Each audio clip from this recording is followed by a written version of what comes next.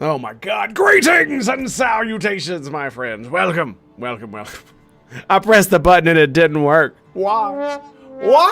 Thank you, Blaze. Appreciate that, my dude. Welcome, my friends, to another glorious day here at the Tango Hotel. And today we return with more Diablo 4. Yes, indeed. As you can see, my sorcerer is 90, and I've got a new build, and it is hilariously stupid. And we're going to check it out. So, my dudes, my bros, my homies. That's right.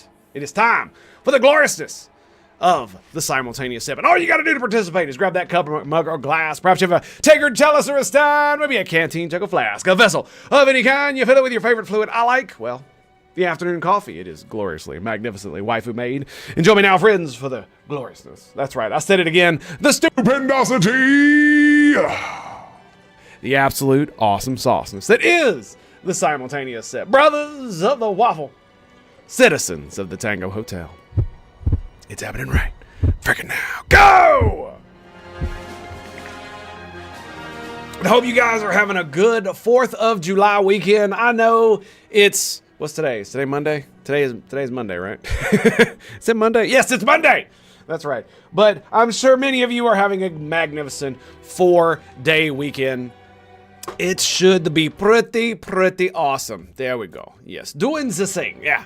And so I changed the background to celebrate this most auspicious occasion that myself, and I, as a patriot, would lovingly like to celebrate. So we will make sure we do that. So thank you guys for being here. Very much appreciate it. Blaze, the madman, Joker. Good to see you, boys. Thank you very much for being here, and appreciate you stopping on by. I really do, though. It's been a hell of a couple of weeks, man. Or hell of a week, I guess I should say.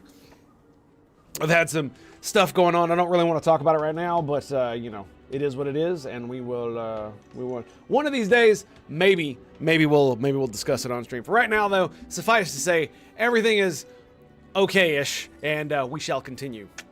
Some of last week was because I had technical issues, especially with the weather, but that was like one day, maybe two, so. Oh, my dudes. Okay, so as you can see, I am level 90. Yes, I've been grinding on the back end, but you know, it is what it is. So check this shit out. I have 5 boards full, and it's pretty crazy. It's pretty crazy. I have the destruction one, which increases core skills, the exploit, which increases vulnerable, the adept one, which increases mastery. That's the new one for this build I got. I even got it to where I've got the additional bonus, which increases the mastery skill size, which doesn't feel like much, but it's okay-ish. And then we've got control, which is crowd control, damage to crowd control targets. And then we've got this thing, which gives me bonuses to defensive, gives me damage when I use defensive skills, which is why we have it. Okay, so what's the build? Well, we got rid completely of Frozen Orb. I did a bunch of, also, Longwood. Greetings and salutations, my dude. Cheers. Tink. Good to see you, buddy. I did a bunch of just random ass testing. I manipulated, I mean, I have like ran through my gold like about 4 or 5 times already. Been trying to find gear. I at one point was using a freaking staff for the blizzard spikes, but I eventually went back to the one-handers, the dual wield and I got blizzard spike on my ring because the blizzard spike was doing a lot of damage, but the problem is it's not doing as much as other things can. And yeah, so not only that, by the way, blizzard does a magnificent amount of damage. Look at that damage, dude. 29,000 over 8 seconds. It's insanity. And here's the best part, it's now 20% bigger. So, yay. And then we've got maximum ice blades as well. So we went back to the cooldown build. Oh, the madman, it's an honor. Thank you, sir. Very much appreciate that. For 19 months, my dude. Thank you for your support. Very much appreciate that. And happy 4th of July to you, dude. Thank you, sir. Excuse me. Yeah, there we go. And even if you're not an American, then it doesn't matter. Because in our hearts, we should all be free. which is why I also celebrate Boxing Day. Although I don't get nearly as drunk as many of the Northerners who live on the hat of America. Okay, what was I getting at? Oh yeah, so we went back to the cooldown build. I did a bunch of stuff where I was trying out Frozen Orb and Ice Shards and Ice Blades and just all kinds of stuff. And basically what I've settled back down on, like at one point I was even using Hydra because it was something I was doing. By the way, this tree right here, this board right here is a fire board. Burning Instinct is the legendary node. Now you're like, Tango, why the hell would you use a 8% damage reduction against enemies that are burning? I don't need this. But the reason I did it is because the Conjuration, the Elemental Summoner, which is the only neutral one that doesn't involve like that doesn't involve cold or just non-physical damage, sucks. Especially around the glyph. The amount of dex nodes there are, as well as these nodes right here, just don't entice me. However, the nodes here, there's a ton of dex nodes, as you can see.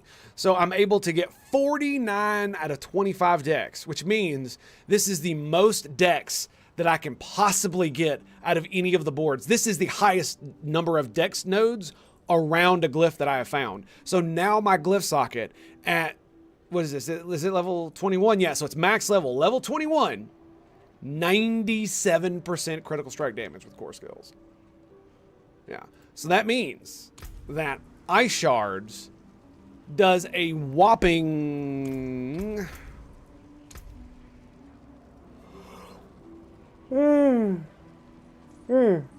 That is a, what? 160, 170% damage on crit, and I have a 46% chance to crit. Yeah, it's pretty crazy. And they have all the crazy stuff that I have when I crit anyway. So basically, I blanket the field in Blizzard and then use Ice Shards to lay down the serious damage. And I use Ice Blades as a way to keep my cooldowns refreshed. Now, one of the biggest problems that I've run into so far is the fact that, well, there's several things. One, the reason I switched back to these is because I was noticing that I wasn't able to put out as much damage because I don't have the Avalanche Key passive, which allows me to get an additional cast of it. So whenever my Avalanche Key passive triggers, it gives me 2 casts rather than just 1 free cast. And it triggers all the time. But the problem is that a lot of the abilities that I want are only able, the aspects right here, you're only able to get them on 1 hand, 2 hand, gloves, amulet, and ring. So essentially, I can only get them on 1 hand, 2 hand, amulet, and ring because my gloves are literally the unique Frostburn, which gives me a 21% chance to freeze enemies for 2 seconds, which is, or a lucky hit 21% chance, which is absolutely insane. By the way, I would like to point out that my lucky hit is really fucking high. And essentially, Ice Blades gets 100% lucky hit when I'm in the thick of it. And Blizzard gets up to like 70%, and I believe this one gets up to like 40%. Lucky hit when it's there. And Flame Shield also has lucky hit chance because it does AoE damage around me. So, and the funny thing is that when I do Flame Shield, it sets people on fire, which means that for a very, very short period of time, this node right here that gives me damage reduction from enemies that are burning actually works, which is kind of crazy. The main reason I decided to do this is because while it sucks that I don't really benefit from the green, it does give me 10 intelligence, which is more than any blue or gray node in the game. So it's essentially just, I did it for 10 intelligence.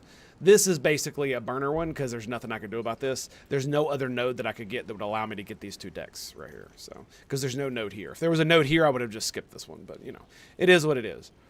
It's just really funny how much min-maxing I did. Oh, excuse me.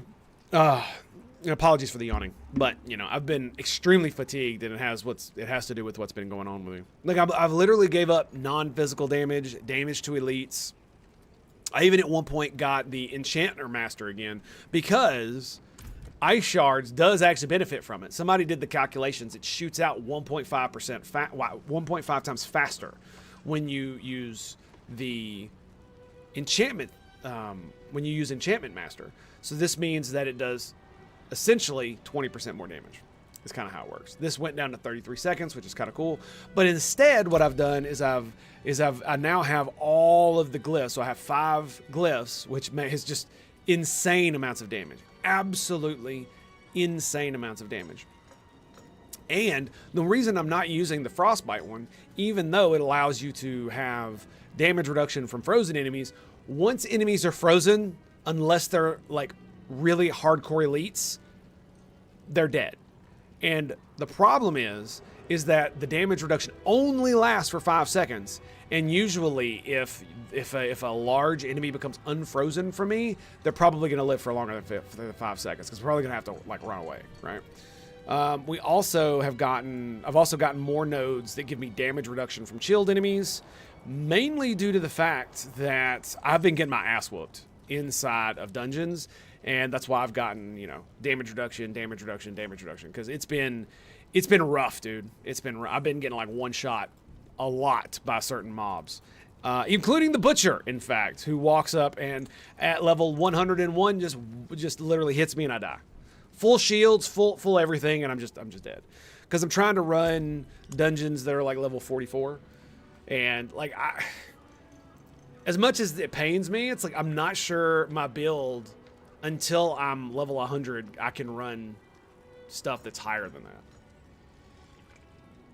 Because I can do the damage. I feel like I can do the damage. It's just I can't survive most of the maps because they absolutely destroy me.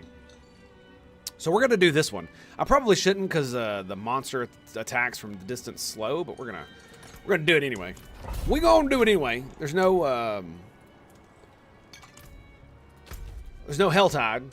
Not that I really care about Helltide. And most of the gear, this is one of the things that's really starting to like slow it down. Luckily, they did recently boost Nightmare Dungeons, so Nightmare Dungeons feel a lot better. The XP from them is so much better.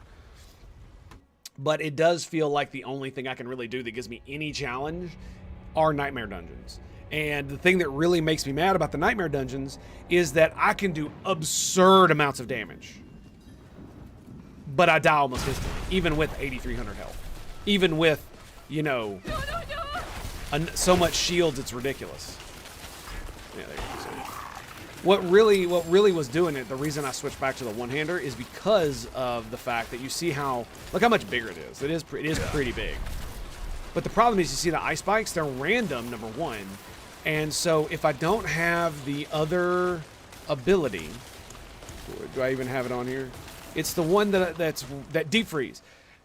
While deep freeze is active, exploding ice spikes form in an area, and your ice spikes have increased explosion radius. This makes the ice spikes from Blizzard so much better because it's a huge explosion. The problem is that it requires a slot that I can't really give up, because I either have to get rid of ice shards and just use Blizzard exclusively, which doesn't feel very good. And if you're using a two-hander for the extra damage, then I literally only have like this, and I can't give up the mana restoration because it literally makes my build possible. And if I put this on the two-hand, then I have to give up, then I have to use the avalanche key passive. But I think ice shards is better. And the thing about it is that with the fact that this glyph socket works the way it does, I don't believe that just using Blizzard by itself with Ice Blades is the best way to go. Blitz Sensei, greetings and salutations. How goes it, my friend? For me, it goes fairly well. So it's like we could do the thing where we go back to using a two-hander and using Blizzard by itself, right? But I found that I still wanted to have ice shards as an enhancement. And so I was having trouble finding what else I would put on my bar. And I was basically using the ult, which kind of sucks because with the ult, you want the ability to, I was basically giving up the avalanche key passive for the ult, and it was good, but it didn't feel like it was that great. And not only that, I had no way to defend myself close range. Right? So if something got in my face, I literally could just throw down more blizzard, and that was it. I'm also running, I'm also running a little bit more defense on, see what I mean? Spawned right under me, and I was at half health. Boom, instant death. Did you do weekend with the fam? Yes, indeed. Spent most of the last week with my family. That was more because I was talking than anything else. But yeah, so I got crowd control enemies or vulnerable enemies. I take 20% less damage. I've got 20% less damage while I am crowd controlled as well. The only problem with this is that there are so many elites in the game that once you've crowd controlled them, they become unstoppable for like ever. And it's really hard to stop them from being unstoppable. And it's really annoying. Let's just put it like that. The way they've made the sorcerer makes it feel bad, in my opinion. Yeah. Because like almost even the fire sorcerer, whisper a warning of this place. And specifically the spiders, dude. I never should have done this dungeon. Yeah, look at this. Like all of them do their little root shit, and they're everywhere. Look at this. I just, oh, it's so bad. Take a look at shorts. By the way, I've been looking at shorts on the 40K universe. Oh yeah? And what have you found, my friend? It is a lot of fun, though. I will say that, to throw out Blizzard and then to throw down ice spikes. I mean, look at this, dude. There are times when there are the biggest problem with the Blizzard was when I was fighting easy mobs and they would die super quick. Is that I would run out of mana. That was one of the biggest problems.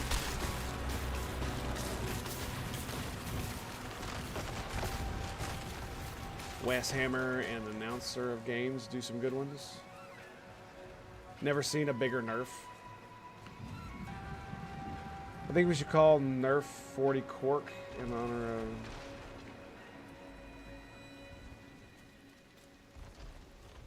What? You've never seen a bigger nerf? I have no idea what you're even referring to, man. Like, did something happen that I'm not aware of? I don't really pay much attention to, like, stuff that goes on with the tabletop games, because that's not a big thing I do. Oh god. Yeah, even now I run out of mana fairly easily. Is if there's only like one or two mobs.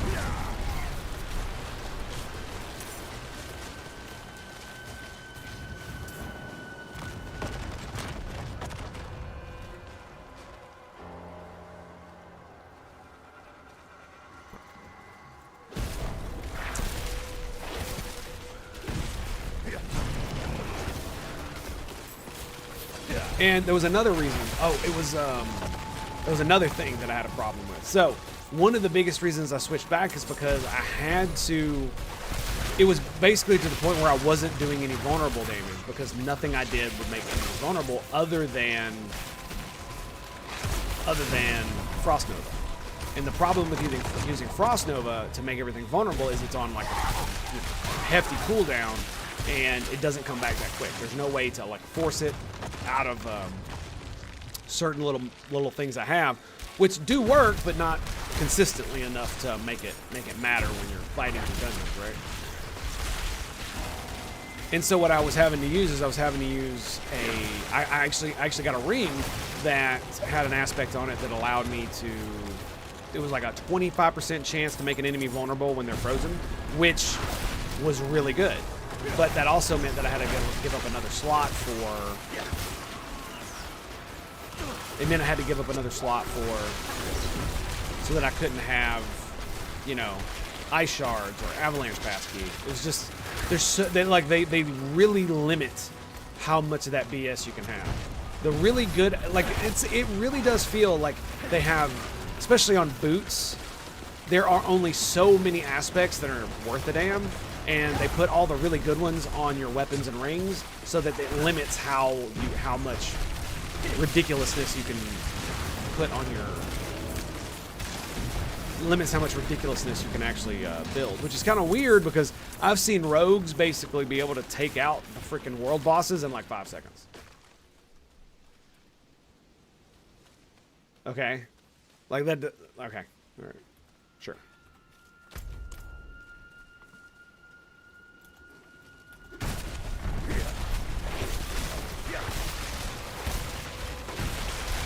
So, yeah.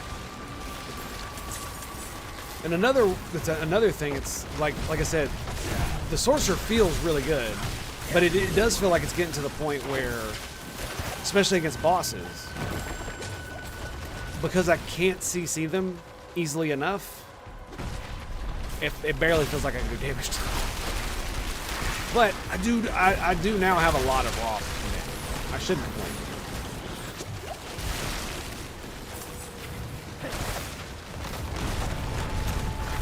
I mean, these are level 98 mobs. And I'm doing pretty well against them. Ow. Yes, walk straight through the volcano. Oh, that is exactly what we're doing. See that? Look, he just got unstoppable. And now I can't do anything anymore.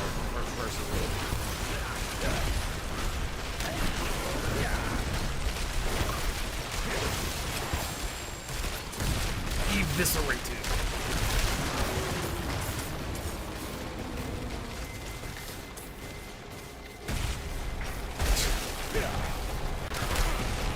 It's just the juxtaposition when I use my Frost Nova on the little guys and they all just immediately explode.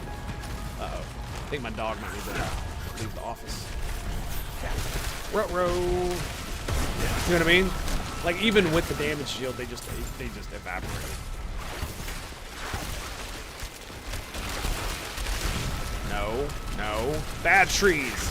Bad. Oh god.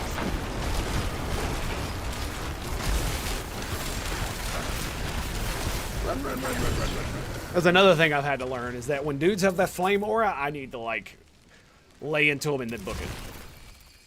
I have actually been one shot by just not the explosion, but just the flame piece that comes out of it before it explodes. That has actually one shot me. Of course, I believe I was fighting in a level 48 rift.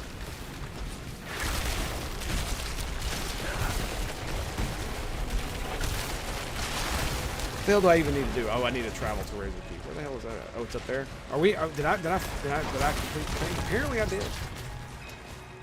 The custodians are scary, eh? The Imperial custodians.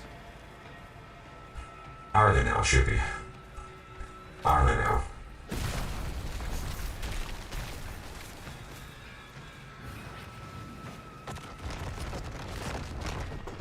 Did he die?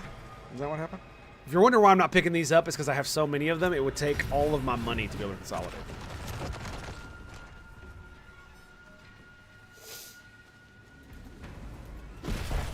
Yeah, I apologize. I can't really watch a freaking short.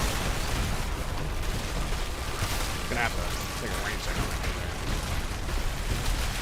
there. Uh-oh. Let me go! Damn it.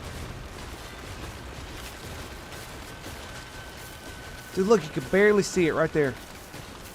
Look at that. You can barely see it. What the fuck? I move my mouse and I hear crunch. I'm like, what the hell is that? It's like, did I just Superman my mouse?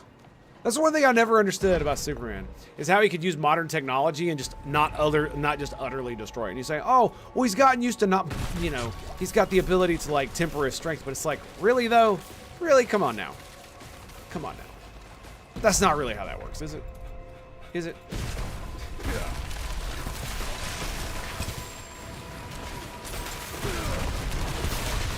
Like, imagine you were trying to type on like Silken Web. Do you think you would be able to actually do it without breaking it? Because that's kind of the equivalent, isn't it?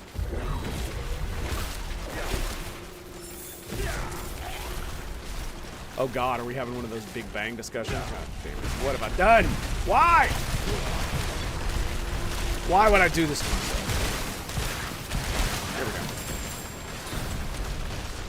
go. We're getting out of there. No. No. Bad demons. Bad. Bad. Ow. Stop it.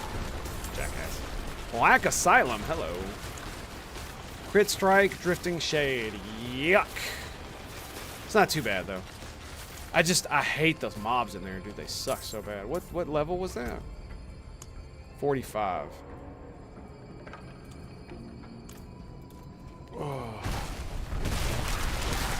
Oh, an enemy horde is incoming. How about that?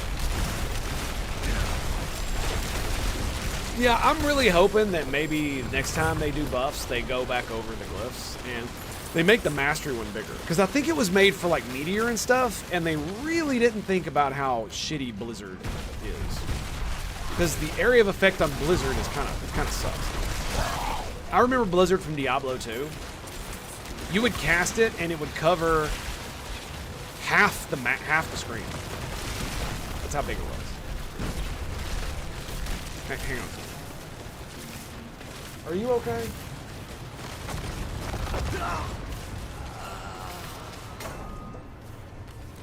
Thanks, game. Alright, my dog needs to be let out. Give me a second. Come on, girl.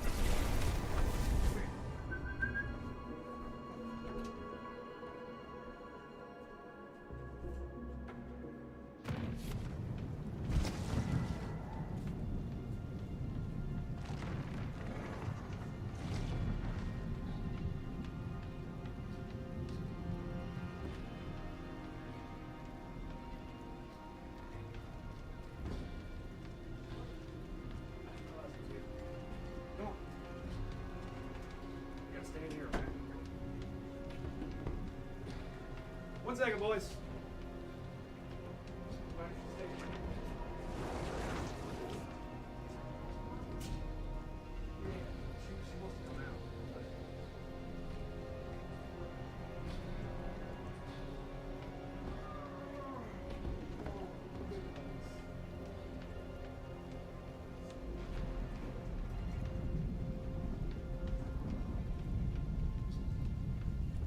Yep, sorry, boys. My son needed a hug, so. Isn't that right? Isn't that right? Oh, you like the green screen? Do you like the green screen? No? Oh.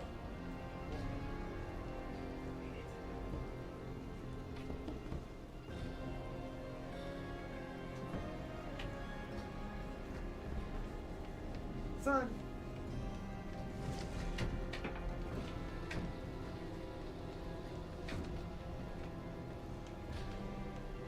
There we go. Okay. Sorry about that. Okay. Well, let's see what we got here. So Millions of years ago, the orcs used to be insanely powerful.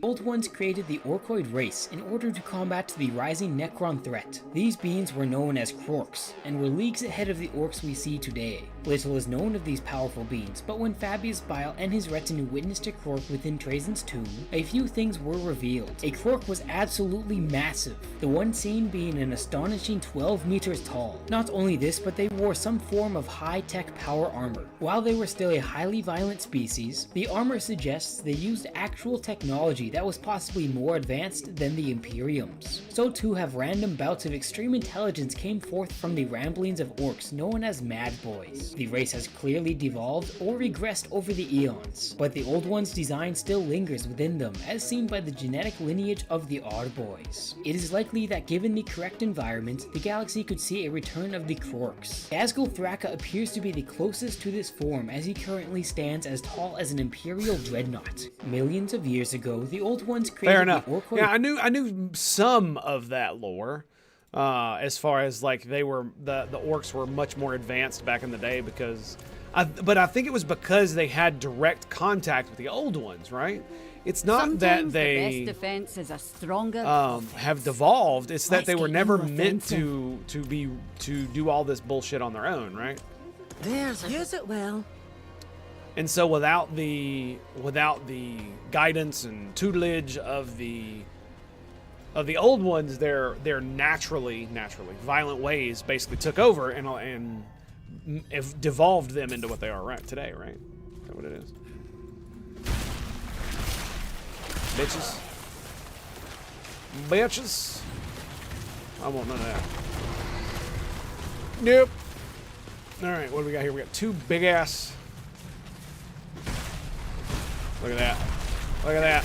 Oh, nope. Back, I say! Lovely. I love it. There is so much fun sometimes when it comes to this damn game. It's why I am still at level 90 and I am still like, you know what? This is actually kind of fun. As irritating as some of the glyphs are, I have so much powder that I could probably just not do the ones I don't want and continuously make the ones I do and I'd be fine. But there's something about the... Why did he run away from me? That's legitimately one of the first times I've seen that. Most of the time they don't run away. It's kind of weird.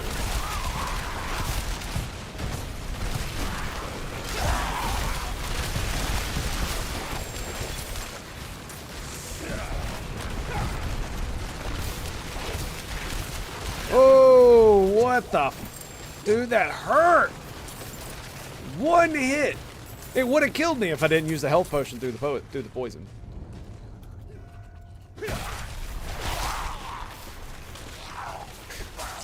Lunatics are some of the dumbest enemies, dude. They've actually killed me several times, but for the most part, they're pretty dumb. Are we done? Are we done? Check out the Imperial Custodians. Kevin Curry, greetings and salutations, my friend. How you doing, bud? What was I doing? Oh, yeah, I got a Paragon point. I got a Paragon point. Minus 3% damage against from chilled targets. I wish there was more just straight damage reduction on this thing. And there would be if resist elements actually worked. But elemental resistances don't mean a thing in this game, dude. Oh, it's so maddening. It really is, man.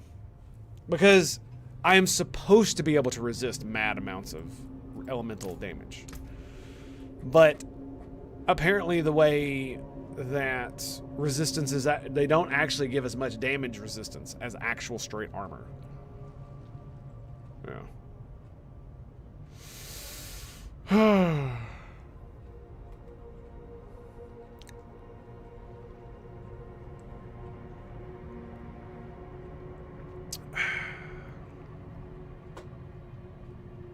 As this stat increases, additional bonuses become less effective. So basically they have extreme diminishing returns. At 40% damage reduction versus elite, vulnerable, and burning. I don't know why it doesn't have chilled on there. That's kind of weird. Huh. Odd. Let me see. Yeah.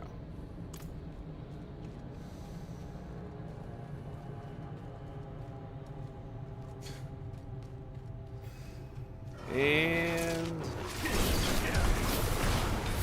yes, stand in the holy fire. Wait, what? That's right. I didn't stutter, bitches. I didn't stutter. Stand in it. Stand in it. It's also less likely that he's gonna walk out. Watch this. Look at that. Look at that. Level 98 boss shredded. Once he was stunned, I have so much damage. So much damage. Versus CC targets in total, it shredded his life. Absolute travesty. And I got another blind burrows. Ugh, dude. Yuck. Yuck, yuck, yuck, yuck, yuck. Monster life. Disables healing potions. Ugh. Unstoppable monsters. Yep, we're getting rid of that one. I'd really like some higher level ones, man. Empowered Elite. Shock Lance. Shock Lance is pretty powerful at this level. And resistance from crits. Yikes. Although I do quite a bit of crit damage, so it's not really that big of a deal. Yeah, look, I can't upgrade it anymore. They put it all the way down at the bottom. It's like boo, boo. So we're gonna do we level up exploit for vulnerable damage, or do I do for mastery damage? Could do damage to crowd control. Probably vulnerable is probably gonna be good. If I did this one, it would also increase the amount of vulnerable damage I did. But we're just gonna keep going. I really do enjoy doing these maps. Not only that, it's a really great way to get gear. So we're gonna keep going. And are these two different things?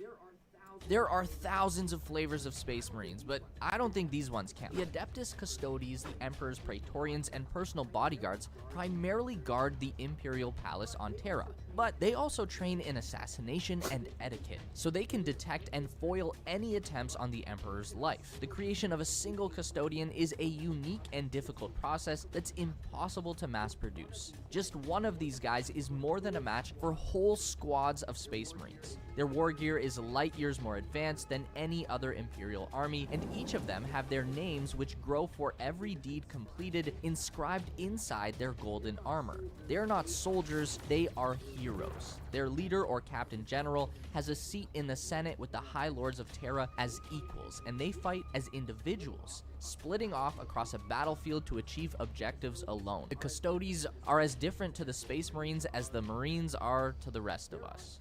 There are thousands of flavors of Space Marines. I didn't know it was like that. That's interesting. What is this other one? There are thousands of flavors of Space Marines. Is that the same one? Did you... You double dipped? Glitch Sensei! How dare you, sir? No, I was playing. Yeah, I didn't realize that. I'm gonna have to. I didn't even know it was like that. I knew they were definitely different and more technologically advanced. Thank you. Because of like what they do. But if that's the case, then how were they created?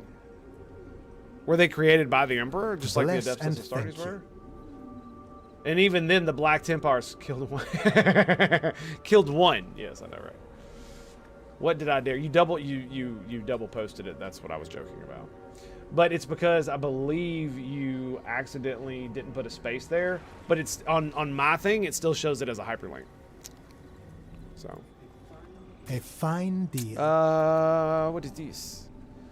What is this? Yeah, there's something I really haven't found again, and that's this ring that has this aspect on it. Restores 3 of your primary resource when you crowd control an enemy. It's like, damn, son. I haven't found that again. Wait, what?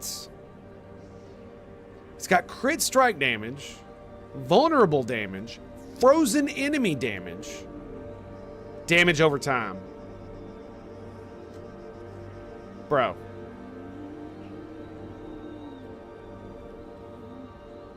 Bro. Whoa. Another time, then. Whoa. This ring goes right here. I think it's actually better than these. Yeah, because that one's got lucky hits. That one's got crit strike. That one's got crackling energy and lucky hit chance. So this one's actually better than these. It's just not as high item power. It's 784. So that's pretty good. Yeah, the problem is I need to find more aspects to be able to upgrade my gear. That's half the issue. Is I need to find...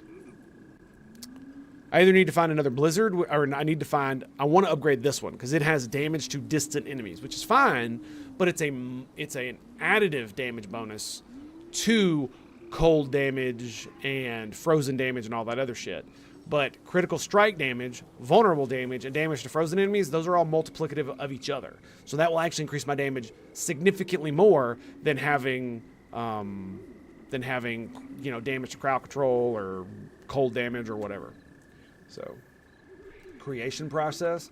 Oh, Summers! Well, you've got some good news to share? Well, share alike, my friend. That was a 6-minute video. We know that Space Marines are displayed as the pinnacle of Imperial soldiery, the best of the best. They are humanity's angels of death and the vengeance of the Emperor of Mankind made manifest. However, the Astarte warrior is nothing compared to an Adeptus Custodes. To a Custodian Guard, a Space Marine battle brother is simply a mass... Let me see something. Can I... No, I can't, actually. It won't let me show this on top.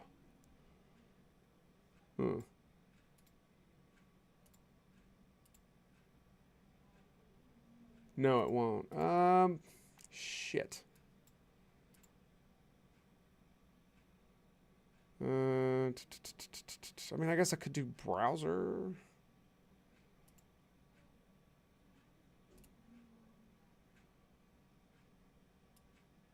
And then input this. Does that work? Hey, that kind of works. Look at that. I can't interact with it, though. We know that Space Marines are displayed as the pinnacle of Imperial soldiery, the best of the best. They are humanity's angels of death and the vengeance of the Emperor of Mankind made manifest. We're just gonna watch it here in a minute. Let's finish what we were doing. It's not that, my man. It's because when I click it, I have Twitch chat in OBS, not in a window of Explorer or whatever. And the reason, there's various reasons for that. But what that means is that I can't actually show it on a window. If I wanted to watch a YouTube video while I'm playing, I normally open it in my in actual YouTube in the browser and do that. But I have to like copy that over. So just give me a second. We'll need to look at that. Just 1 minute. Oh yeah, I also had to, here's something else that's really, really fucking stupid and that I really hate. See this book right here? I wanted to change the frozen orb to something else. I wanted to change it to the ice shards, but it won't let me. Every time I go to the occultist, it says it's not a legendary item. And apparently, that's been a bug for Sorcerer Focuses since the game released. Stones to catch the light. And they have yet Come to and fix see. it. Yeah, not a happy camper.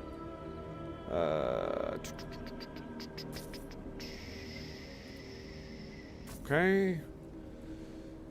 So look at that. 24% less damage. Well. Looks like we have a winner, boys. We have a winner. I bring it up because I saw this and I was like, yeah, that's an okay focus.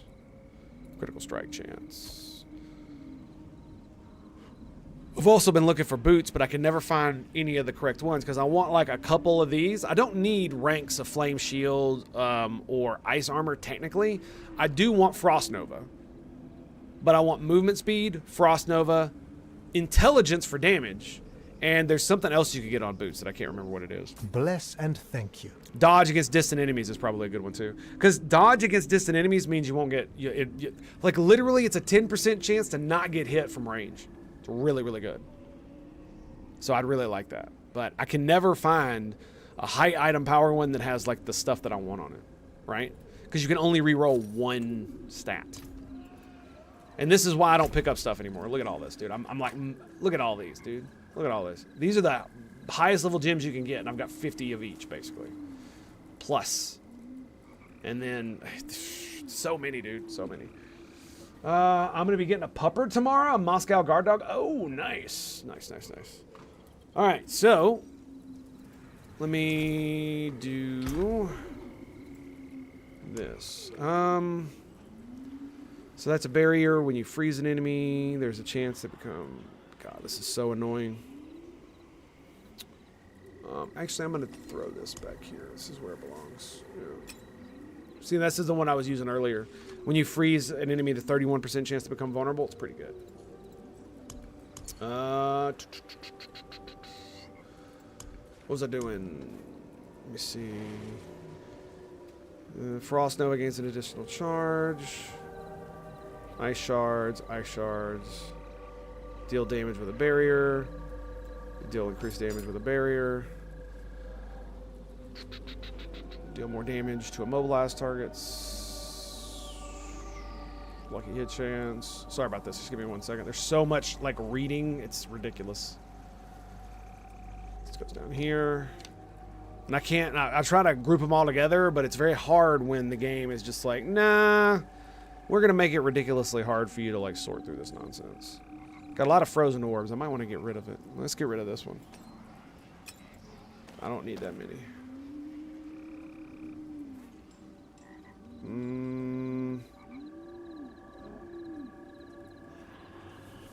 Deep freeze, blizzard, ice armor, ice armor, ice armor. So probably get rid of this ice armor. Put that one down there. That's a blizzard. It's deep freeze. That's barrier. Is that yeah, we'll do that. Okay, this is a little bit better. So I don't have one of these. So I want to keep this for when I find another helmet that I actually want. Right now I don't actually have one, so that just kind of sucks. Let's go ahead and eat these. You can still use these. Okay. The forge is always hot. I carry the Hidden best. Sage, greetings and salutations. Shards How's the Frost of the Wizard going? Pretty good. Pretty good. We are level 90.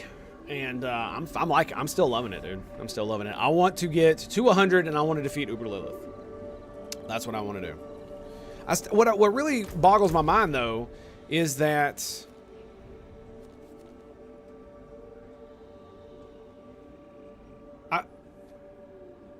why does it say level 90? It's been saying that since like level 77. So, Flaming KM, greetings and salutations, my friend. How goes it, sir? How goes it? What the was I doing? Oh yeah, a helm. Let me see something here real quick. So, one of the things that I don't want to give up is HP. I also don't really want to give up the armor, and I don't want to give up the mana. Right? I want mana, I want HP, and I want armor on my helm. Because I'm already getting one shot by certain enemies, so if I lose HP, then I'm just going to get more one shot, right? So it just feels like if I don't get armor, mana, and HP, then I'm just kind of screwed, right?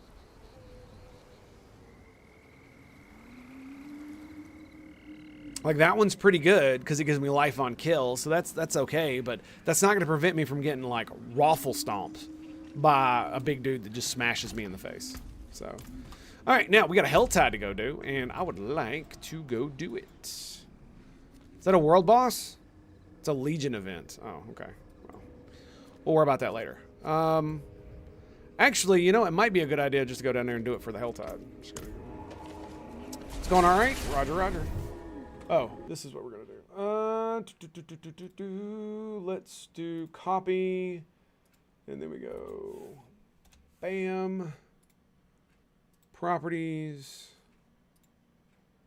We know that Space Marines are displayed as the pinnacle of Imperial soldiery, the best of the best. They are humanity's angels of death and the vengeance of the Emperor of Mankind made manifest.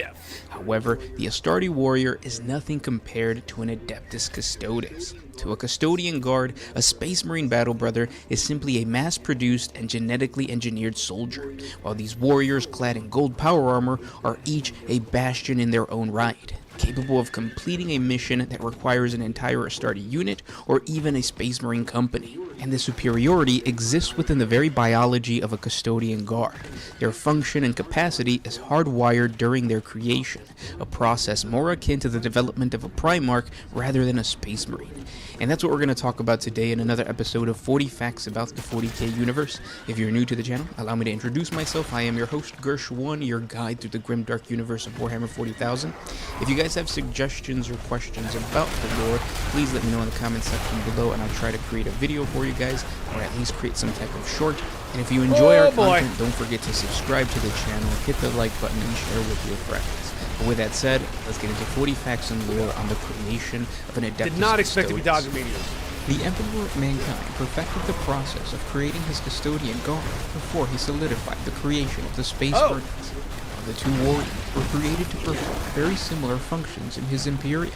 Their recruitment and training shared many similarities. Both physically transformed well beyond natural human limits in terms of strength, endurance, and fortitude. fitted for inhuman environmental adaptation and resilience. In this, the Adeptus Custodes are the remarkably superior of the two in mind. I love when they jump and they get frozen midair. Both are subject to extensive psychological and cognitive conditioning to render most of their baser drives inert, and their beings rechanneled towards aggression, goal acquisition, and the fulfillment of duty.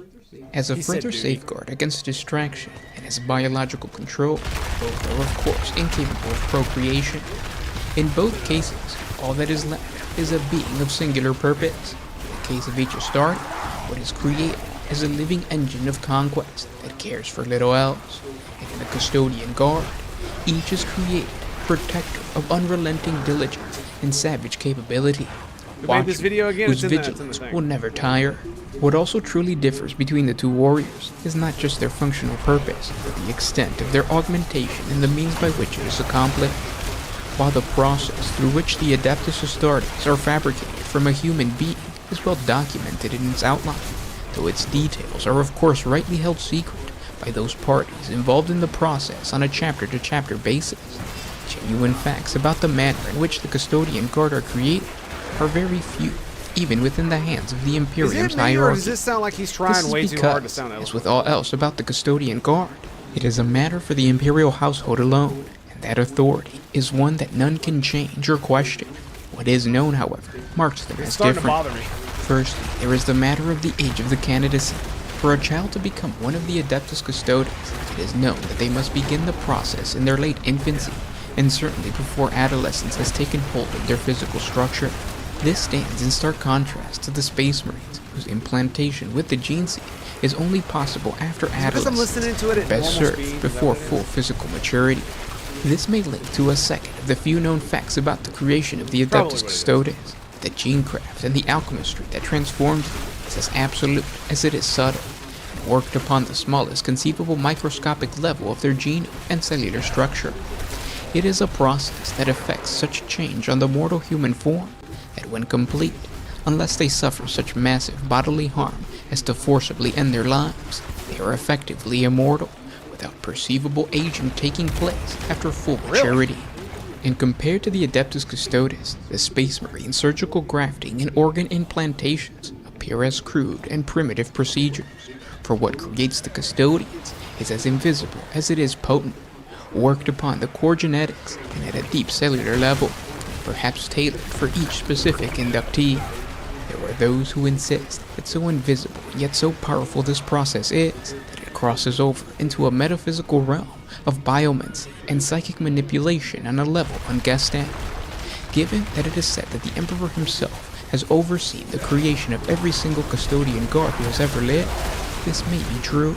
It is a widely held belief that in each Adeptus Custodes runs the blood of the Emperor himself. That wouldn't surprise me. In at their all. eyes, the Custodian Guard is to the Emperor what the Space Marines are to the Primarchs. This has been questioned by many Imperial savants, claiming that the true genetic material was developed before the Unification Wars, and proof of its origin was destroyed long ago. Regardless of the speculation, the legal Custodes are unmanned, the peerless warriors who then result from this archaic process are a rare breed indeed, and not to be squandered recklessly on the battlefield. They were created with a Look at that, I single got purpose in 128, mind, dude. to be the Emperor's own elite guard. They were a force created both to defend the Emperor from physical harm wherever the Great Crusade might take him, to stand watch over his private domains and most guarded secrets, and to serve as the direct agents of his will, as his personal emissaries, be that will be to protect, to venture, to claim, to keep secret, or to execute without remorse. And that's the lore on the creation of the Custodian Guard and the difference between the Custodian Guard and the Space Marine. This was a question that was brought up in one of the shorts, so we answered it there as well. If you guys want more Adeptus Custodes lore, please check out the... I don't know what it is about his voice, but it's something's very wrong with it, as far as me. Maybe I need to do this. And the vengeance of the Emperor of Mankind made manifest. However, That's the what it Astarte is. warrior Yeah, okay. It's that I was listening to it at normal speed, and it was like making my head like explode. Okay, yeah, that's got to be what it is. I literally listen to everything except very, very few people at like double speed, because I'm autistic and I can't help it. So that's got to be what it is. And the guy that made the video is called One Man Syndicate. Highly recommend it. The link should be in the chat. So yeah, it's very, very awesome. Very good video. I like it. Not as informative as I thought it was going to be. More just sounded like propaganda for the custodies, but you know, it is what it is. So why do people give so much hate to people who have custodies armies? I never understood that. I remember it was like, what was it? Who was it? Henry Cavill or something was talking about how he's got a custodies army, and somebody was giving him shit for it on the internet. You know, oh yeah, he has a custodies army, but he can be forgiven because he's Superman or something like that. I remember seeing something like that. It was. I thought it was pretty funny. I don't.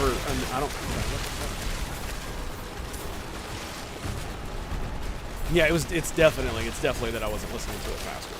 It's absolutely what's going on. Yeah, look at these dudes. These are my level mobs, and they cannot stand up to me.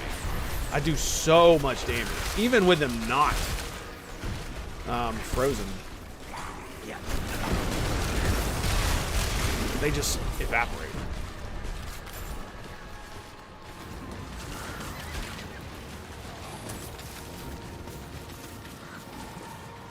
Most of their army is Forge World.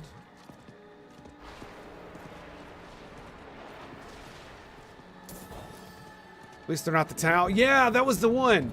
That was the one. It's like yeah, I know he's a Custodes bro, but at least he's not Tau. I believe that was what the tweet was. At least it's not Tau. Like, I find it ridiculous that the Tau are even like a legitimate faction in 40k, just because of the way the lore is supposed to work. You know what I mean?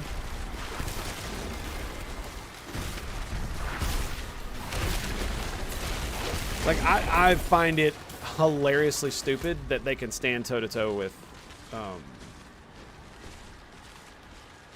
the Imperium. It just feels kind of dumb to me.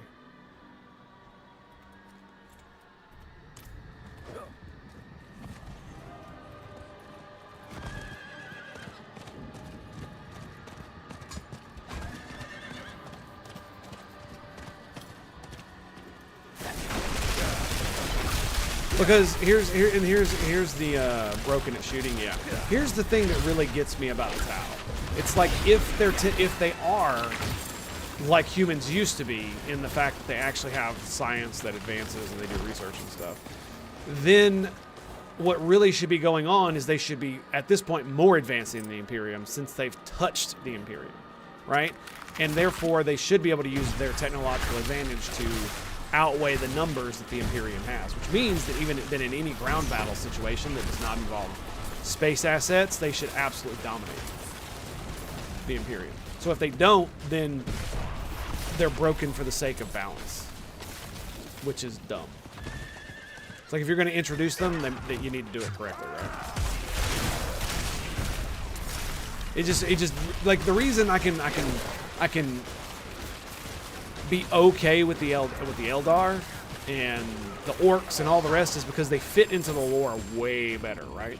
The reason the Orcs are the way they are is because they're stupid. They were genetically engineered, you know, long ago. Blah blah blah blah blah. That kind of dealio. So for that, it makes sense to me. The Tau never made sense to me in the way that they are portrayed as they are able to stand against the Imperium.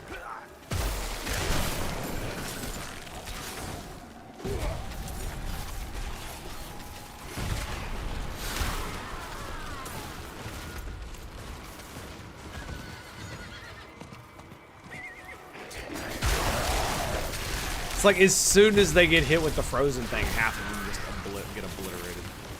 It is quite fun. Stupid bit of lore where the Tau hit and run ranged army put themselves between orcs and demons in order to stop a demonic incursion. They still won and their best came out. Yeah. Like it just, to me, it sounds like somebody's too much of a fanboy of the Tau. Like I can totally understand them not being able to defeat the Imperium in like a war. That makes sense. The Imperium has way too much manpower for the Tau to be able to contend with. But on any given battlefield, the Tau should lose. Unless overwhelmed by like pure numbers. because of just how technologically advanced they would be compared to what the Imperium is. Because if you have a species that is like humans are today, where we are able to take technology, reverse engineer it, and use research, understanding, and all this other stuff that we do today as advanced technological beings, versus a stagnant Imperium, within 100 years, you'd be so far advanced beyond them, it's like they wouldn't be able to do anything to you, right? Unless it was literally throwing ships at you, right? Which is a legitimate tactic. Quantity is its own quality, as the saying goes.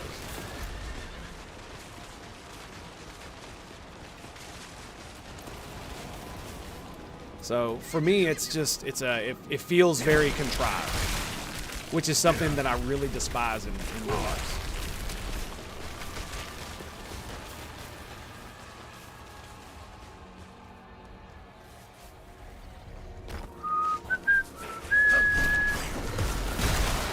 That was a boss level mob, by the way.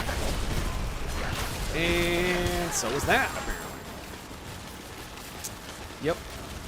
Like, when I was doing just the Blizzard build, I could not do Hell Tides without trading out one of my abilities for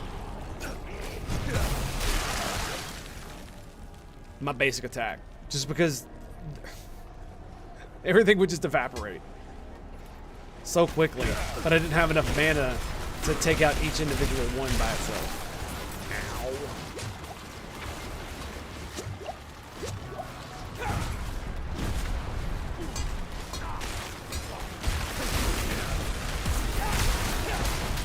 And damn it. No! No! I could have saved you! So yeah, for me it just feels kind of whatever. Hand wavy, that's the best way to put it. Have the Tau winning, yeah. Well, I mean, to be fair, they should. If they're as described. The problem is that why would they continue? Why would the Imperium allow them to continue their existence? Right? That's the big thing. The fact that they're allowed to even exist is just kind of like, what? As far as I've heard. Oh yeah, that's right. The giveaway is still going on, so if you guys want to get in on that, feel free to join. I'll be more than happy to. I'm going to keep it going until we get more entries. We've got 2 keys, and I want to give them away. And I want everybody who wants in to get in.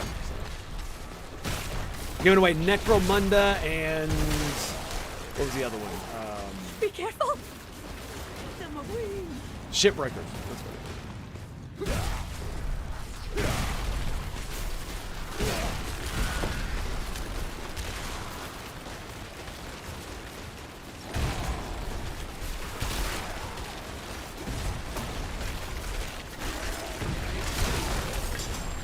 Yeah, we're giving away Shipbreakers and Necromunda.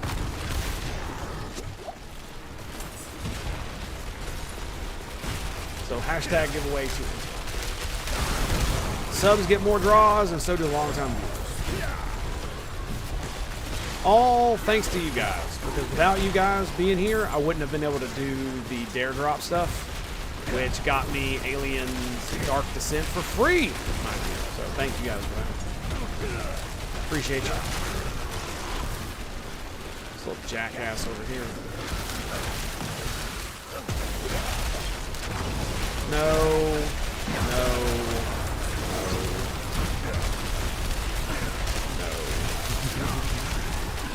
Look at all this nonsense, dude. See, this is the kind of stuff you can do as this build, which is just kind of crazy. Yeah. Especially when there's tons of mobs.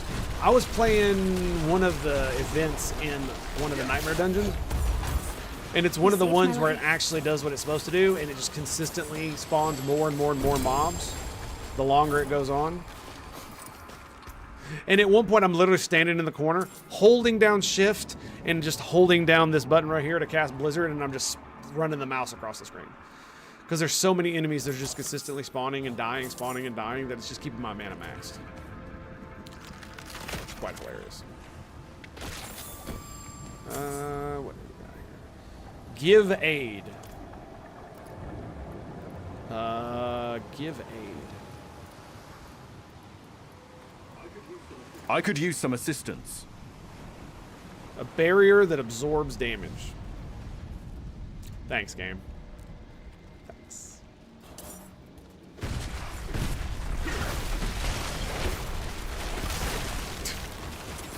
Okay. Nids and orcs are hard to fully win against. Yeah. No. That's why I'm just like, the Tau are just like an anomaly to me, because of the way the universe is supposed to work, right? And especially because the Imperium is stagnant technologically.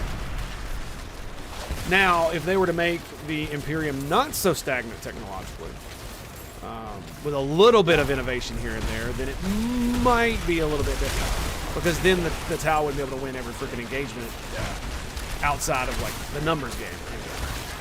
But even with the numbers game, if your technology is superior enough, then the numbers won't matter, even in space.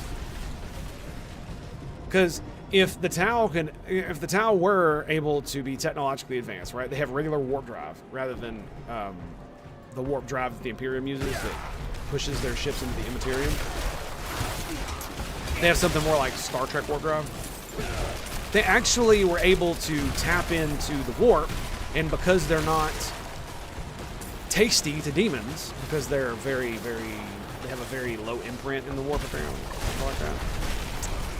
Then one would think that they could use and develop weapons that the like old ones and other advanced races use that the Imperium would considers heresy and would never allow use of, right? Where they are able to enslave demons and stuff like that. And be able to use that kind of tech to defeat them.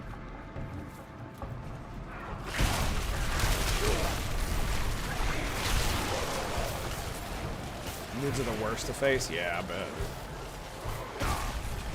Because they're just unstoppable. Although I tend to agree with Arch that it's kind of ridiculous that they have regular biological things that'll and they can tear through power armor like it doesn't exist. It's just kind of like, yeah, okay, all right. It stretches credulity for balance. That's all I'm saying. Oh.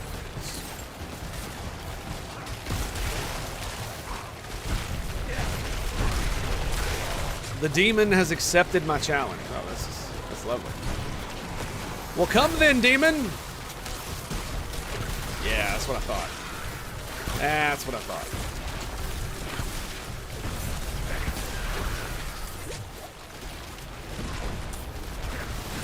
You know, it's funny, man. Everybody complains about the level scaling, and I agree. In the early game, the level scaling sucks. But in the late game, it's not good enough.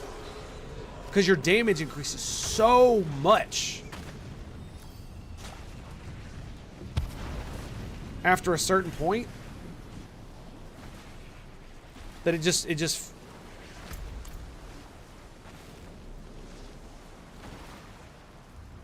give me 1 second here. All right, can I go? Yeah, we can go. All right, let's go. Tree of Whispers. I need to go turn in the Tree of Whispers to be able to do this.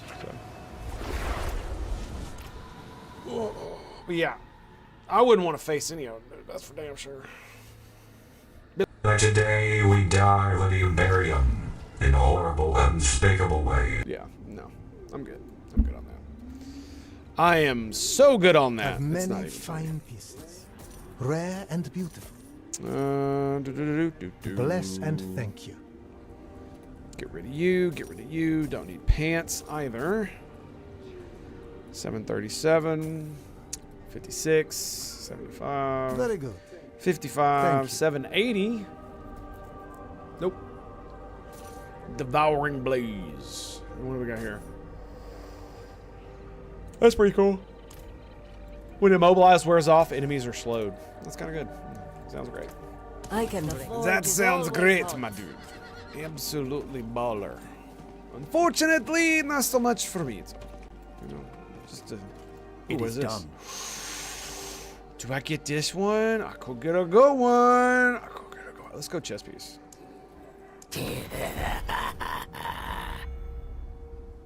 could do better on chest piece. Slightly. Slightly. Let's see what we get. Aw, boo. Which one was that one?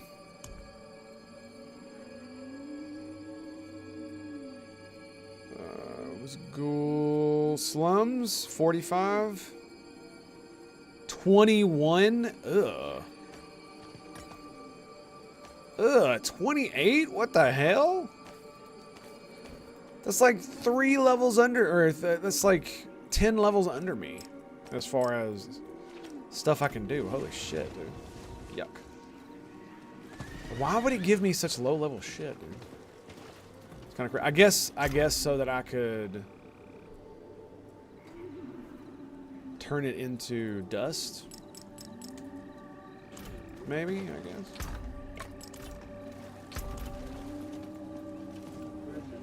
Precious stones to a fine deal.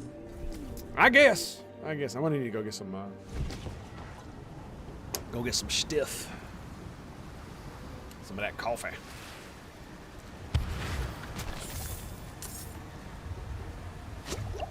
Do we not want no demons want to challenge me?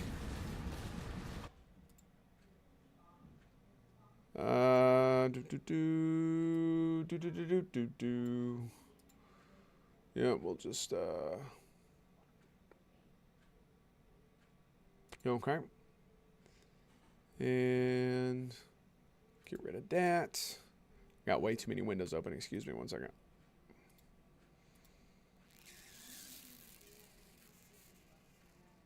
Well, that was not very nice. Oh no, the interactive map.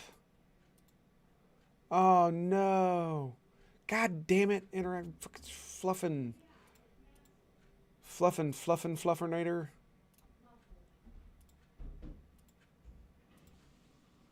Let's see. There we go. Okay, that's a little bit better. Okay, sorry about that.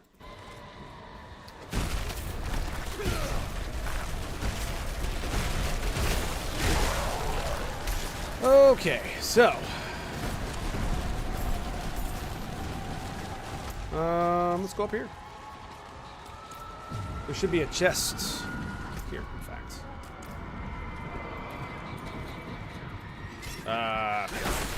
My thing wouldn't do anything, man. My thing I wouldn't do nothing. Damn it. I'm still in awe that we're not going to be getting a gym tab until freaking season 2. Like, I'm still like, what the hell is up with that, dude? Just like, it can't be that fucking hard, man. Like, legit, it can't be. Is someone there? Speak to the wayward soul. Do you require my aid? Please, I need your help. I can't see. My dearest wanders these woods alone. Oh, the woods, do they? Wanders the woods.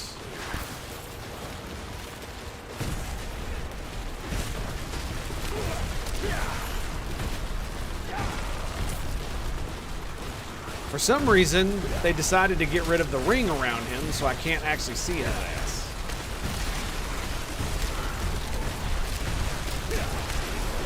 Where is he? I can't see him. Oh, he's on my mini-map. Oh, there's the ring.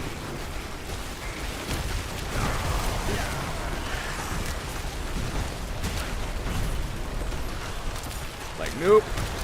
Nope. Sorry, bud.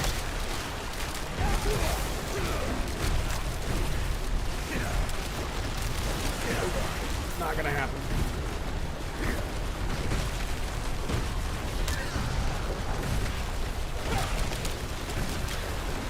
Why do they spawn outside of the ring? It's so weird.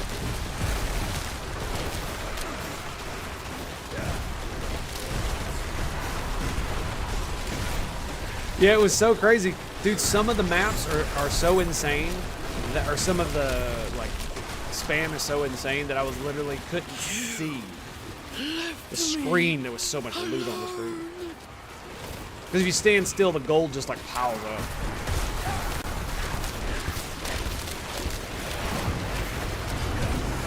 Jesus, dude. There we go.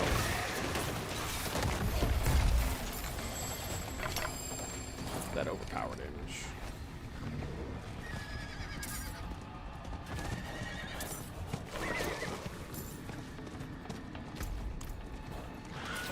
Lovely. Alright, let's go grab. See if the mystery chest is up here. Whee!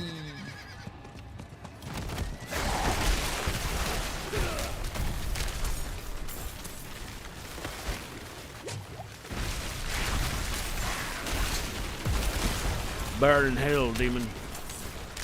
Burn! Burn! Also, thank you guys for being here. Very much appreciate you. Hope you guys are having a good one. It has absolutely been a hell of a week, man. Last week was not very nice to me. At all. And I very much appreciate you guys showing back up today. I want you to know that I appreciate you. Yes. The chests of mysteries. Yeah.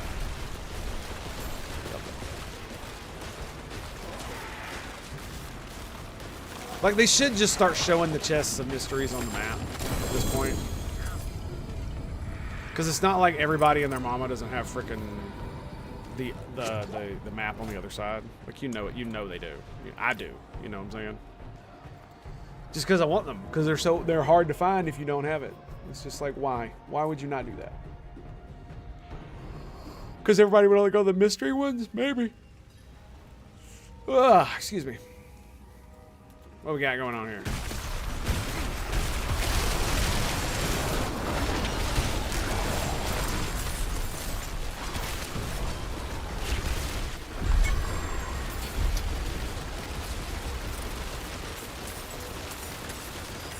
Apparently a dude did like 1,100 of these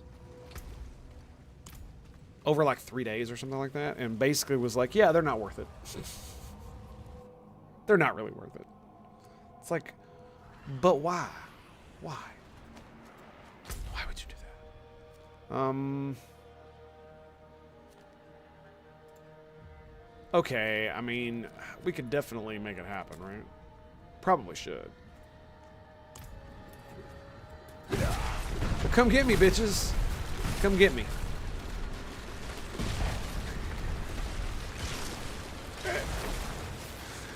Oh wow, they were actually able to get up here. It's like I didn't actually think there was a path. Whoopsie. Shows what I know, right?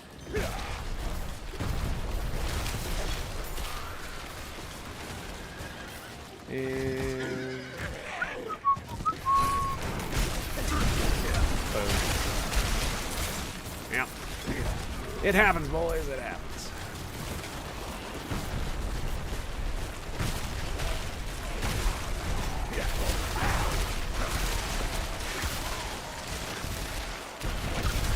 So good. Look at it just spray behind him. The cool thing about it is not only does it go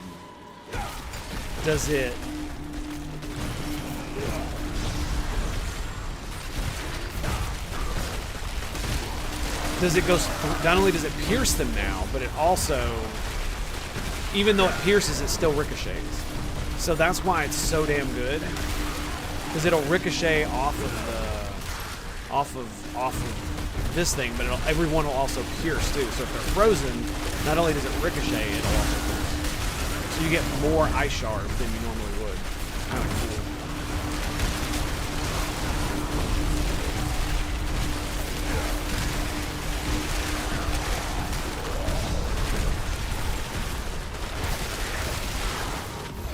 And there it is.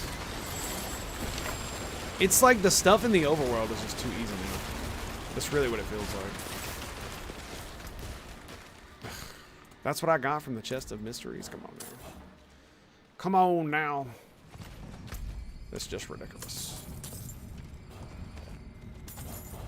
I think D4 has less character as an ambiance. What do you mean, Glitch Sensei? As an ambiance? You talking about the ambiance of the game itself?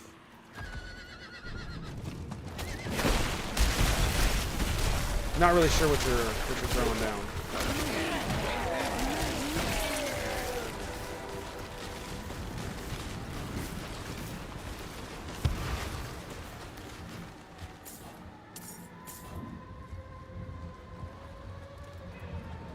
Like, I'm not gonna lie to you, I actually think it has more ambiance in this game, simply because it has more areas that are, I don't want to say they're more defined, but there's more of it. The real problem is that once you get past the campaign, you don't really see much of the world, which is kind of sad, I'm not gonna lie. And a lot of it is because if you're not doing Hell Tides, then you're not really out in the world because you're doing Nightmare Dungeons.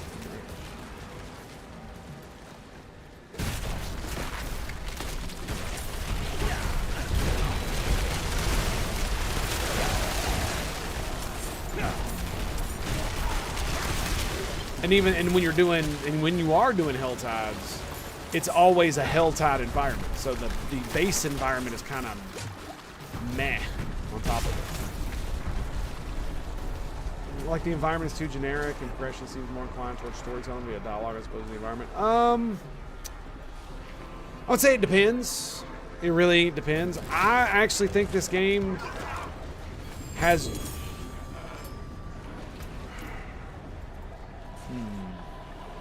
like it's more like Diablo 2 than Diablo 3 was as far as its ambiance goes. That I believe is true. Whether it's better or not is probably more up to the individual. I definitely think it does a pretty good job of having distinct areas, and it has more of them than Diablo 2 does in its base game. With the expansion, it's about it's close to the same, but this one still has more, just because the world is just bigger. And unlike Diablo 2, you can actually walk to every single place in the world without having to fast travel, essentially. Which, let's be real, there is something to be said about that.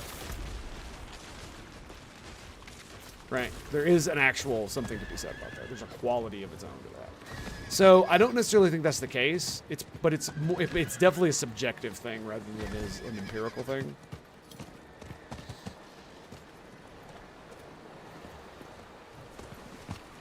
And I really think where Diablo 4 fails is that instead of... See, here's where I think the game really failed. And it boils down to the dungeons. And the reason I think the dungeons fail is because Diablo 3 tried to make dungeons more... With rifts, they tried to make the dungeons more... Where it's just 0 to 100, pedal to the metal, so many mobs to kill, so much loot, and that was great, but it did get boring because it was just the same old bullshit.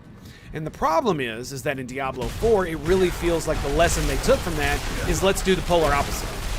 And let's do maps that have good or decent mob saturation, but that have objectives, so that it's not the same boring grind over and over again.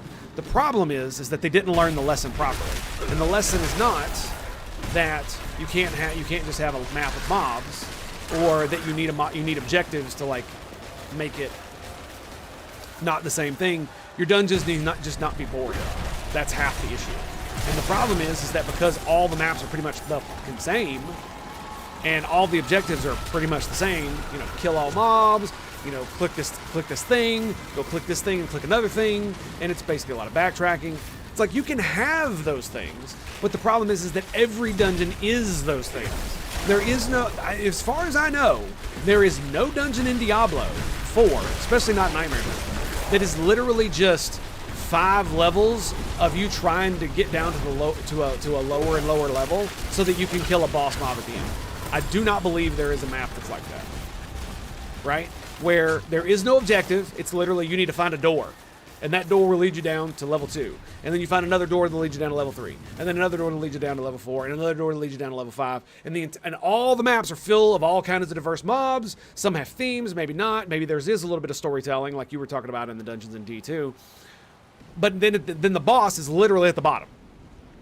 And there is no dungeon like that. And I think they really missed an opportunity, because the dungeons that have objectives, that would be fine. If it was contrasted with dungeons that didn't have objectives, that is literally just run around on this entire level and find the door and then it's random. When you find the door, you then go to the next level. If they had both of those in the game, I think the complaints about the Nightmare dungeons would be a lot less. I certainly would enjoy them a lot more if that were the case. I need to go get some coffee. I'll be right back.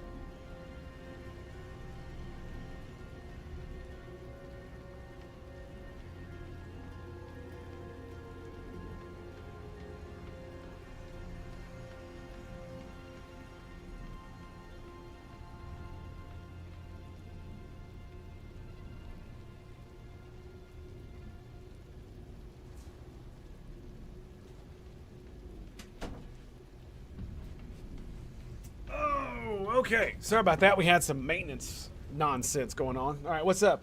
Diablo 2 environment progression goes from marsh to stony to monastery into the catacombs, then Act 2's desert, then air is supported by the environments creating. I mean, you're not wrong, but this game does the same with the campaign. What really blows my mind, right, is that I can't restart the campaign on my character. Once you beat the campaign in Diablo 2, you literally go to Nightmare and start the campaign over. And then you beat it again, and then you do it on Hell, and then you beat it again, and then that's basically the end of the game, and you're farming Mephisto and Baal and all them other fluffers in Hell, you know what I'm saying? It really boggles my mind that I understand why they don't make you do it, but why isn't there an option to do the main quest, the main story, once I've beat it already? Once I'm in, level 3, level 4, World Tier 3, World Tier 4, the ability just to play the campaign again so I got something to do, so it's just not me endlessly grinding dungeons. It's just kind of weird. Because I really liked some of the fights. Some of them were kind of meh, but I'm not going to lie, some of them were kind of great, and now that I've done all of the like side quests and shit, I would really like to go back and just do the main story without doing all the main side quests. without doing all the side quests and stuff, and just blow through the story real quick. You know what I'm saying? Do the big boss battles, get all the cool cutscenes. That would be really awesome, but I can't. I literally can't. I have to wait. I have to either make another character and play through in a weakened state, or actually that's the only way to do it. So it makes me, I don't know how to feel about it. I really don't. I really don't. My friend is getting divorced. They are fighting over who gets the recipe book in a custody battle. Marzowicki making his entrance. How you doing, buddy? Good to see you, man. All right, enough of that. Oh, good to see you, man. How you doing? So, yeah, like I said, I don't know how to feel about it, because I would really like to just do the story again, especially to do the end of the story, because I kind of just rushed through it, because by the time I got to it, when I was playing through the first time, I just felt like I wanted to be done with it, because I had done so much other side questing and stuff that I just kind of burned me out. And it would be nice to go back through the story again in like a nightmare mode, where I can up the difficulty like you can in Nightmare Dungeons. I don't know, maybe that's just me, but because I skipped the campaign on my Necromancer that I made, and I'm kind of regretting it. Hands? But I don't want to make another one because he's already like level 30. And to be fair, it is really easy to grind through the game when you're just doing dungeons Well and shit. struck. Not only that, what I'm probably going to do is I'm probably going to run dungeons on him and do all the dungeons that I haven't done, because some of the dungeons are really awesome in this game that aren't Nightmare Dungeons. I've done a few because I've needed to do them for the Tree of Whispers, and I'm like, whoa, this place is cool. It's like a giant alligator head sticking out of the ground, and I'm like, what the hell? This dungeon is awesome. Why have I not seen it before? Oh, because it's not a Nightmare Dungeon, and I wasn't required to go here for a quest, and there's 150 of them in the game, so I just didn't do this one. It's just, it feels bad because I want to do them, so I'm probably gonna end up doing it on my Necro, This will do nicely. because they're pretty awesome. Some of them are really good. What we got going on here? We got 775 crowd control. I'll take it off your hands. Hydra. Oop, nope. We don't sell legendaries. Nope, we eat them. We nom nom nom nom nom nom. Hydra. Oh, that's the one I just. It's the one I almost just sold there. You know, it might be useful. 50% armor. Do you think that would be better than 20% damage reduction versus crowd control to vulnerable enemies?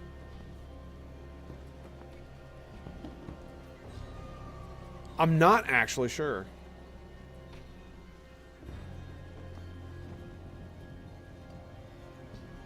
I'm not actually sure.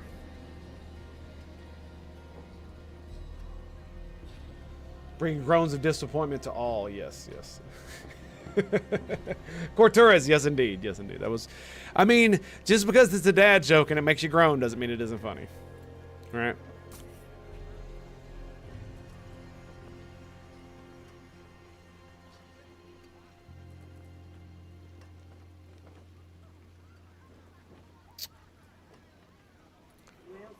Well struck. Okay. Let's do this.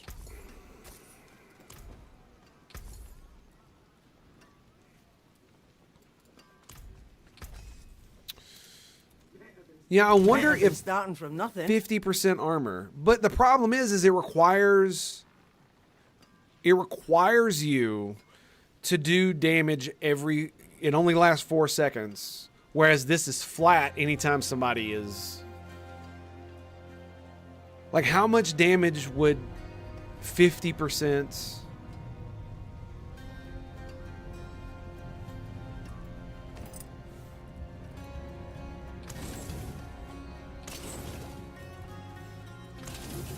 Use it well.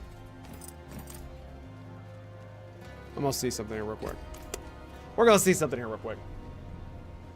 So yeah, look at that. It's just instantly 100 stacks. So, reduces physical damage taken. It's 70%, dude. Wow. For real?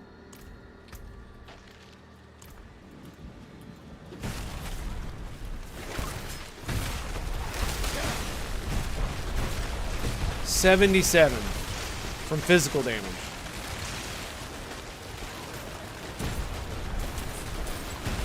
And it doesn't go down. Oh, that's kind of crazy. It doesn't just drop off. It slowly goes down.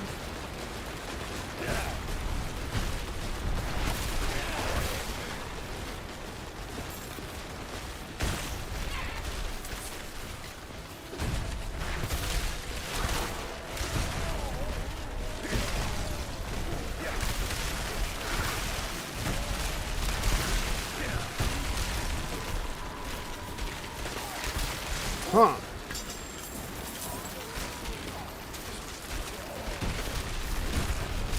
That might be worth it.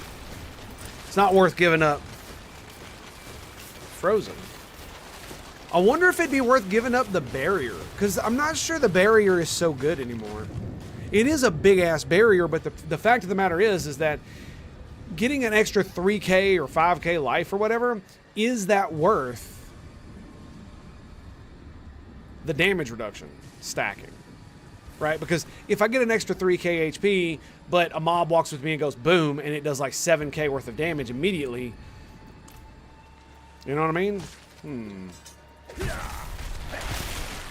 not really sure, because I'm not giving up the explosive potential of that, but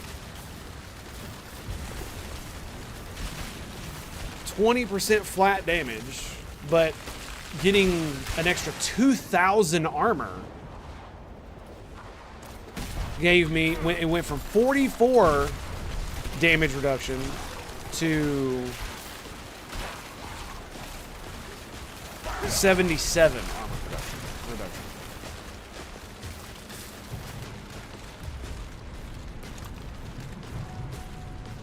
Where is...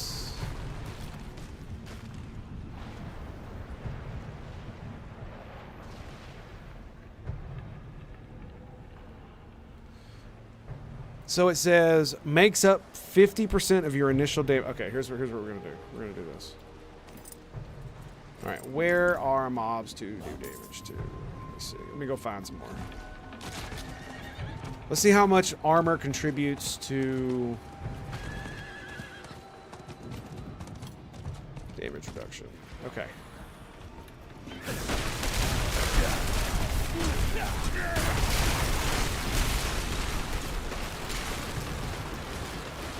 %.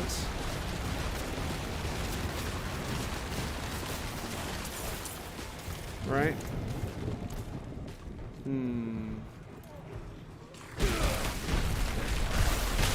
That is a giant link, bro.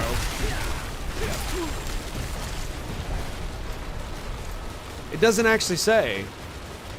Makes up 50% of your initial damage reduction from shadow, with the remainder contributed by armor. So it doesn't actually tell me what my armor, how much damage reduction armor gives me. That's kind of weird. That's kind of weird. I'm very much considering putting this on my chest piece and just giving it a try. Because I'm really having problems with damage reduction. Let's go there. Give me one second. What is that? Glitched.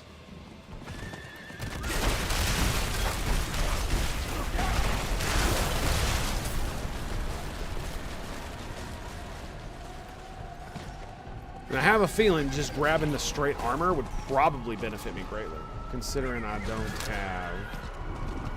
I've only got a minute 30. I need to hurry here.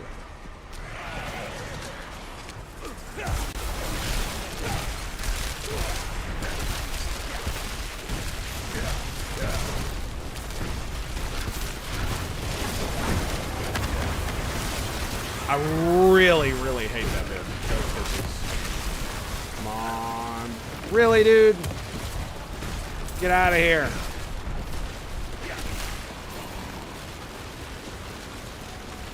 I got you, buddy. There we go. That's slightly awkward. Yeah, I don't actually have enough to do anything with that, so let's just go back home. Military recruitment crisis in the U.S. Yeah. Oh, yeah. Well, yeah, a lot of it has to do with the woke nonsense that's going on in the military. There is literally a guy who has been, I don't want to say, it's not, that has been promoted by the United States Army, who is transgender, and they basically had an indefinite PT waiver because of their transgenderism, or that's related to complications due to the fact of their condition. And it's just like, so why are they in the Army? Like, I can't join the military because I have back problems, right? That's why I'm disabled. And they kick people out for all kinds of dumb shit, including failing the PRT. Yeah. I mean, they can't keep nukes in, and they were offering them, $100,000 sign-on bonuses. Excuse me, re-enlistment bonuses. I got 98,000 re-enlistment bonus, plus an extra like 20 on top of that they couldn't give me as a re-enlistment bonus, so they had to find some other way to give it to me. It was a contractual bonus, or they used some other way to do it, because I couldn't go above the actual there's like a limit that they can give.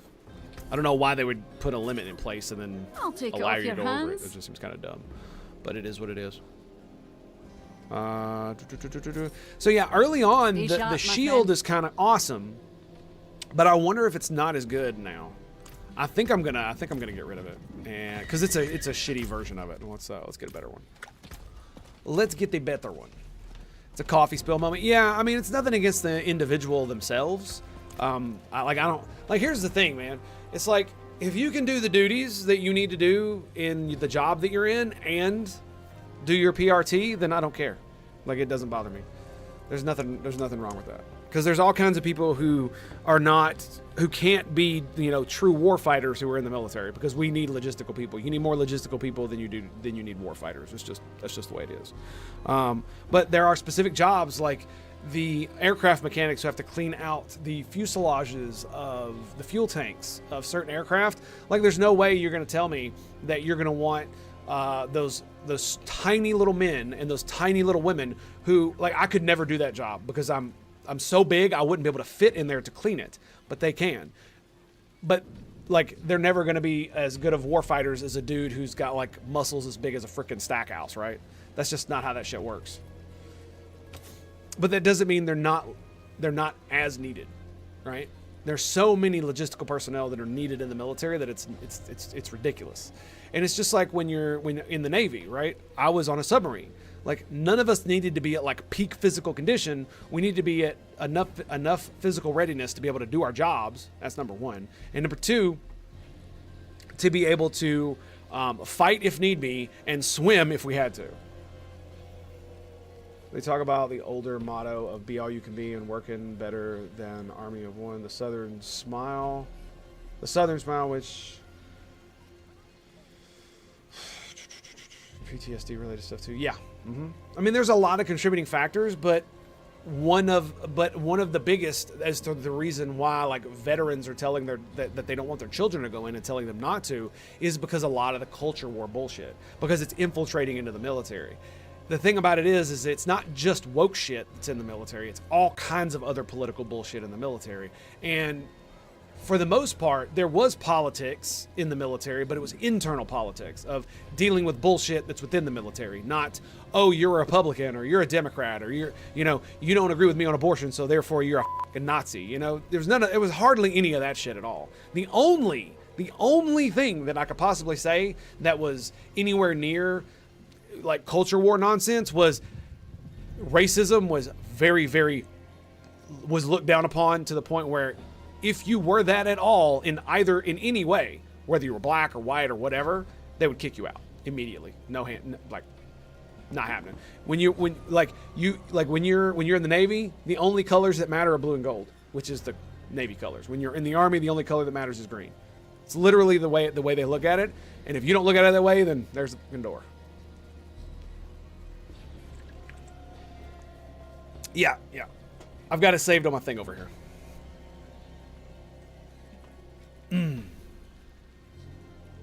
I might actually take a look at it. You know what? Let's go back and do this real quick.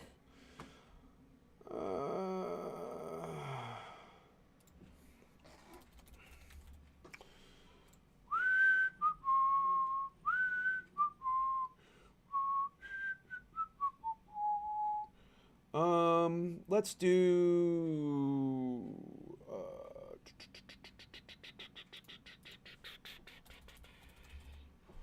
There we go. Yeah, we might get into it later on stream.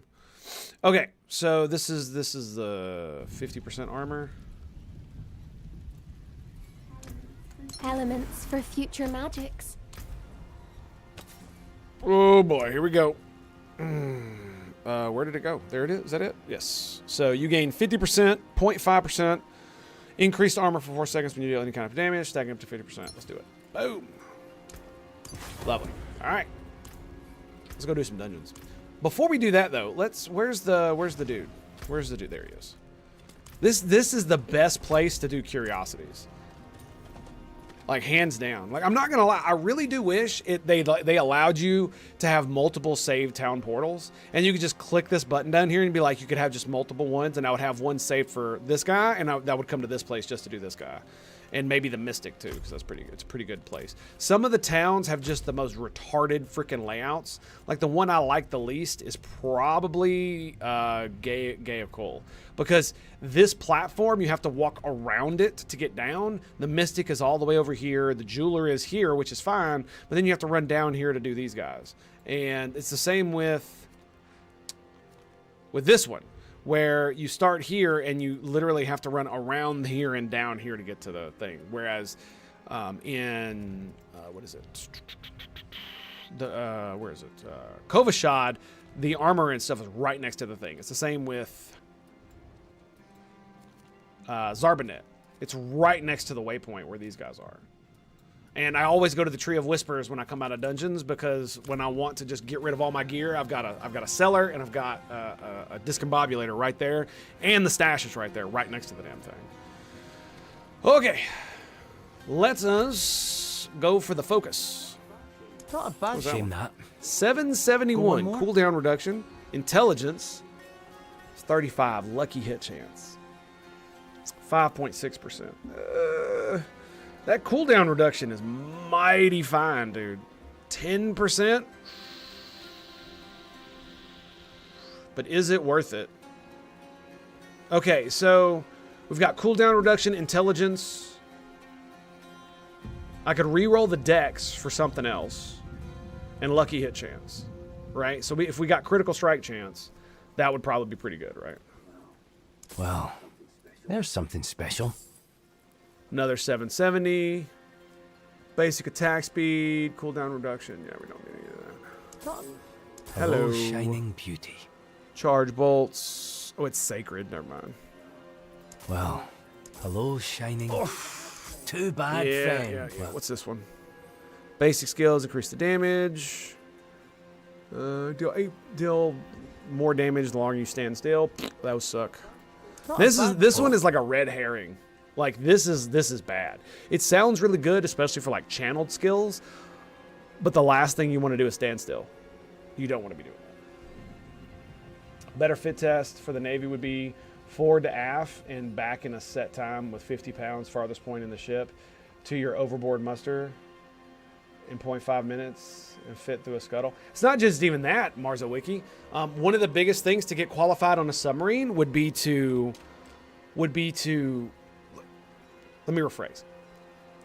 There's two big things you have to do to become qualified for a submarine. One is qualify your watch stations, which is different for everyone, right? So being a nuke means that qualifying your watch stations is so much harder than doing any other watch station qualification on the entire boat because you have to know so much bullshit. All that aside, to be a submariner and to actually get your dolphins, you have to do two big things. You have to be able to wear a firefighter suit and traverse the ship in that firefighter suit and do so competently in test conditions. And two, what are dolphins? I'll explain. And two, the other thing you have to do is you have to wear an SCB, right? Is it SCBA or is it SCB? I can't remember what it is. The breath mask. You have to wear the breath mask. And you have to be hooked to like 4 other dudes. And then all of you mofos have to go from one end of the ship to the other end of the ship doing, and every time you hook into the oxygen system, right? You start at one end of the ship, you're hooked into the oxygen system, and you've got 3 or 4 dudes hooked into you. And then you disconnect, and then you make your way to the next oxygen station. So you have to know where all the oxygen stations are. So not only do you have to be physically fit enough to climb up and down ladders literally while holding your fucking breath, and traverse the actual ship while on deck plates, up and down ladders, and have that physical fitness, you have to also memorize where they are and not panic. If you panic, you fail. Because if you take your thumb off the thing and you start trying to like take your mask off and breathe and shit, you fail and you got to do it again. So it's one of those things where it's like, it's a really interesting way to test if you're actually able to be on the submarine. Because the last thing you want is for you to be in a situation where you need to wear your breath mask and the dude next to you is freaking the fuck out. Because he's hooked into you. That can get you killed. By the way, dolphins are... Special.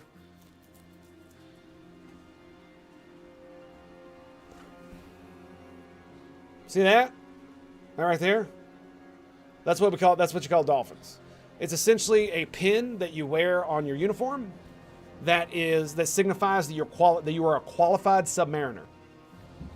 It means that you have qualified on your basic watch stations and that you have gone through the process of qualifying as a submariner, which includes what I just described, as well as doing what's called the sub board, where you're asked a bunch of questions by senior leadership on the submarine and are then giving to, yes, it means you know your shit. And that essentially the rest of the crew can trust you not to get them killed when the shit hits the fan. That's basically what it is. You are now part of the crew. If you fail to get your dolphins within a certain amount of time, they literally kick you off the submarine. They thought it was a watch. No. Everybody from cooks to nukes to mechanics to the freaking to sonar techs, torpedo men, everybody has to qualify submarines. It's a little bit different for everybody because, like, for instance, if you're a cook, your watch standard qualifications are actually not nearly as rigorous as, say, being a nuke is, because you have to, like, understand the nuclear reactor. You have to qualify at least 4 of your watch stations in the engine room before you're able to get your sub badge. Whereas a cook, they have like 2-3 watch stations, and none of them have to do with being a cook. Because one is being able to drive the boat. That's one of them. Another one is like security watch standing when the boat is like on the pier. That's one of the duties that they do. I qualified that too, but they only let me do it a couple times, and I only did that because it was shits and giggles. Because I'm a nuke, so they need me like standing watching the engine room. Air warfare, surface warfare are the surface and air equivalents, yes, but are much less involved than dolphins. True, yes, they are. And one of the biggest reasons why dolphins are such a big deal in subforce is because, unlike the surface fleet, the submarine will try every single day to kill you. Every single day, it will try to kill you, and your job is to not let it. And if you can't trust the guy sitting next to you, or standing next to you, or standing watch next to you, that if shit goes down, he's got your back, and that's essentially what the subquals mean. It means that you are now a submariner. You are actually part of the crew. You are not just a guy that they're still training. Now, you could still be training to, do all kinds of shit. Nobody ever stops training on a sub because that's just how it works. But it's essentially a badge of trust that once you have it, I can now trust you with my life as a bare minimum kind of thing. Not a bad pull. And it is Oh, a very shining big deal to get your dolphins. Huge. It's a huge deal. Basic attacks, dex. Oh man, damage from burning enemies. Yuck. Damage reduction. These all suck. That one's 740. Like, the problem is that it's not much better, right? It's got 10 cooldown reduction, but 771. Like, unless I max roll crit chance, I'm just not gonna. It's not gonna matter. Finished, are you? That's the spirit. Not a bad pull, that. Yeah, it's and unfortunately, it's actually kind of hard to like get people to understand just how important it actually is. Like I said, if you fail to meet the qualifications within, I think it's 12 to 14 months, so you literally spend a year on a submarine and you don't get qualified, they will kick you off the submarine, and most likely, you won't get another billet on another submarine. Most likely. Now, sometimes they can give you a second chance, and another submarine will take you in and see if they can train you. But once you've done it twice, I've never heard of anybody failing to meet their quals twice and being allowed to do it a third time. Most people don't even get a second chance because you're talking like 12 months of continuous people up your ass all the time. Because here's one of the things that you got to do. When you're qualifying to get your dolphins, you have no free time. All your free time is spent studying for qualifications. You should be either learning to do your watch station or studying and getting checkouts to get your dolphins.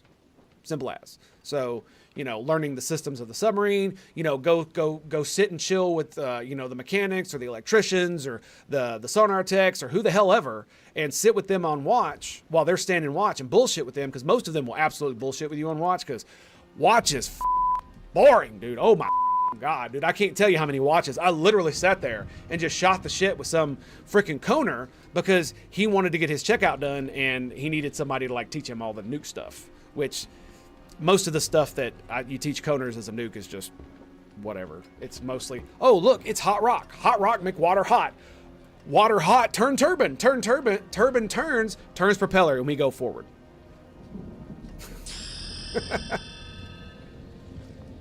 So all of your free time is spent on these qualifications, including when you're an off crew. If you're on a SSBN, which is a ballistic missile submarine. And so if you fail to meet qualifications, then essentially everyone thinks you're lazy. And you probably are if you can't do it, because this will do. Because here's the thing, it's like if you're like, let's say you don't meet the qualifications within 12 months, but you need like 3 checkouts. They're not going to kick you off the boat for that, right? If you're close after the allotted time, they'll give you a little bit of leeway, especially if one of the reasons you didn't get it is because you didn't get a drill or you didn't get like some thing that you need that's very specific that you have to do at a very certain time, or the only person that normally gives the checkout is like the senior chief cook and he went on vacation for 3 weeks and that's why you didn't get it. Now, they might be like, well, why didn't you get it before then? And you'll be like, well, he told me to do this, and then he went on vacation, and whatever. Sometimes it happens, and most of the time, nobody gets right? And the main reason is because if you're close, if everybody sees you're working hard, if everybody sees you're trying hard, nobody's going to give you any shit. But if you've gotten to the point where, 12, 14 months has gone by, and you're barely halfway done, your ass is gone. The air side is so much better. Suck, squeeze, bang, blow. Jet, suck, air in, compress, ignite, expel. Yeah. Mm-hmm. Well, it's one of those things. It's like, as a coner. By the way, a coner is anybody who's not a nuke on a submarine. That's what the nukes. That's what nukes call. That's what nukes call non-nukes on submarines. Is coners, because they all work and sleep in the cone. Everybody sleeps in the cone, but the coners work in the cone. Nukes work in the engine room. So there you go. Don't. By the way, if you ever see anybody from MDiv, which is the not nuclear mechanics on a submarine, don't call them coners. You will regret it if you do. Anyway, the thing, it's the reason you have to simplify it is because nuclear power is an infinitely complicated thing to like explain to someone or to teach someone, especially if they're not inclined to be able to understand it. very complex, just even at its base level to understand how nuclear power actually works. It's not so simple as it's like a nuclear bomb or understanding how neutrons split atoms. It's infinitely more complicated than that because of like the actual mechanical processes that are going on inside of a nuclear reactor, as well as all the secondary and tertiary things that are going on around the nuclear reactor to ensure that it's safe and that it properly makes power. Like, for instance, explaining how like freaking turbine enthalpy works is in and of itself just as complicated as the actual nuclear power stuff, which is just insane to me when I learned this, because I didn't understand. I mean, I studied physics in college, so I thought going into nuclear power would be easy, and it was a little bit, but the level of complication just continues to rise all the way through, increasing its difficulty as you go. So it's actually a lot more complicated than even I thought it was going to be, which was challenging to me. I just called them chuckle clucks and grease monkeys on the carrier. Well, that's exactly what they are. They're grease monkeys. That's what you would, like, if you walked up to somebody in MDiv and called them a grease monkey, they'd be like, yeah, yep. You call them a coner, 5 of them might actually like jump you and beat the shit out of you. So, yeah. Just like if you rang their bell, they'd probably beat the shit out of you. I'm gonna throw that in the stash. Use it well. Up here. But anyway, so explaining the nuclear power to coners was essentially like a simple line diagram. The reactor is essentially a hot rock that's on its most basic understanding level. It is a giant rock that is extremely hot. That rock is used to heat hot water. Then you take that hot water and it's sent to a place where that hot water is then used to heat other hot water that we boil. That boiled water is then sent to a turbine in the form of steam, and it turns the turbine. The turbine that is turning then is connected to the shaft, which turns the propeller. When the propeller turns, the ship goes forward or backward or whatever, depending on what you're doing, right? So and so when you're a coner, that is basically all that you need to know about nuclear power. Is that hot rock, make steam, go forward. That's it. Turbine go roundy. Stick that in there somewhere and you'll be fine. You'll be fine. I get away with a lot as a cow guy because I could usually describe what system we're doing with a few looks in a schematic, having never been trained on it. Yeah. Mm-hmm. That was bad. Sorry, I hate puns. Yeah. Yeah, I mean, you're not wrong, and it's why as a nuke in the subforce, like, let me put it to you like this: the level of work that you did as a nuke, this, like, coders are gonna hate me for saying this, but the level of work and attention to detail that you needed to have as a nuclear operator was so much higher than it was for anybody else on the boat, aside from essentially maybe the electronics technicians for nav and the missile techs for the missile system. But even then, it was still a league above. Even though they were above everybody else, you were still above them in the fact that you had to work harder, you had to know more, and you had to be much more proficient and have less room for error. So if you were a nuke, but let's say you were a torpedo man or an A-ganger or even, an ET nav, and you worked like you were a nuke, you would be a superstar. But as a nuke, you're just another guy. That's pretty much how it was. And it was obvious to anyone who was, and the funny thing is that one of the things that a lot of the chiefs who were coners, they never knew. They never realized until they became a chief. And especially as senior chiefs, and as they got higher and higher rank, they got to see what the nukes actually had to do, and they were like, "Yeah, you guys are crazy. Like, I don't know how you guys do it." That's one of the reasons why our senior chief cook he liked the nukes so much, because we worked so goddamn hard, and he knew how hard we worked. That's why he gave us so much leeway when it came to all our checkouts. Like, if you were a nuke, you went to him for all of your like fire extinguisher, all of the oxygen system checkouts, because it was like one of those things that he knew how hard you worked, and so therefore he held you to a higher standard than anybody else would. So when I went to go do my checkouts for him to learn about fire extinguishers and how fire suppression systems works on the boat, I literally had to draw like extensive diagrams and explain how they worked with pressures and all this other nonsense, where the cooks would just be like, yeah, there's a fire extinguisher over there. I just turn this lever and it goes off. That's the difference. That's the difference. Oh, it was quite hilarious. Okay, anyway, what was I doing? I was doing something. Oh yeah, the Mystic. That's what it was. So nuclear power is essentially steam power? Of course it is. Most power generation is steam power. Even most solar power is steam power. Most wind power used to be steam power. How may I help you? Now it's mechanical turbine power. So for instance, the wind turbines, they now I take that back. They were never actually steam power. That was the wrong thing. I was thinking of something else. No. So yeah, so even a lot of solar power plants are actually steam power. Like for instance, almost all of the old school power plants that burned coal were all steam power, right? What they would do is they would use coal to boil water and turn turbines. Now, I believe most of the craft that we use that use gasoline/diesel use gasoline turbines, which are literally turned by gasoline combustion. So I do not believe they use steam anymore. But yes, nuclear power is steam power. That is absolutely correct. Because it's the most efficient way that we have found to turn the heat that is generated from nuclear power into mechanical energy directly, right? You could use there are several forms of crystal that can convert heat and or mechanical energy directly into electricity. However, they're not as efficient and they're far more expensive for scaling, right?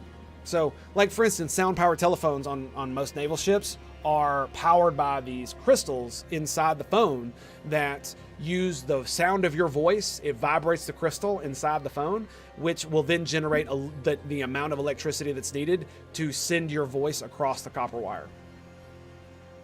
The LHD and some centers use steam. The rest of the service ships use gas diesel turbines. Thank you, Marzo Wiki. That's what I figured. Yeah, I unfortunately I never got into the gas diesel turbine stuff because, well, I didn't need to, and basically they told me it was a waste of my goddamn time and to stop doing it. So I kind of had to stop doing it.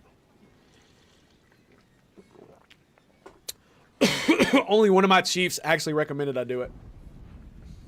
Sounds like some conspiracy level crap. Nuh-uh. It's actually 100% on level. The problem is it's not. It's called kinesio something. I don't know.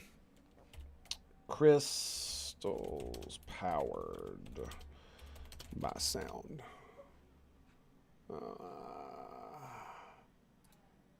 The power of healing crystals. God, I hate you so much.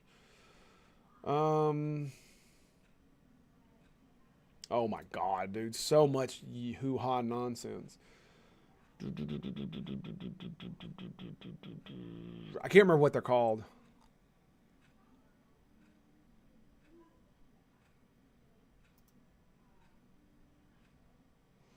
Here we go. I'll just do this. Sound powered phone. There you go.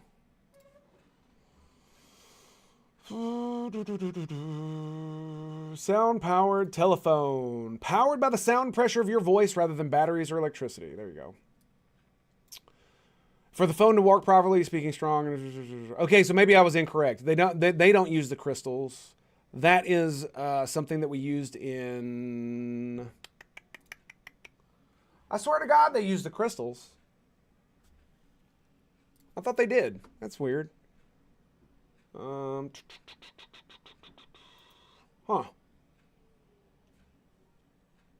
crystals are used in many radio applications. Crystal oscillators. Yeah, I swear to God they do. Yes, never with I told you they have magic BS crystals too. No, I swear to God I think it was the old ones used actual the sound wave itself. It's the new ones that use the crystals.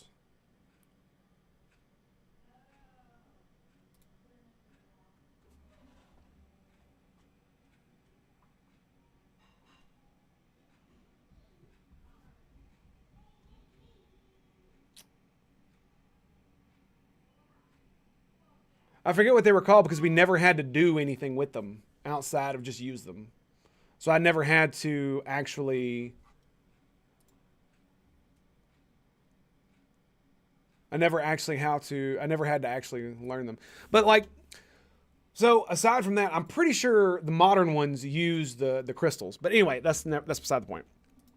The point is that we had specific monitoring devices on the reactor pumps that used the sound of the vibrations from the pumps themselves to power the sound monitors for those pumps, so we could hear the different vibrations from it.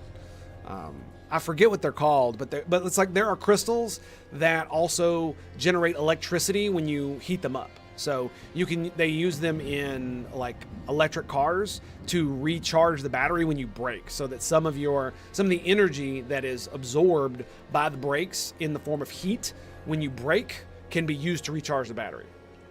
I forget what they're called. Crystal microphone. Thank you there, Marza Wiki. Yep, that's it.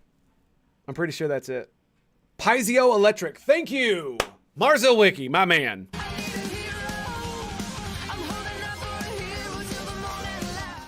My man, here we go. Piezoelectric crystal.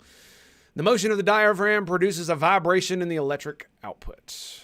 By proper design, a microphone may be given directional characteristics so it'll pick up sound primarily in a single direction, or from two directions and bidirectional. Yeah, there you go. Yeah, it's this right here. Piezoelectric crystal. Basically, the vibration of sound will generate a small amount of electrical energy. So if we do this, and then we Google that, or get this chemical compound, is it not really? Really? It's not in here? Britannica! How dare you? How dare you, sir?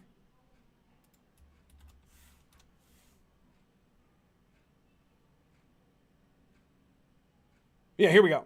In a nutshell, piezoelectricity is the process of using crystals to convert mechanical energy into electrical energy, or vice versa. Yeah. So yeah, they're not magical by any means. However, they don't work at scale, and they're hard to manufacture in large quantities, big enough to, for instance, allow you to power something substantial with just the power of sound. That's not gonna really work. Not only that, the bigger the crystal is, the more likely it is to fracture or something like that. And if it fractures, it lowers the efficiency of the actual thing. So, mana reduction. Yuck. Yuck. Hello, crit chance. There it is. 4.6% crit chance.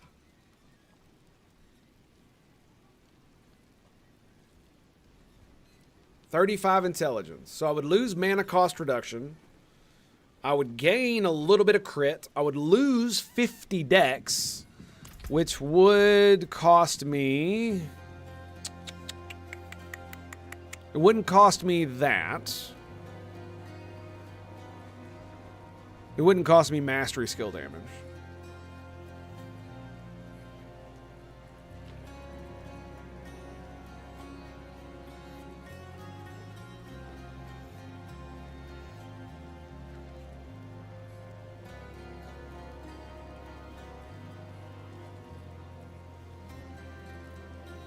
Because it gives me 10 intellect, right? Yeah. So, wow, if I got this, it would give me another... Ooh, I didn't even think about that. Holy shit. So that only gives me... So check this out. 71.3. 79.2.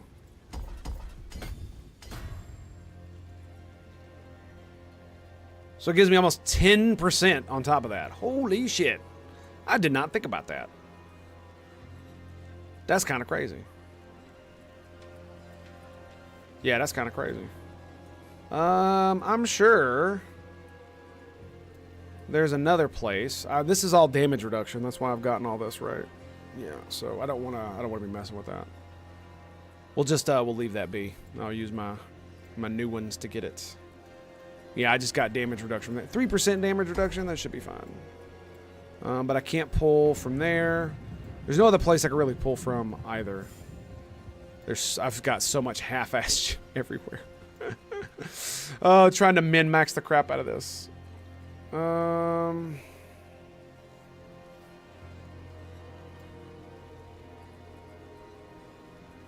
Because, yeah, if I need 2 points for that, so... Then I guess I could take a 6% damage reduction, and then we go bing, bing. So, yeah, there we go. Now we're at 95 mastery skill damage.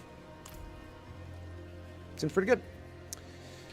So, do I go ahead and use this? That's the question. I've got another ice shard, I think. Another ice shard aspect.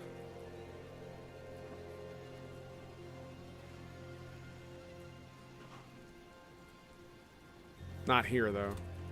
It's probably in my stash. Thanks Marzowick. I appreciate that, man. This is the problem that at this level I have, is that it's what, 11 item level higher, and it's like, ugh, do I really waste my stuff on this? Because I've only got 2 of them. They're pretty good too.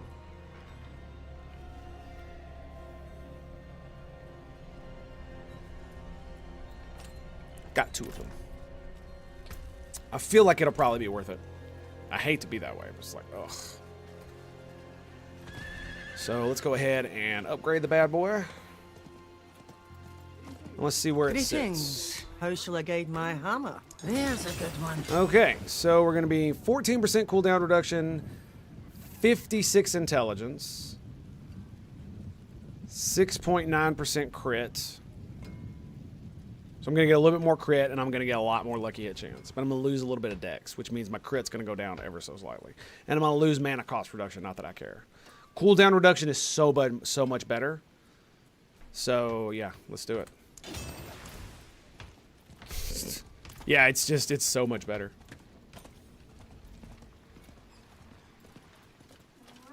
The wonders of Sanctuary at your fingertips. So much better. How may I help you? God, I hate doing that, man. Oh yeah, look at this. Look at this. Oh, okay. For a second, I thought it was the same as the book. Okay, so now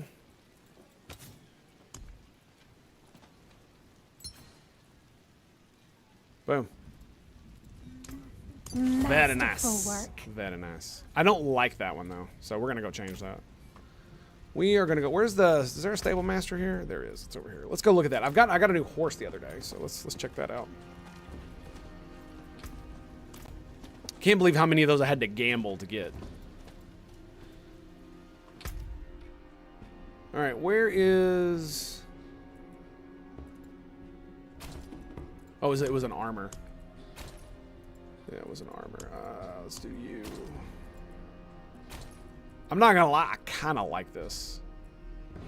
I really do. In the armor, yeah, we're gonna keep that for now. Okay, so that's the merchant pack, lamplight, hellborn carapace. I like this one except for the helm. I like the little plate right there. It's pretty cool.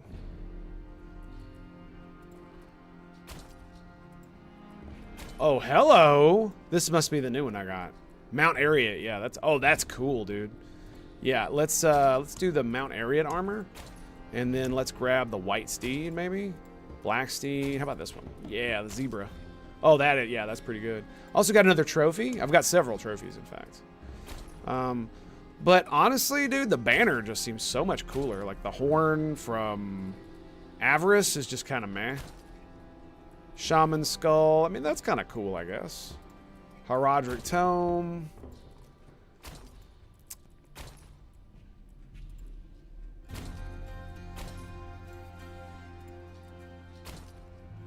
None of these are really that great. I'm not gonna lie. I'm just like, the banner is the coolest one in my opinion. I wish there were a different slot where everybody could have a banner and a trophy. You know what I mean? All right, yeah, let's do that. Safe journey, my friend. Yeah, dude, look at those horns, man. That's so cool. All right. Now that I'm done geeking out over that nonsense. Okay, let us... And we're going to run some dungeons. Yes, indeed. God, I did not expect to go down the freaking piezoelectric freaking nonsense hole today. That's for damn sure. So, appearance. Let's... Have I gotten any new ones yet?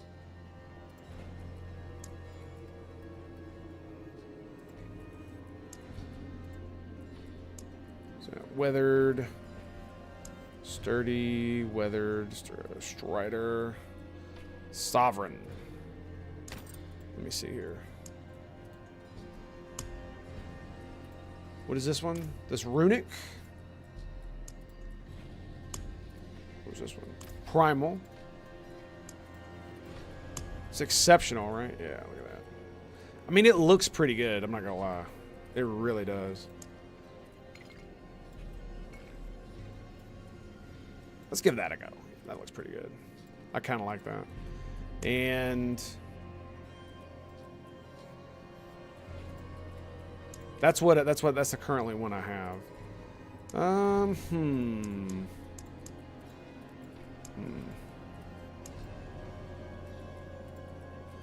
If this had like moving parts, I think that would look really good, but it doesn't.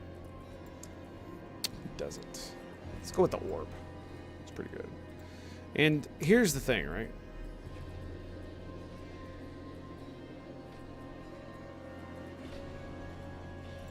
What is this one? What is this one? Glorious?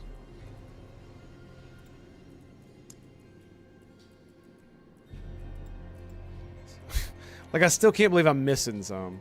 As many things as I've frickin' salvaged. Like, I kind of like this one. I just don't like the I just don't like the headpiece.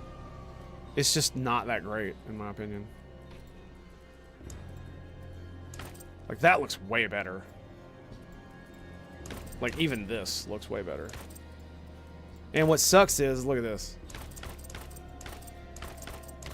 All three of those look exactly the same. It's just like, ew.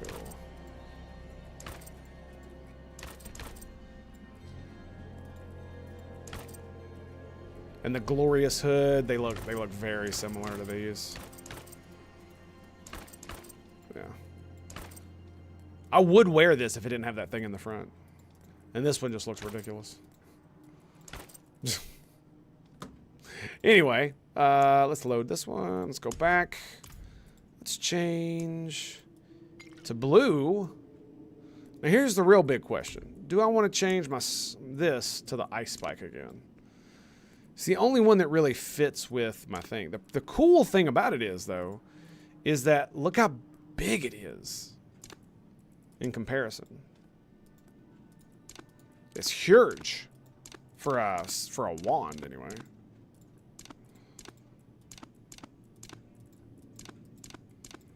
Kind of like that one. But yeah, it's pretty big. It's pretty big. As far as wands go, the bigger the better, right? We'll go with this one. And I'm actually going to take this off. Yeah, there we go. And I think we're going to go for that. Yeah, that looks pretty good. All right, which one was this one? Let's overwrite. Skadoosh. Let's get back out of here. Okay, so last but not least, I need to grab, is it Sapphire? Critical strike versus crowd-controlled enemies. So shift, click, grab one.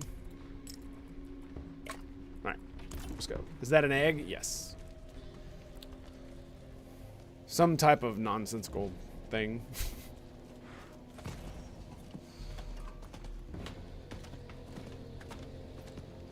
Some of the stuff in some of the cosmetics are really awesome. Some of them are just kind of like, what? Especially like the horns on these. So we're gonna add a socket. Skadoosh. Fare thee well.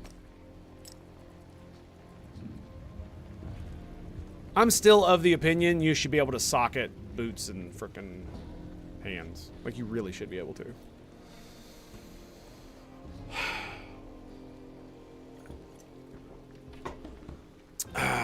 also wish that I had a way to get more damage reduction from gems. Like there's just not, because they're either here. I'll show you what I'm talking about. Give me 1 second. What is this? 807. Jesus, dude, that is such a high level item. But the rolls suck. Anyway. So, like this one, if you put it in armor, gives you damage 8% damage over time reduction. Damage taken over time reduction. So, like poison dots reduces that damage, but 8% for one of the best things in the game. Kind of weird, right? This one is thorns, which is cool if you're a thorns build, sure. This one is just straight HP, which is why I was using it. Damage reduction while control impaired. So if you are slowed, rooted, frozen, any of the stuff, crowd controlled at all, it gives you damage reduction. So I have 20% damage reduction while I'm control impaired. Now I was going to put it in my chest, but man, I can't lose another 8% or 12% life. It's a lot of HP, man. I would love to do the damage reduction, but it's not all the time. It's only when you're control impaired. And so if I'm just running around not control impaired, I can still get one shot. Easy, easy, easy. Damage reduction while fortified. It's like, dude, come on, man. I can't fortify, so at least not that I don't think I can. And then barrier generation. It's like, really? So it kind of makes sense on one hand, but the problem is that, and this just gives you healing received. I wish it gave armor, because I would use the royal skulls if it gave armor in all my armor. If I could put it in my armor and it gave me armor, I'd probably use it, because damage reduction from armor is so good in this game, it's not even funny. But what was I doing? There is no, like, HP is the only really good one, it feels like, because especially because I have the ability to use flame shield, it's really hard to lock me down all the time in crowd control. So it doesn't feel like I get much benefit Let me show you. from these, but it's nice to have, right? Whereas these are just not. HP is just, it is what it is, right? It is what it is. What was I doing? Oh yeah, that's right. Let's get rid of some of this nonsense. All right, what are we doing? 44s. What can I make? What can I make?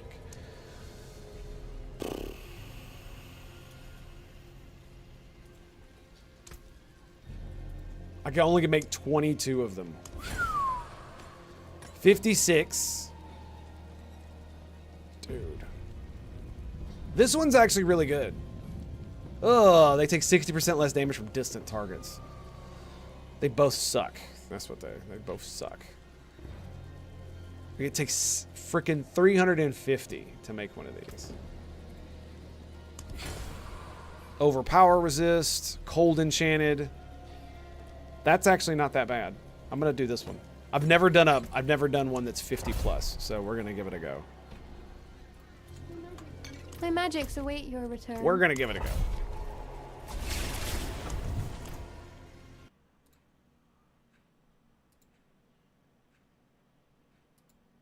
Whoops. Sorry about that. There we go. Okay. Ancient's Lament. Have I done this one? Yes. Okay. Let's go. Let's do it. Enough pussyfooting. Let's get her done. Oh boy. This one's gonna be something. I'll tell you what, boys. I feel like I'm probably gonna get my ass kicked, but we're gonna find out. We're gonna find out. Oh, now that's interesting. Because I did damage to the environment, it gave me my armor stacks.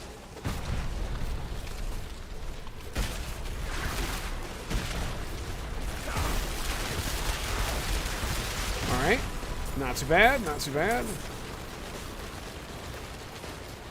They're 106. He didn't outright kill me. Or he only did about half my HP. And I don't even think I had that many armor stacks. So, not bad.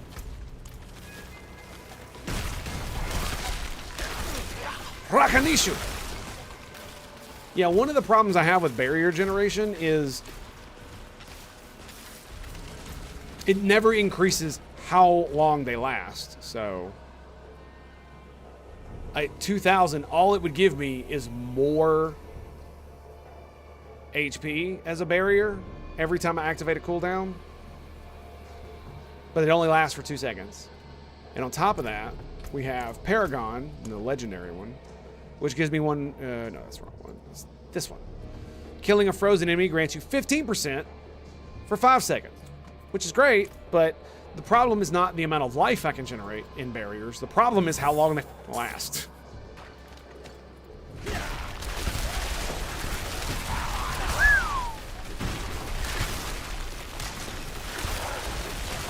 Let's go, boys.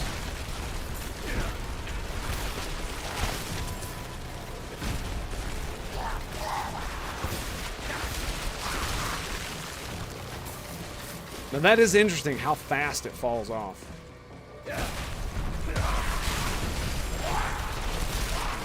I guess it's because I'm being very coy. I'm not actually running in and doing that much damage.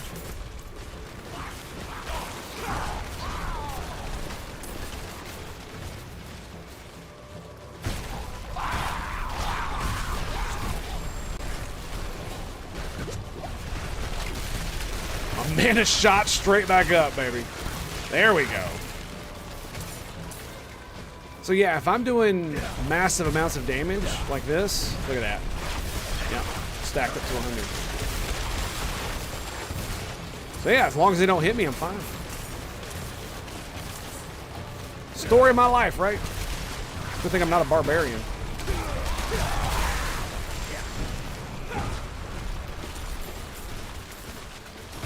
Nope. Nope.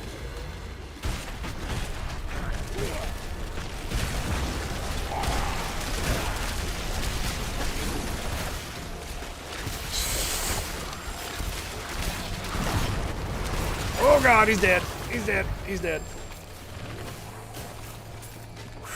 He went unstoppable. He went unstoppable. And I was like, oh my God, I'm gonna die. Nope. That flame shield, man, I tanked him for a good 3 seconds. Got that flame shield off. So it does appear that the armor is actually helping me. Oh shit, it's a gobbo.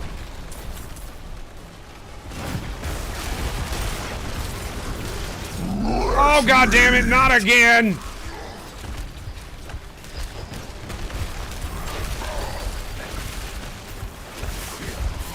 Shit! No! No! Oh!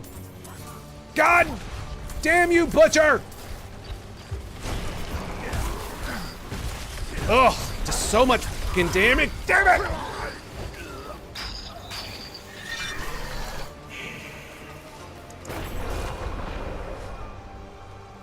I just wanted the goblin. You asshole. Yeah, ever since I started doing like 40 plus dungeons, I have not been able to kill the butcher. He does so much damage that if he touches me, I'm pretty much dead. Did you hear it? I heard it.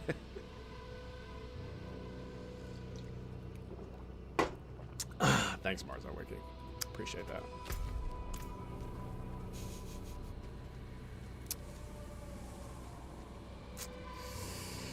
Yep.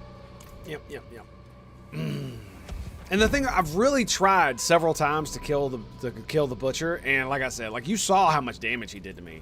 Like it's ridiculous.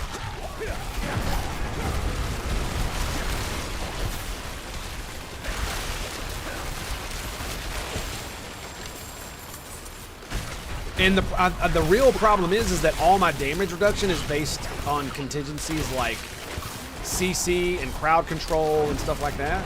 And you cannot crowd control bosses like you can normal mobs. So even if you're doing stagger, it doesn't really do much as far as damage reduction. So he does basically full damage to me all the time. And there's really nothing I can do about it.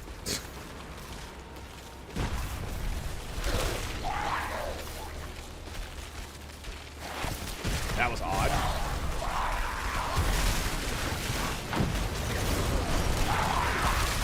Ow, ow, ow. Stop hitting me!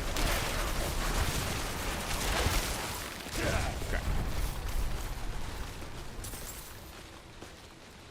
Alright, let me see something. So what are we doing here? Do we grab more damage reduction? Yes. Okay. Yeah, it just sucks. And not only that, as you saw, I wasn't letting him crowd control me, so I wasn't even taking less damage because of it. So just, I really don't know what to do about it now, other than just, I literally have to dodge every freaking thing that he does to me, which kind of sucks. Like, room for error, nil. And this is what actually discourages me from doing hardcore character. I might actually continue leveling up my hardcore necro and just being like fluff it. But the reason I don't want to do that now is because I don't want to redo the freaking grind for renown. It feels so bad to even think about doing it. I don't want to do it. Like, I'm not, like, it's one of the few things I'm not looking forward to when season 1 is redoing the renown grind. Because I mean, it's 20 Paragon points for doing the renown grind.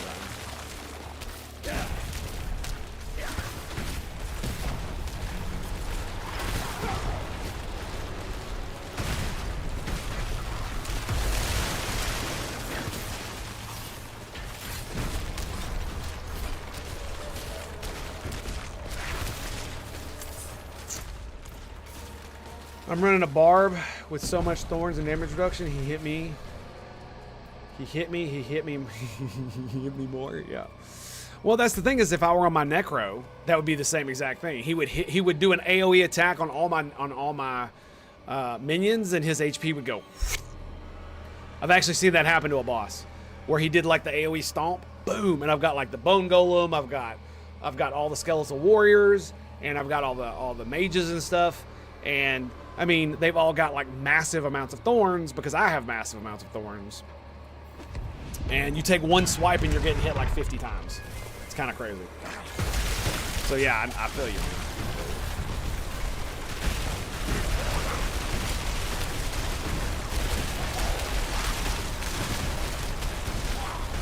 And this is what I was talking about with the, look at this. Look at this. So I'm doing so much damage. So much constant damage that I have the maximum amount of armor stack for this entire fight.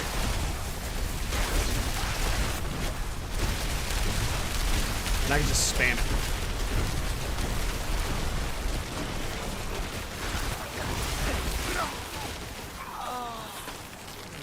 And then I get insta-zapped by this fucking thing. Lovely, right? Lovely.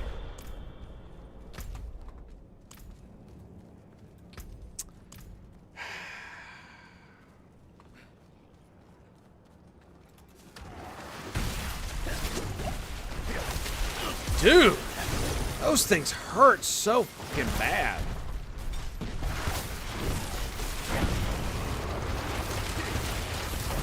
Jackass. Luckily, the door, I had already opened the door, so it didn't set me back. Yeah. What level are you at now, Marza Wiki?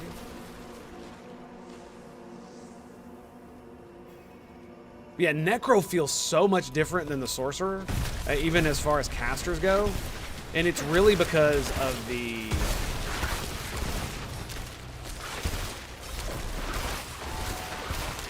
And it really boils down to the fact that your minions... It's not that they do damage, it's the fact that they run interference. The mobs will try to run at you, and your minions will hit them and draw their attention at them. Especially the Bone Golem with its taunt. Which is just kind of crazy. How much actual damage reduction it gives you. Effective damage reduction it gives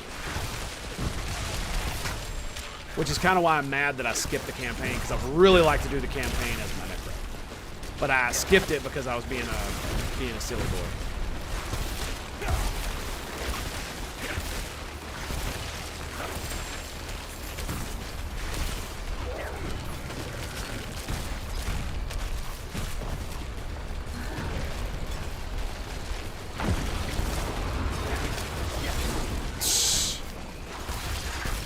I'm sorry. Did you think you were going to be able to penetrate my invulnerability shield, sir?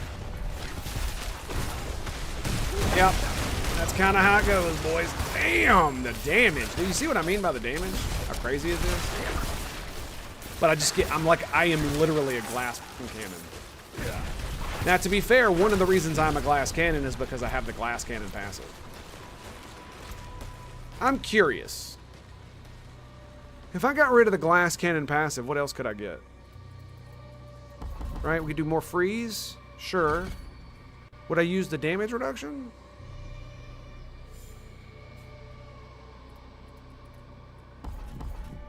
Let's actually see. Because it's making me take 9% more damage. So with all the other damage reduction that I got, because I do a lot of damage. Damn. Dude, what was that?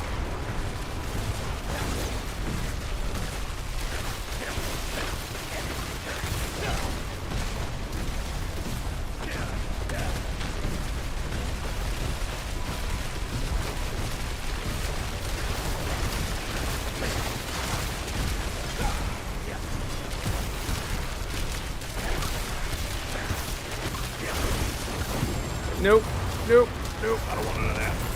I don't want none of that. Okay, so it does appear that the damage reduction is real.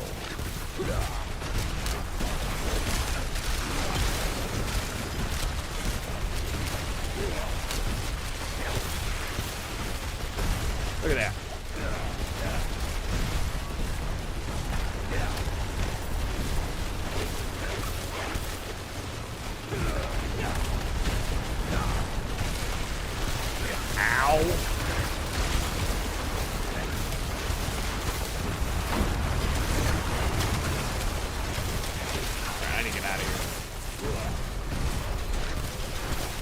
Lightning bullshit is gonna kill me.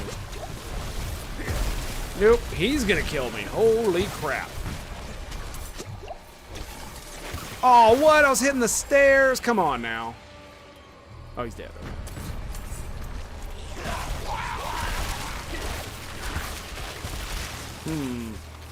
Yeah, I definitely, the 18% damage, it definitely feels like I can do it. Right? Although, like, really though? Look how much damage I'm doing. Am I really feeling it? I'm not sure. No, I'm not sure. It's kind of hard to tell at this high level. But 15% damage reduction on top of all the damage reduction I have as well does feel kind of good. Maybe what we do is we do this. And we get this, we get that, and I've got 1 point left. And we put it in chill. There we go. Okay. So now I've got the extra damage from glass cannon, but I'm mitigating the damage of it, so I'm still taking more damage, but I'm doing more damage. I think we're gonna do this. Because the thing about it is that even though I want the blades to do a lot of damage, they don't need to do a lot of damage.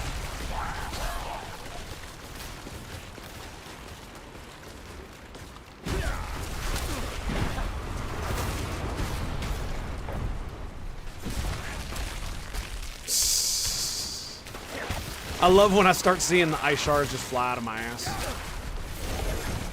Because it means I know I've frozen a bunch of people.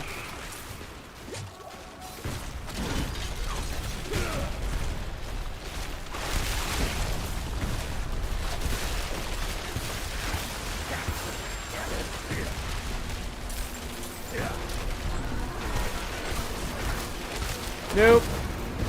There you go. Now, speaking of which, yeah, I'm maxed on that. No, I'm not.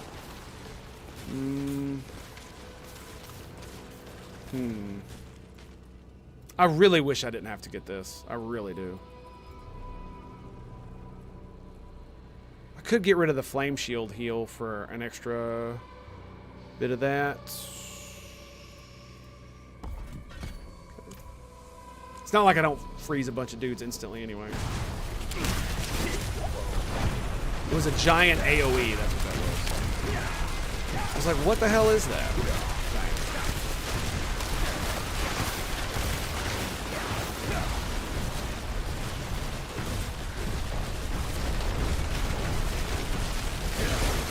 I mean, just edge of the screen, just, yep.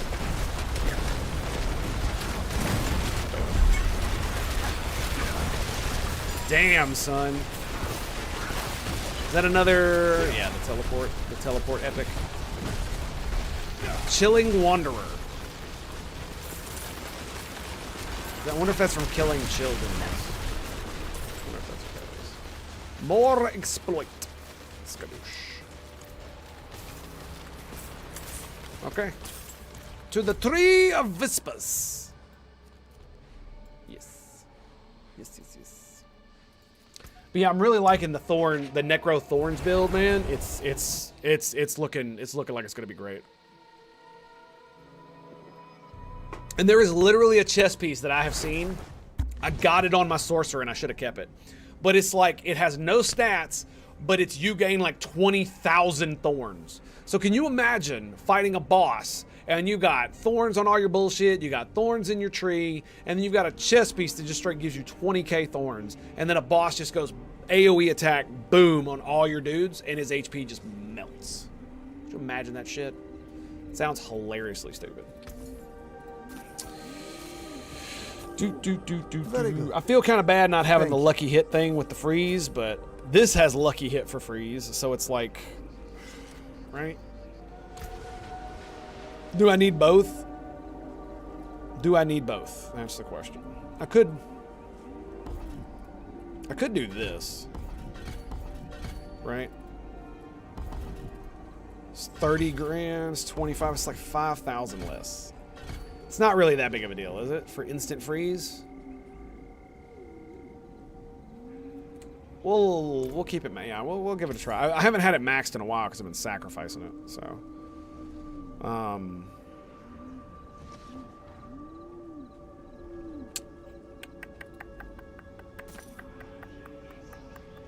What do we got? Lightning spear.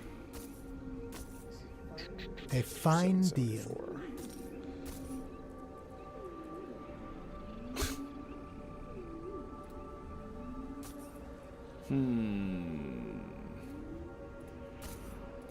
Yeah, look, this one is really, really cool, man. After using teleport, close enemies are pulled to you and stunned, but teleport's cooldowns increase by 20%.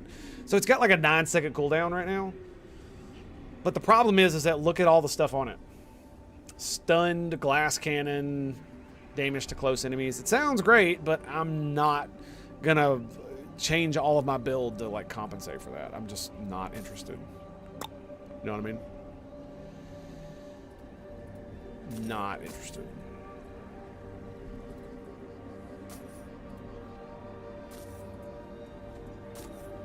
Besides, I've already got one for the lulz. Yeah, I should have kept that thorns freaking thing. It was required level like 60 something. I remember it from it's the beginning of the game. Okay, so we've got a few more of these bad boys that are like level 53. So got a level 47 there, level 45, 44.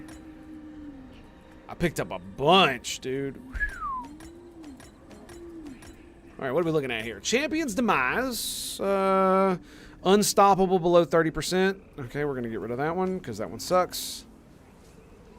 This one's pretty good. Avenger, yep, 56. Oh, this is going to be rough, dude. This one's going to be rough. Why? Well, because in the second half of the dungeon, we're going to be fighting the freaking ghosts, which absolutely suck ass, dude. They absolutely suck ass. Not only that, the entire dungeon is going to be suffused with the corpse bows, which are absolute trash. Like, it's one of the worst decisions they made when making enemies in this game, because they can shoot you from off screen and they do so much damage, it's not even funny.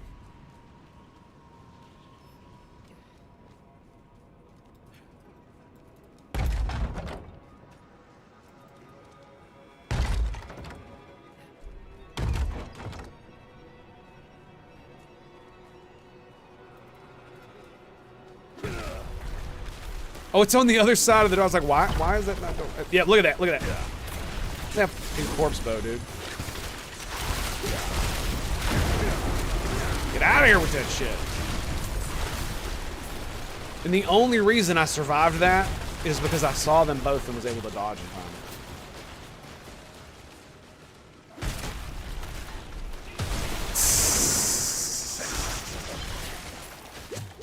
Oh, great.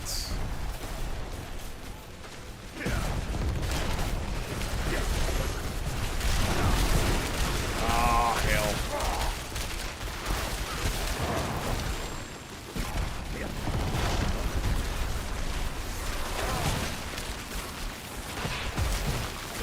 There we go.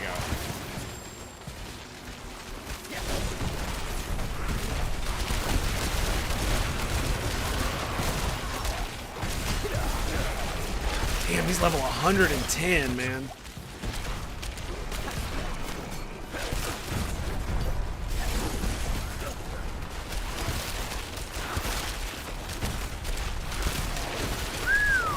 And that's why you want to be able to execute fools that are not elites.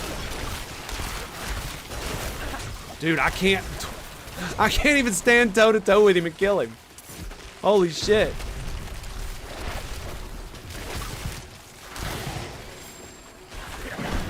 There we go. It's because I wasn't able to freeze him, that's why. That was rough, dude.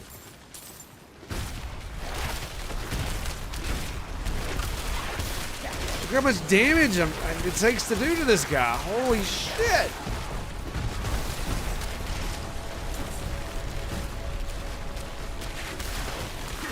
Wow. Oh, God.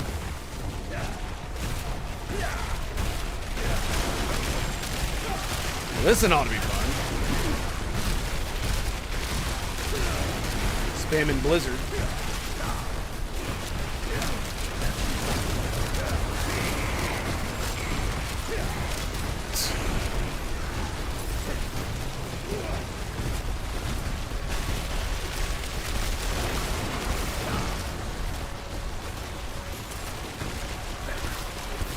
I might not actually be able to complete this because they have so much HP.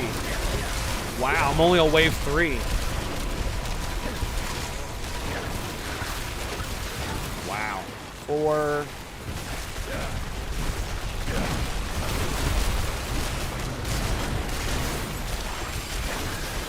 And is that 5? Yep, we did it. Whoa, no, shit. Oh, so cold.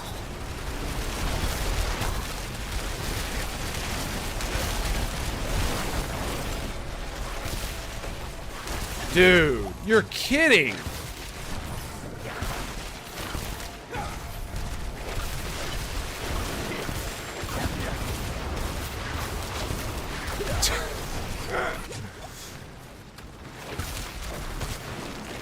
Dude, that is such bullshit. You wonder why people bitch about freaking not being able to stand still and channel stuff.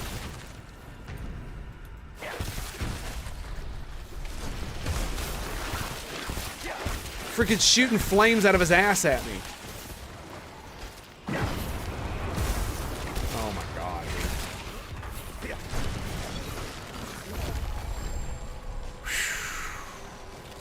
Bro. A sacred ring. Level 56 dungeon. Jesus Christ, dude.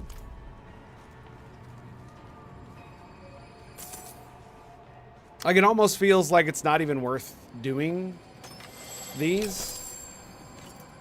Because they're so hard in comparison to like level 40 ones. Like, it's kind of ridiculous.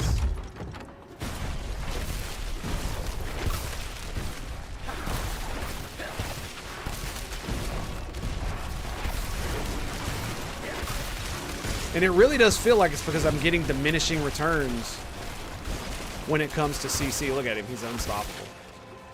Why is he unstoppable? Why? Why? Tell me why. Tell me game. Not bad.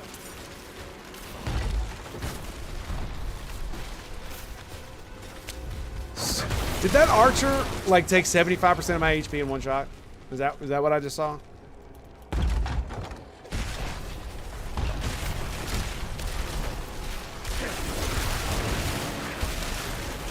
To be fair, I think he had the buff.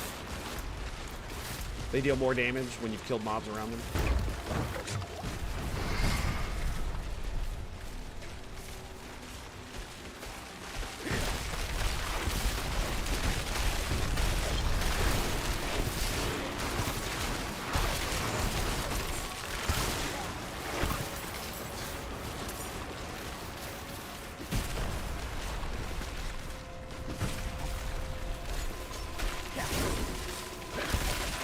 Yeah, dude, I can't believe how many healing pots I wasted on that group of dudes.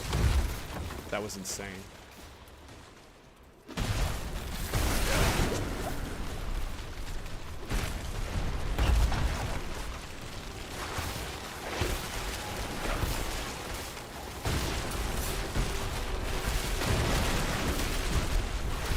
Man, look how much damage reduction this guy, dude.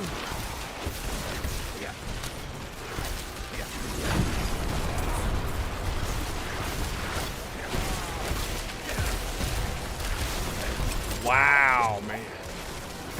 So much damage. So much damage.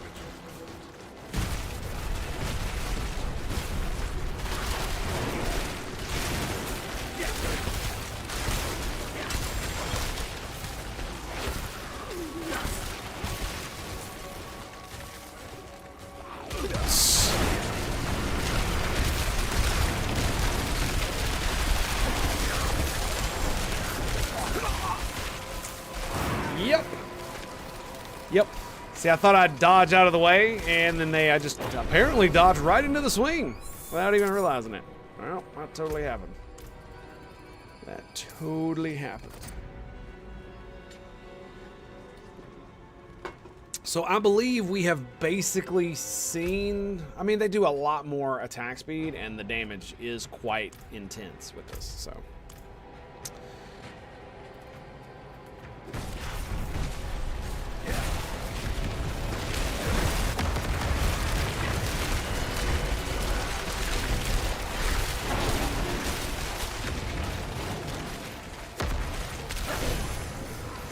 Ugh, dude. Dude. Like, how are they able to do so much damage? Look at this, dude. He's frozen, and I'm still not able to kill his ass. Like, the only thing that's saving me is Flame Shield.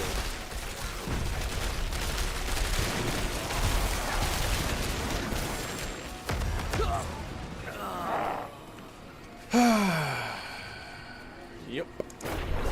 So it looks like I have reached the pinnacle of what I can actually do with this build. At this level, anyway.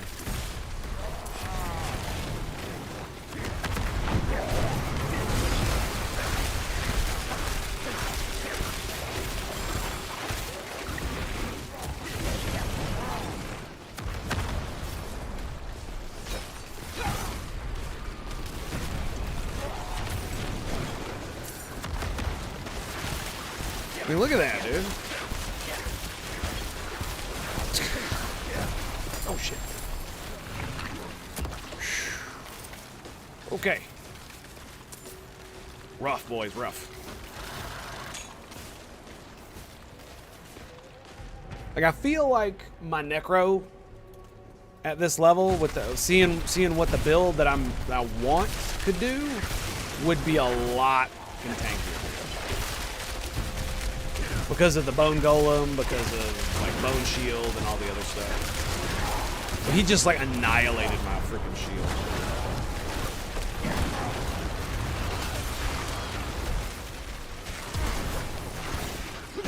Yeah, the inability to keep the enemies frozen is really pissing me off. It's like, what's the fucking point, right?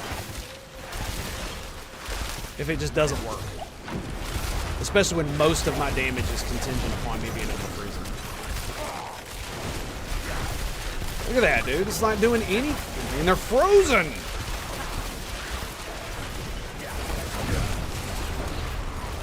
Jesus Christ.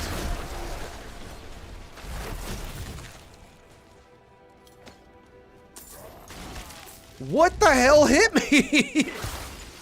There's nothing on the screen. Holy shit. Is it cause they're cold enchanted? They're taking less damage from me? I didn't think that's how it worked, actually. I thought it was just the type of damage they did. There we go.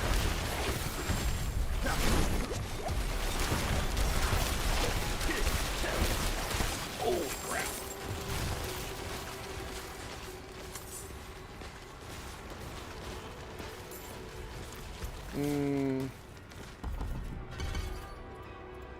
Let's do that. Yeah, because the chill doesn't seem to be helping. I'm like max chill on everything, and it's just like... I already do so much chill that almost all normal mobs get frozen, but the elites get like diminishing returns when it comes to freeze. As soon as they get unfrozen, you can't like refreeze them for like half an hour.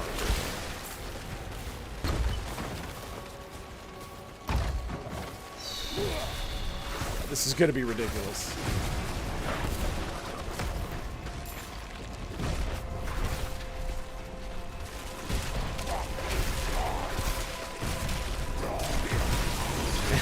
And it didn't freeze one of them. Lovely.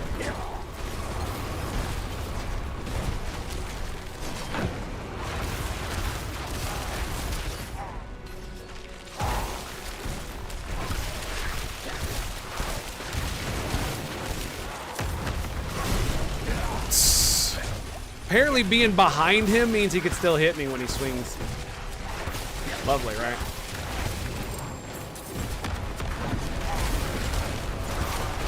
Yeah, we're just gonna go unstoppable for no particular reason, and he's gonna stab the fuck out of me. There you go. So frustrating, dude. Well, we got one death left. Yeah, I think this might be the first nightmare dungeon I'm not actually able to complete. To be fair, that was a misplay on my part. I should have dodged that.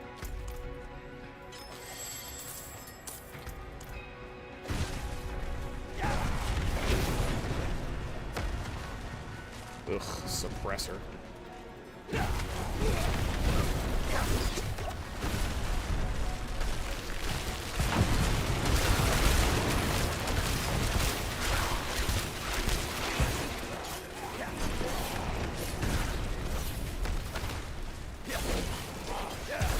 They're both immune. You gotta be fucking shitting me, dude. I'm out of mana. I gotta run.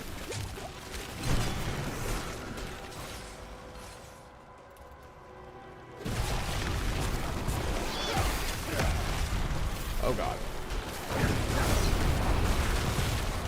There it is. Holy crap. There we go. Look at that. We got this tank.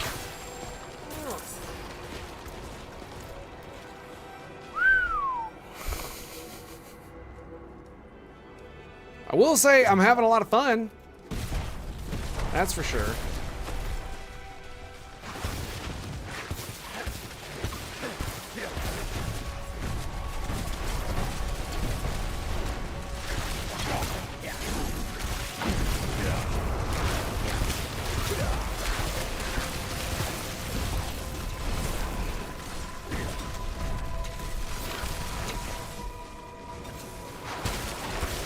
Yep.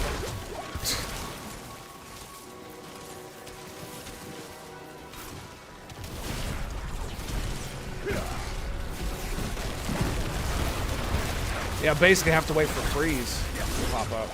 Oh god damn it. Freaking unstoppable, because of course he is. It's the like it feels like such an artificial thing to make them be like, oh yeah, you can't actually do any damage because he's got the unstoppable buff. So it's like all your damage is just... It feels like such an artificial difficulty thing.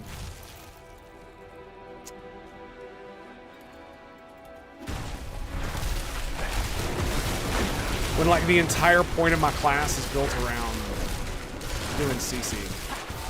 Look how little damage I'm doing. There you go.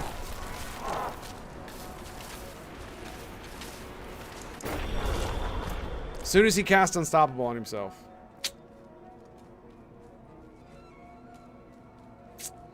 Yep. I shouldn't have let him hit me. That's what the problem is.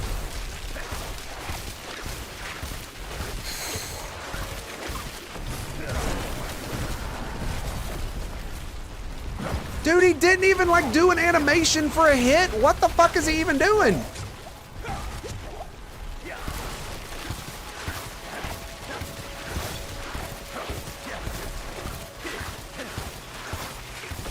Okay, he's dead.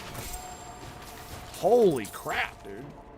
It might just be that I'm just too low level for this. That might be what it is. Which kind of sucks.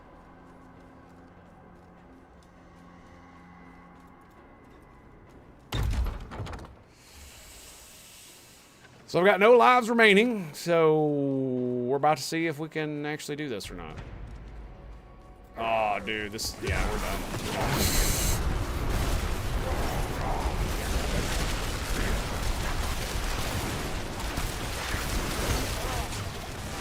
Wow, dude.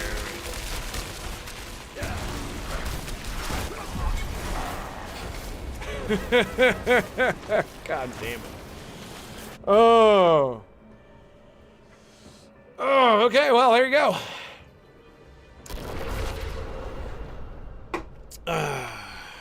So, let's see. What did we get? See what I mean by channel?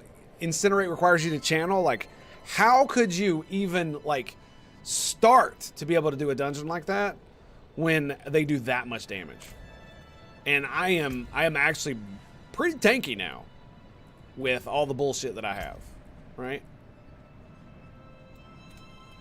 That's crazy. Like I said, it might be due to the fact that I'm lower level, and they're 20 levels higher than me, so that has something to do with it. But it's like I've definitely seen dudes trying to clear like level 60 stuff when they're in their 90s. Am I just trying to go too high? Is that what it is?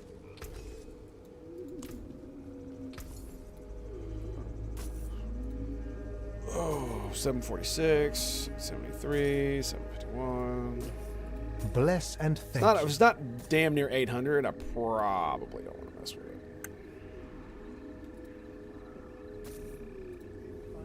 it. A fine deal. 795. Cooldown, barrier, armor.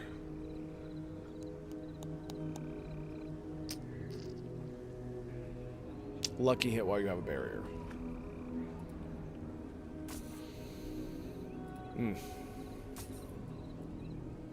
I need to go roll for some boots, man. I really do.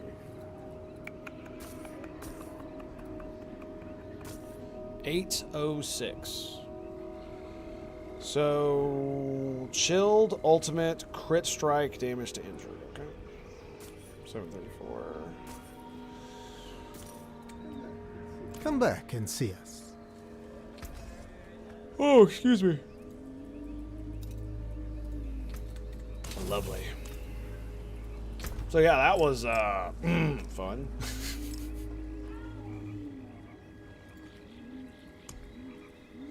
So this has suppressor on it. This has armor break, quick killer, blood blister, onyx hold. We could try this one. Let's do this one. It's also 2 levels lower, so it might not be nearly as bad.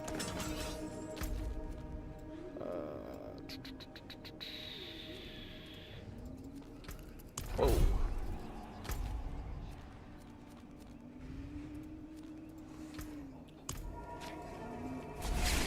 Oh. So yeah, they're like 100. They're gonna be like 108, I think, in this one. And we're gonna get I mean, we're getting good experience, right? So I don't actually know what's in the Onyx Hold. Undead Wardens. Slayer of Undead. Probably been something we should have done in the other dungeon. Yeah, 20% extra damage probably would have helped a lot. Like, I can't believe that that went the way it did. That really sucks. Yeah, I think we're probably gonna have to go back to running like level 40s. At least at least there's like only a handful of mobs that legit one-shot me.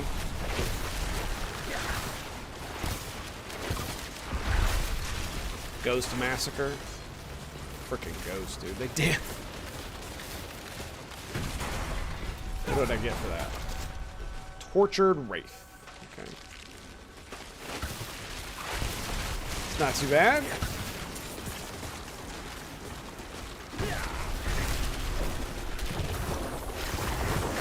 Okay. Yeah, that's gonna suck.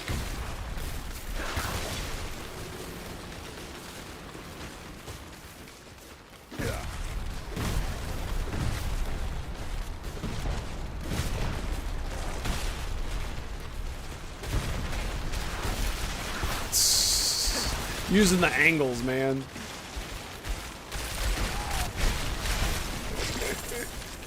See what I mean?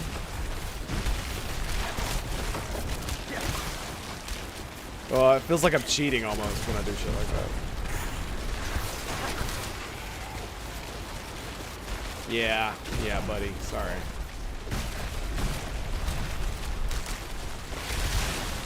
You're fine.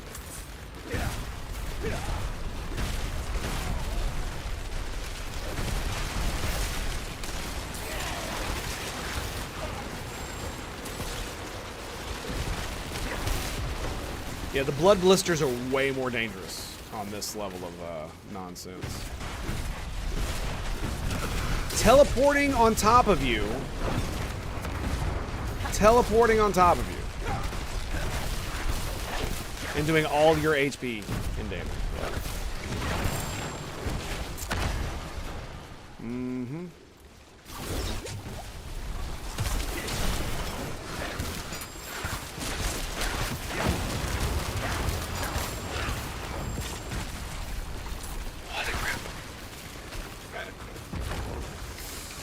Oh, it's like such on a knife's edge, man.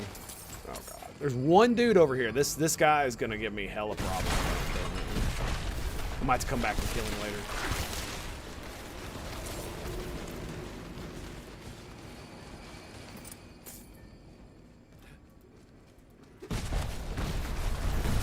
That's weird. I thought you could do that through the wall.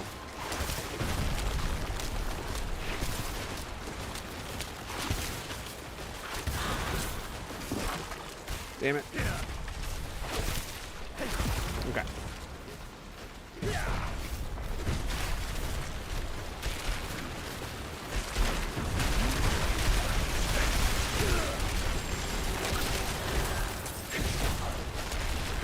I'm just gonna smack you in the face. No big deal.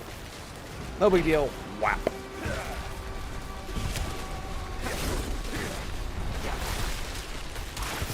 Just a casual 2K to your face. What are these? Yeah, 108.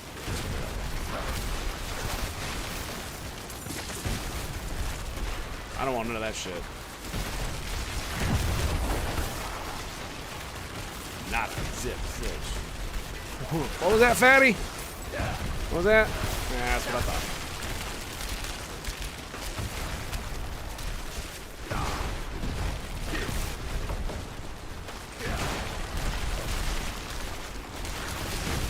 It's like, are they just more resistant to CC or something? Like, am I like missing something here? Because it really feels like I'm having a much harder time keeping my mana up on this difficulty.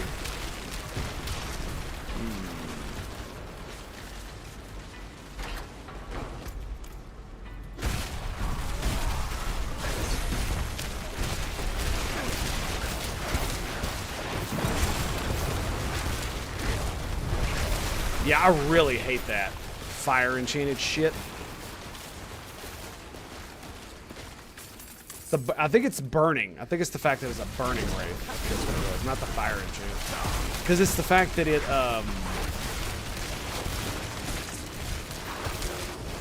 it shoots flames in the direction where you are.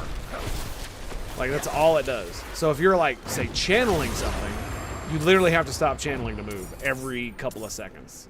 Which is why any ability that's channeled is basically garbage.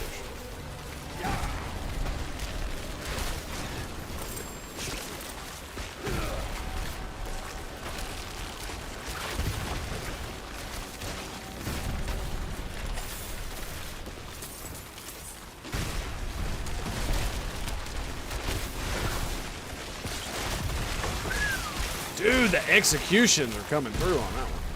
Did you see it was like 4 or 5 of them? Execute. And I love how they still hit you when you're moving. You gotta love that, right? Gotta love that.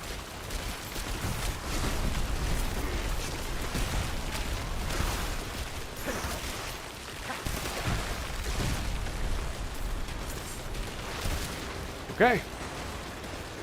We still got a few enemies up top.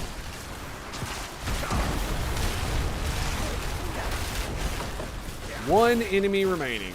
Oh, look, it's one enemy they didn't teleport on top of me. Thanks, game. Wonder why it didn't teleport me. This happens more and more, too. It's kind of weird. Oh, great. Oh, you asshole. Alright, now let's see how far away I can be before it kills me.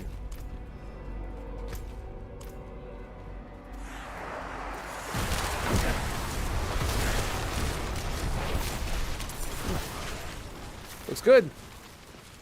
Travel to the Bastille of the Damned. Sickle greetings and salutation, my friend. How you doing, bud? Good to see you, sir. Oh, look, infinite mana. Lovely. I like infinite.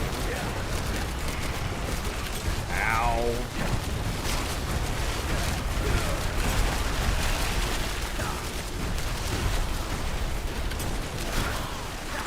Oof. Big oof.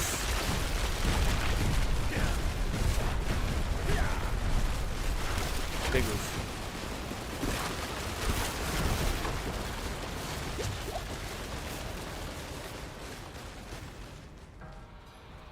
Alright, laughing. Oh, languishing corpses. Nope.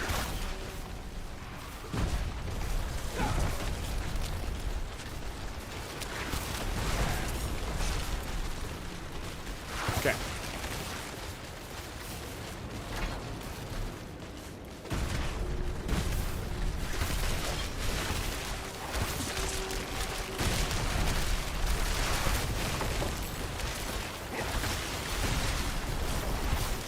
Oh god. Dude, I have a feeling the fat man running on my face will probably instantly give me. Like, the snakes that charge you and do the fang maneuver that stuns you in the snake dungeons instantly kills me if they touch you. On like level 40 something. That was ridiculous, by the way. I don't even know what killed me. I mean, I know the mob that killed me. I have no idea what he did that killed me.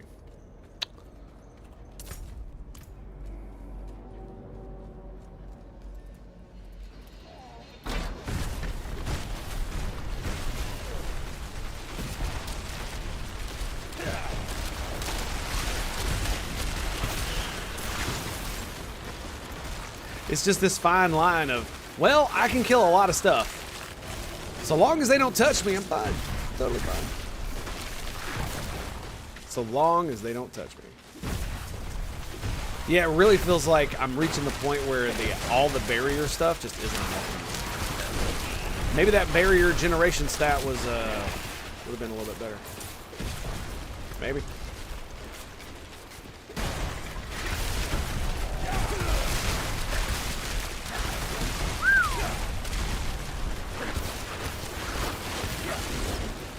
No, we're good. We're good. We're doing fine. We're doing fine. How dare you? Get out of here. Ow.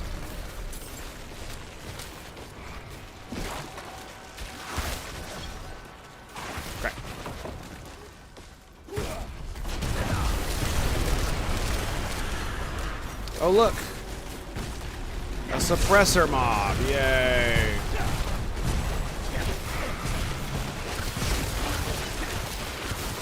Yep. No! God damn it! Oh.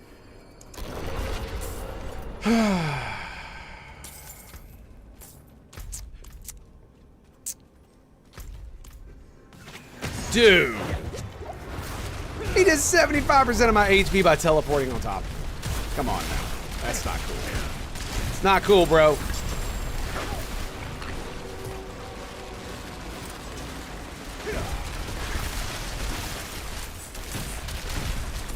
I'd have been really mad if something like that had insta-give me. Because it's like, how are you supposed to counter that if you don't even know it's a thing, right? Because the moment they aggro you, it would be you're dead.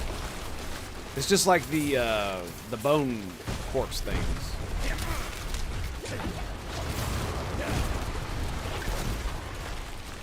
Insufficient mana to use that skill. Thanks, game. Thanks.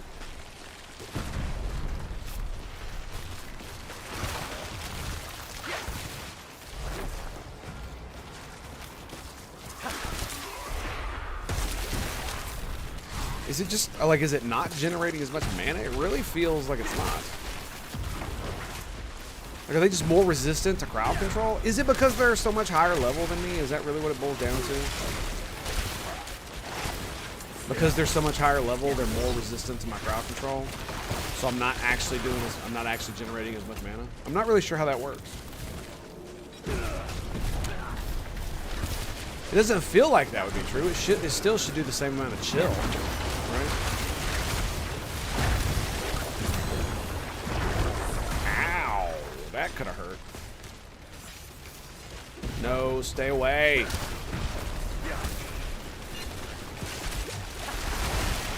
Where's that thing at? It might be that I'm doing the ice shards a little bit too much.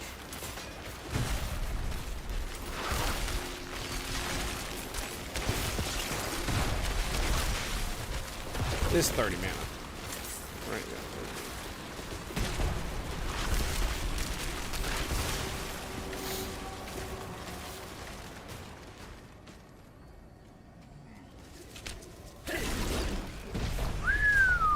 That almost hit me, and if it would have hit me, it definitely would have killed me.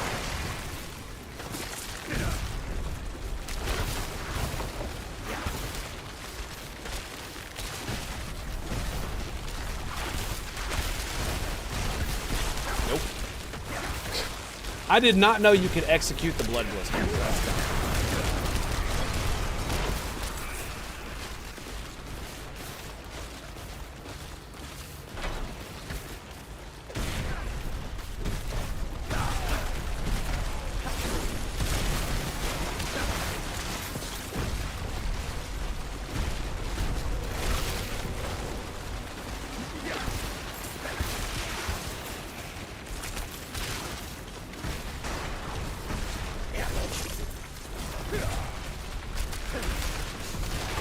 If I angle it correctly, I can hit multiples, so might as well maximize the amount of bullshit I can do. All right, I believe we've got one more mob and then we're done.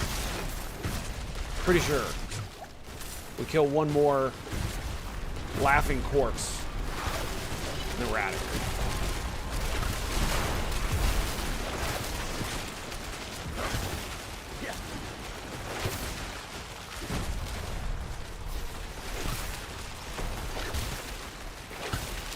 Come on, boys. Executed. I love seeing that. Kind of awesome. I used to not like that ability, but now that I'm fighting mobs that are a lot harder to kill, it is kind of nice. Especially when it occurs to the, like,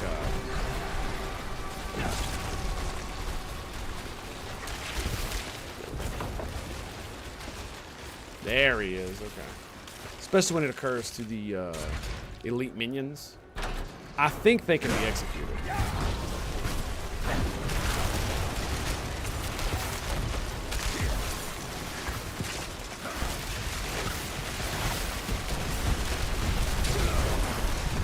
Oh shit. Oh, I barely timed that. Woo, shit, son. That was rough. Almost didn't get it off in time.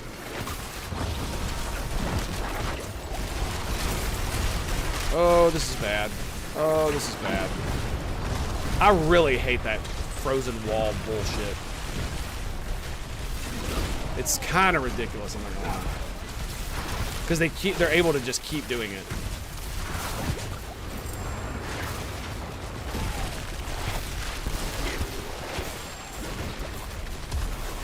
I thought he was gonna run me over. Yeah.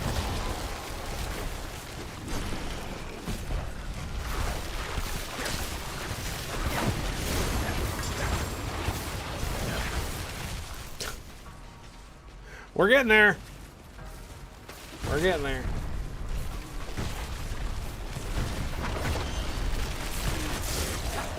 Whoa. Okay. I'm just gonna get out of that because that's doing some fluffery.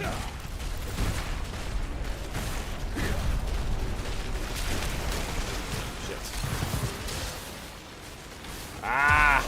I blew my frickin' root.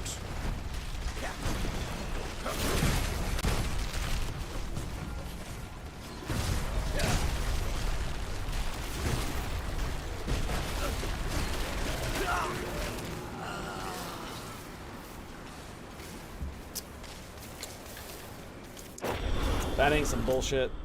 After dancing around that bullshit for so long, I'm literally standing around the wall and he just clips me as I walk by.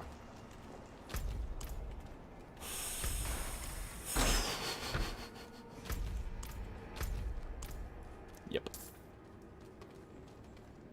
That's some fluffery right there. Oh, dude, this is awesome. Look at this. Oh, it didn't work. It didn't work. Ah, I see. That's how he pulled me. Okay, I didn't see it with all of my stuff going down.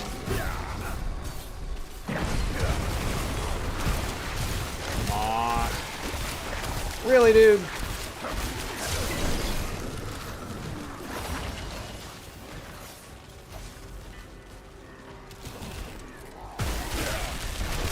There it is. Holy Nikes. And we got the ancestral staff. Exploit level 18. Hell yeah, dude. So what is it at? What is it at now?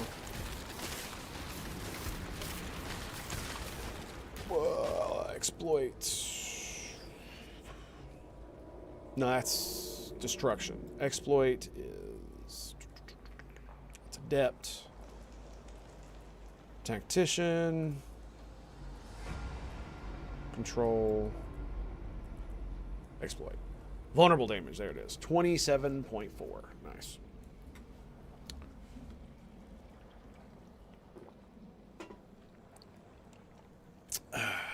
So we're done with the XP. We are. I still think there's an elite over here, isn't there? There's still another suppression elite. Yeah, he's over there in the corner. I think it might be time for some vengeance. You know what I'm saying? Just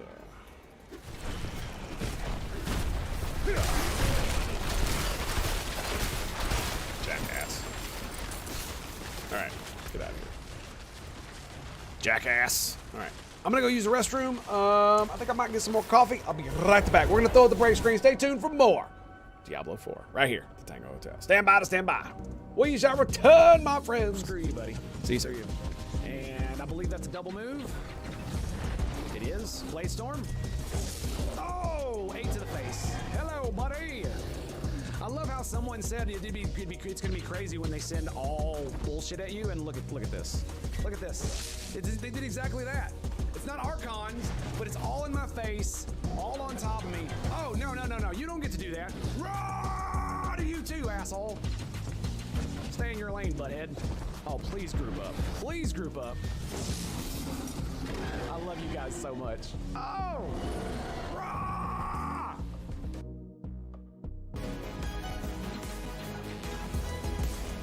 I mean, you know what?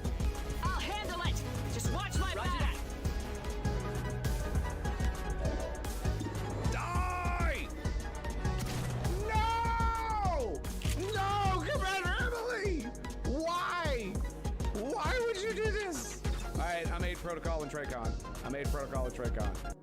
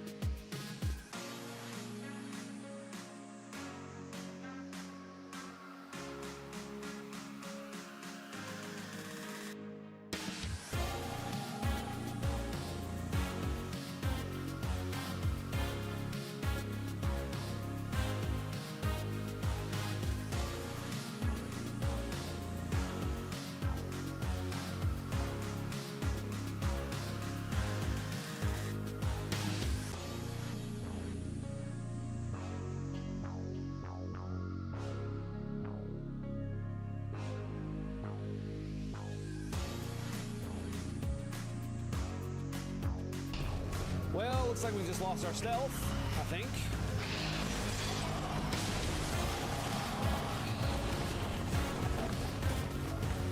It would be really great if it would tell me where they were coming from. If it gave you an indication of the direction the Lost were coming from. Like, oh, you can hear them in the distance.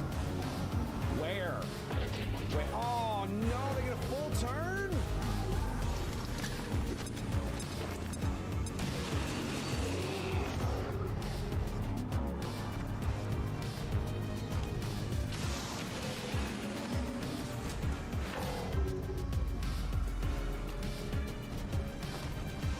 They missed me.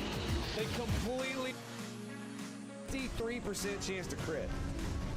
Let's go, baby. I probably should have been raged, honestly. Sisters, it's left you to survive. Carry us on to victory, sisters.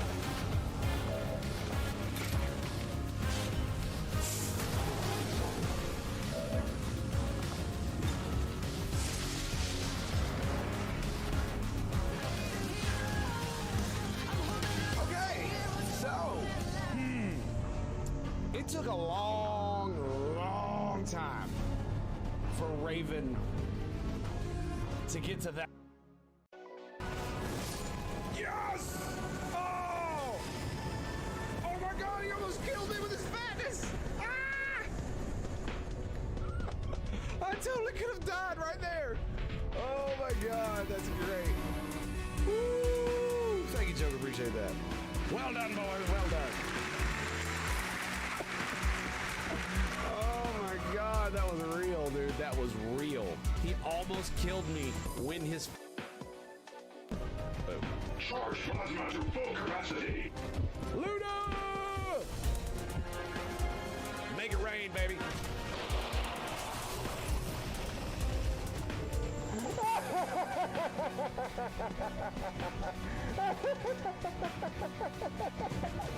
Oh my God, they're all on fire and poison. Hate that attack. And that one too.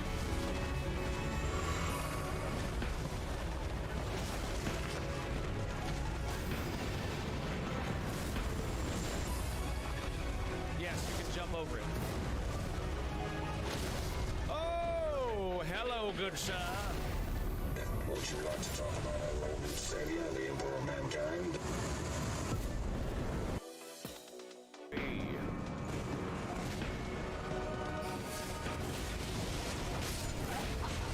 Are you kidding, bro?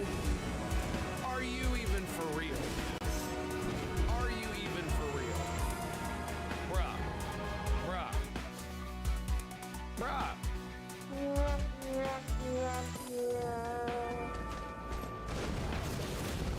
The fluff is wrong with you?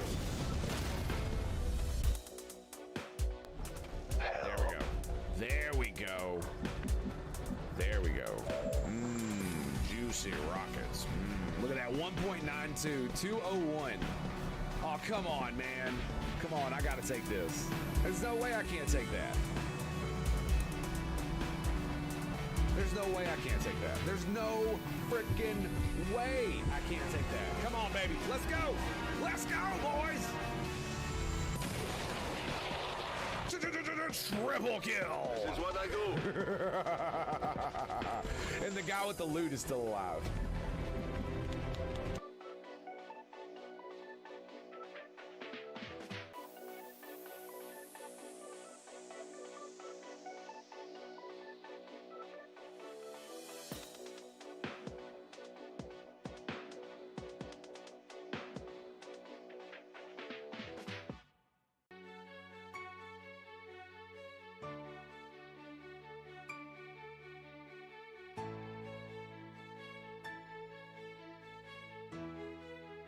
Oh my God, yes, potions. There it is.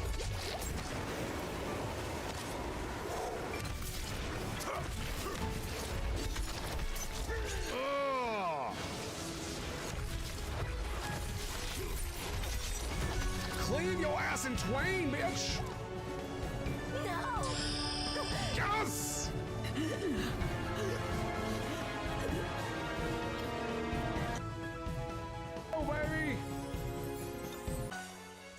Okay, here we go. It's rocket time, baby. Freya! I think it's time, baby. Lay it down. Let's do, hang on. Let's go, I want to make it as accurate as possible. Damn, it's being weird. Let's do here, plus or minus 1. Bada boom. Fire Hunter Seeker missile. Yeah, baby. No deaths, but look at all that juicy damage. Oh, it's so good. So good. Yeah, that's it. That's it. Take it, bitch. Take it.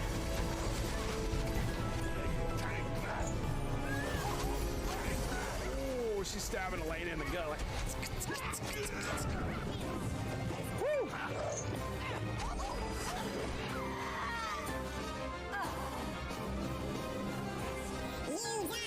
this day to the Sorcerer Supreme. Lovely. Lovely. And, yeah. Gunner. The low T gunner. Oh, buddy. I see you, boy. I see you. Are you ready? Are you ready? Are you ready for this? Are you ready?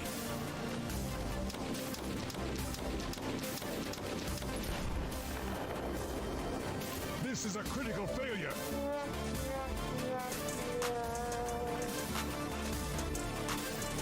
I don't often.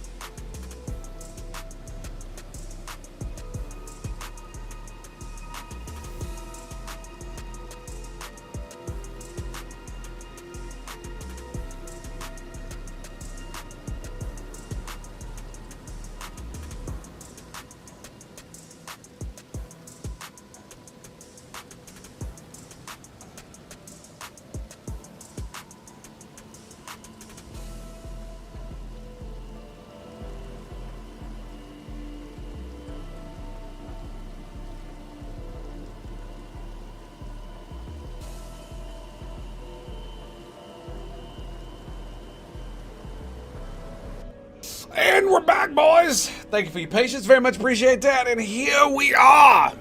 Did I press the wrong button? I think I might have pressed the wrong button. There we go. All right. Lovely. Hope you guys are having a great, and magnificent, and stupendously awesome 4th of July weekend. It has been a very, very good one for me. A fine What are we doing here? Ooh, 807 dagger. Yeah, but close enemies are not something that I really want to worry about here. Let me see. What's going on with my dude's character thing? That's kind of weird. Precious stones to doing it catch to the them? light. Look at that. That's kind of Come weird. and It's see. doing it to my Come back if you need the forge. inventory stuff too. Weird. Anyway, 783 total armor. Ugh. What do we got?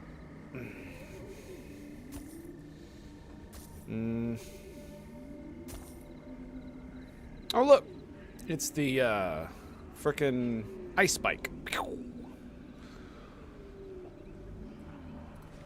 783. Wait. Let it go.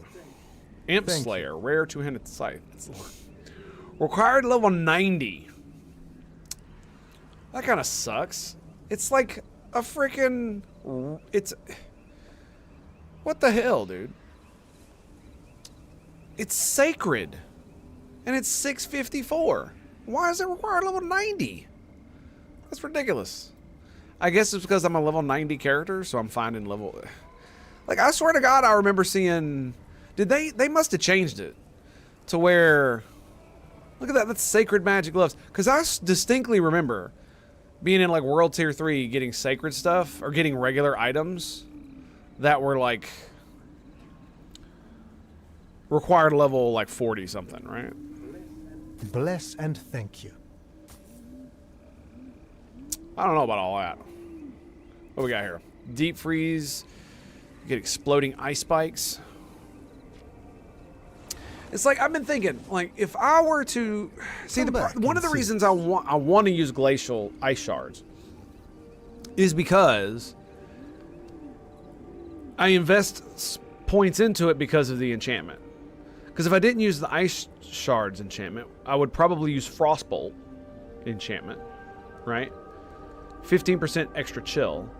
And then I would just take all my points out of Ice Shards and put them into something else. I don't know what the hell I'd put them into. Ice Blades and other things. And then I'd just use Ice Blades, Frostbolt with Blizzard. But man, dude, running around with just Blizzard feels really bad. It feels really bad. Yeah, it does.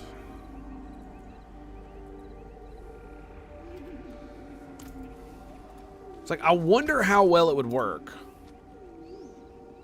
Let's see. Let's get rid of you. And I might have too many of these. So let me see something here real quick. All right. I've got 8 mil. So, okay. What are my rings? Let's see. We got Avalanche Key Passive. When you freeze enemies, they become vulnerable. So we do this. Then we take these off. And we grab this bad boy. Right? So now Blizzard periodically does ice spikes. And we've got... When you freeze an enemy, there's a 31% chance they become vulnerable. Okay. Now...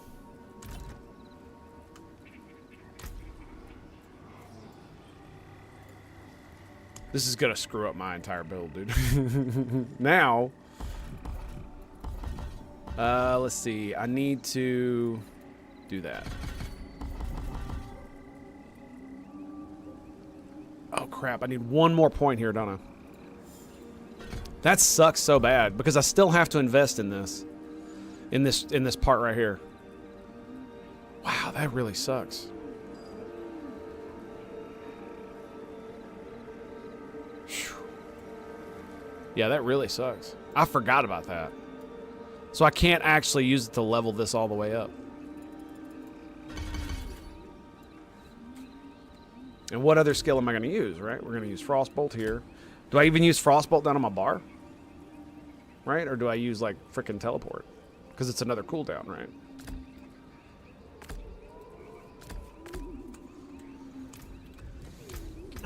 Experimenting with builds, the Tango way. And this also means that I need to change this around to use Frostbite. Yep. And Frostbite uses willpower, so we will get rid of all this.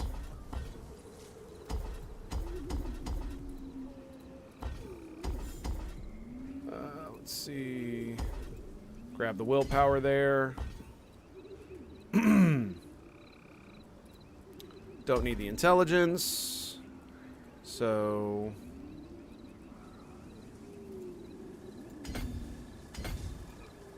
willpower there. How much willpower we got? 24 out of 25. Okay, so... we need that one. Okay, there we go. So 34, so it's 76% chance. 76%. So we'll get rid of that because we don't need it. Don't need that one either. Yeah, there's no way to go around. Why can't I get rid of that? The strength right there. Oh, it's because it's the only way to go down here without going around this way. That's why. Damn, I had to get 2 of these burning ones. Actually, that's not true. I could grab that one. Yeah, there we go. So we go around this side, I only need 1. And yeah, there we go. So I got an extra 3. Can I get rid of that? No. So I only need to sacrifice 1. We still get this, which is damage to burning enemies, but it's really just 10 intelligence, so. And now we got 13% damage reduction. And I've got 3 extra Paragon points to throw around. And it also gives me reduced damage from frozen enemies. Enemies that were frozen. So, let's see about damage reduction there. Let's grab, do we do chill application? Got all that damage reduction, right? We could do damage to chilled enemies. Damage reduction from vulnerable enemies. Bam, there it is. That's it. That's it. Yep, yep, yep. Okay. So, this is going to be interesting. This is going to be very interesting. Let me see here. Do I really want ice shards to be able to do that much damage? Right? We got damage reduction here. Do I want to do... maybe I want to do freeze instead.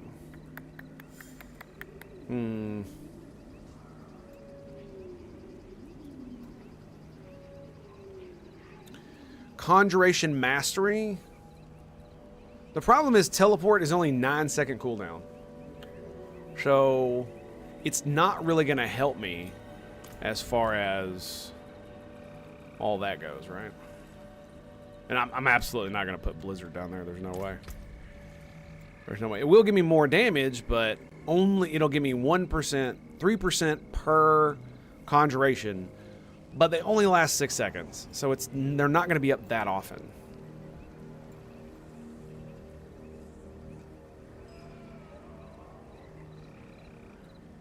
Yeah, that might not be so bad, actually.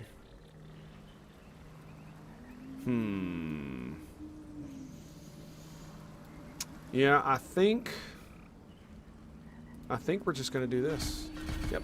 And we're going to see how well this works. All right, let's do it, boys. Let's do it. Let's go. Let's do a level 44 here. Overpower, critical resist. Yeah, let's do one of these. Let's do a lower level one, and we'll see how it goes. We'll see how it goes. New builds, baby, new builds. I love switching my builds up. It's so fun. Because I have no idea how well this is going to work. I've done a similar build to this, but I haven't done it in exactly this way. So it's going to be very interesting.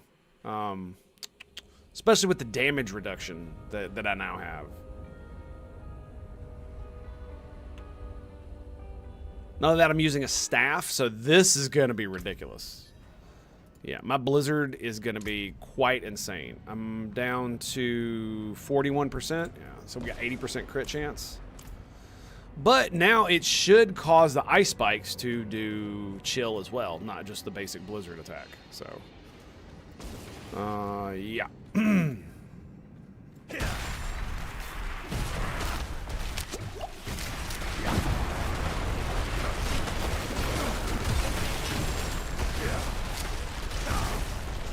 See what I mean about the little individual dudes? But it does mean I'm going to have more escape. So that's going to be kind of cool. Alright, so we got the corpse gate we got to deal with.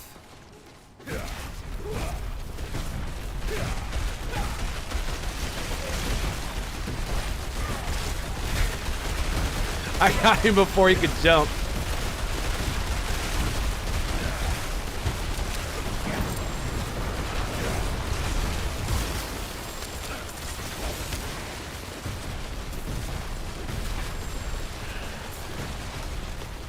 You know what I might do is I might go for,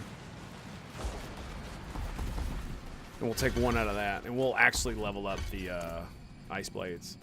Since I'm going to be leaning into them for damage, it might be a good idea to just, yeah, it might be. The 15% damage reduction is going to be okay-ish. I really wish I could do something else other than freaking devastation. This is one of the reasons why ice shards is so powerful.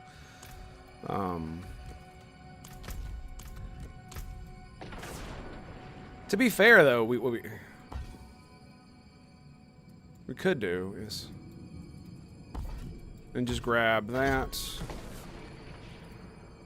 and that.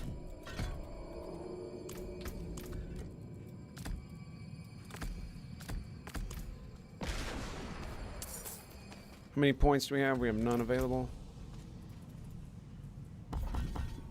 Okay, so I definitely need... We got one extra. Bam, there it is. Okay, let's give it a go. So we got ice shards back.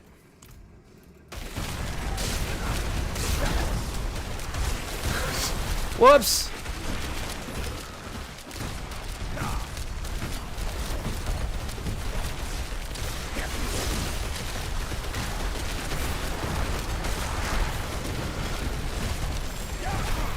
I mean, it works.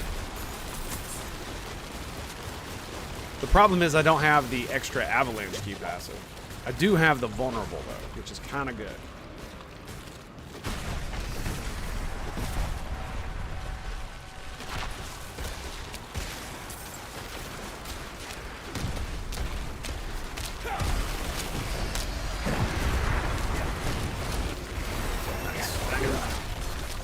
So I mean, we are tearing them up. This is true. This is true. I just don't know how well it's going to work on higher level mobs, you know what I mean? Yeah. They had so much more HP.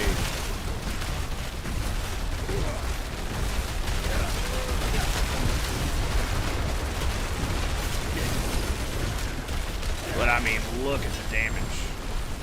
Just from Blizzard, right?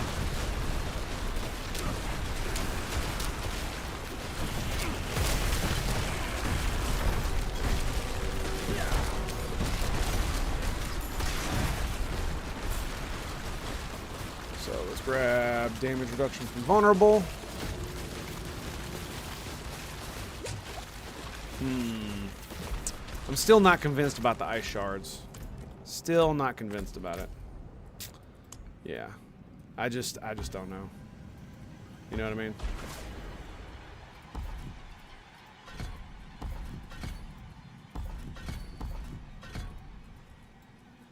It just sucks to have to invest in stuff that I don't really care about. Now, what might be interesting is to grab Fireball and put the Fireball enhancement down there. That could be interesting. That could be very interesting.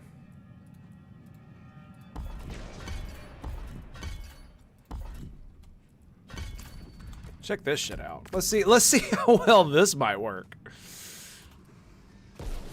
Right? Okay.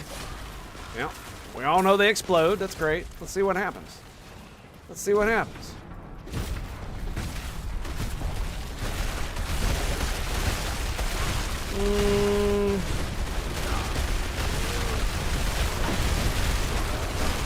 The reason I stopped using Fireball is because it feels like later in later levels it doesn't really do as much. Because I mean, look, it only does 10k damage. Which is cool, but it's not like it's gonna do that much damage, right?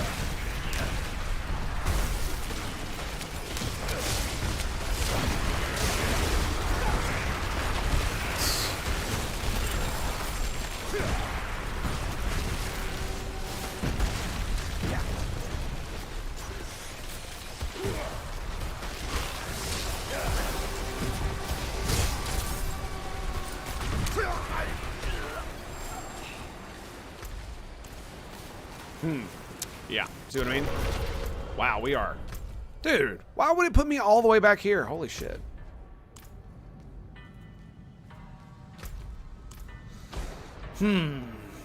Yeah, so we're on, what, level 44? Yeah, so it definitely feels like it probably wouldn't get much further than this, unfortunately. Yeah. It's just, I don't know, man. I've seen somebody else with running this exact build. I just don't know how I built up his other stuff. But like maybe the Fireball is a bit much, and I should be running the damage reduction. Yeah, that might be what it is.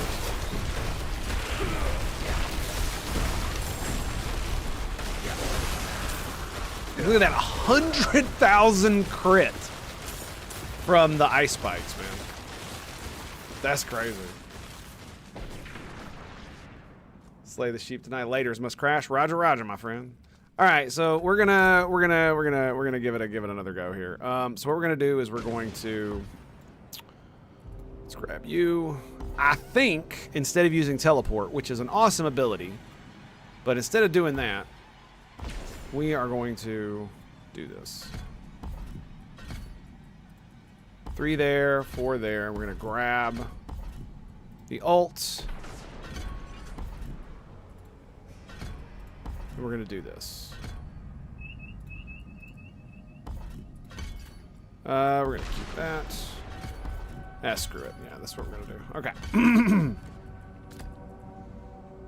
Yeah, let's do it like this. Okay, so this is how I had it before.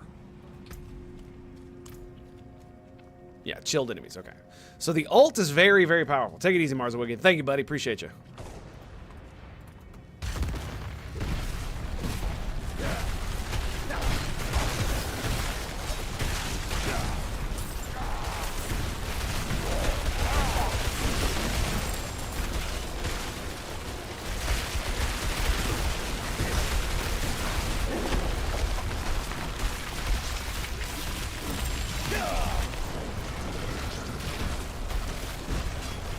Two enemies for that wave. Two enemies.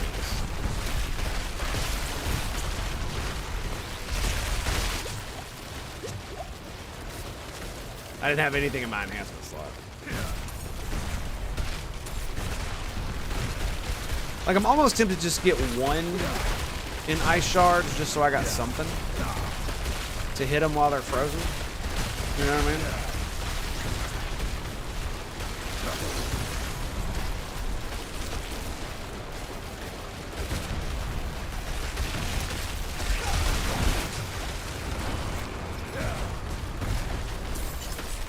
You know what I mean about the flame thing? Look at that shit. It's so dumb.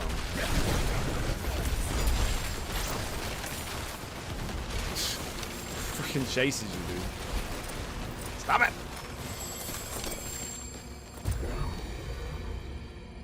Okay. Let's go.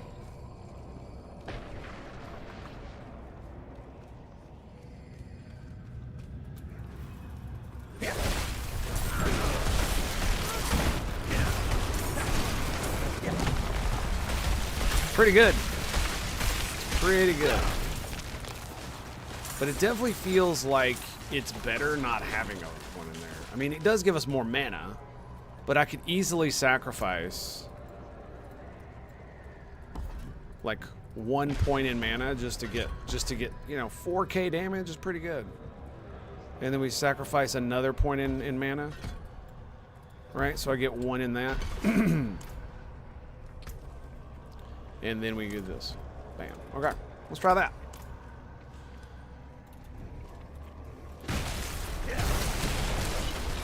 Yeah, dude, the blizzard seems to do a lot of damage, man.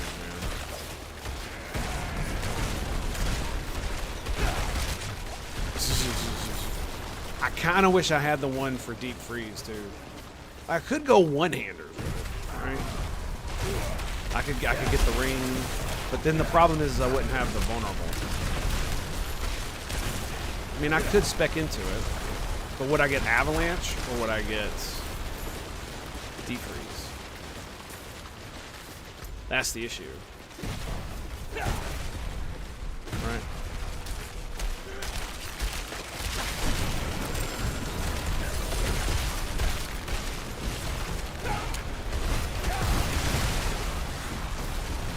Because here's the problem. If I only have,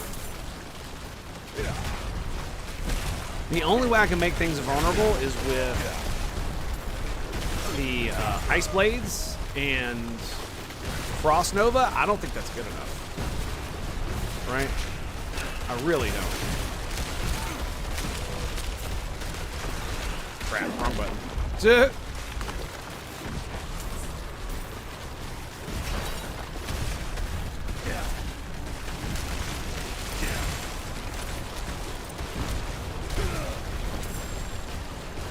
I mean, it might be. It might be.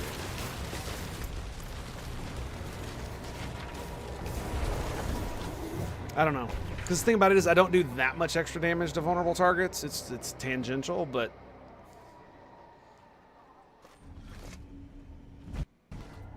I could make the argument. It's not like I don't have rings for it, so we're just gonna try this out.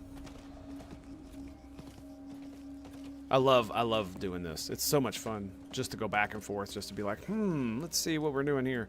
Because the ice shards is really like, I don't know, man. I wonder how well I would do in that other dungeon. Right? So let's do, we got avalanche key passive, blizzard ice spikes, so, and ice shard. So let's go ahead and swap this one out. And we could... Was that avalanche key passive? Let me see something here. Frozen orb, ice shards, frozen orb. Yeah, so I don't have another one of those that's gonna... So I don't... Do I have a deep freeze one? No. Avalanche key passive. So I don't have a single hand weapon that has... I do have... Yeah, there it is. There it is. It's just really low level. So I wouldn't want to do that. Yeah. Because if I went one hand, I could do both Blizzard Ice Spikes and the Ice Spikes for Deep Freeze, which wouldn't increase their damage, right? Blizzard, Deep Freeze.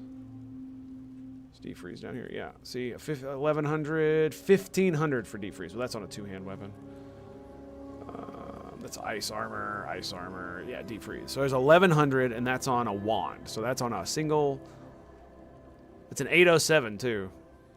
But look at it. It's got freaking core skill damage, ultimate skill damage, damage to close enemies. It's not that bad, actually. 20 all stats. It's not that bad. But I could just snatch it off and put it on another weapon. Anyway, the point I'm trying to make is that... See how it says your ice spikes have 50% increased explosion radius? I wonder if that would be worth having the damage from Blizzard. Using like something like this one, right? Where it's Blizzard will periodically spawn exploding ice spikes for 1,100 damage. Whereas this is 2,400. So it's essentially double damage for the ice spikes. But, I mean, we're talking like 100,000 crit damage for those. So would it be worth...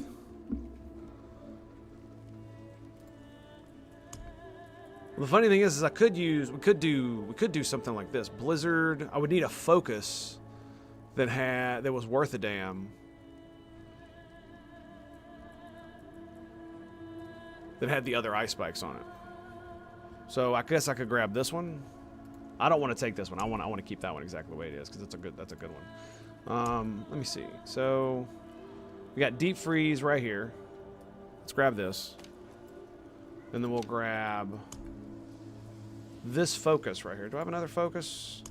Potentially use 765. Not really. No, not really. Nothing that's going to be anywhere near where I want it to be. All right, yeah, we'll just we'll re-imprint this one as well. Okay, that's no big deal. Wait, do I have another one in here? Let me see. Freeze. You deal vulnerable. Blizzard, periodically cast ice spikes. Defreeze. So that's 995 out of 13. That's 788. And this one is, I mean, it's 200 more damage, so it's significant. So I think we'll give it a go. It's not like we don't have the ability. It's already level 5, so you know, we'll go ahead and do this. Almost forgot. I need to grab this bad boy. We're gonna throw the two-hander there. Grab you. So we've already got. So that's avalanche key passive. Those are ice shards. I need to grab the blizzard ring. Yep, blizzard ring. Okay, there we go. So blizzard ring is 45, 73. Yeah, not bad. All right, so let's go to the Mystic. This is one of the reasons why I love the other town. Is because the Mystic is like really easy to get to, and it's not some convoluted ass path. But you know, it is what it is. Well, it makes having the horse kind of frustrating. So we're gonna grab Deep Freeze. Gonna snatch the Deep Freeze. We're gonna go here. We're gonna pick that up. Is this it? Deep Freeze, exploding ice spikes, 1100. Blizzard.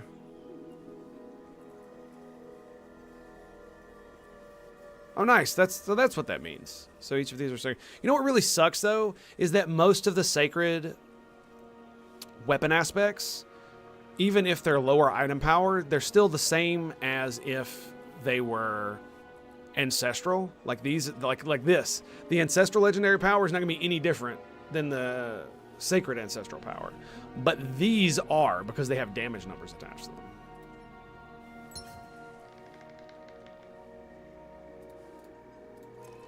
I want to see how well this is going to work. That's why we're doing this. And it's already a... We already got max level stuff, but now we're going to have the key passive, we're going to have deep freeze and blizzard spikes. So the spikes are going to do massive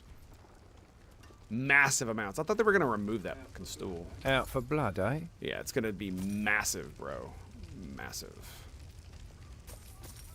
804, 802. Ooh. Damage, damn. Frozen. Oh, it's got distant on it. Can reroll the distant. That's not bad. That's not bad at all. That's a deal. Yeah.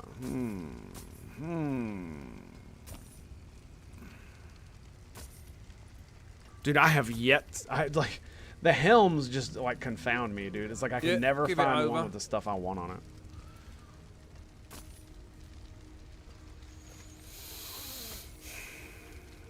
So, almost max core damage, max frozen damage, and max...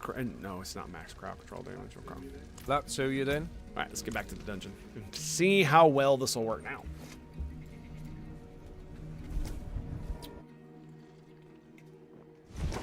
So what's cool is that you see how the blizzard, it says, oh, they do increased damage to frozen enemies. That means the ice spikes from deep freeze will also do increased damage to enemies. Okay, let's see what we got going on. Like I said, I really want to go into that level 50 dungeon again and see if it will, see how well it'll work.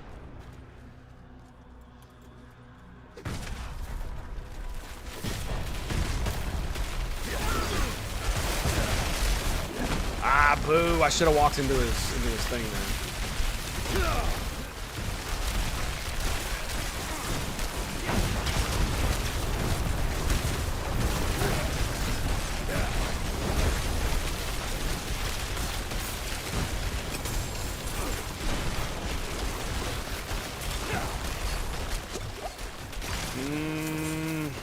But you see, all I can do is just run around once I have all that damage down, right?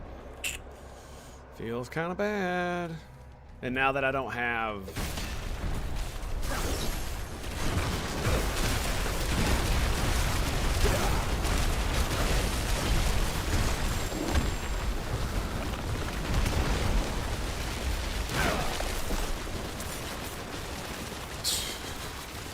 But now we do have the avalanche passive, so it's like I can cast more. It's just I'm not going to do as much damage, right? So, is it worth it? That's the real question. We were prepared to face demons, fortified against the denizens of hell itself. What we found was infinitely more horrifying. The creatures we encountered, I assumed they were human at one time, but now... Yeah, look at that. Now They're crit for like 7K. Ravenous animals, hungry for... That kind of sucks.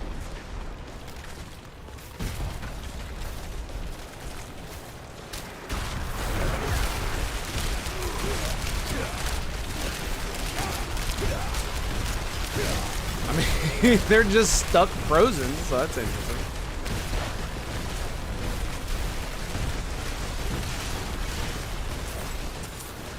I mean, we're maxed on armor. That's kind of cool.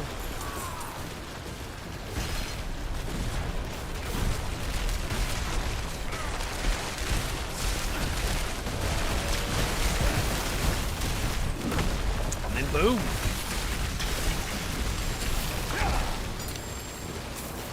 We might be onto something here. We might be onto something here. The Ice Shard build is definitely something interesting. But we only really need one rank of Ice Shards to do the, you know, it's 3 to 5, you know, the next step is 5,000 damage, right? So if I maxed it out, it would do 5,000 damage. I'd much rather have ice blades. So let's see if we can defeat the Chief Marauder. We got 14 seconds on our cooldown. So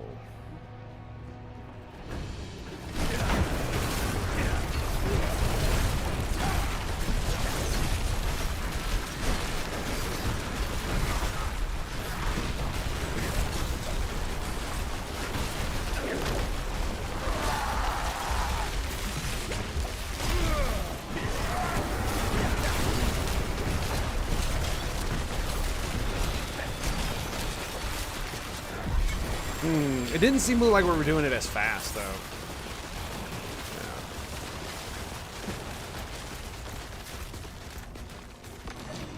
So what's funny is I might actually want to redo this and make it to where when I'm standing in my own blizzard, I take less damage, because they're not guaranteed to be vulnerable all the time, right?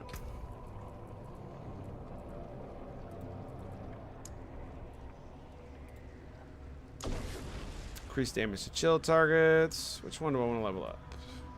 Crowd control, mastery, or vulnerable. Let's do this one. Let's do mastery. Yeah, mastery. All right.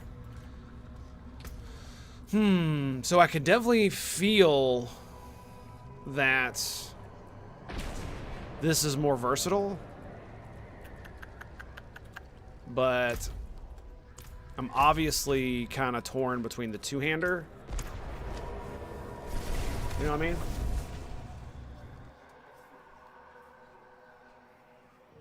I'm torn between using the two-hander and using...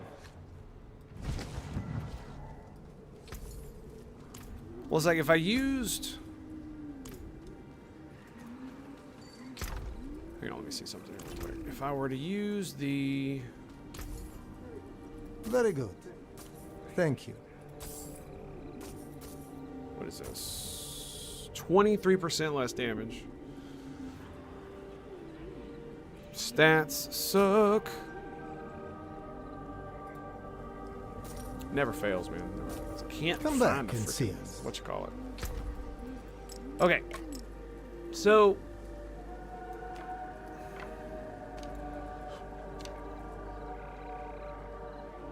anyway. Oh yeah, look at that. It's got core skill damage on it too. That sucks, dude. And that's ice shards. Alright, so it makes sense. I should probably do this and put avalanche key on it. Yeah, because it's got core skill damage. I mean, it does mean that my, it's increased, but damn, son, that's just rough. I could re-roll that pretty easily. Do I have another... Freeze an enemy, become vulnerable.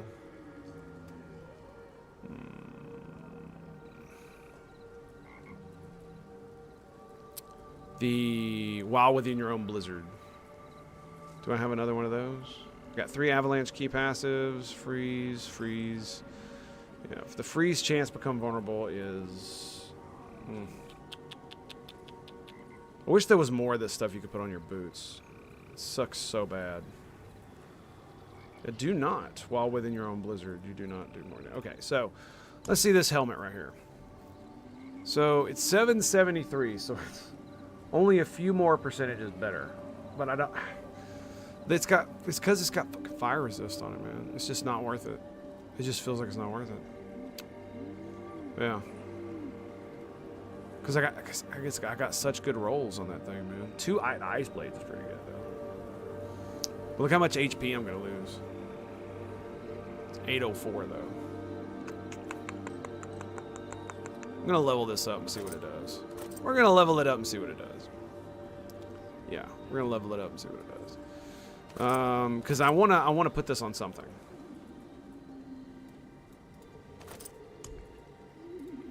That's another shield. That's another shield. I don't know what the hell I'm doing anymore with this nonsense. Yeah. Okay. So we're definitely gonna eat that. I'm gonna get the thing off of it. I'm gonna upgrade that and put an avalanche key on it. So let's go ahead and grab one of these. Let's grab the avalanche key passive. Okay, let's go to Cobra Shot. It's so much fun, isn't it? So much fun. I'm just doing all the builds. All the builds. I love it. Okay, so let's see. Let's go re-roll some of these stats. How much money do I have? 6 mil? Doesn't feel like enough, man. Because if I don't get the correct stats, I'm gonna feel so bad. So, oh, it's core. That's what I want to get rid of. Distant enemies is okay, I guess. It just kind of sucks, man. Yeah, it would be much better for something else. But it's better than having core damage on that, right?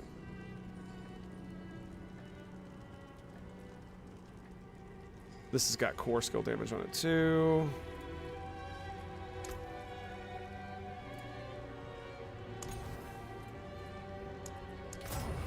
$52 out of 63 intelligence. Not too bad.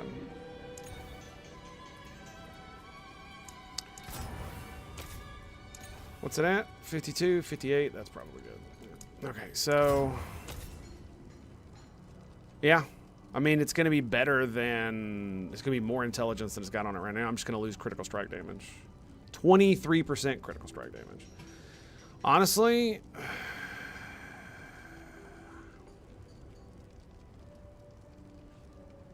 yeah, like that sucks, dude. So I just blew all that money, and I'm probably not gonna change it. It's gonna, I mean, it's gonna mean my ice shards are gonna do more damage, but that's about it, right? I could just.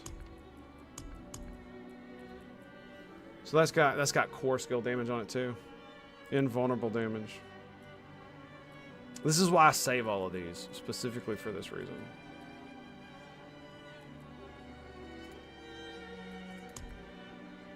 Yeah, it sucks.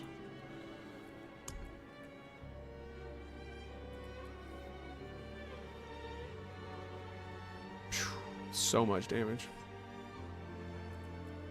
So 58 intelligence. I mean, the problem is that so many dudes run into your face. You know what I mean?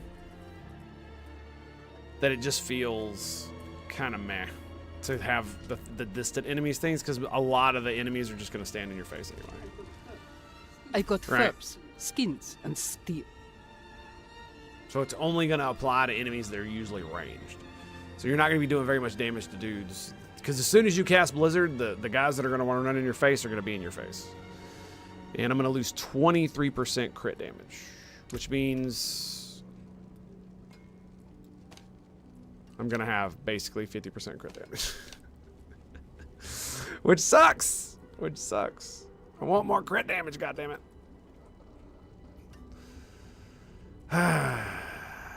Okay.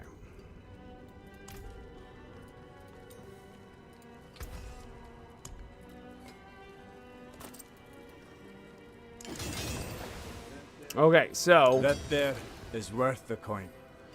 So I'll gain 38 armor, 2 ranks of ice blades. I'll lose 27. I'll gain 1 mana. I'll lose 1,000 life. I will 9.6. I'll lose 0.5. No, I'll lose 1% armor. And I will lose, it's only 18 to all stats. Yeah, it's not really worth it in my opinion. It's not really worth it. I just wonder if I should, if I'm standing my own Blizzard, right? 23% damage reduction.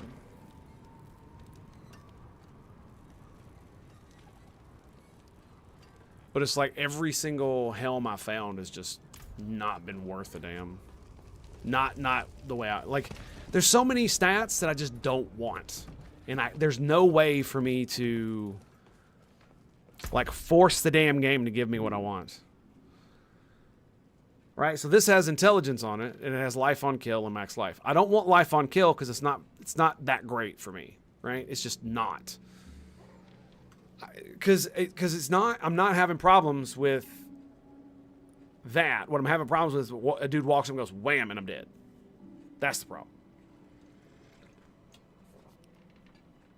Right?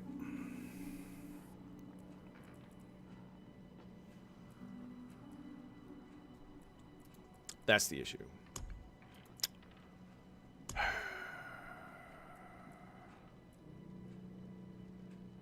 Yeah. I mean, I could go back to this one. Could re-roll the willpower for something. 704. It's not that bad. It actually would gain me 1 more mana. Let's see how much. Let's see how much it's gonna cost to re-roll this thing. It's probably gonna be way more than I want to spend. Let's just put it like that. Especially for this nonsense.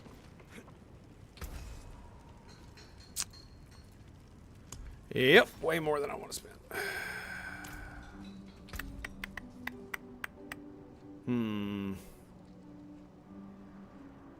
Well, so all I'm going to lose is the armor. So armor's 43, 35. So I'm going to lose. That's a significant amount of damage reduction.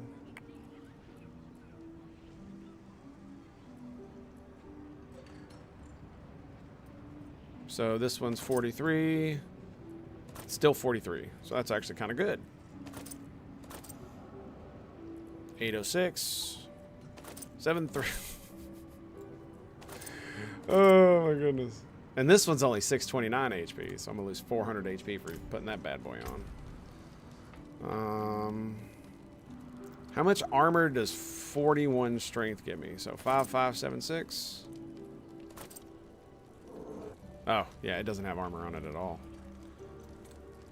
Well, Nikes.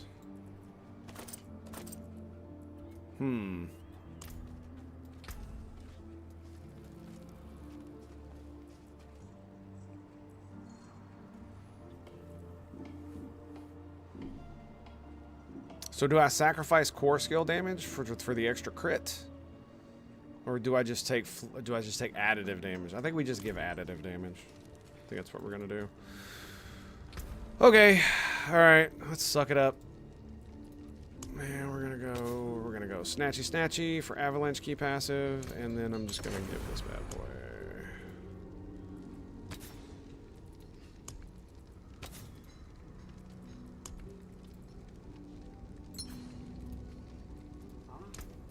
There we go. Good fortune that is. Oh, that's 704. This is what we want. There, so it's like, no. Yeah, so I guess we'll just do it. Because I'm going to be using Blizzard now anyway. I'm never going back to a thing without Blizzard, and I'm probably always standing in it anyway, so.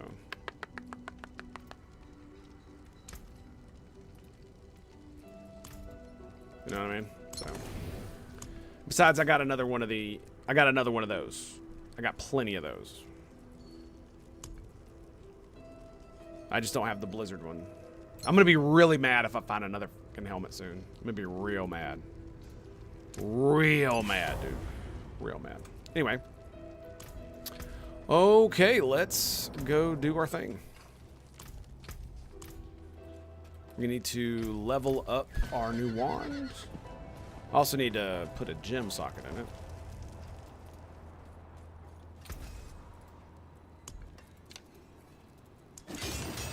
100K.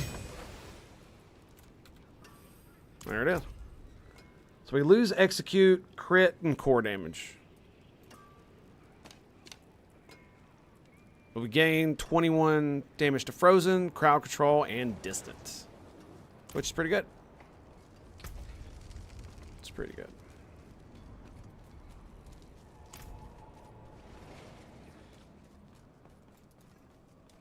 So we're going to throw that right there. Put this right here. And chew there.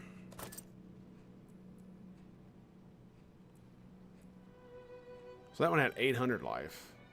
6.9 total armor. 51 willpower. It probably got up into the millions too. Alright, so we need another royal sapphire. All right. I think this is going to be about it right here. Then we're going to get back at it. We did finish that dungeon, didn't we? I think we did.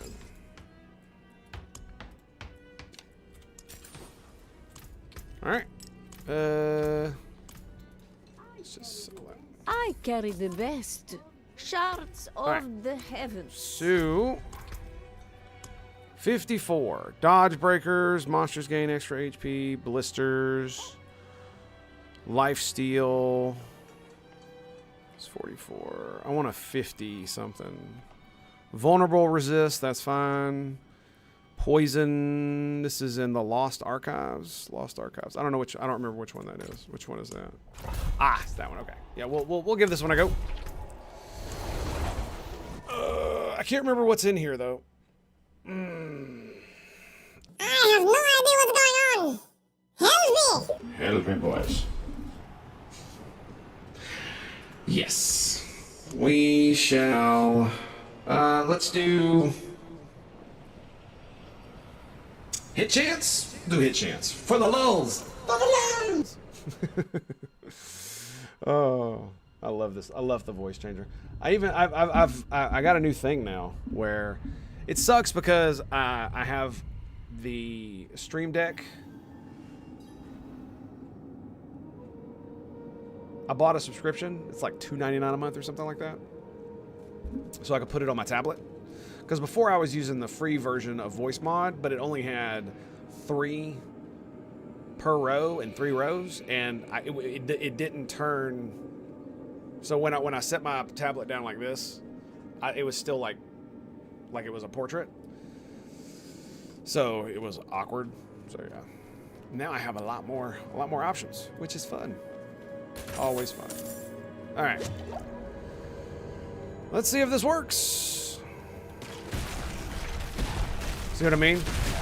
By them running into your face.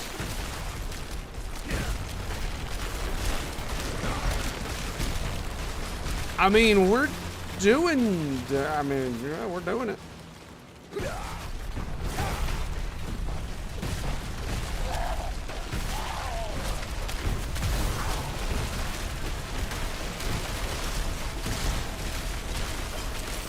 And I've got 2 get out of jail free cards if I need it.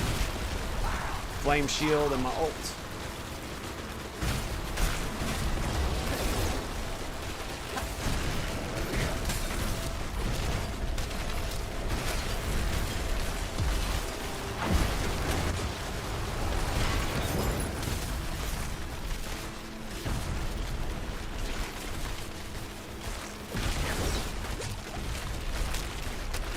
Yeah.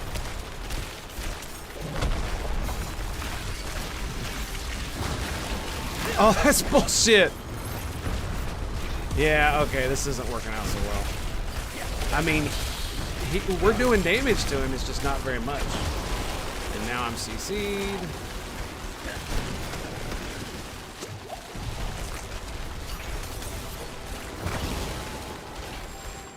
See what I mean? Like, this is kind of awkward.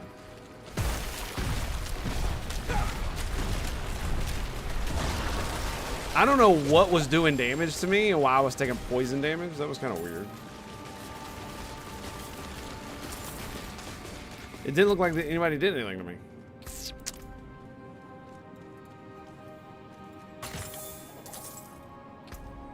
I'm not gonna lie, I might want to go back to the 2-hander. Yeah, we might want to go back to the 2-hander.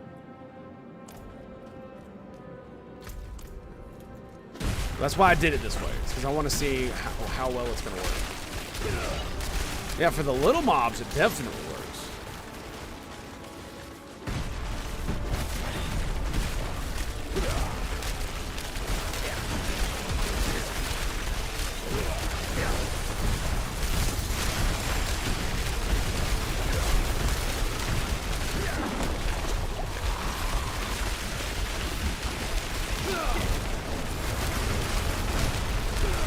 Damn, son, that poison.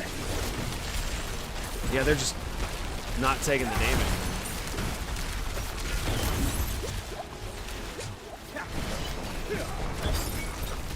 Jesus. There we go.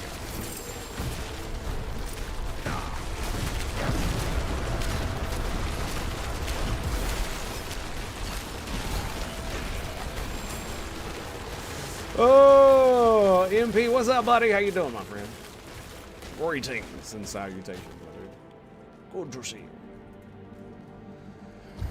Okay, so this is. I mean, we're surviving. That's for sure. Oh shit. Wow, that point, dude. Some of these like enhancements they give you are just ridiculously underpowered. Like they don't do shit, dude. You see that did like 100 attack. Like that's nothing. Nothing.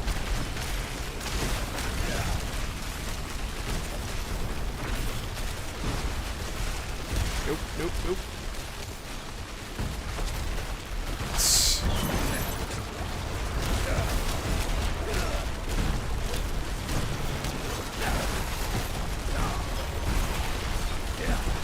It's only... What was that? It's only doing like 10,000 a pop.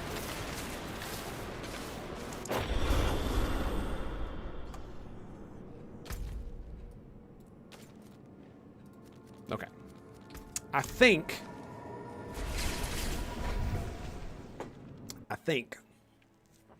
we need to see, we need to contrast it to the two-hander, which sucks because I literally just spent a bunch of money doing this. And where's the ring? Is it... Do we do the avalanche key passive? I think we do. Right? Yep. And then we grab the two-hander. And then we go...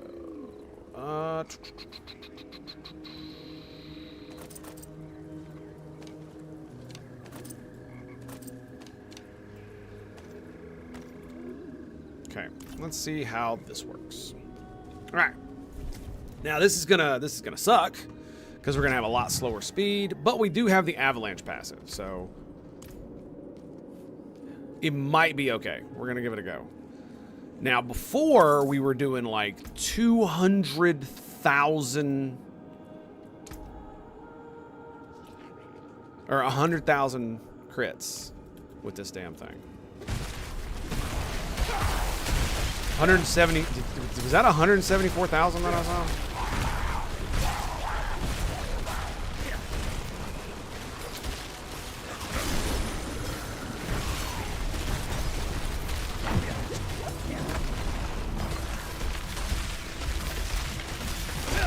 $75K.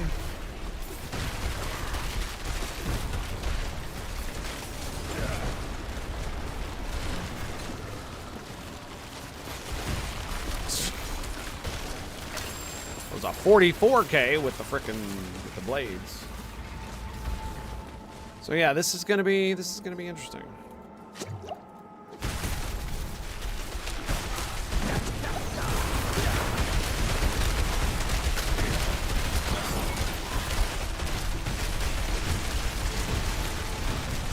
Well, what's good is that, yeah, the problem really boils down to the elites.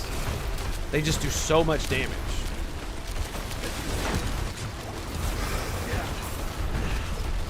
Yeah, that's really what it boils down to. Even with the extra damage reduction.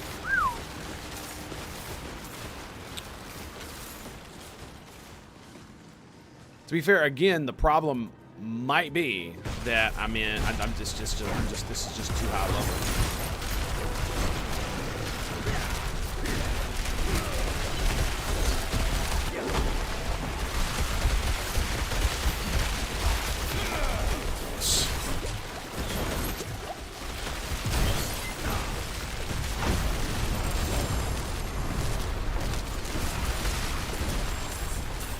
I mean, we're doing it though. The question is it better than, like, look how much smaller the explosions are. Is it better than the one-handers? Like 63, 18, 63.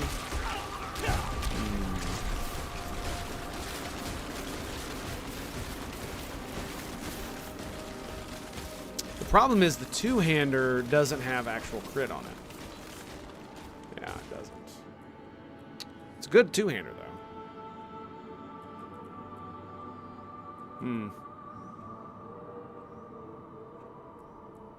Yeah, we've got more crit, but we've got literally 50% critical damage.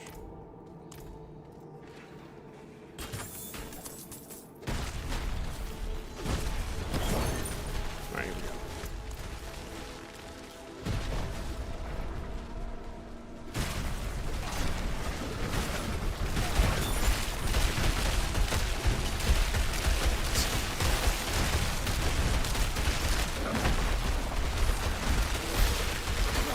I gotta admit, it is fun doing that. Just watching them squirm while I'm just sitting there immune. It's kind of fun. I got it. Dude! They instant gibbed my shield.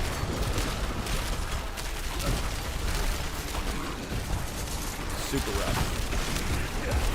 Super rough. Like, it's kind of bullshit that they can hit you while you're moving.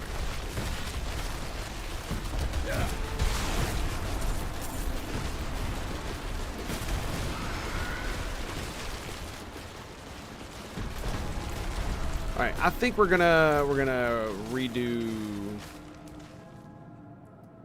a little bit of something here. So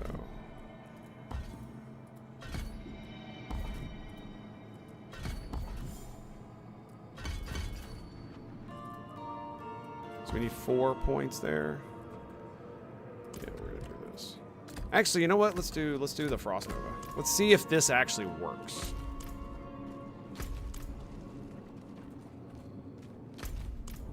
So with Frost Nova, it's a lucky hit, 30% chance on a lucky hit that my conjuration skills will unleash a Frost Nova when hitting enemies. So I do a lot of conjuration bullshit now. So this might actually do some damn damage because it doesn't really feel like the ice shards are doing shit.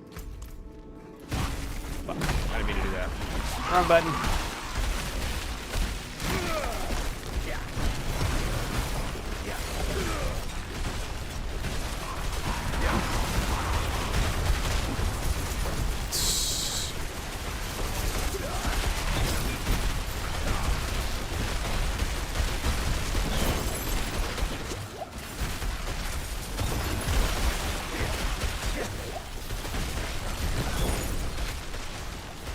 Yeah, it's great they're not taking any damage, isn't it? There we go. Nice. It refroze them. Whoa, whoa, whoa, whoa, whoa. What was that, dude? Was I standing on something that I couldn't see because of all my frost bullshit? Jesus. I think that's what it was. Get this shit out of my inventory. I love how there's no actual thing that's like, hey, you can drop this. Easy peasy. Nope.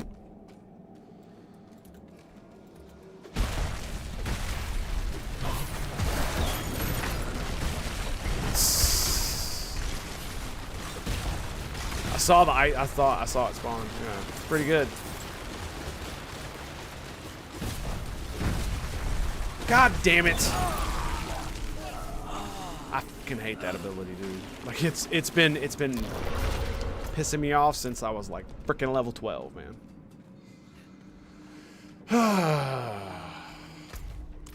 I can never seem to freaking dodge it when I need to, and now it basically will insta kill me no matter how much HP I have. So.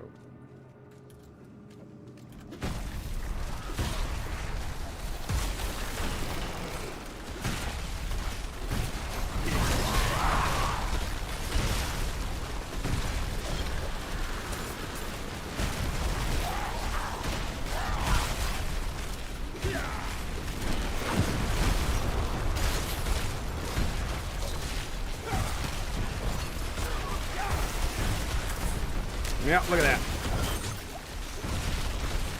Like most of my HP gone instantly. 81k though, that's not bad.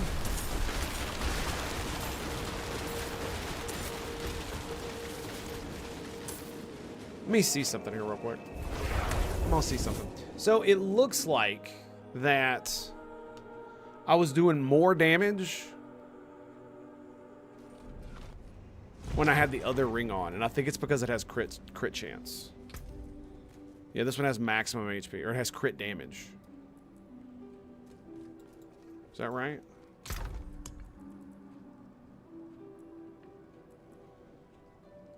Yes, it has 30% crit damage. That's what it is, yeah.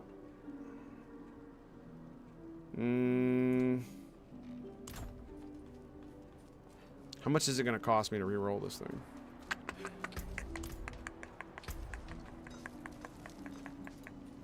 So... 2 mil!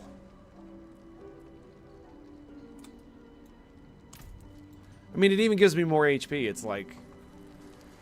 But I want the avalanche passive. I really, really want the avalanche passive. It might not be worth it, honestly. Yeah, the vulnerable might be better. Yeah.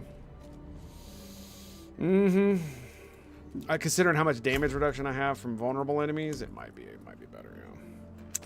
I hate to say it. I hate to say it. Okay.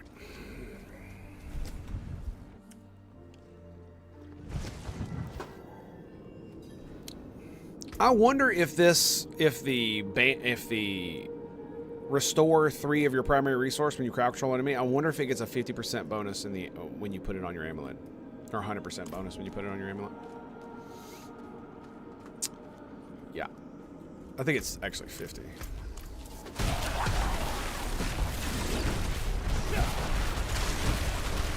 $92K there. 72K. Okay.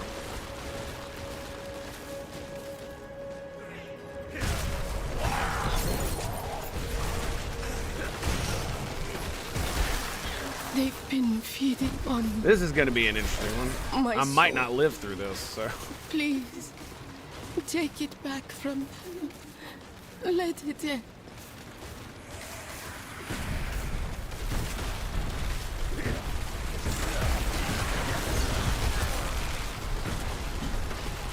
And I'm out of mana.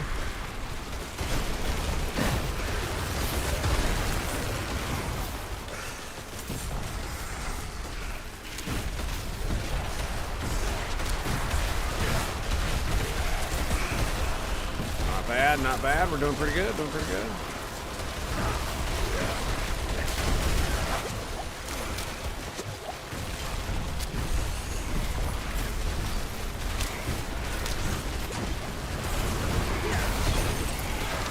Yeah, I'm not gonna make it.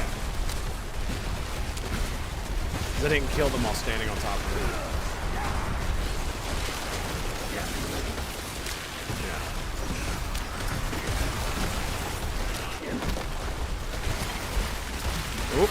Oh, nope, we didn't do it.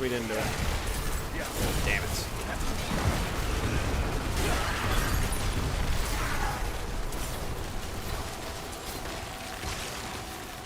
Boo.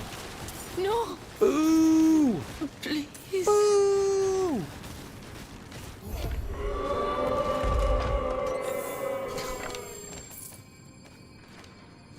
God damn you, sir. Anyway.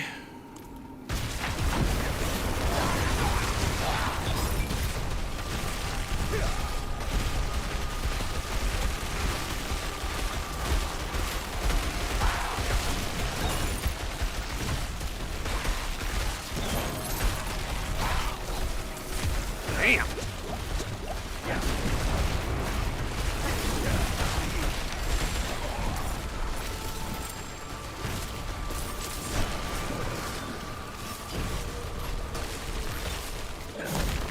Probably not the best thing for me to do, but you know. Yeah, the ult doesn't really seem to do much damage at all, man. I mean, it does, and it freezes everybody, and it allows me to remain immune, but yeah. I think I might go back to the wand. The wand. Yep. I don't know, man. I just feel like more Blizzard was better because it allowed me to cast way more Blizzard. Way more Blizzard. So that's when you freeze an enemy. So that's deep freeze. So now I need to wear the blizzard ring. Yep. Because that needs to be on, say, that if I was going to get rid of the avalanche. So, yep. Plus the cooldown reduction, man. Plus the cooldown reduction. Massive, massive cooldown reduction. So, it seems like it's going to make it easier for me to just power through a bunch of bullshit. Yeah, look how... Yeah, I mean... The individual hits don't seem to be much, especially against the elites, but dude, it feels like I can cast a lot more. Which is more damage. Overall. It's just gonna take me longer.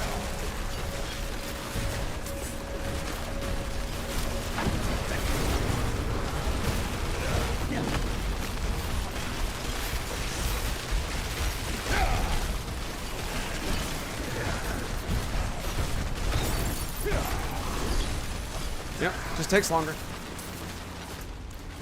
But it feels like it definitely feels like it's more damage.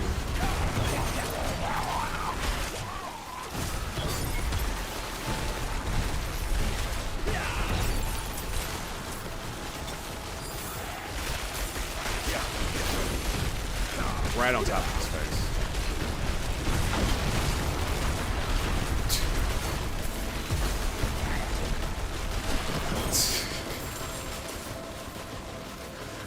Look at him go, man. Look at him go.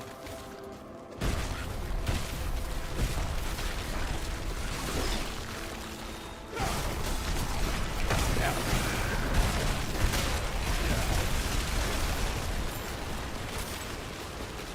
It really does feel like it, man. It really does feel like it. Yeah. The deep... It's because the spikes are bigger, too. So the spikes are more likely to hit the enemy. Which means that they're more likely to do damage. Now, we're going to see how well this works on frickin' bosses. So...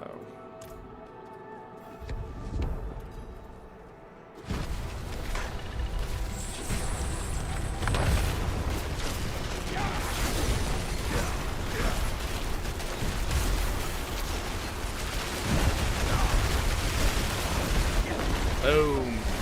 The damage. The damage.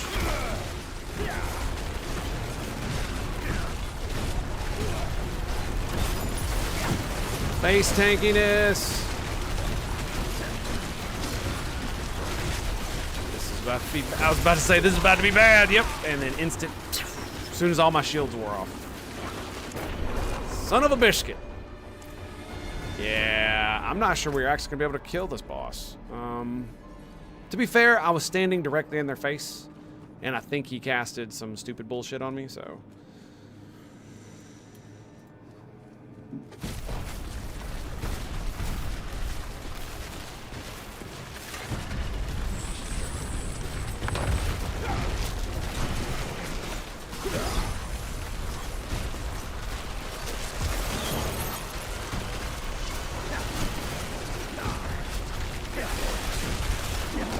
Oh, yeah, that went much better. Look at that.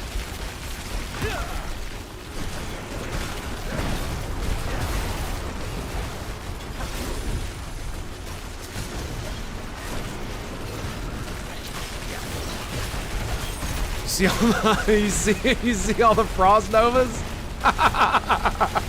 That's crazy, man. Oh my god. Oh, it works! It works! It freaking works! And I got another... Oh, I keep getting the same ones too, dude. I never get any of the ones I want though. Like I've gotten like 3 or 4 of the chest pieces. I've gotten like 2 or 3 of the boots. And oh god, there was the amulet. I've gotten like 4 or 5 of them assholes. But I've gotten 1 of those and like 3 of those. Grr. Arg. Okay, I've got it up to 21. I was like, I'm not even using it no more. Like, yeah, we're gonna keep doing adept, I think. The problem is I don't know what will increase the damage of the blizzard spikes? Let's actually see. What is it called? It's called ice spikes. Ice spike damage. Let's see. See what.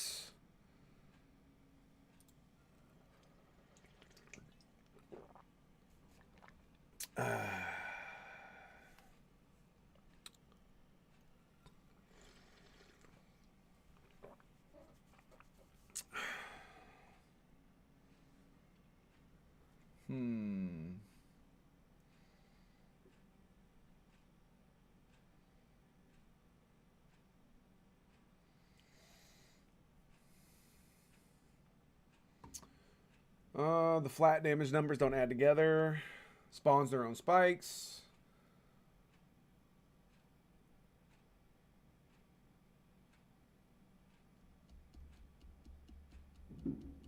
That's another thing is it's like finding the blizzard rolls is very, very difficult.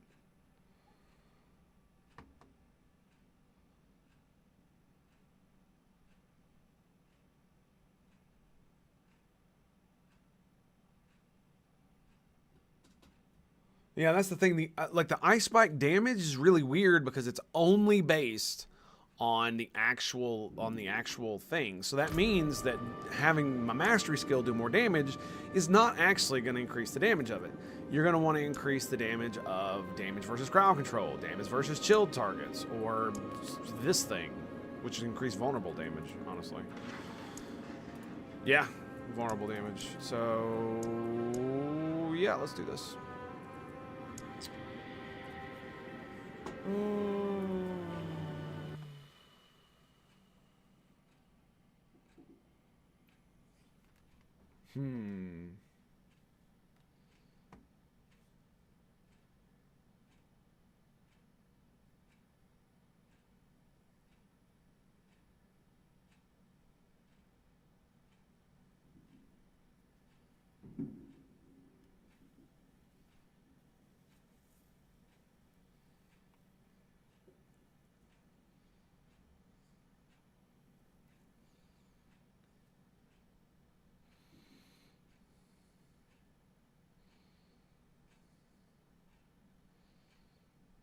Yeah, that really sucks, man.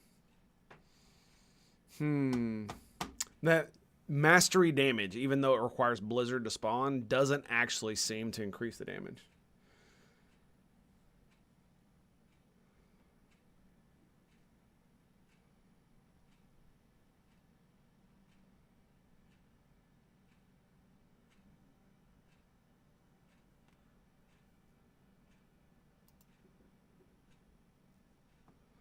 Yeah, the deep freeze one kind of sucks, but the increased damage.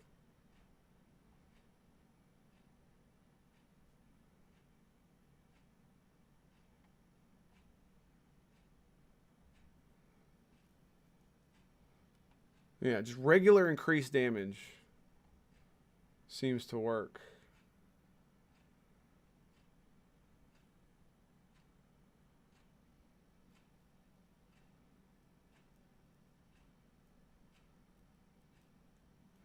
But it really does feel like now that I've got like the full conjuration nonsense and I've got so many cooldowns that this really is working. It just sucks that with the Paragon board, getting Enchant Master is just dumb. Like it's so inefficient and so, like look at how much bullshit I have to get just to get all the way over here to get it. You know what I mean? Like, it's so weird that they put it all the way over here, man. Cause it's not worth like getting it in and of itself barely feels like it's worth it anyway. But to put it all the way over here in the corner essentially makes it worthless. Because I need to spend like 20 fucking points getting over there to get it. It's ridiculous. Alright, yeah, let's get the hell out of here. It does kind of suck because I've wasted so many levels leveling up these fucking glyphs, man. It really does feel that way. I've wasted so many. Oh, man. Woo. All right, well, so it's getting kind of late. So let us... Ooh. Ooh.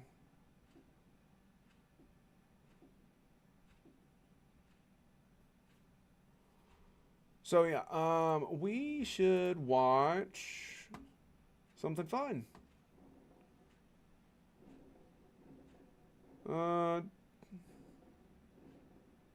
Is who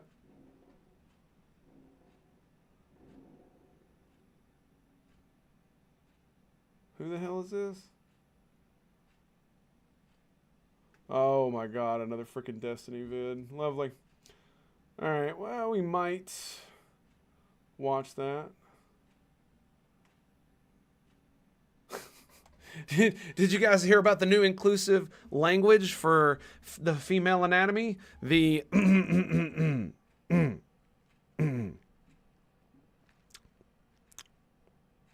the bonus hole? Yeah. Yeah. They totally did that. They totally did that. That one's the Echo, right? Echo! Yeah, that's the right one. What was that? Yeah. Bonus hole. Bonus hole. I don't think I need to go any further than that. I think we all know what that means. Rare and beautiful. Okay. 793. Very good. Thank you. It's quite ridiculous. Let me see. What even is this?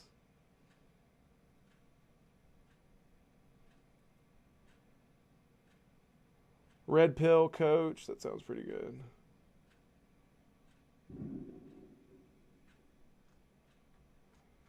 We might wait on this. I never play victim, and that's the crazy thing about it. White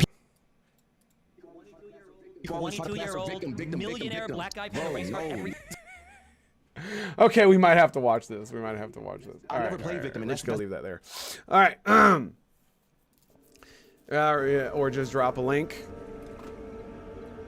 Okay, so there has been a new drop for inclusive language for a certain part of the female anatomy. The new inclusive term is called bonus hole. I'm sure that a responsible and reasonable adult can guess exactly what that's supposed to mean. That better? Or am I too much of a jackass now? Let's see. I could drop a link. I haven't... oh, yeah. Here you go. Here you go. I haven't watched this video yet, but this is by a guy I watch often, so there you go. I actually heard it first from Anna Kasparian from the Young Turks when she was doing an interview on Adam and Stitch or Sitch or whatever the fuck it is. And she was like, yeah, I don't like this. And it's like, yeah. Like, there's like two people that on the left I have been totally shocked at the like turnaround that they've kind of made. Brianna Wu and Anna Kasparian. I am blown away by both. Mainly because of how much more reasonable they've become over the last year or so that I've noticed. Specifically Brianna Wu. She still maintains the like Gamergate narrative and exactly the way the narrative that she wants to push, and I agree that from her perspective it probably happened a lot that way, but the more like overarching picture that she paints with it, I don't agree with. But aside from that, wow, that thing's 200,000? Bless and thank you. But there's a lot more stuff that she's been pushing that I'm totally down with. Ugh.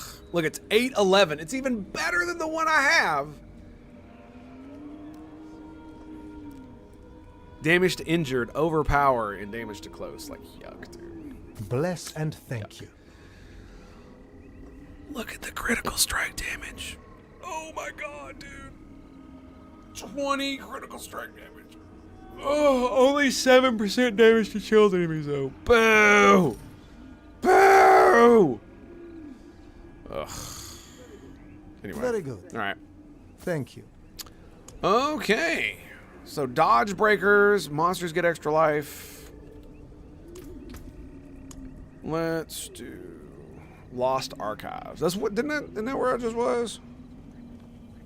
Yes, that's where I just was. Dodge breakers, monsters gain. Non-boss monsters. Yeah, let's do this one. Yeah.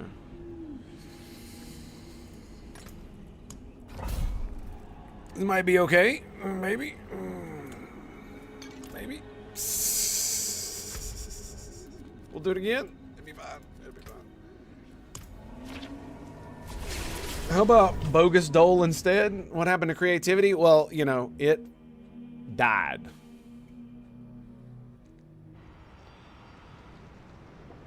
Along with all sense of humor.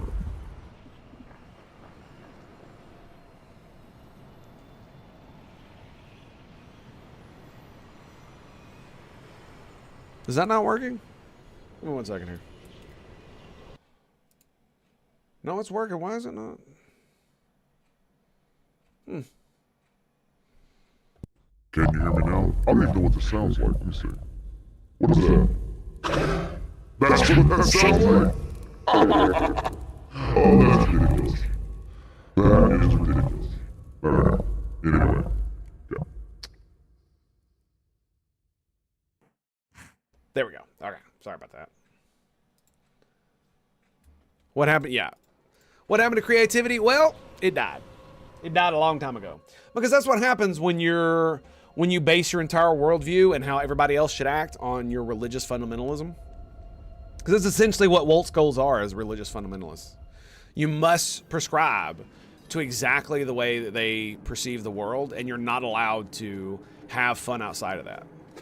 And one of the things that makes humor and something like actually creative is that it rides that balance between edgy, between too far and just far enough. Because if you don't go far enough, then it's not funny, it's not edgy at all. If you go too far, then it just, you know, turns into badness. And so you have to ride that line. And unfortunately, like, it's one of those things that's been very prevalent in entertainment lately. And it really does feel like it's everywhere, is that all the people who got famous for doing super edgy stuff back in the day when we were younger, so to speak, have basically now turned into woke skulls because they want to keep the popularity and not get canceled. And so, like, one of the biggest, I think, is probably H3H3 that I can think of right off the top of my head. And the reason I say that is because if you look at it, like, he will, like, all the edgy shit that he did, he would get canceled for now. And he would cancel someone, and he would berate them and woke scold them for doing what he did back then. And it's just, it's like,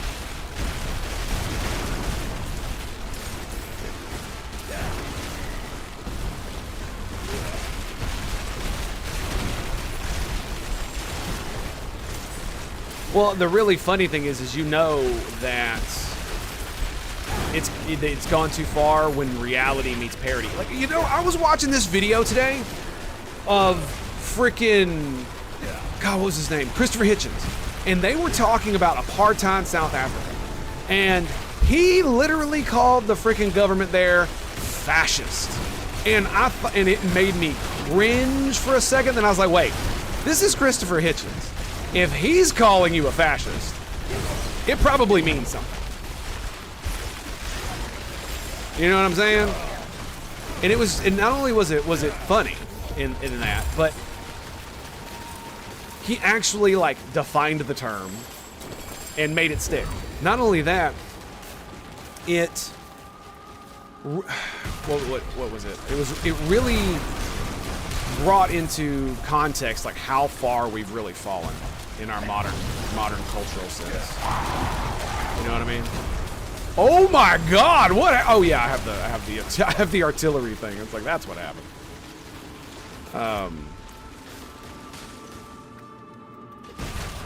So yeah, they're dying so fast I can't actually get mana off of them because the artillery's running.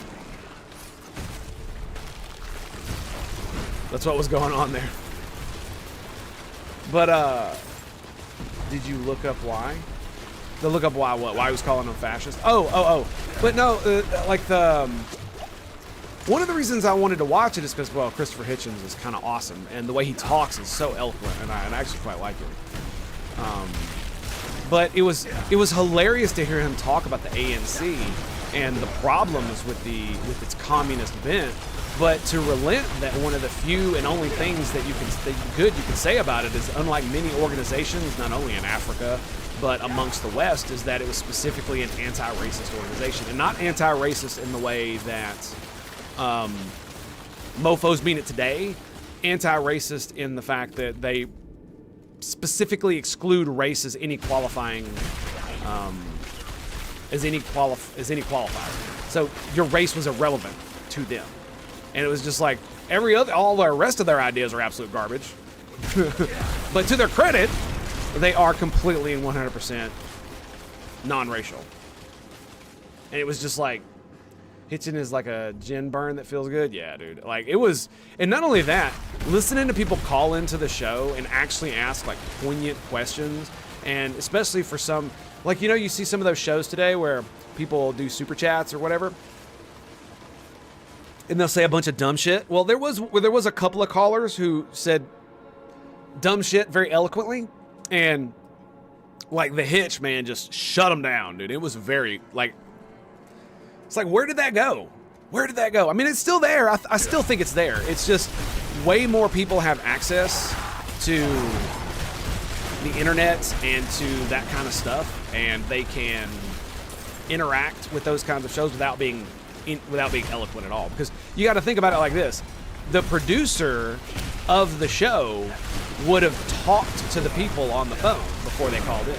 I've definitely done call-in shows like that before. I used to do it with who is it? Phil Valentine? I think he's dead now. Uncle Phil? Yeah. I quite liked his radio show. Mainly because I love listening to... This is going to sound really bad. I love listening to stupid conservatives talk shit about things they know nothing about. And I loved calling in just to mess with them. It was quite funny. Especially when they would talk about things like the Satanic Temple or religion and stuff like that. I did a bunch of that stuff. It was way back when I was way more edgy with my atheism stuff. But anyway, but just like the like, yeah. But anyway, I interacting with that kind of thing. Crap. I'm losing my train of thought because I'm trying to do this dumb shit. Okay. Anyway, but yeah, it was just a really interesting video to watch him interact and talk about that kind of thing, because you know I've seen a lot of good stuff about Nelson Mandela, but I've also seen a lot of bad shit about him and about the horrible things that he did. And yeah, he did, but considering what the South African government was doing, I mean, it doesn't justify it, but it's understandable. And the reason I brought it up is because the woke scolds have a similar issue. So I've ever called in this term Mix-a-Lot. We get a show. Very nice. Well, I used to call in and talk about stuff like climate change, because it's one of those things. It's like I bitch about science and about climate change all the time, but when I hear mofos say that the entire thing is a hoax and that the planet is not warming, CO2 is not doing anything, and blah blah blah blah blah. It's just like, oh my god, dude. It's like, why do you have to be so stupid? Anyway. Oh no! Holy shit. Okay. Anyway, now that my heart's done skipped a beat, now that we're done with that, the reason I brought it up is because he brought up the fact that the absurdity of the apartheid system, the way the South African government had set it up, showed itself to be a parody of itself, just like the woke skulls do with shit like, you know, bonus hole and all the other nonsensical bullshit that they come up with as ways to be inclusive. And it basically makes reality and parody, it basically makes it to where you can't differentiate between the two. And it's just kind of, and I just thought that was kind of funny. That was a long way of saying that, man. I tried, boys, I tried.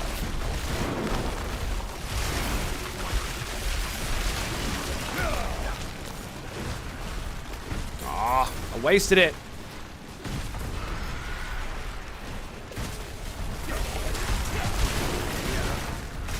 So I'm actually having a lot of fun with the Blizzard build. Now that I'm using one-handers and like, look at the explosion radius, dude. It's huge. Huge. Uh-oh.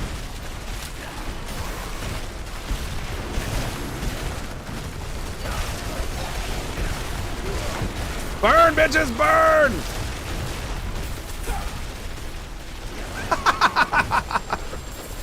It's so fun. It doesn't do that much damage, but man, it is hilarious. It's 6,000 per second, so that's pretty good, right? That's pretty good. Oh shit. No! Oh god.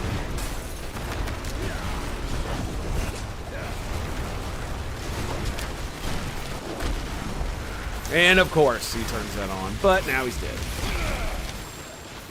Dude, that thing right there was messing me up so hard because I couldn't tell if it was part of the fear thing or not. But yeah, this is why a lot of times when I talk about myself, I try to do the whole like fence sitting bounce rack bullshit, and a lot of it is because I have my problems with things like science. But if someone were to literally come out and say vaccines as a whole are dangerous and they don't do anything and nobody is saved by them, well, it's like, I'm not going to agree with that. That's freaking stupid. But it's like if someone has legitimate, you know, questions about it and stuff like that, well, it's like that's, you know, reasonable. But that doesn't mean that they're ineffective. They're like a fucking miracle, dude. As a whole. So it's just like, there's, and the problem is that most of the discourse on the internet is either one extreme or the other, and no matter what position you take, if you say anything, like, for instance, the thing I just said, everybody on the extreme left would be like, oh, he's an anti-vaxxer, and everybody on the extreme right will literally say something along the lines of that, you know, I freaking took like 50 jabs or something, and like 30 boosters, you know what I'm saying? It's just like, dude. And I didn't even take the damn thing because I live in the middle of nowhere, and I don't go out and I don't leave my house. So I didn't see why I had to take it. So I didn't.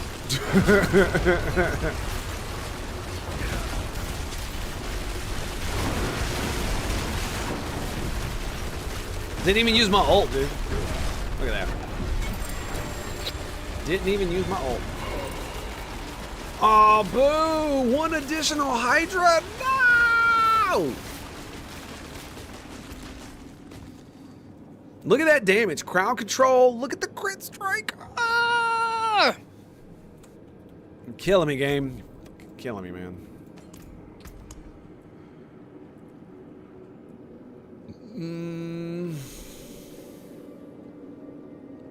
Wait, what? Was this like a level 40 dungeon? Is that what this was?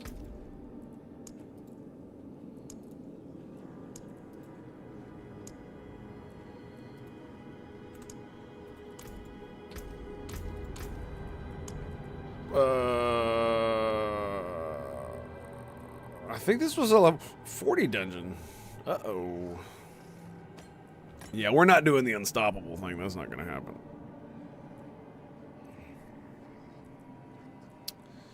Yep. 53, armor break, poison resist, suppressor. Ugh, dude, that sucks. The shadowed plunge. You guys want to see some... Whoops. I forgot it would just kick me out of the dungeon. Whoops. Yeah, so let's go over here. So we got some hell tides going on. I'm not really interested in that right now. Not really interested in that right now. Okay. Before we go do the shadowed plunge.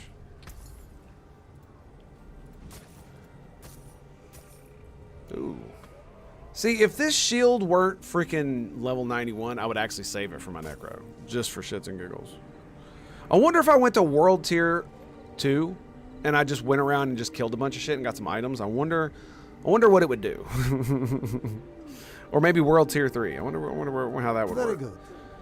Thank you. Injured, crowd control, overpower, burning. I really wish you could roll more than one stat, dude. I really do, man.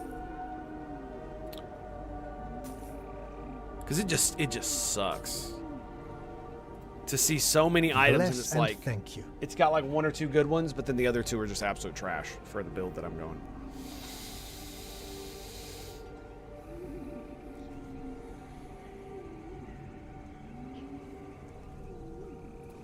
You know what I mean? A fine deal.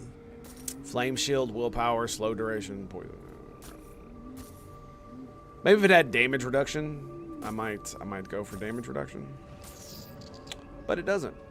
I mean, that one has damage reduction, but I don't need pants. 1 extra Hydra. So you can pop 2 Hydras out? That's kind of cool. I might keep that for the lulz. For my enchant build. Yeah. Not that I'll probably ever do an enchant build, because they kind of suck. But, you know, it is what it is. Alright, Shadowed Plunge. This is gonna suck. Because this has got those snakes that do the body charge that will seriously just insta-gib you. But, if I'm not mistaken, it has very tight corridors, so it should be relatively...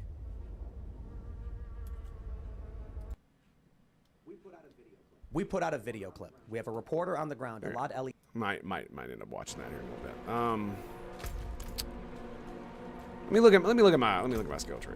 I do not have that. I have this instead. I mean, I could lower. You know what? Let's lower the vulnerable damage and grab the damage reduction there, because I've got 3 in this anyway, right? So it'll give me 12 to it anyway. I almost feel like I don't need these. Let's do that. Let's see how well this works, because I have really good chill anyway, and I have freeze and all this other bullshit. Let's see how well it works without that.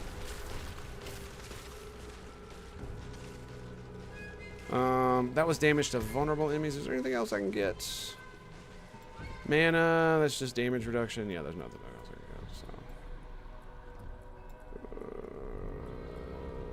so. Okay. I mean, your barriers have increased duration, actually. We could do full into that. 15%. I really don't know how that was, if that's going to help at all, but I mean, better than nothing, right?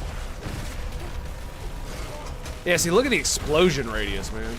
It's so good. Yeah, it seems like I don't need any extra barrier nonsense.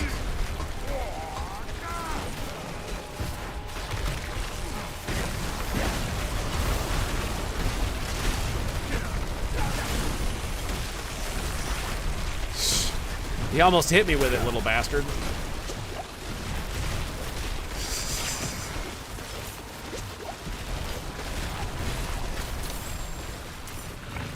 Pretty good. Pretty good. Okay. Oh, we got to do the prisoners. What am I doing? Uh-oh. No. Bad cultists. Bad. How dare you, sir? Yeah, 2, 3, 4, 5, 6. Okay.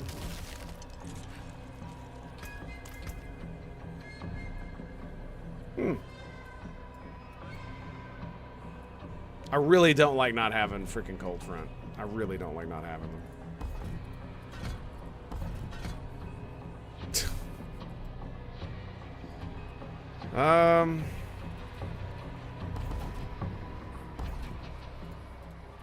Let's do that.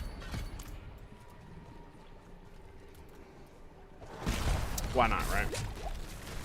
Just keep trying.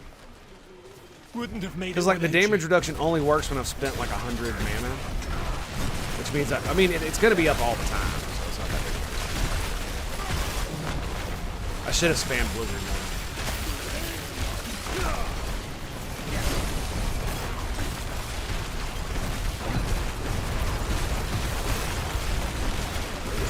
There it is, boys. Very nice. Very nice. You see the explosion radius of those boys, huh? Look at that shit. Pretty good, man. Pretty good.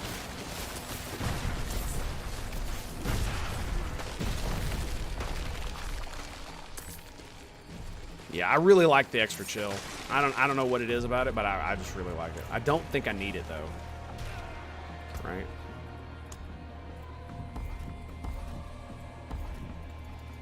Yeah, let's keep it like this for a little bit.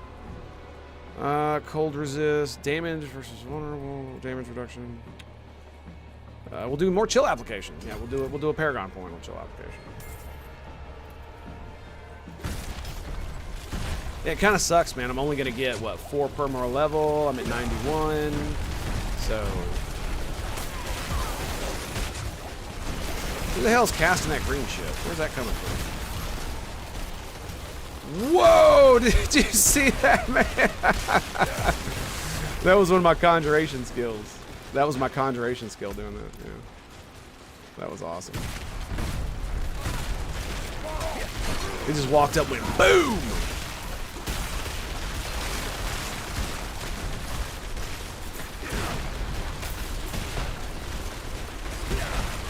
You see what I mean about the chill factor? It really doesn't. It really doesn't seem like I need it. With so much Blizzard.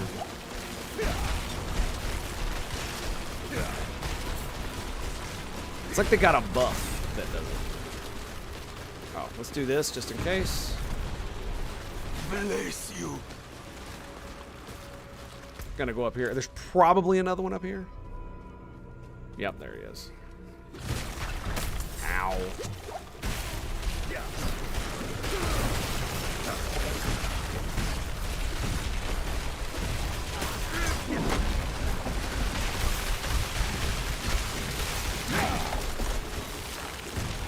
Yeah, like I said, look at how big the explosion is. Wouldn't have made it without you. That's crazy, man. Crazy, baby. Crazy.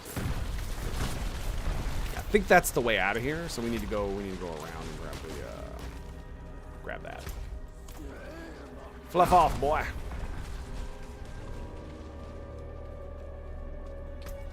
All right, so we have 3 in barrier. Yeah, okay. All right. So that with that, yeah, okay, all right. It's only 15%, but I mean, we're giving it a go. We're giving it a go.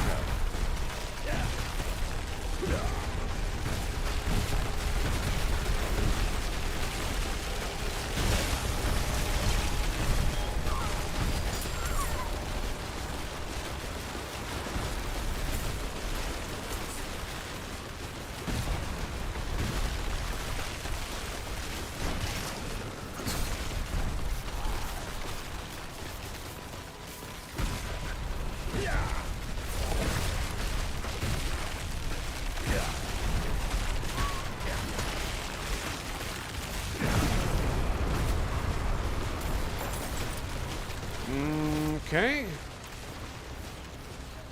Big group of dudes.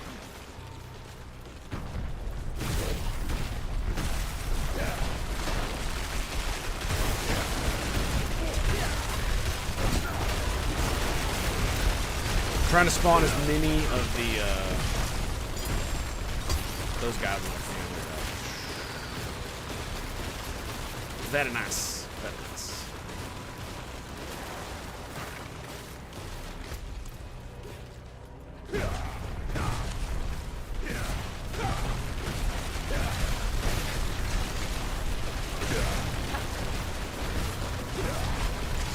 Should be good. Yeah, it does seem to be working fairly well, that's for sure. The hell hit me?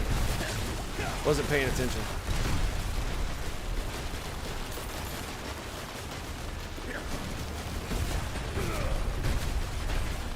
Like, nope. Nope.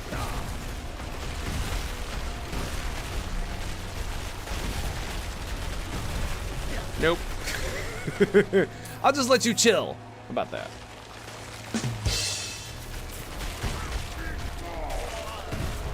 Ah, he's immune. No, he summoned some snakes. Little bastard.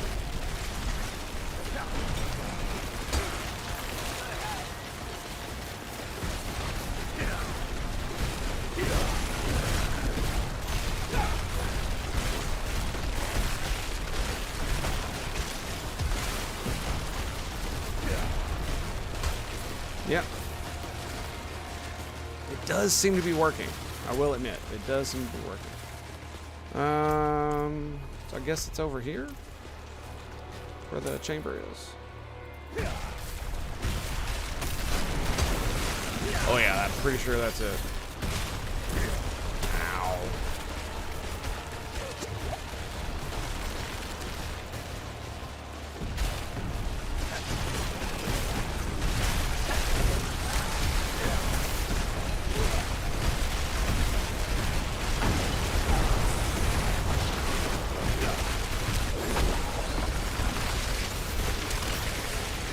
Whoa! Gotcha, bitch. Oh god, no! Dude, that's so dumb! Like, freaking I was damn near full health. And it like grazed me.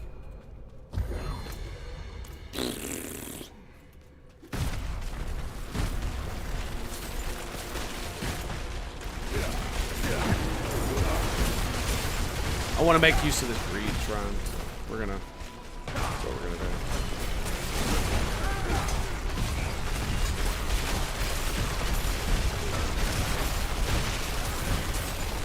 Wait.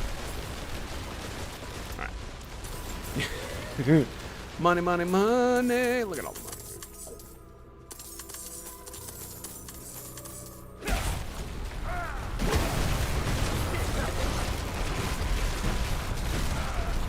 Boom. Yeah, that sucks, dude. That really sucked. I don't really know what else to do other than that, right? Like, I ran right through that flame. And one shot.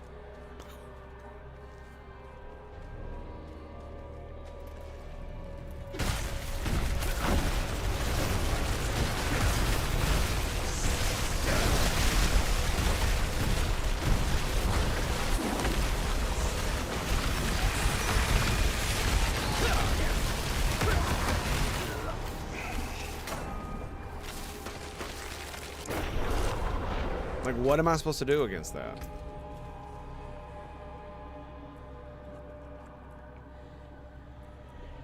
Why are my boots damn near broken? That's so weird.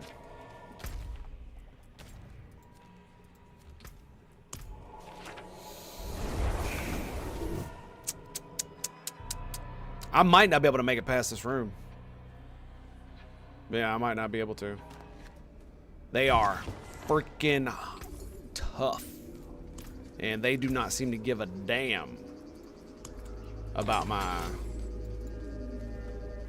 frost stuff. Even with all my damage reduction, like you saw, dude, boom, instant. Soon as I came out of ice block, they all attacked me.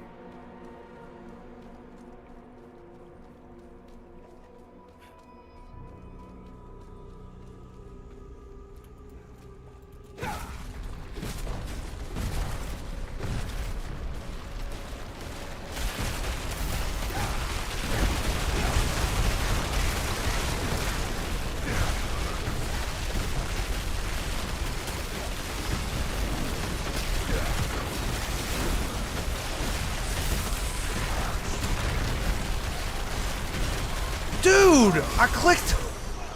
Oh my god, dude, I clicked the button. It's so dumb.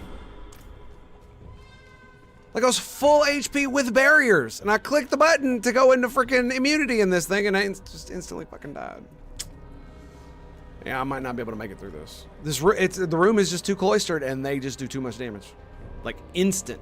Doesn't like I have all the damage reduction. Like that's the crazy thing, man.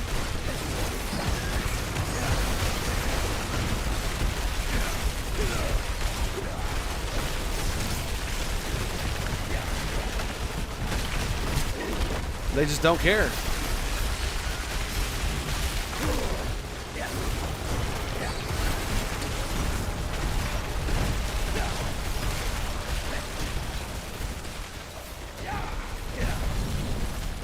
Dude, he still hit me. Look at that. That's bullshit.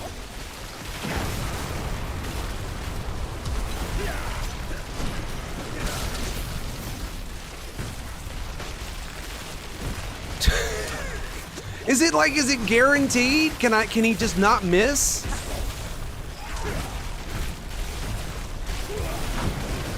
There we go. And I'm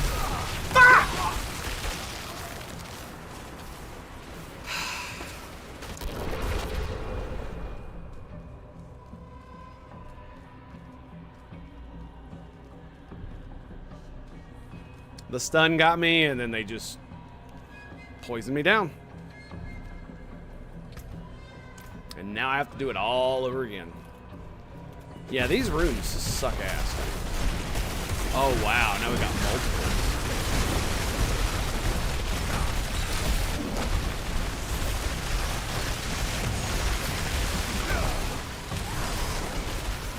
Look at that. It's because they all charged me at the same time.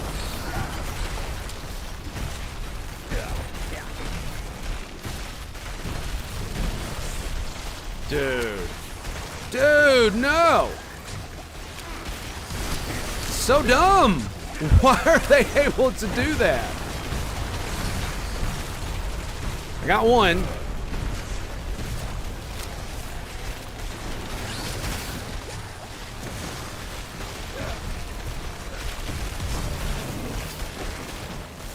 Oof. I don't have the mana. I don't have the mana! Damn it, I shouldn't have done that.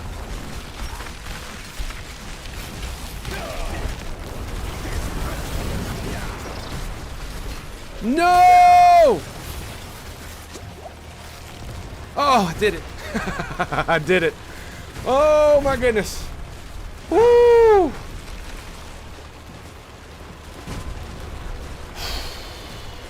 Bruh.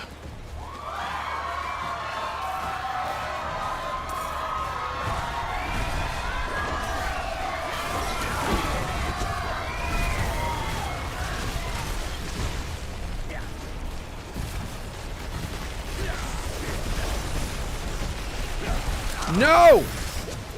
Dude. Bullshit! Stop!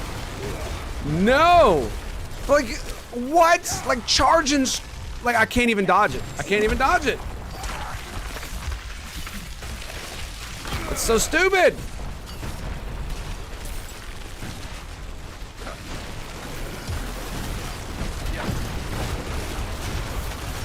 Like, why would you make it an undodgeable attack?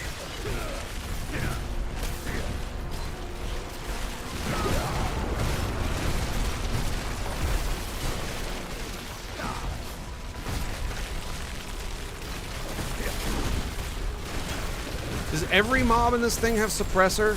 They do. Okay, well, that explains it. Yeah, dude, the guys that, the ones that charge you, like, they charge. Why is it not like in a straight line? Like if I dodge to the side, they whip their asses around and still hit me. How am I supposed to fucking dodge? Am I supposed to just dodge straight behind them? Is that what we're supposed to do?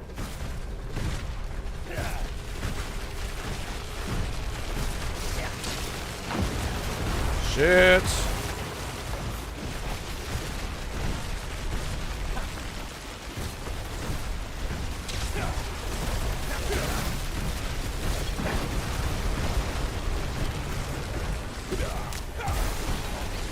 Yep. Bury your fangs in that, asshole.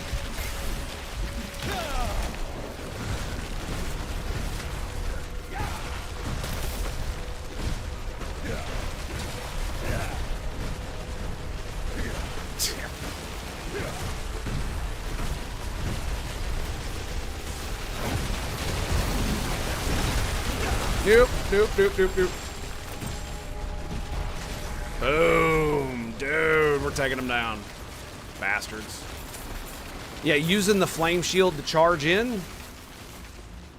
The problem is that we're gonna get more spawns here in just a second, which is gonna suck. Dude, look at the damage. It's barely moving. And I'm just spamming it.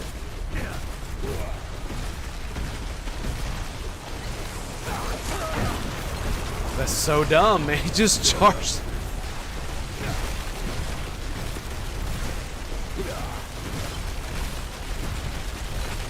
Oh yeah, he's just completely immune to it. No big deal. Yep.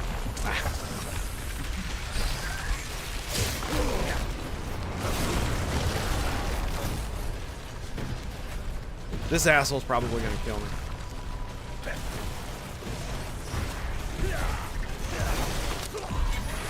What'd I tell you? What'd I fucking tell you, man? That's so bullshit, dude. It's almost like guaranteed damage, no matter what. Insta-kill. Like, what was that?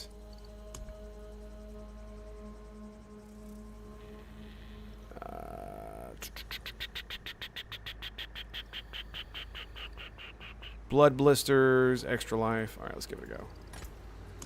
Let's give it a go.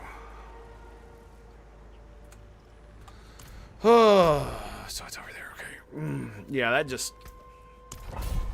Like, yeah, the snakes, man? Like, what the hell, game? Like, it seemed like no matter where I went or what I did, they were gonna charge me and hit me. So, like, I couldn't escape the damage. Okay. A fine deal. All right, let's turn on some fun shit. Let's watch some stuff. So let's do.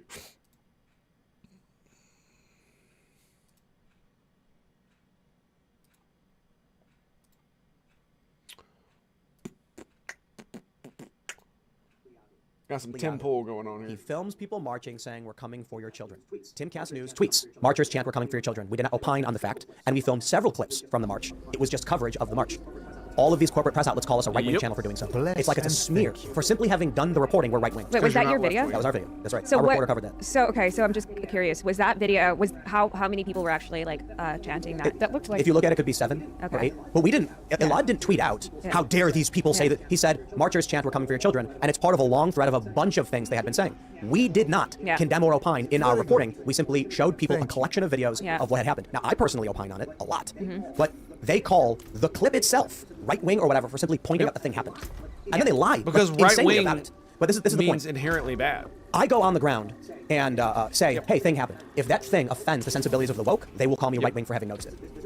This is what left and right means. If you stick to the facts, you're right-wing. If this was actually... That's not how that works. Okay, but also you pick certain things to cover, and they pick certain things to cover, and those, by choosing one thing over another I mean, that thing, works for the woke gold, sure. That is a type of narrative, too. You can't accuse someone of having political values for choosing to cover a story. Yeah. Well, you can if you choose to cover one story, not another story. Well, how they and not put another thing. And how they treated Tim. That makes Tim. literally no sense. Why does it not make sense? So Anderson Cooper is pro-war for covering war? That makes no sense. No, but if you only cover one side of a story and you don't cover another side of What's the story, the side of the story in filming a Pride March? No, but if you put a particular clip on, right? You say there's all these things happen. It's like this. Okay, when we had the truckers thing in Canada, right? And one thing that the media did is they only put out the pictures of the Nazi flags, right? And then the rest of it was not Nazi flags, right? Well, level 54 right? all the time. But that's what I'm saying. By only covering, but that's what I'm saying. You build a narrative by only. But so in Lot's thread, for example, if you want to go back to the thread, it showed the entirety of Pride. It showed a lot of different angles of Pride. And but what they did to Tim, if he covered it in general, then that's not. So it's smears. That's wokeness. What they did to Tim and a lot just for covering something, for showing truth, for showing reality, and then smearing him as right wing, smearing him as a Nazi.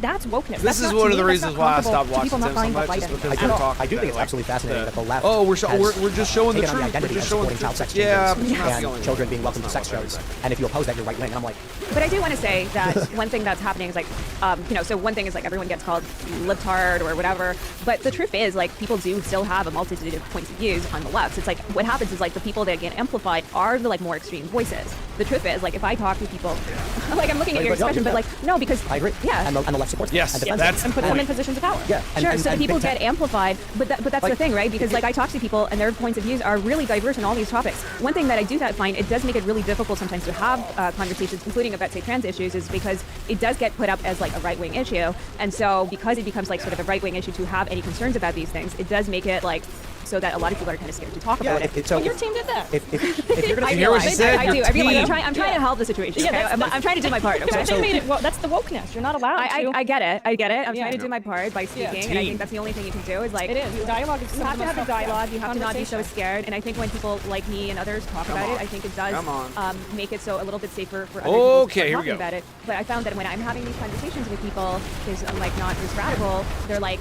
When we have these conversations, people are much more sensible about these things. But because the point of view that they're being, like people on the right are being presented with, people on the left are being presented with, they think that everybody's view is just that radical one, and that's all that's being heard, and that creates like a false narrative and false perception of reality of what people think. I sort of agree, and most of disagree. If you have a leadership structure that you support, that espouses certain views, and then you say, but I personally disagree, sure, but you're lending all your power and support to that views you disagree with, that makes no sense. On the right, you have everyone fighting with each other and arguing all the time. Yeah. You know, I can have somebody on this show, and I will state my opinions on like progressive taxation, or argue with libertarians on whether taxation is theft, argue with pro-lifers on Christian abortion things. Oh, we got him. Those We are got things him. that happen all the time. On the left, they're either No! so I'll just let the craziest I person. couldn't have a see his microphone. explosive bullshit because of his god. No, I agree. I think that's a huge problem on the left. I think the left needs to have more disagreements. I think they do need to have way more voices represented. I mean, I think there's a huge political issue as well where you have like really two sides and two candidates every election. In the U.S., in Canada, it's the same thing. Essentially, well, in Canada, Yeah, you I must have really been running only like a have level 40. pretty much, because the other parties don't have any real power. So it's very like that creates this, like power structure-wise, you really don't have really voices. And so if you don't really agree enough with like one side or the other, Dude, this enchant sucks ass so bad. Only if you're pandering to leftists. Yeah. Well, you just said a couple minutes ago, you said, you don't feel safe talking about certain things with leftists. And there are a couple items like that on the right, but for the most part, there's a lot more dialogue and conversation and diversity of opinion on the right. Whereas the left, It's such a pain in the ass. Yeah, it didn't Because it just chases you wherever you go. Quite as bad as that until maybe. I think it's like maybe 5 years now that it's been like that. I didn't used to feel that way. But that's the embodiment of wokeism, at least to me. I think that's the whole. Well, that is a problem, and it needs to be changed. Like, and people need to. And the only way to really change that is through more conversation, more people being like, look, I'm going to. And she's got teleport, have man. these conversations that are dangerous. And what I have noticed is like I have chosen to speak. Like I've chosen to speak to people from different ideologies. I've chosen to speak to my own groups. I probably shouldn't have done that. Dangerous topics, and it's like honestly, it's Yeah, this scary like at this first, is not and then really you cool. feel more and more comfortable over time. But it also other people Like, I feel like can't break after through you her do that bullshit. after a while, it feels less. I'm gonna so, run but out also of- other I'm gonna run people out of then feel more health comfortable pots. to be honest around you. And now I feel like I'll do it in all sorts of spaces, and actually it's like way more fun than people think. It's a cult. Wokeness is a cult. The left has been dominated by a cult. I mean, I agree with the cult. I agree with they have original sin. I'm really fascinated by this. Privilege is original sin. It's a and Peter Doji talks about this. It's a non-theistic religion. It follows so much of, back in the day when Yes, you have it this absolutely atheist is a movement, religion. the complaints many of them had was specifically about the cult-like adherence to certain moral orthodoxies, which now is the left. It explains it. The fear of being an apostate is remarkable. So we're talking about a little bit before the show. I think Timcast is a perfectly centrist show. Perfectly centrist in the people we have on, in the opinions of the principal individuals of it. Conservatives would disagree and agree at the same time. They probably say, well, you're fairly liberal, Tim, I see what you're saying. The left will say, absolutely not, you're a right-winger, period, end of story. Because for the left, there is no center. You're either on the left or you're a right-winger. Yep. To the right, you could be on the left, you could be That's center, not you true. could be Don't be that apolitical, way. because there's an honest debate and there's a cult. Yeah, and I said that They're I felt absolutely like right-wingers kind to say of that shit. a little bit more right-leaning as opposed to.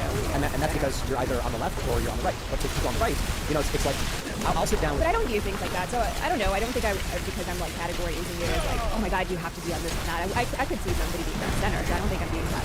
Just fair. Oh my god, dude! I can't escape the wall or shit, dude. All right, we're gonna turn it on something else here in a second.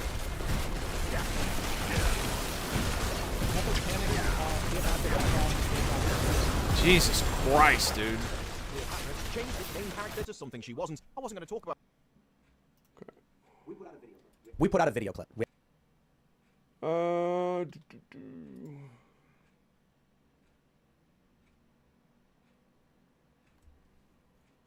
Let's see. You know what? Screw it. Let's see what this is about. That's the crazy thing about it. White people always try to pass 22-year-old millionaire black guy playing the race card every. Giving loser ass even attention because that's just what they crave, bro. Then when you give it to him, it's like, bro, he couldn't wait to release all the black. That doesn't even like It's like, so he couldn't wait to release all the black. What? Talk to me more, Victim Andy. Like, bro, what is the struggle? What is the obsession with like framing me as like something like racist, like Jim Crow era? Like, well, I mean, you are a racist. It's actually the cringiest shit in the world. Oh my god. You don't bow down to the power for black people that you release from high speed. You know that? Does this guy think like if he's trying to like catch a light and it turns red too early, is he like complaining about systemic racism? Like Jesus Christ. Like, bro, get over yourself, dude. Dude, you know what I mean? Wait, why the Bruce? Hey, thank you for the 10 gift of subs, but you are literally a racist piece of shit. You're one of the most disgusting motherfuckers. Steve, how about you rebuild the bridge for 1 second, huh? No, Bruce, you're racist, but it's against white people, so it's totally understandable. Little Steve over here is Hispanic, he's Cuban, and we'd like you to hop in DC right now. No, what the He gets mad because he thinks I hate black people, but then he openly hates white people. That's uneven. Okay, I can't abide. Yeah, but hold on, isn't it because he sees it as black people have been oppressed for centuries by white people? Yeah, but then doesn't he a streamer like 19 years old? What are you talking about? God damn it! Have to stream 10 years to get to the position he's in. It's not like it was handed to him by affirmative action. When you when you're talking about how long you've been streaming, when you started streaming when you were in recess, all right? I don't know if it counts the same, all right? Oh, hey, what's up, buddy? What's good, Destiny? How you doing, man? Just hanging out. Always amazing, always amazing. I gifted you subs yesterday. Yeah, I saw. So why didn't you say thank you and follow me back? Like on some regular streamer, friend, Hogger, WL, conjoining type. You get him like 10 subs. You think $50 buys a follow from him? Actually, it was $20. $100 doesn't buy a follow either. Destiny, you remember when we met? No, when we met. No, you remember when we met? We met in Austin. It was on our great late friend Miskiff's balcony. See, y'all think I have an ego, chat. This is an ego. Okay, hold on. Chill. You know, this is an ego. See, I'm coming in here on some respect. Come on. Right? And then when I get irate, when a black man gets irate, they want to say, oh, he's yelling. He sounds ignorant. But you're egoing me. All right, it's okay though. I met you, Destiny, and you know you said I'm racist, which is kind of true, towards white people. Ugh. So when I met you, did I spit in your face and then bend you over there from the back type shit? No, is that the only way to be racist? I mean, but I feel like that's what you think. Like, you think I see red when I see white? Oh my god. Well, I don't know. It depends on what they're doing. We might actually be able to kill this. They're calling me they're telling me to go kill myself and sending the police. Did I do that too? Did I miss that? No. Oh my god. You didn't do anything. But no, you said when I came back to Twitch, and you didn't really understand the reasoning as to why I was saying what I was saying to those people. Because you say, and you're not racist, right? I think he just. I mean, I don't generally say those words. I don't think I'm racist. He's playing Diablo. That's hilarious. Hang on one second. It's like I'm debating on whether or not to freaking watch this video. I didn't actually know it'd be like stupid drama like this. I was actually hoping there'd be some like, you know, actual politics going on here. It was gonna be about. I want to put this shit to the end, bro. Oh well. Oh well.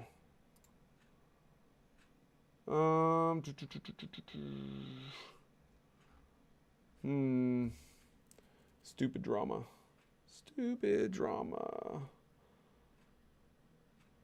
Okay, let's do this one. How would you defeat that? How would you go about? If you want to, so for people that are really well practiced rehearsing these types of things, you have to have a very absolutely. Old a year ago, but I was in corporate America for 12 years. No, 15. You're in this space, you've got some experience, you want to talk to people. What, you said, real quick, back up. You said you worked in corporate America. What is like your job prior to this? I worked for Johnson & So Johnson. red pill coach. I know. I can tell you that too, because when you came in, my door handle was kind of sticking to you. Ask Destiny how to combat red. Okay, so corporate America, worked for Johnson & Johnson. Yeah, so like I've done that whole world, and it was not necessarily very fulfilling. So I did a lot of work on myself and did a lot of therapy, lots of attachment, lots of, you know, lost my dad at 10, classic like daddy issues. Okay. Yeah, so just wanted to understand men at a deeper level because I couldn't really vibe with them. Like the relationships were always ending. There was always these like cycles, things that were happening. So I'm like, all right, there's clearly patterns. There's clearly something happening here. It might be me, might be them. I need to figure this out. Okay. But and I guess was this prior or post engagement separation? this was after engagement. So we had a huge, you know, it was like 6 days away. Yeah. Can you say what happened? Yeah, he was. I kind of muted him. Okay. He kinda, And it took you 6 days before the wedding to realize that? yeah, but it was like respect was not a cornerstone of the relationship. Like it was. He was me and I was me. Oh, sure, okay. We were like solid. Is this the elite? Yeah. How long you guys before? How long? He is not an animus character. Or before the break, I guess. Not really long. Not really long. We lived in Texas at the time, so he was. We were both. That's what you do in Texas. You just get married at like a certain. The damage, dude, it just So, keeps you know, I on had going. these Catholic, 4 older brothers. This is the next step, right? Like these are the things that you're supposed to do. You're supposed to get married. You're supposed to have kids. Like take these steps, and you shall be free and live on. And when you said you weren't dating for long, does that mean like 2 months or like 6 months or like a year before you got A engaged? year. Okay. A year. Not So too bad. it was decent, but. You know, he had kind of severe social anxiety. I'm kind of an extrovert. Whoa, you know, so that really lightning kind of shit did a diverging in our lot of value damage. systems. But at that point, it was like, all right, you got to break up. You got to figure out what is causing the breakups, what's causing the patterns. Not that there's no fault. Like it was just take a minute. So then, fast forward, 5 years later, I just started posting shit online. I'm just having conversations. But then, I got thrust into this weird space. Okay. That's the red pill, and so I tried to stay away from it Dude. for a while. And now I I'm can't get anywhere near him why without not? just Fine. Hopping in on the back get end, my so there's HP some getting potential death throws right now. We're not probably sure. I don't really know. It's interesting because I was on what's her Saucecast or whatever. There it is. Oh yeah. And Adam, yeah. he's like a 21-year-old that just doesn't want to grow up. Like, what's As a friend of Adam, I'm gonna say. really? We're friendly. We're friendly. Tell me more. What about him? Well, what do you think? Like, what's the About what? what's the vibe? Because I don't know him that well, but I think that he aligns a little bit too much with some of the Red Pill stuff, so I'll kind of fight him on that. Yeah. Honestly, my biggest issue with him is I kind of feel like, I say issue, but we just run our shows differently. He tries very hard to like keep the peace. So if he's got like people in a show and they're giving a particular point of view, he doesn't want people like super fight and getting each other's throats a lot. But yeah, I think that generally from what I've heard about like finances, how to prove and stuff, I generally agree with it. And then once we start to wander to some of the dating areas, I feel like I disagree. Like, yeah, we've argued about this. Yeah. maybe that's the only. I mean, that's the only context that I have is just obviously one piece of the puzzle of knowing him for an hour. But I felt like he was recycling the same stuff. Yeah, and he's done a lot with like, I think he did a big show with Fresh Fit and everything recently too. Oh, so, yeah, I saw that. Yeah. Yeah, and your betrothed. But anyway, I'm just trying to understand. And then I went on Fresh and Fit last night. And are you friends with these guys? Like, is it just a show? Is it like? No, it's. I think they believe it all. I think they live it in their lives and everything. Yeah. And are you? It's really separate. Okay. I would say that I have a mutual respect for the one called Myron on the show.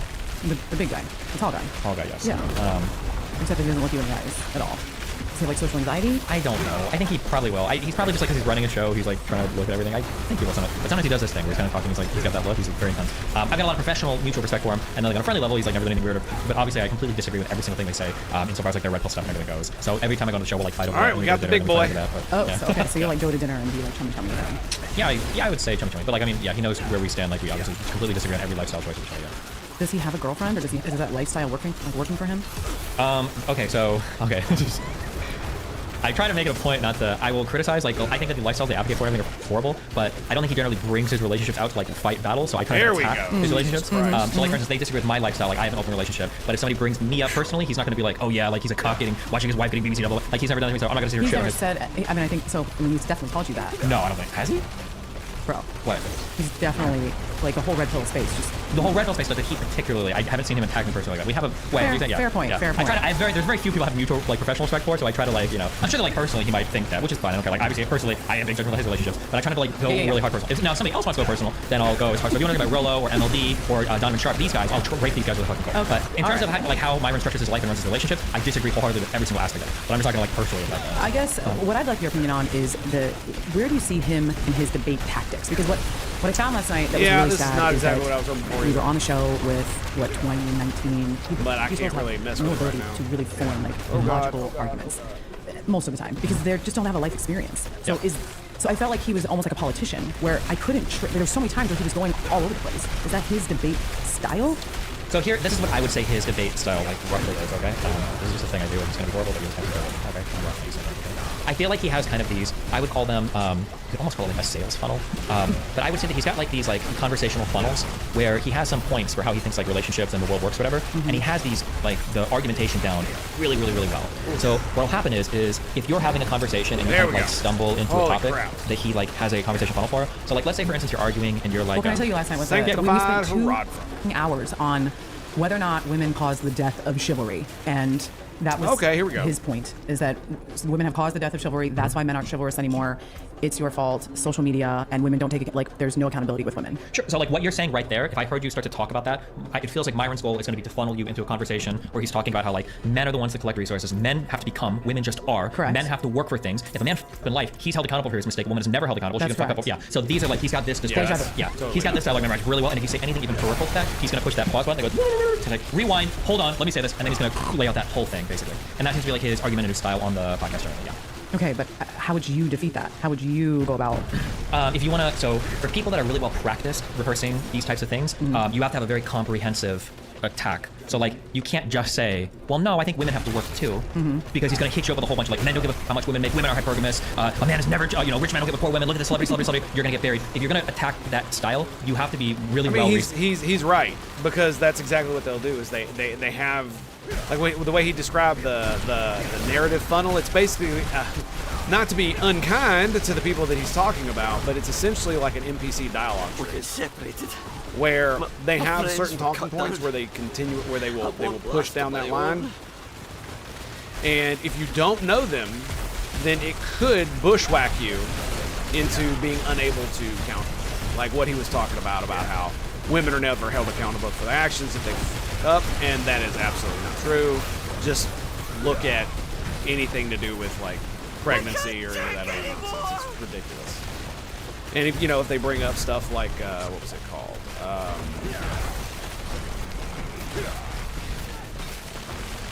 This is weird.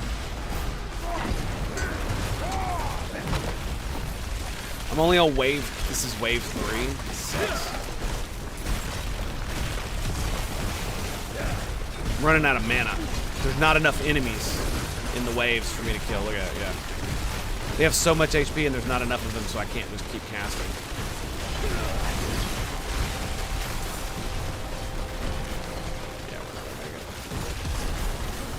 Yeah, nope. Oh, we did it! We did it! We just barely got it.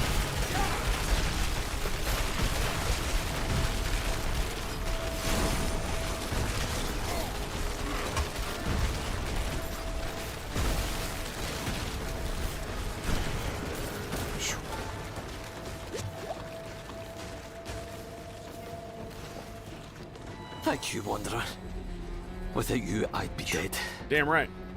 I think yeah, it's just like Oh, please, take this. Like anything to do with pregnancy.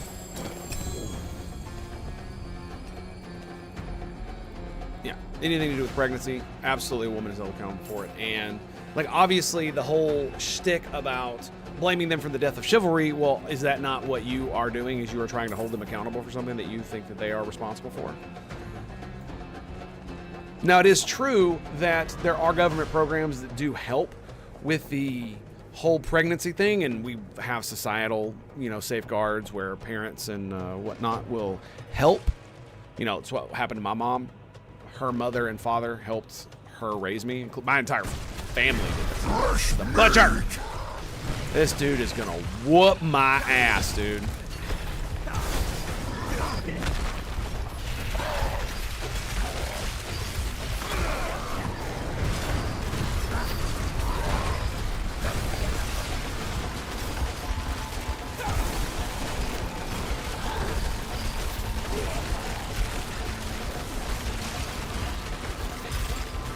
I'm using the freaking thing as a... I can't believe this is working as well as it is.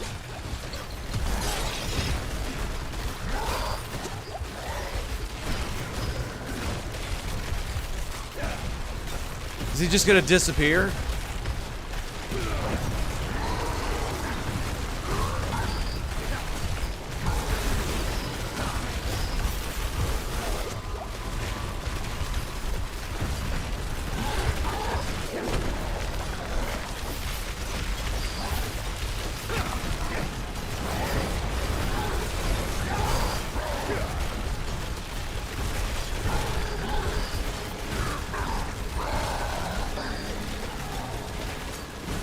Oh, dude, we are not doing nearly as much damage as I thought we would.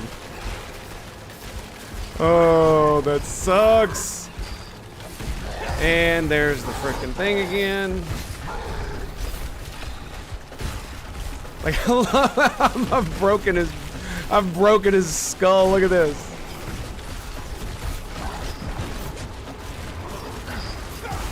Oh, dude, he's totally gonna kill me. He's totally gonna kill me. Yeah.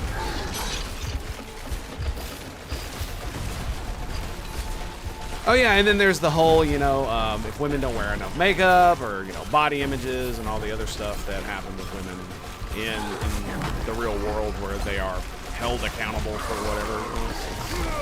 There's all kind, you know, it's a facetious argument on the face of it that sounds correct, because it's easier for women. Some things are easier for women in life simply because they are women, and therefore, by default, men are considered more expendable, stuff like that. Yeah, I'm not gonna have enough to kill him. Yeah, I'm gonna have to run away.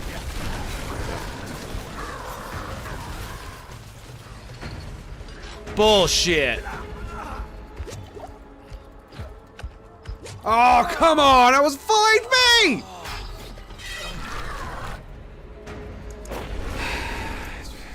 Yeah, I just didn't have enough faith. I mean, what am I supposed to do against that? He's like damn near nigh invincible. Like, you saw how long it took me to get him to like like 3/4 HP.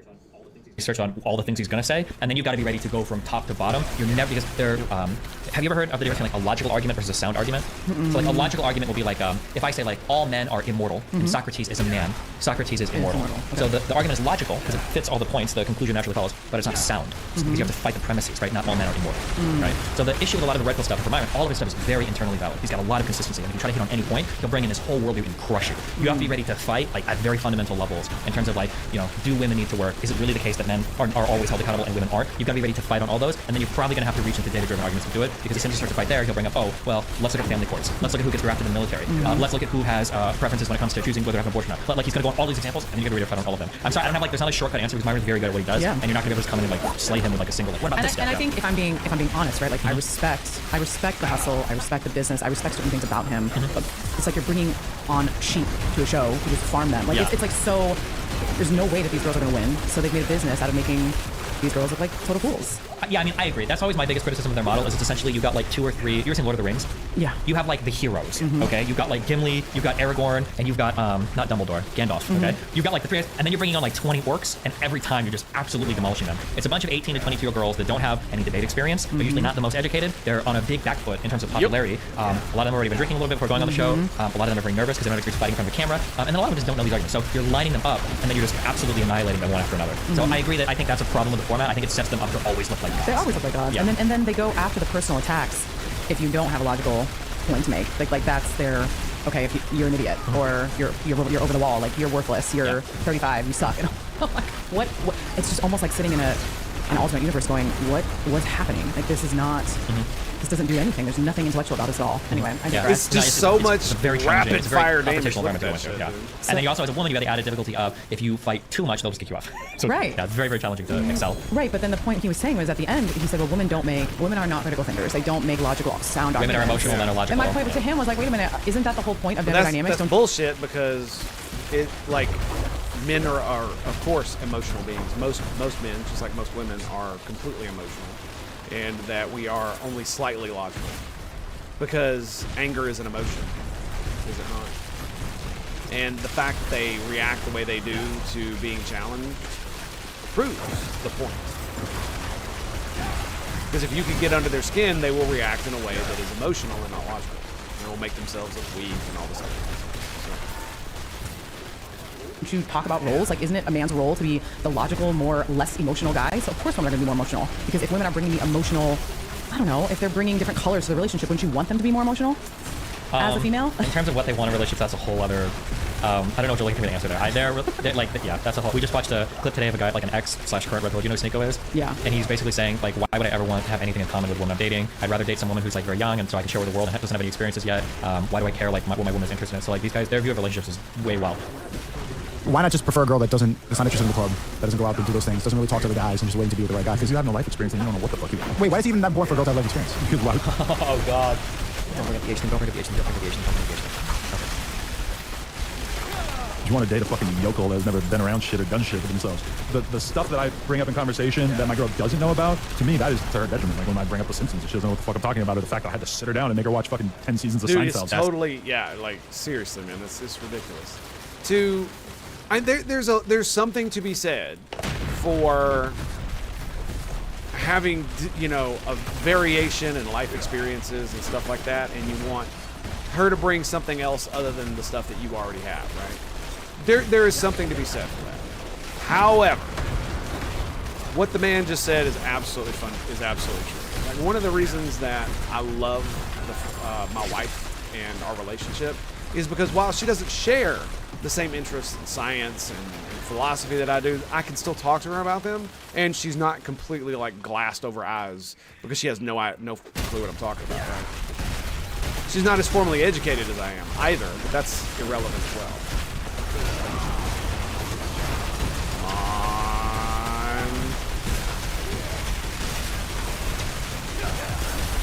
Oh! As soon as my shields wore off, dude.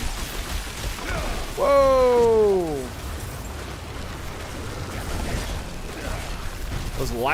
That lightning, dude. There it is. Yeah, dude, that shit's crazy. Shooting out of their assholes and stuff. Whoa.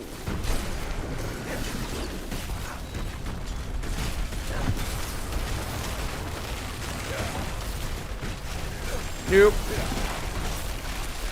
Yep. Stay inside the freaking frozen. Yeah, so it's just like, nah, dude, that's not something you want. It's just like the idiots who talk about how men shouldn't cry. It's like, yeah, shut the fuck up, dude.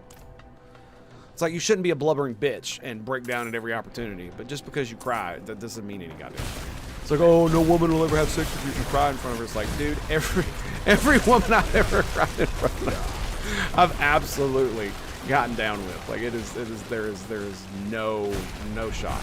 It's just, that is like one of the dumbest things I've ever heard. Sorry, I didn't mean to bring that up. That wasn't even part of the conversation, but it just kills me because it's like they think this like inability to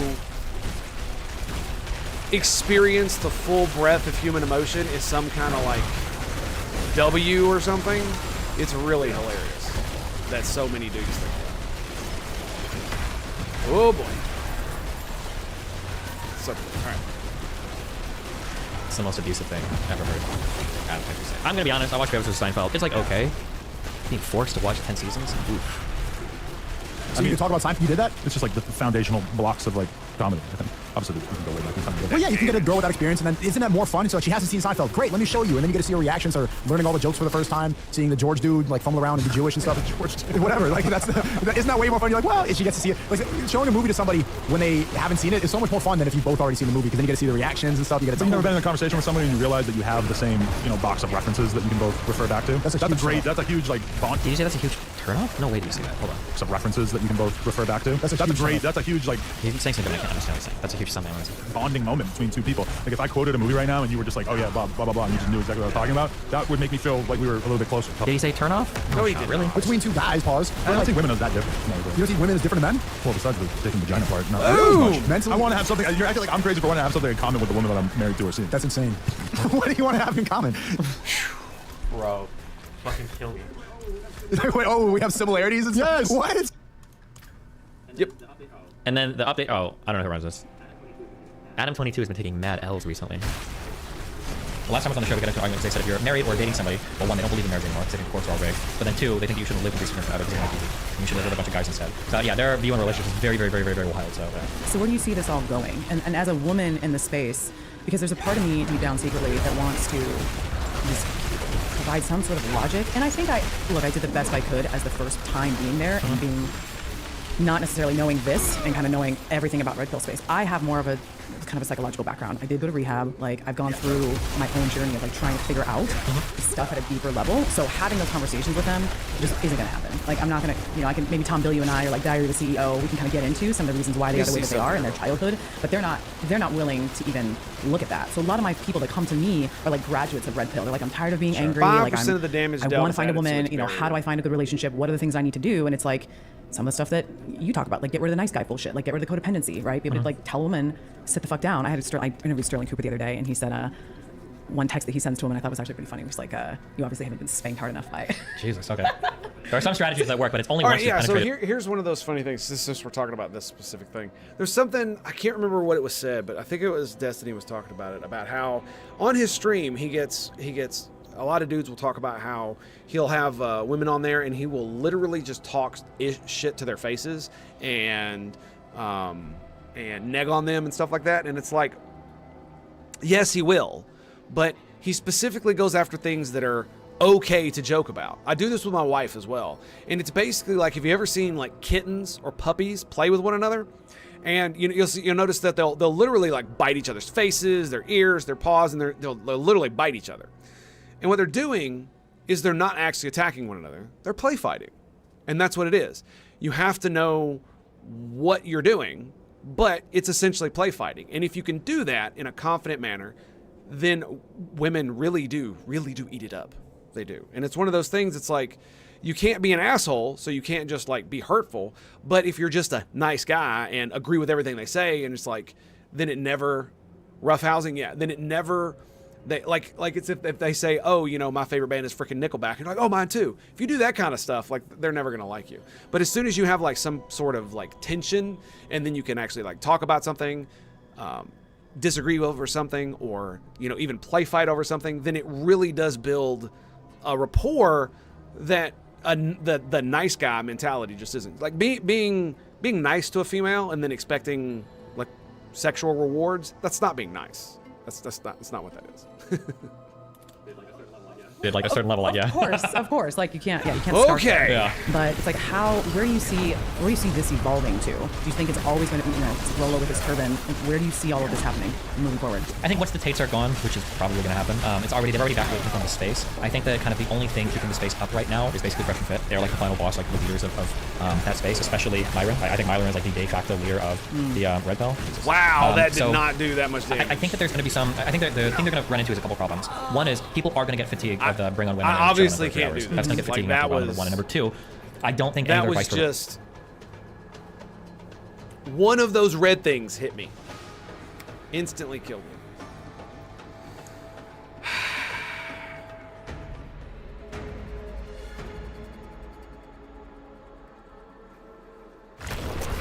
It makes me really sad.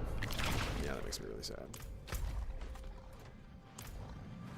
Because it's like, basically I've hit a wall about how hard I can actually go in the thing. Yeah, the simps are not real. Well, the thing about it is, I mean, the simps, like, I don't understand what you mean by that, because they are real. They're just never going to get anywhere. Because, like the whole thing, like I brought up earlier about crying. Like the whole thing where you say, like, where dudes are, like, crying in front of women makes them, it's a turnoff. And it's like, yeah, if you're a blubbering bitch. You know what I'm saying? If you get hit in the face by something and you start crying like you're a toddler, yeah, that's a big turnoff. But if you're watching Independence Day and when what is his name, Roy, like sacrifices his life to blow up the alien ship and save the day, and you shed a tear, that's not the same thing. If you watch Lord of the Rings, and when Aragorn does his speech in the third movie and is like, for Frodo, and they all charge in and you shed a tear, that's not the same thing. These two things are not the same. You are crying, but they are not the same thing, especially not the females. And especially if you only do that kind of thing in front of the woman or your woman or the woman that you're with, they are going to see that as like a special moment. And especially if you are a very masculine man, if you've got muscles, if you're tough, even if you're not, hyper masculine, the juxtaposition of you being a tough guy, or at least, a man to them, or at least masculine in some way, and then the juxtaposition and then that softness juxtaposed to that is going to make I don't know how to phrase it, but it will instill in them something that they will enjoy. And it's because they know that you can be soft and they know that you have this little thing. And so what that means is that for things like, to psychoanalyze the shit out of it, for things like, having kids or any other types of things, they know you can be soft, they know you can be gentle, and they know you're not just a goddamn tyrant and psychopath. Because, what was it, like old school conquerors, like Alexander the Great, for instance, would go to plays and cry during appropriate moments to prove to people that he wasn't a psychopath, you know, because he's a murdering asshole and murdered a lot of people. And it was one of those things where they did that to prove that they weren't absolutely crazy. They actually did have a conscience, and they had feelings, and they did feel things. It's just, you know, when bro's gotta die, bro's gotta die, you know what I mean? In this context means bottoms for bitches. Yeah, it's not something you want to be caught into. And the funny thing is that I learned fairly early about the whole nice guy thing, because the thing about it is you can be nice to females, but it's being nice to women and being a nice guy are two different things, because nice guy has a lot of other connotations on top of it. And the whole nice guy syndrome is like, oh, if I treat you with basic dignity and respect, then it means I deserve sex. That's not quite it either. It's, how should I put this? It's being super agreeable as a way to get into their good graces. When, if you want to be in a sexual relationship with a woman, then that's really not being super agreeable with them is not really the way you want to go. Sometimes, but it really depends. You like, and it's not something that you can really. And the worst part is it's not something you can really tell anybody. Like, you can't just sit down a 12, 13, 14, 15-year-old boy and tell them these things and expect it to work. That's not how it is. A lot of it comes with emotional maturity. You literally just have to spend time with females in social spaces, like at school or stuff like that, and feel around how to talk to them and what works and what doesn't. And honestly, one of the biggest things that helped me was that I had a lot of friends that were females in middle and high school, just because.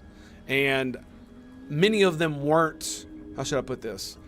I wasn't trying to become their boyfriend, because I didn't really give a damn at the time. I was busy doing my own things. And that is another big thing, is that pursuing something other than them while being available will more than likely not net you female attention more than giving them attention, specifically giving them attention. And I had to learn that the absolute hard way.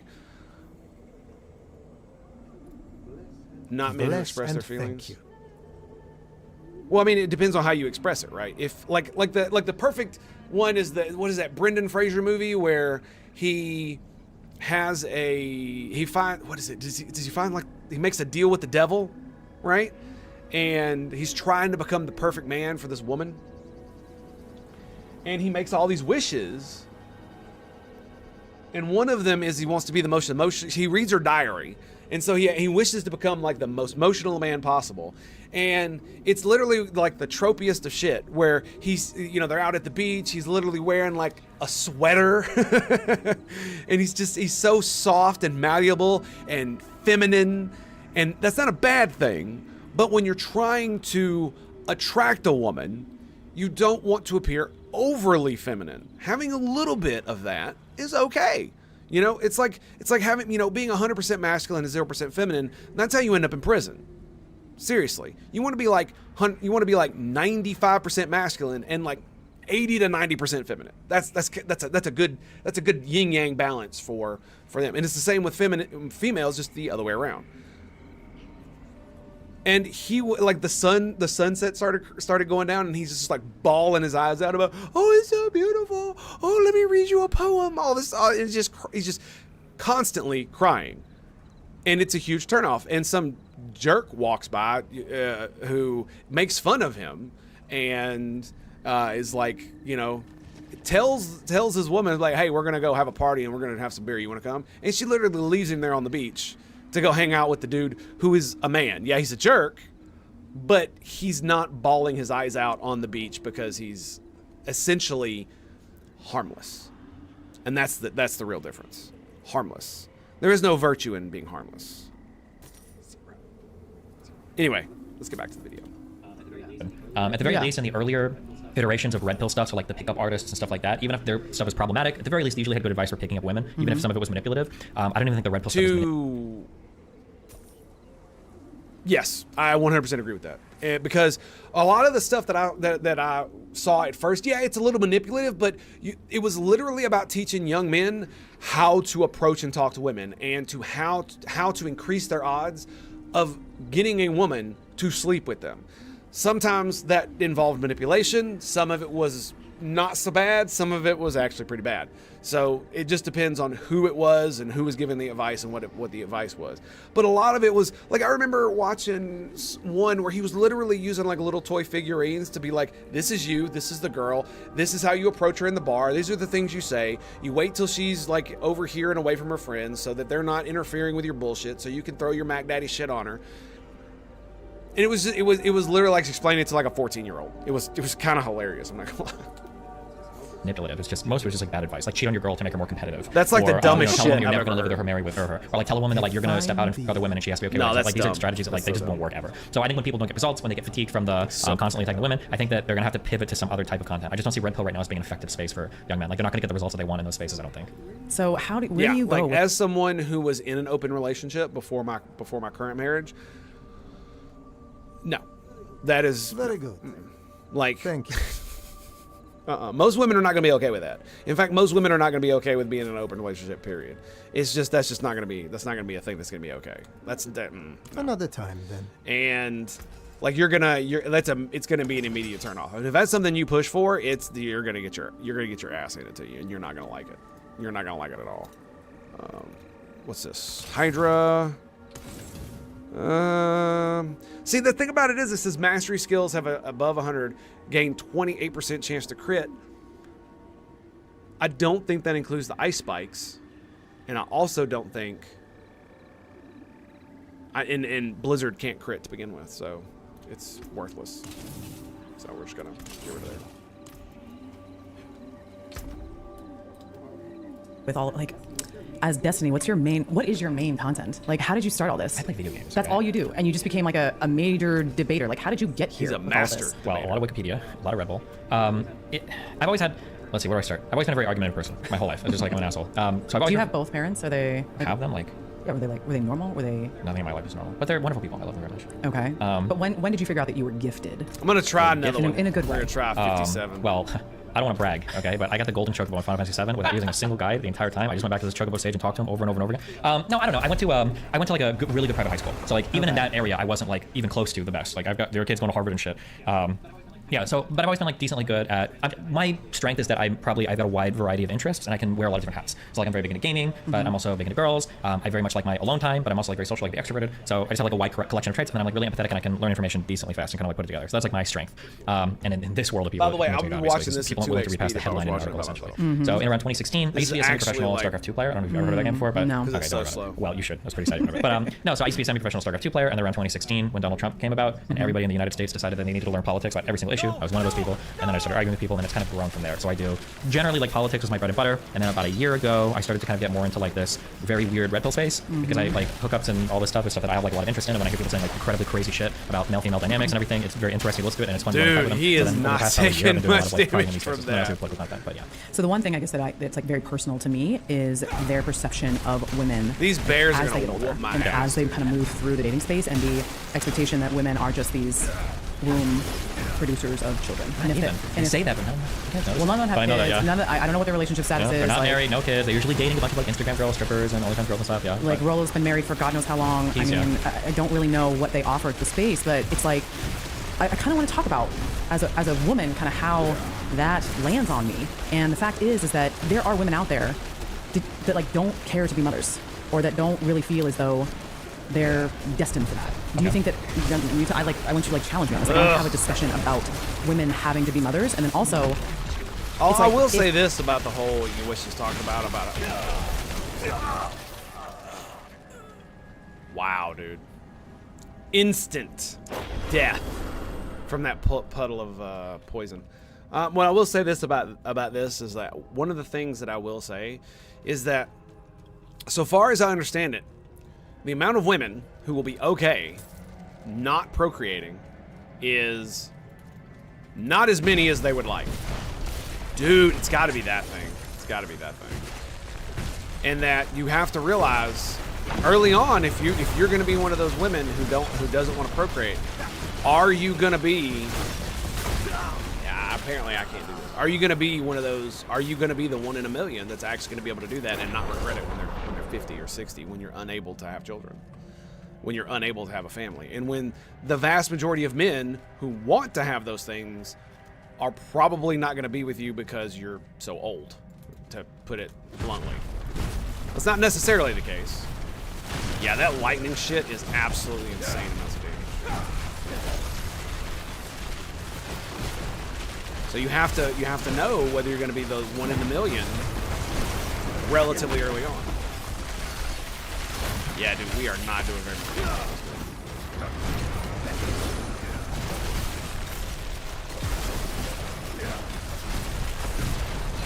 Ow! Dude, that lightning shit does so much damage. You see him root me? Wow.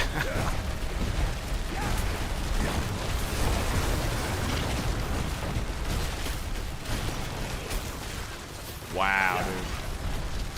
Yep, there it is. Boom. Soon as it popped up. Wow, I can't even defeat the first dude. I need to just leave. Yeah, we need to just leave. That's what we're gonna do. Alright. They're just too high level, man. Literally 10 pool levels is getting above me. smaller. My argument is that it's not getting 111. smaller, it's just different. Like, attractive women will always have an available option of men. Like, there will always be a pool for attractive women. I think as you get older, whether you are a man or a woman, because of the people that I coach in particular, I see a ton of men who are in their 50s and their 40s who are really struggling in the dating market, and they feel like they're aged out. So is it a gender thing, or is it just the fact that you get more picky as you get older? Is it the fact that you've gone through more experiences, that you've healed yourself and you're willing to put up with less bullshit? Is it that, you know, women are more willing to be with men that have children versus other way around? Like, what are kind of some of the dynamics, and like, do you think that women are going to regret? Because there's a bunch of us who have taken on kind of a different role in our lives and have said, you know what, there's other things that are really, really fulfilling. And I was watching on the way here a little bit of like Tom Bilyeu. You guys kind of got a little bit into the conversation of he's not gonna have kids, and him and his wife have made that decision. But do you think that a lot of us women who are kind of going in a different direction, and I mean, I'm not like barren. I don't know if the point is like, in an ideal world, you would want to meet the right person to raise a child with. And in my opinion, after seeing kind of a lot of people that I grew up with that are going through divorces now, they got married way and they made poor choices, and now they're divorced, and now they're single, and now they're raising kids. What the hell? So what is the right answer here? So here's something that I think. This is something that I feel very strongly about. Oh, we're drawing pictures again? I like yes. pictures, okay? I'm a big picture guy. Okay. I think that for a long time, biologically speaking, we assumed that this was men, and that this is like women, and then kind of like biologically we're quite different, but we got like a little bit in common. This is kind of like what we assume is the default function of like male and women. So we got a little bit of shared, but biologically we've got major differences in terms of temperament, in terms of how we reproduce, et cetera, et cetera. I think as we've kind of taken a lot of the guardrails off in society, I think that what is uncomfortable for us to realize is it's probably a lot closer to this, and that we have some differences on the side, but we have a lot in common. So I think the two things that I harp on a lot where I feel like this plays out is here's like a few statements here's 3 big statements that I think people generally think are biological realities, or 40 years ago they think that. One is women absolutely will never want to have casual sex. They're not wired for it. They don't enjoy it. That's just a thing they don't want to do. Number one. Number two is women will never be happy working or pursuing careers. They would love to always be at home. They get huge biological urges to have children in their early 20s. They'll never choose careers. And 3 is women just don't really have the mental capacity to really compete with men when it comes to schooling. They're just not that good at like going to school, learning like math, like really boy and man stuff. And these are people assume that these are like biological realities that we're never going to be changing. And I think that what we've kind of discovered as the years have gone on was a lot of these things are true a little bit, but society had really big guardrails on pushing people in these directions. And something that I think has been surprising is as we've taken these guardrails off, we figured out that, well, hold on, women with birth control, sometimes they do like to just have sex without necessarily having a family. Women given the opportunity to actually don't want to throw away, I don't want to say throw away, that's mean, but they don't want to spend their entire 20s raising kids and not working and not pursuing a career, not traveling. And women might actually even be better than men when it comes to learning in colleges. They don't have to worry about ADHD. They don't want to run around and be as physically active as much. And even in things like math and stuff, women do really well, given proper support and everything. So now we're at this really strange point where we assume that biology was going to keep a lot of our intersexual and kind of like macro relationship dynamics kind of on rails, that biology will ride this way. But now we're entering a world where a lot of women are choosing to work. A lot of women are like, okay, I don't necessarily need to be with a husband. My relationships with my friends are really fulfilling. If I want to have sex, I can. I got the pill. I'm not going to get pregnant. I don't need a husband for sex if I want to do that. And like traveling the world and being free and doing all this is really fun. And without that big biological drive that we thought women would have, they always want to have kids in their early mid-20s. With that not being there, we're in a really weird spot right now where we're trying to figure out like what are the obligations that women ought to have for society. And that's where a lot of that's a good. I've never heard it that way. Yeah, but that's what we're talking about. Whenever people are saying like, we're not having enough kids. What they're really saying is women need to stop taking birth control, women need to stop going to school, and women need to stop working and they have kids. It's really, they don't say that directly, but really that's what they're saying, and that's never going to happen. It's like a Pandora's box. Like women are never going to be like, yeah, it's just not going to happen. So that's kind of, I think those are like the crossroads where we're at, and that's like what's kind of making the world very complicated. I would also say that one of the things that I've said many a time is that one of the best things you could probably do to be, as efficient as possible with this is that, especially once you've finished like maybe your secondary education, if you go to college as a female, is that you'd want to have children directly after that. And, Destiny's right, just like a lot of men don't want to waste their 20s raising kids, a lot of women don't either. But the thing about it is that you have a very limited window of fertility where it's the best opportune time to do so. And once you're in your 30s, especially getting into your 40s, you're considered geriatric as far as pregnancy goes. And it's one of those things, it's like, it kind of sucks, but if you do and are able to find a good enough man and a spouse that will help support you and push you through that, then it probably would be best to do your career after children so that you can literally get it out of the way, right? Because you're going to live, because those 10 years that you sacrifice to raise children, you're probably going to get back because you're going to live longer than your husband. Yeah. All right. And yeah. And one of the byproducts of this is that I think another reason why we're having the crisis that we are is not just because of birth control and women not wanting to have children early and wanting to like have casual sex and wanting to have careers and not raise kids over having the careers. It's not just that. It's the fact that men also have not stepped up and actualized their more feminine sides to counterbalance the fact that women have taken on more masculine roles in society. And it's not that you have to be a woman. It's not that. And that's one of the problems, is that so many men view being feminine or being effeminate or being more like a woman as a bad thing. Many men do. Almost no man I've ever met would not like being called a woman. You know what I'm saying? I don't like being called a woman, and I know how problematic it is. Still don't like it. But that's because that has probably more to do with how I was raised and the negative connotations that brings. And that's half the issue. Is that women have integrated into these masculine spaces and have integrated integrated their masculinity into more than being a full person, and men have not done the other side. In fact, a lot of the red pill nonsense is about trying to be even more masculine, and it's like that's not really the way you want to do it. The most masculine men on the planet are in jail. In the West right now, that women have kind of evolved over time to get all of these extra like masculine features in terms of working and casual sex and all this other stuff, and men are just kind of like sitting here where it's like, well, I work a job, like, well, I don't have a wife. That's how it worked 100 years ago for my grandfather, my father, yeah.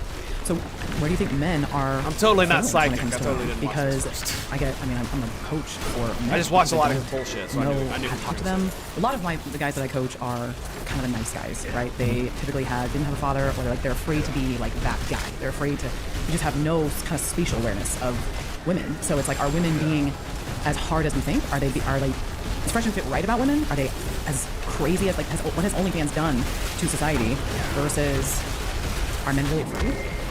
The way that I would see it is that for a long time as a man, in order to get a wife, all you really need to do is work a job. As long as you're working a job, because women aren't working, and if women want a family, you kind of need a guy for a paycheck. That's really all you had to do. So I feel like, so socially speaking, if we call like working and stuff like the masculine, and if we call being like emotionally communicative, nurturing, take care of, also we call that like the feminine, these were kind of the roles that were relegated to each side socially speaking. Now as time has gone on, we've pushed women a lot to assume more kind of like masculine roles. And they've done a really good job at stepping into that. They're working jobs, they're getting us to school, they're starting to make more money. In certain communities in the United States, they're even more educated, and they're about to start outing their male counterparts.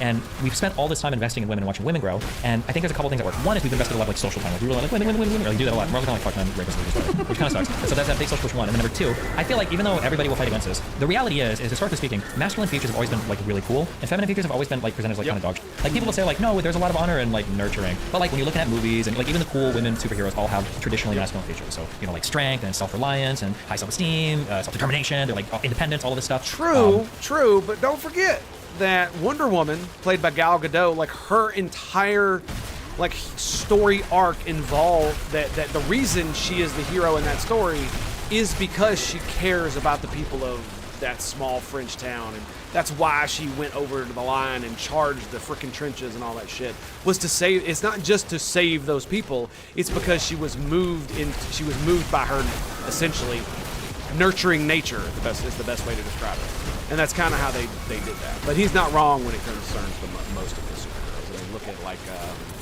Black Widow, for instance, who considers herself a monster because she can't procreate.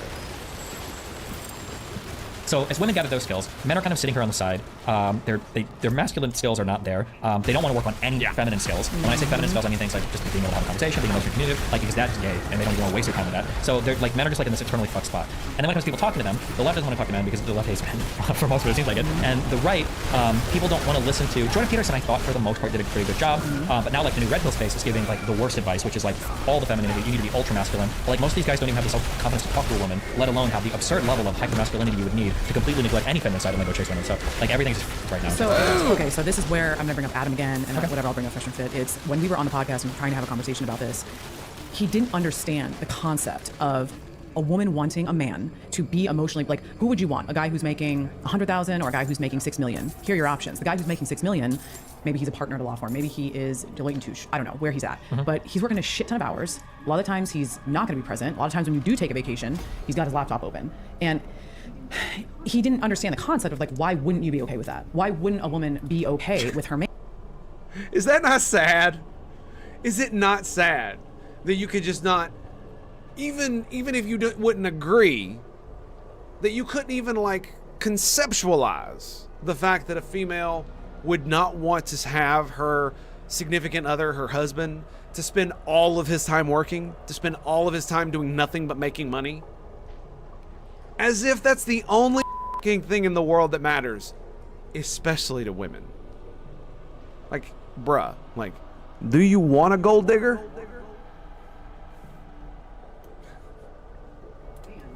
Man, being the provider, being the guy who brings all the money home, but he provides you with this amazing life. And I just don't think that they understand the concept of like women want an emotional connection. Like they want you to be present.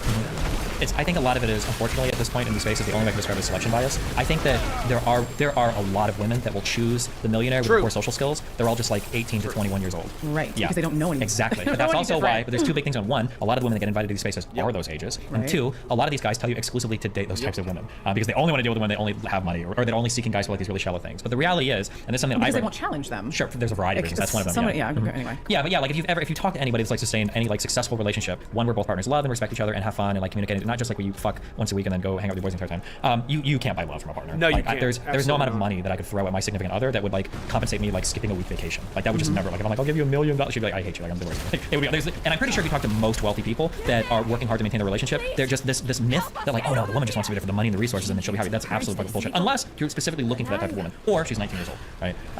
So yeah, I think for a lot of these guys, the only reason because just me personally, this is only anecdotal. I've never spoken to another successful wealthy person, and I've spoken to a lot who say exactly what I'm saying, the contrary to what the crypto saying. I've never talked to these people like, yeah, my wife is really cool. We don't really hang out as much. I don't talk to her or whatever. But like, I got so much money, she's never gonna leave me. Like, unless you literally, that's like a sugar baby arrangement, or a sugar daddy arrangement. Yeah. So I've been here in Miami for a couple days. I was in Fort Lauderdale before this, and it's weird, dude, because I grew up poor, like shit for nothing. SpaghettiOs, dad died. I was actually a Democrat for a long time because like social programs raped us because we had to be honest. Yep. Now you want to pull up the ladder, okay?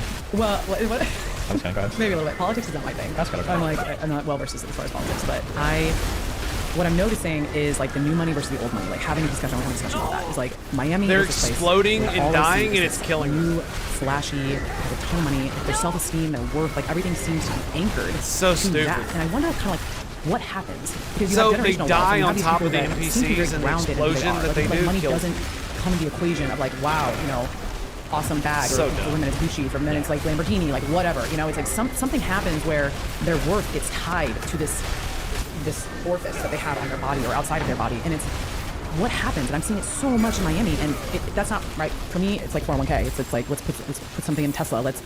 It just doesn't define me. It doesn't define my self-worth because I had to figure out who I was at such a young age. It's so stupid, man. They really need to fix these events. Like the mobs breathe on them and they fucking die. And it's like even if I wasn't standing on top of these guys, if I was standing over here, the mobs some of them would still go over here and attack them. And if I then kill them where they stand and they explode, they kill the NPCs.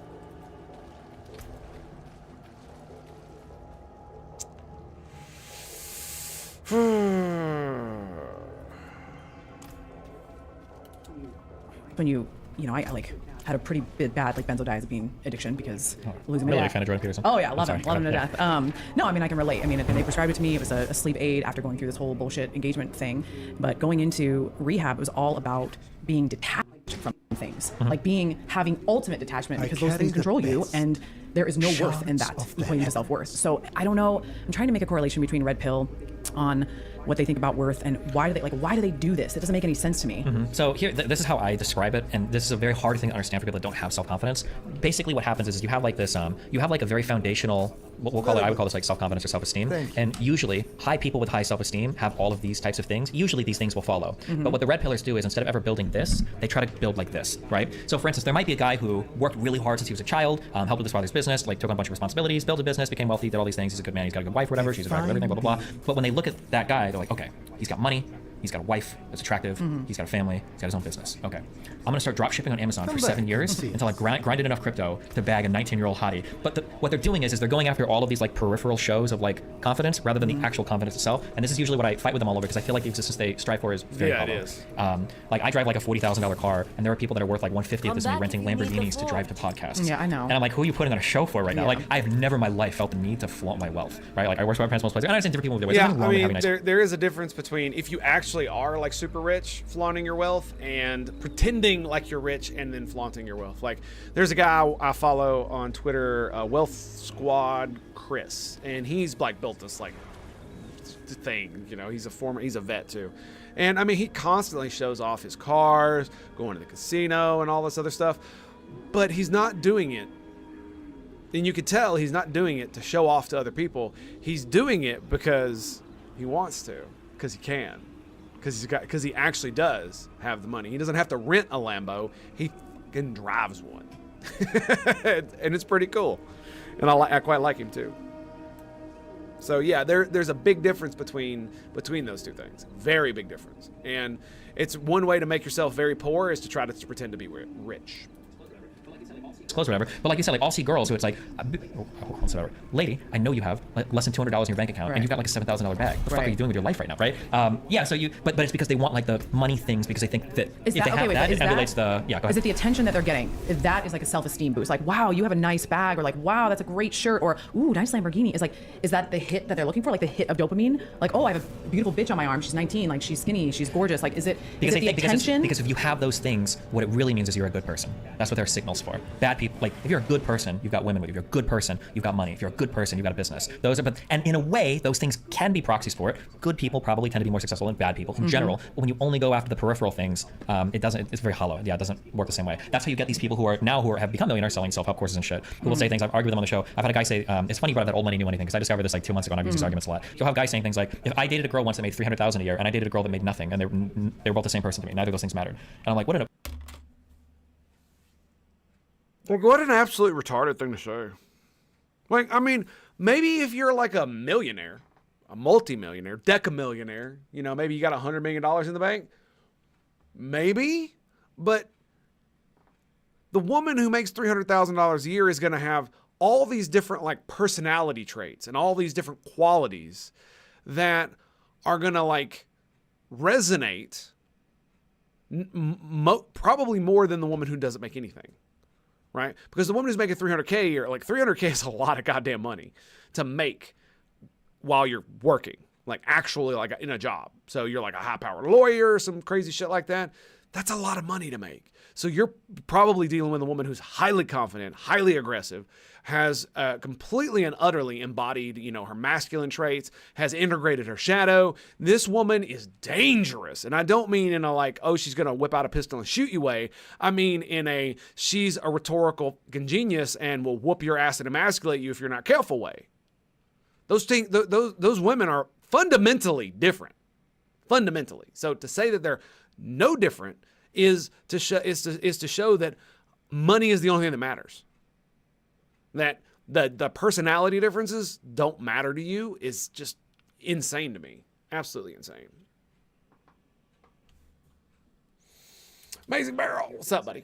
What a weird thing to say. And it's like, I don't care if my girlfriend is successful, or I don't care if she like goes to school or works or anything. Like, I just want to be with her. And I'm like, do you okay. believe that? Yeah, for these guys, I think they do feel that way. They don't care. I don't think the women are the same, but I think they don't care. But then the issue is, if you think a little bit down the road, like, okay, well, you want these relationships a certain way. Keep in mind that any girlfriend that you wife up, this is like the mother to your children. Right. Like, she's like a total idiot. Like, she's gonna be staying home educating your children. Exactly. And yeah, like with these guys, and you can try this if you watch their shows, if you see my parents in the shows, like I'll ask them point like, do you think that like a billionaire would date a girl that like works at Starbucks? And all of them will ubiquitous immediately. Yes, of course. Yeah. Of course. Like millionaires, all these wealthy guys always go into Targets and Starbucks. Those are the baddest girls. Those are the best girls to be with. I'm like, you're delusional. But I also mean, the thing about it is like, would a billionaire date a girl who worked at Target? Yes, but not any girl that worked at Target, or any girl that works at Starbucks or McDonald's.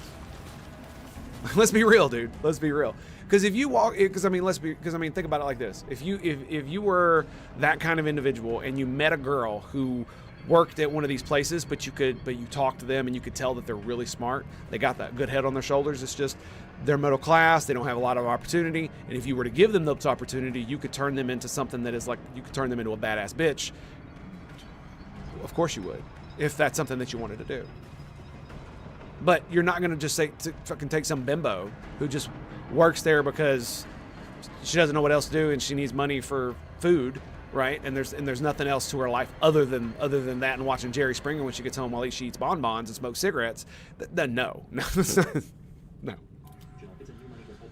What a a new money versus old money emasculation. thing. Because a new money, You have to be more the only specific. one that has like all of this, you're the only one that has the money. You're the only one that has the expectations. For old money, when you're dating people, you're thinking like, is this person gonna get along with my family? What is my mom and dad gonna think if I bring them home? Are they gonna like steal my fucking money like my dad's parents? Right? Yeah. So. Well, and from a class system, so my grandmother was English, right? And I was shipped off. I was 13 years old to go spend summers with her. So I learned really quickly about the English class system. You're judged by your accent. So you can't even get away with Wait. Do you speak another language? No, I speak in Spanish. Oh, okay. My mom was like, my dad got down to being full. Okay. But the story is, do you want to really know the story of my family? Yeah, sure. Go. Tell me. Hit me up. Yeah. Wait, my stream just reset. They were in Cuba. They went to Jamaica. This was all when they were British colonies. Okay. As far as the Caribbean islands. Gotcha. And they went through their independence, like Bob Marley, freedom fighters, shit hit the fan, like people's wrists getting cut off with the Rolling Stone. So they ended up in London or Canada. Typically, like what happens with everything, or Fort Lauderdale. This is why there's such a huge population here of Spanish people. Sure. My mom is Cuban, so I know all the Mario Butlets and all that. Okay. So then, anyway, so I would go over to London, and my grandmother basically taught me how to be a lady, skirts, this and that, how to cut the crust off of the English sandwiches, and anyway, so it's like you learned from a young age, like she did have old money, like it was old money. So you don't bring someone home that couldn't fit in. Yeah. And They don't have to have the money, but they have to be able to hide fit that with an accent thing. Just like if you go down to the Deep South, right?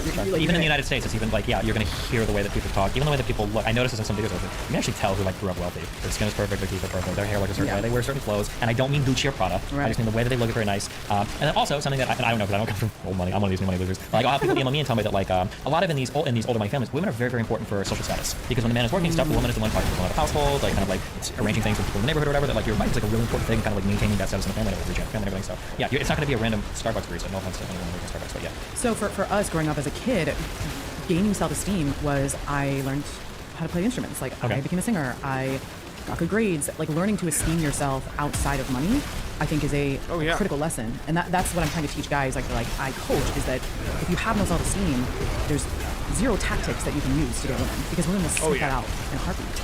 Yeah, I think that's when I was gonna say this earlier. There's no such thing as a nice guy. It's usually just a guy with no backbone. And I think that I say this is true. People always say that it's not true. Wait, am I kick stream this time? Okay, as long as my kick stream is perfect.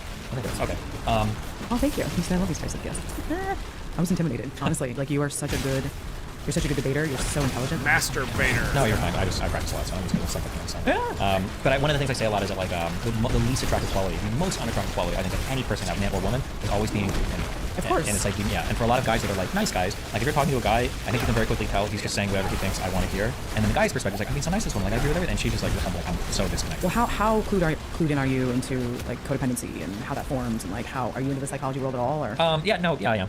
When you say codependency, it's a really trigger word. Okay. But I am. I know what you're talking about. Yeah. Why is that gross? I mean, I'll tell you. I'll tell you why I think. Look, I mean, I think that there are levels. I think everybody is codependent to an extent. Yeah.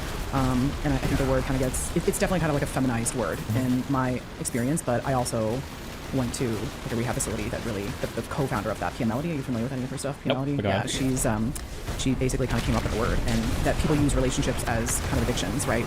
Because they didn't have secure foundation with their parents, and then they go and they like cling on. Yeah, I've seen there's a lot of like really unhealthy like archetypes that get together, and I think when I think of codependent, the worst archetypes that are drawn to each other is you've got the fixer archetype, where they really like being around broken people because it makes them feel needed when they feel like they can help somebody, and then you've got the perpetually broken archetype, the person who never wants to help themselves, but they're always going to complain and like, well, always going to blah blah blah. And sometimes I'll see these two people like get stuck together, and it's unhealthy for both sides. Either side improves, the other side hates them, so they constantly keep each other down. It's like the worst. But yeah, I'm sure there's like healthy forms of like codependency as well. Like you want to have some level of like reliance. I'm needy as fuck, and I like completely admit that. You know, if you're if you ignore me for 10 hours, I'm gonna be like, where the fuck are you? You're triggering my abandonment. What do you think about girls with daddy issues? What does that mean to you?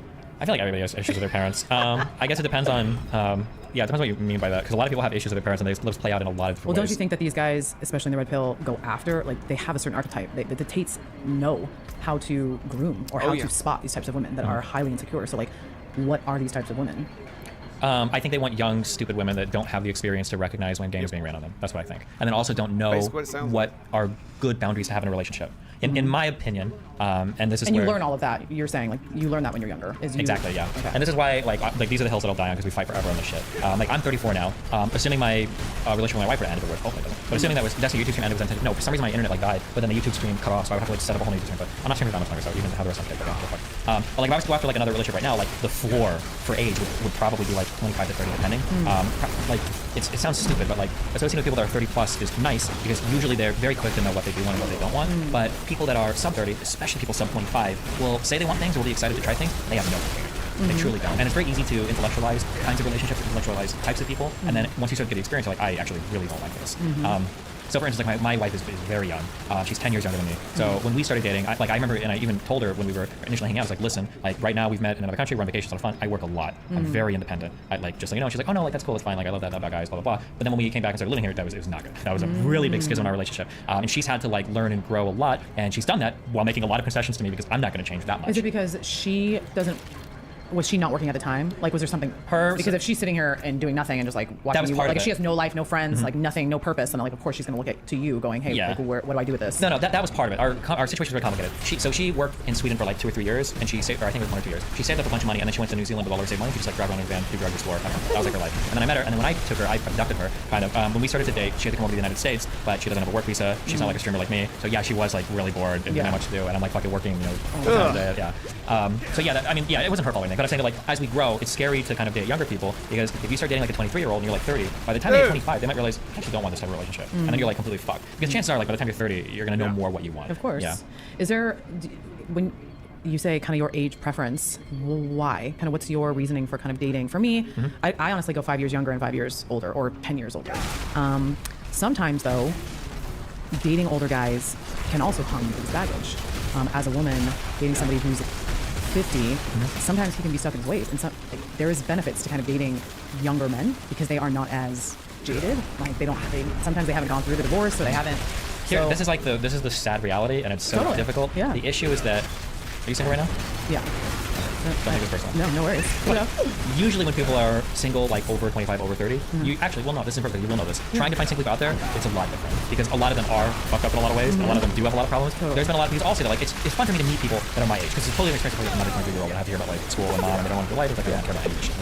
But like when there's a lot of people that I meet where I'll meet like a wonderful person and I'll be like 33 years old and like you're like so cool, you're so hot, like everything's awesome, like I don't know, you're single or whatever. And after about like 2 to 4 weeks, like I absolutely know it. Why? Oh, tell me. Well, usually it'll be because they've got like a lot of issues that they haven't worked on at all. It might be like massive codependency issues. They might be like massively rude or disrespectful, no respect for other people's space or time. There's like a plethora of issues. Sometimes you will find people that are like out of relationships or people that have put in the work and they have like genuinely turned around or made big improvements to their personalities as well, which I have met some of those in the 30s too, but that tends to be the exception rather than the norm. So I'm sure for you too, there's probably guys that you've spoken to that are older and you're like, you're kind of a catch, you're like pretty cool, you seem to work a good job or whatever, and then after either dating for a few weeks or a mess. Yeah, you realize like, oh shit, yeah, there's a reason why you're not only still single, you'll probably forever be single. It's a hard thing because I think that a lot of women are finding themselves like in this kind of this weird space that we would love to, it's not that I don't want a kid, it's never really been top of mind, but I don't look at a baby and go like, oh my god, like my heart, I would love that. It's like I would rather have the partnership first. I just think that that's so much more important. Sure. So that's the goal right now, is just like find someone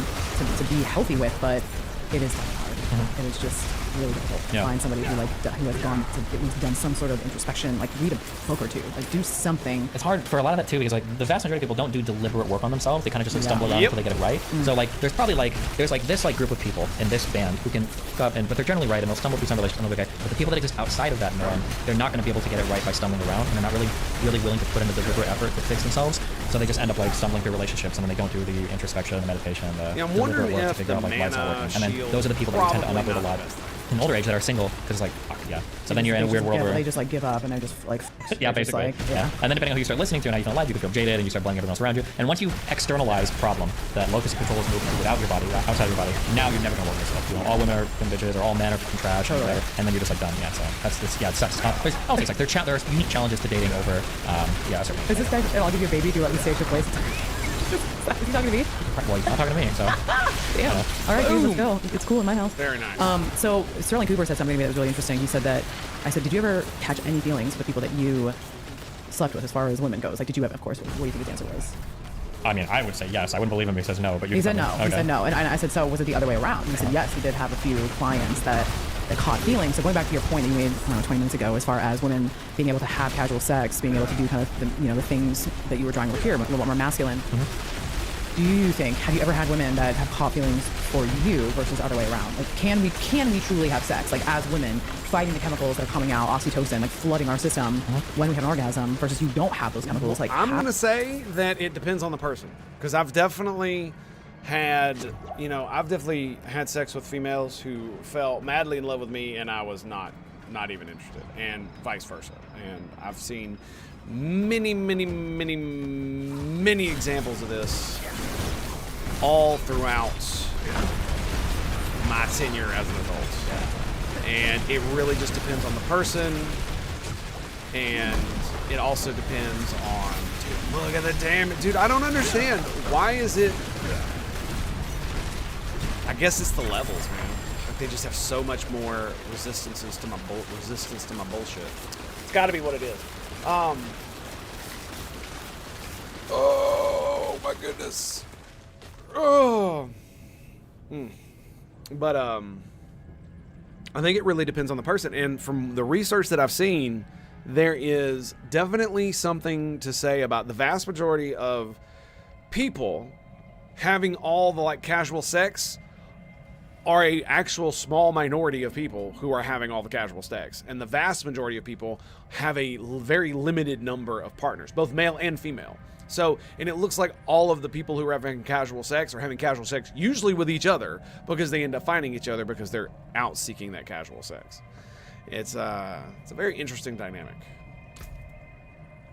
We're gonna do control for cold. See, this is the thing, is that this will increase the damage of Blizzard in and of itself. This will increase the damage of the ice spikes. Just like so will this.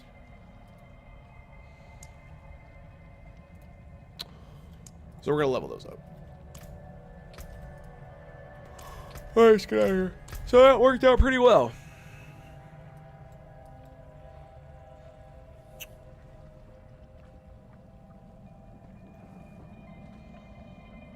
$19 minutes. I could probably run another dungeon real quick.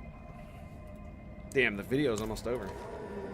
How do women navigate that? Well, thankfully, it's like 60% of women don't even orgasm during casual sex, so don't even have to worry about that. Okay, one. And then why is that? I would get your opinion on that. Let's go first.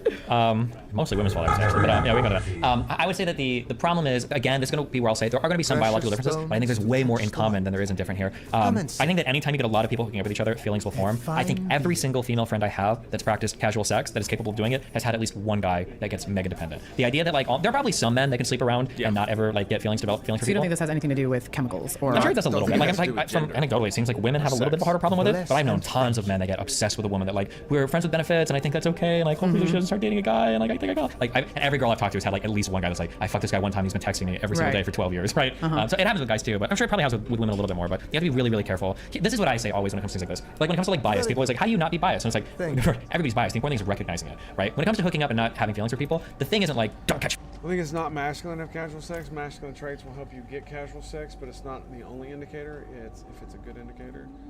Yeah, I mean, like having lots of casual sex is not necessarily a masculine thing. I would agree. It's more of a neutral thing, and that the masculine traits in a man will help you get those things. They can, absolutely.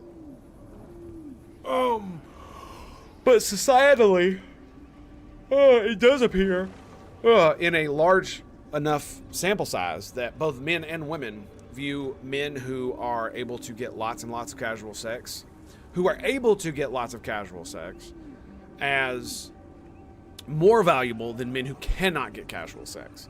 But there's also like a diminishing returns, whereas if you're a man and you have way too much casual sex, i.e. you're just a man whore, that is also looked negatively upon by a lot of women who may want you, because what they do is they want a man, like for instance, from the female's perspective, they want a man who is desirable by other women but not a man whore, because you know, if you're a man whore, the likelihood is you're probably going to be a cheater, you can't be trusted, all these things, probably not going to be a good father.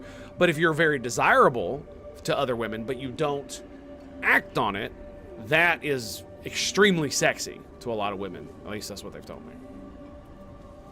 So that looks worn. I can feelings. fix it. The thing is, recognize when it's happening and then try to take the appropriate steps to protect yourself, rather than pretending that you can do it without a problem. You know? Because there are a lot of women that I've talked to who are absolutely 100% like, if you're a man whore, I don't want nothing to do with you. And there are levels, right?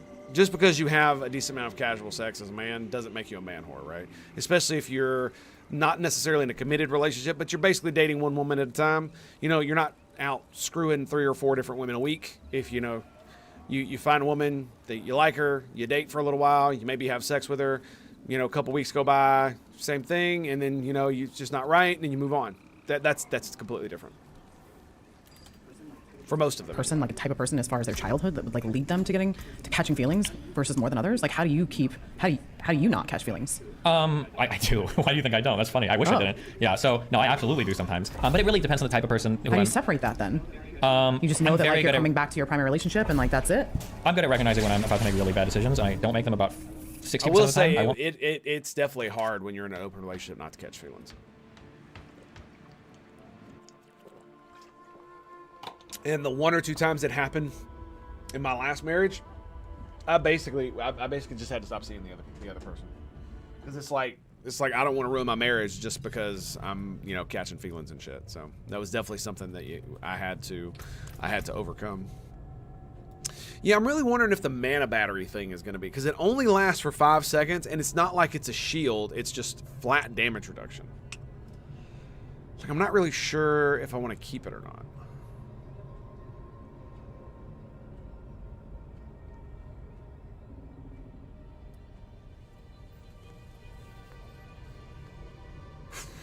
You know what I mean?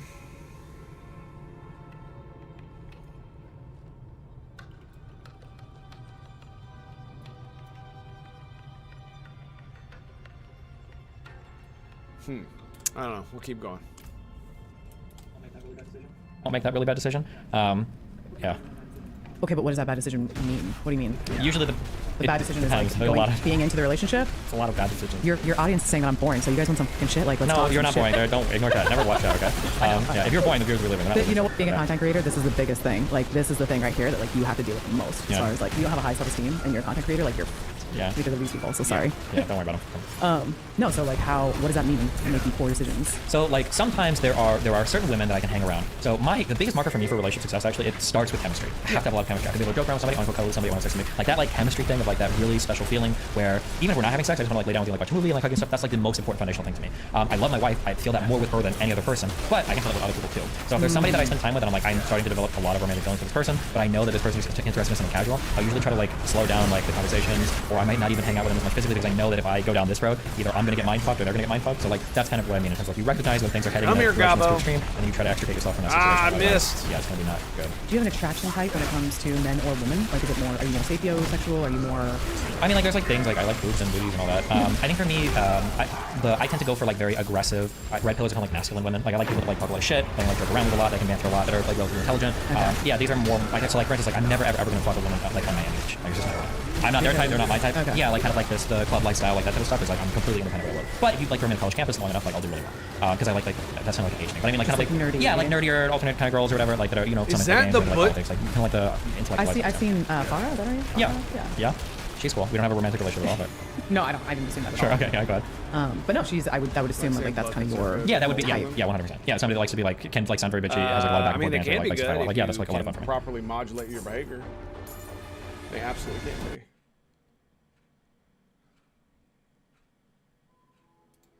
But that's the problem, is that a lot of people can't modulate their behavior properly.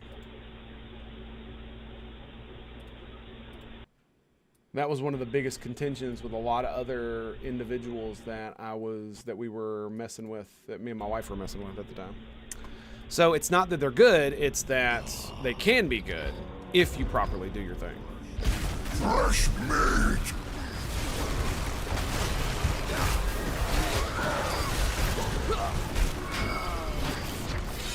Just full HP just kills me. Dude, fuck you, Butcher. God damn it, dude. Like, what the fuck, man? Like, I can't... Like, I never understand the one-shot mentality with stuff when it's like, you can have no mistakes. If you get hit, you die. Like, it's... Especially in a game like this, dude. It's so fucking stupid.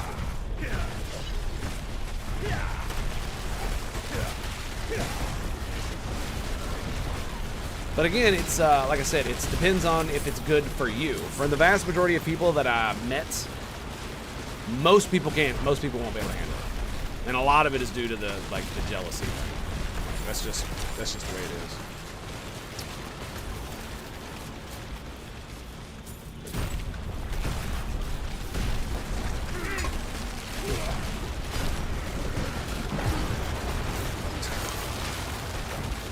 All up on his face. I think one of the mobs exploded in my face too. I think that's what happened.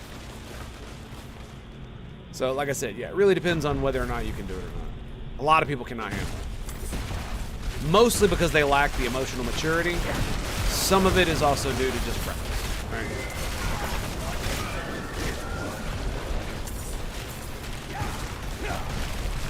The whole... I really don't like the dudes who talk about how they're so strong because they can do these things. Yeah, that's dumb. That's just dumb. Like, I gave up that lifestyle when I met my wife, when my wife and I got together, because that's not something she wanted, and I wanted her, and she didn't want that, so I gave it up, and I haven't regretted it, not a single bit. I mean, I miss it on occasion.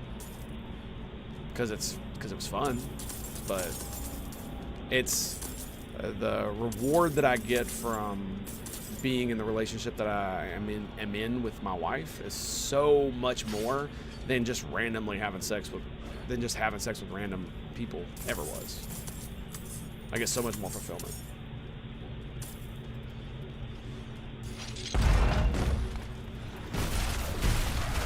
Now, if I could have that fulfillment with her and we could be in an open relationship, I mean, it would work for me, but I don't think it would work for her.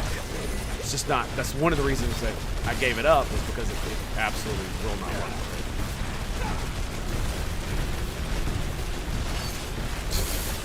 I keep getting hit by the vulnerable things. I keep forgetting to move.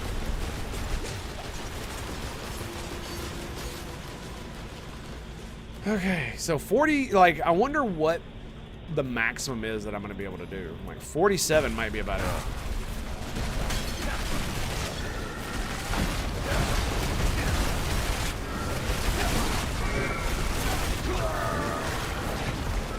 What the fuck? Presuppositions that you are the one who's going to make it is misguided. It depends. I mean, the all you can really do is try, right? It's not a presupposition that you're going to make it. It's what you do is you experiment. And if you can't handle it, you can't handle it. And there were plenty of couples that we messed with, because we mostly did swinging. It was rare we would do anything alone, although we did do that. But it was more, there were many couples that we interacted with that were, where it was like, it wasn't going to work for them. And you just got to be honest. You know? You just got to be honest about that kind of thing. You cannot force it. If it's not gonna work, it's not gonna work, and you gotta let it be. Because that's one of the reasons why so many people end up like screwing their relationships up, is because it's not gonna work for them. They know it's not gonna work for them, and they lie to themselves that it's gonna work.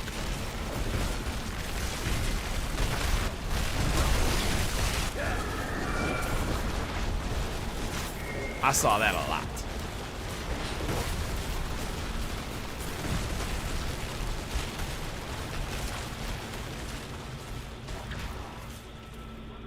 A volunteer.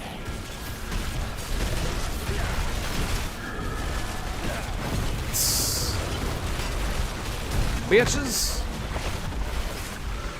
High priest. Get wrecked, bitch. I love it.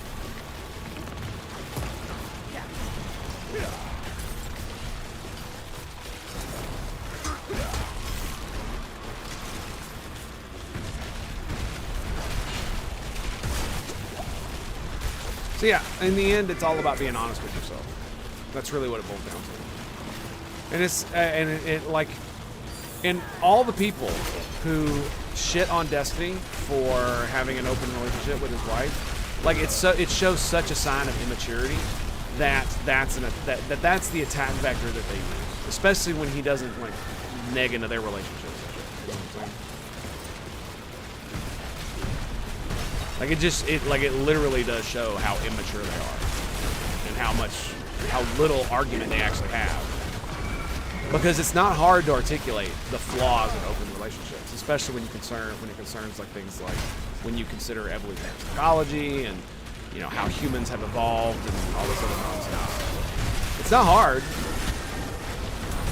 There's a lot of stuff you can talk about when it concerns open relationships and how they affect human psychology, and how most people can't handle it, and all this other nonsense. How you have to be, how you're right. You have to be sure about what you're doing, and if you are going to try it, you have to be honest with yourself about what's going on. You can't just, pretend that it's going to be okay when, especially if it's like you like it but your partner doesn't.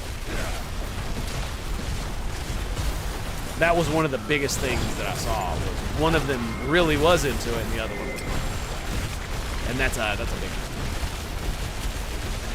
Not necessarily mental strain, but that's the thing, is that for some people it's not. There is no mental strain. Like for me, it was never mental strain. It didn't bother me one bit. And I love my wife a lot, and I cared for her greatly. But and like I said, mostly we just did the swinging thing. So we were together when we did it. It was something that we did as a couple for the vast majority of instances.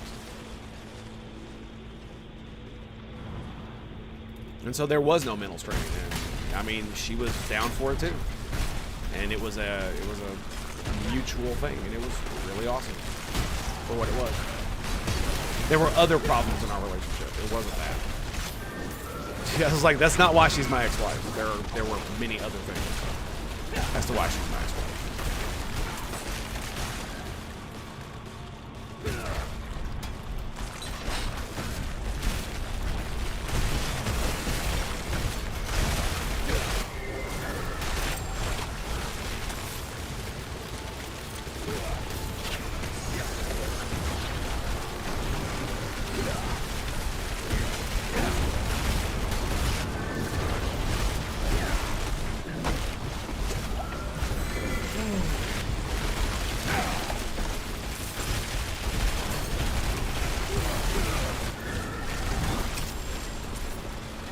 And I really do, and one of the funny things about it is that one of the reasons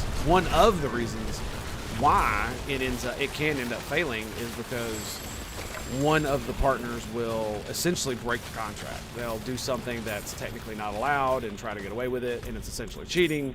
But since they swing or have an open relationship anyway, and they broke the rules, it's all this bullshit. So. Like I said, I've seen a lot of bad actors. A lot of bad actors. So it's not like it's freaking puppies and rainbows and shit. That's what they do.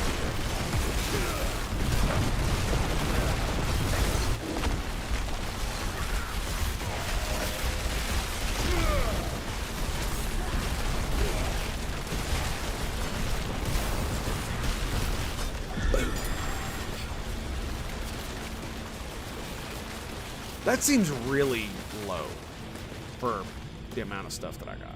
It seems really, really low.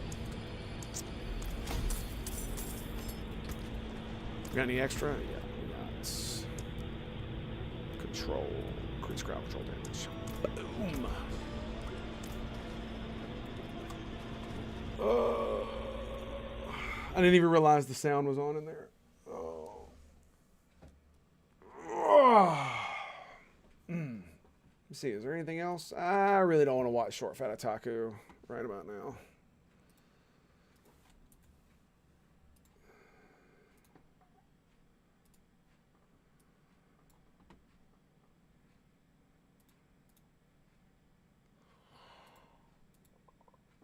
What are we looking at? Damn, we're almost at 8 hours. Holy shit.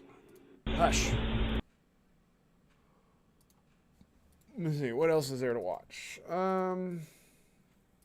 Oh, duh. Okay, give me 1 second here.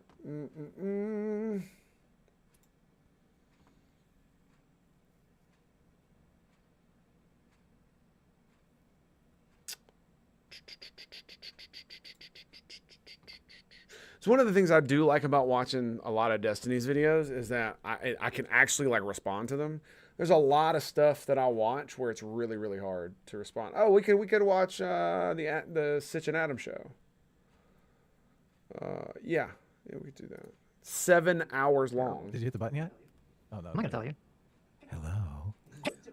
Hey now. It's your boy PSA Sitch here with everyone's favorite creepy Adam. Oh my god, what a creeper. Creepy Adam. Jeez. Hi everybody. When did you do your ASMR we talked about last week? I didn't, not yet. Okay, Let's get into the video. What's going on? What's You said you wanted to talk about something before we started. You don't even have the video up. I don't. Such a bad look. You said you want to talk about something, you liar. I don't even have the. don't even have the chat up yet. You don't have anything up. Get it up, Adam. This please. was like totally a failure to launch here. Yeah, you wait. You're like, I just gotta get the chat ready. I thought you were ready, but you weren't. No, I mean I got it out. That was good. All right. Okay. So we're going to start with Ben Shapiro's take on. Well, we're not going to watch the whole thing. It's an hour. I just want to kind of watch like the first 8 minutes or so, and then we're going to start looking at other people's videos on the affirmative action situation. Do you have a problem with Ben Shapiro's take? Because I mean, I don't know. I'm not in favor of affirmative action, so I agree with that element of it. I disagree. There's a couple parts. He brings a metaphor, which I disagree with the metaphor. I think he's kind of missing a key point there. We'll talk about it when we watch some of the stuff he talks about. But I do, and part of the reason I want to watch Ben Shapiro's take here, he does do something which I really appreciate, which is he kind of lays out like a lot of what's going on in the case. And he actually goes through a lot of what's going on with the case. When I was watching a lot of mainstream media coverage, like I understand there's like I understand there's like a time difference. Because when you watch a lot of mainstream media coverage, there's like a 20-minute segment or whatever. But even then, that's like 20 minutes that they could actually talk about whatever the case is about.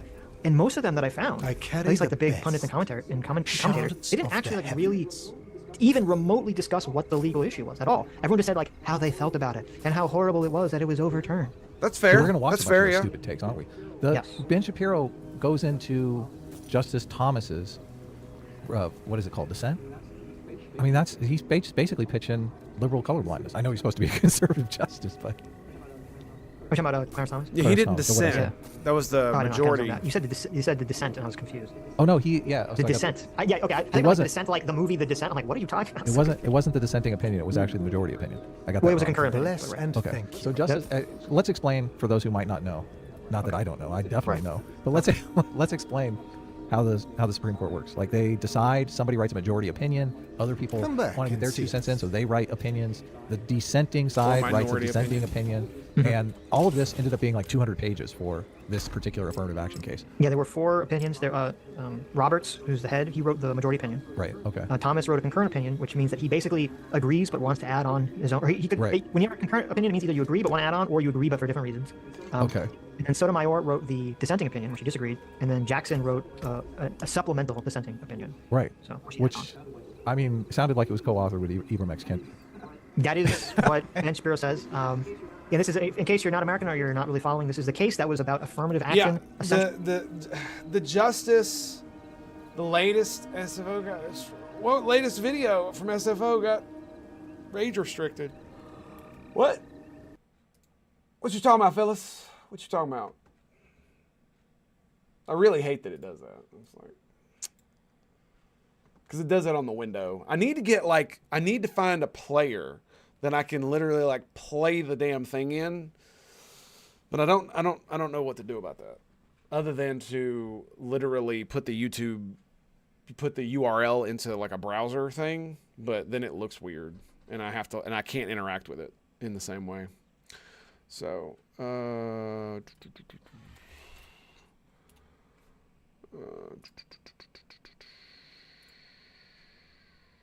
what video of his got age restricted? So he did the Get Community Noted. That was a good one. Yeah, I haven't seen any. I mean, did he say something about that?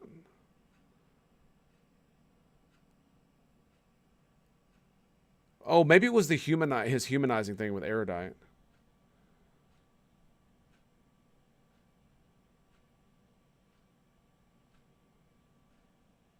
Huh. I don't know. No. Don't know what to tell you about that. Anywho. All right. So, did I click the thing?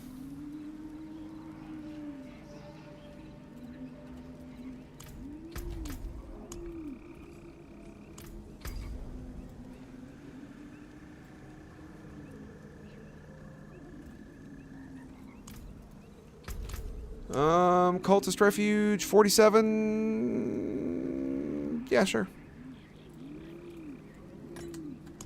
Boom.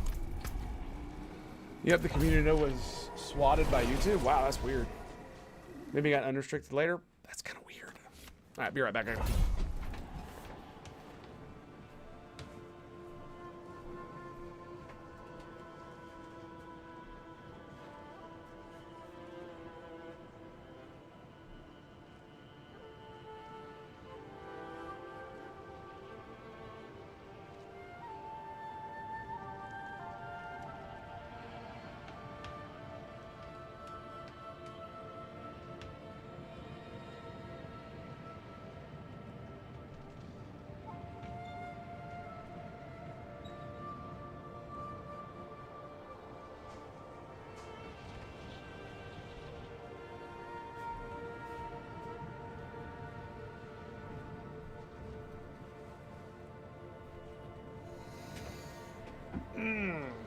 Alrighty. Let's do it.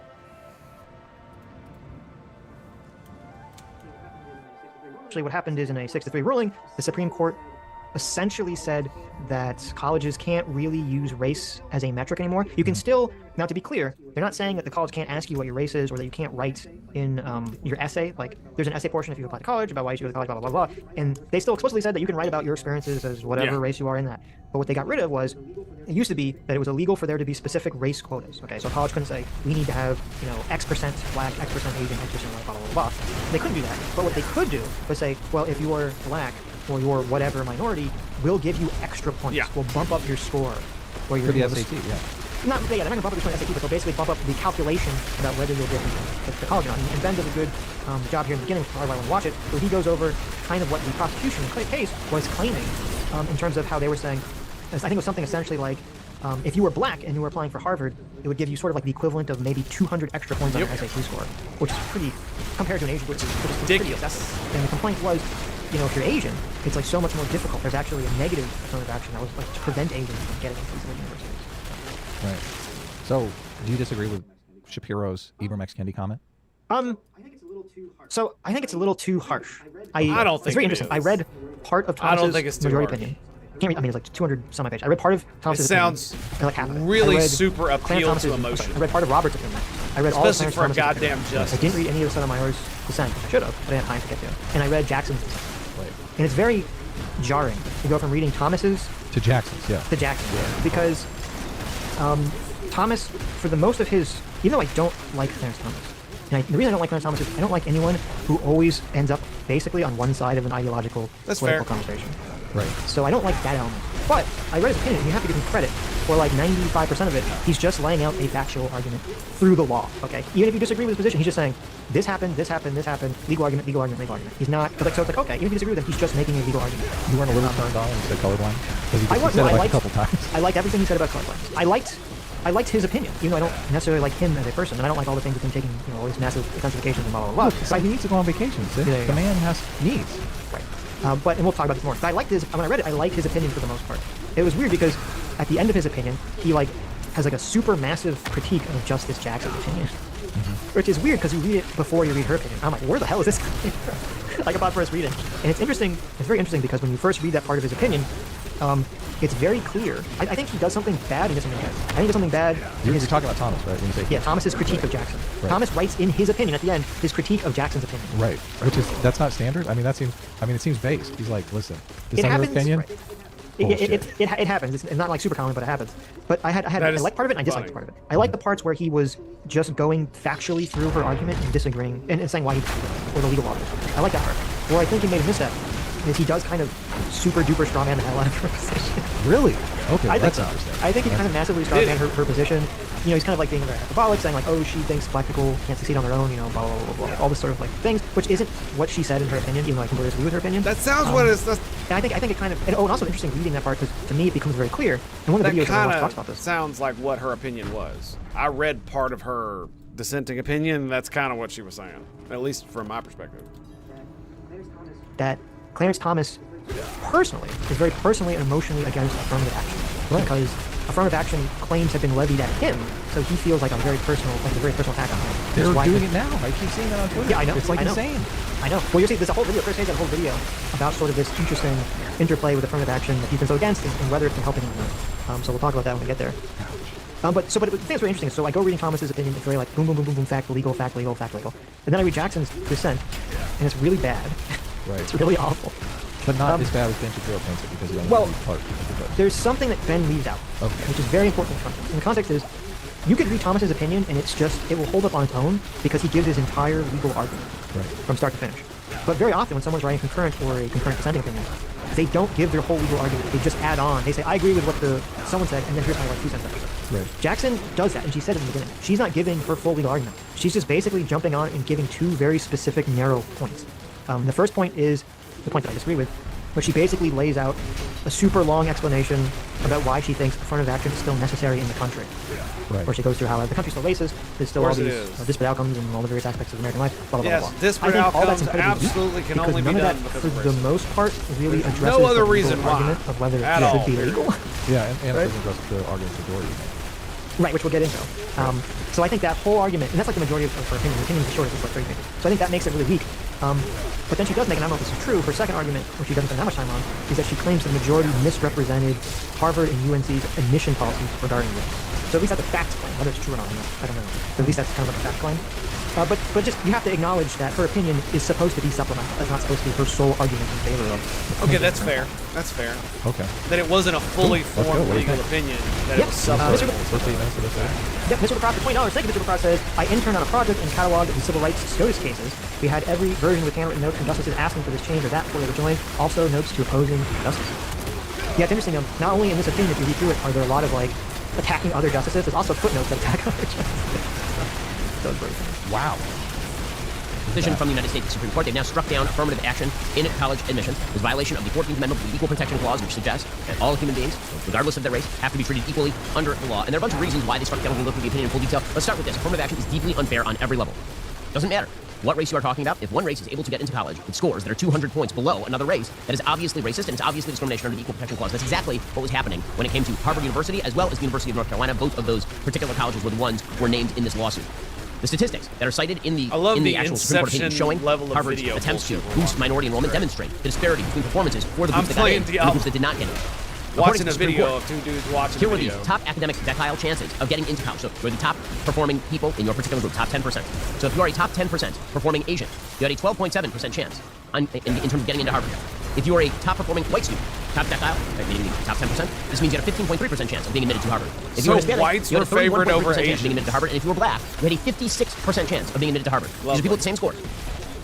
So this is important, and I don't see a lot of people, I don't see anyone on the mainstream media who's covering this talking about it. Because they keep saying, there's not a quota, it's just a plus, it's just a plus. Like, they're trying to like downplay it. But so if this is the facts, or at least this is the facts that the people suing put forward, and I don't believe we're contested. Well, if that's... I have a question, just because wouldn't this... I guess if they split it up per capita, it would be a number. Yeah, I would like to... Well, if certain... Like, I don't know those percentage chance of getting in, wouldn't that be affected by how many people were applying in each different racial category? I see what you're saying. I feel like if you had 500 Asians apply, and you had like 10 white people, Yeah. I don't That's know. Yeah. that's a good point. Obviously, like the less amount of people that apply that are in that deck aisle. Yeah. Then yeah, I'm that's sorry. gonna change the Did you numbers. need something Right, there, so if 10 Mr. white people Fallen apply, and Overseer? obviously, I mean, I guess one guy is going to be in the top 10%, but that top 10, like all of them are probably going to be clustered together in the same kind of academic range. Well, not necessarily. But I don't know. I just like we're taking. You're saying like okay. You're saying just to be honest, you're saying like if 10 white people apply and 1,000 Asians, right? Right. How does that You could say affect like the maybe all 10 chances of people, getting it? Yeah. right? Maybe all 10 white guys will get in because there's only 10 of them. Right. But the 1,000 Asians obviously are not going to get in. And then 10 Asians are going to get in, and you're going to say, listen, Asians have 1% chance of actually. Found Ben Shapiro more missed than hit as of late. He has good moments, but he misses and hit hard too. Yeah, well, I mean, it's a lot of it is because he is very ideologically driven, but the thing about it is that he is literally coming from a conservative perspective, and that is the lens that he views almost everything from. Now, if you disagree with him, that's fine, but that doesn't mean he's missing. That just means you disagree with him, right? Because you remember, the thing you got to give Ben credit for is that the man is smart and he is a lawyer. So, you know, it's just like with RFK. Like the thing that bothers me so much about Destiny, the opinion of RFK is he basically calls him an anti-vax retard, and it's like, dude, have you even listened to any of the things that he's actually said? Because if you did, you would not call him that. Like it's ridiculous that you would call him anti-vax, period, because of his actual opinions. Like he is an actual lawyer. Like he's not stupid, all right? And it really. Like, you can think he's wrong, sure, absolutely, but he's not stupid. So, yeah. Just like with Elon Musk and Jordan Peterson. Right. But that like, means especially with the that's stuff true, that's been going on with Twitter lately about Elon limiting your ability to scrape off the website. And people are, oh, he's such an idiot. And I see so many people that I respect on Twitter running all kinds of different accounts, talking shit about Elon Musk, and I'm just like, wow, dude. Like, I had no idea. I followed so many fucking retards on Twitter that are so oblivious to the things that are going on in the world that they would absolutely, without question, make fun of the man because he's trying something new, because he's trying to solve a problem, and he's doing a thing. It's like, you can disagree, but that doesn't make him stupid.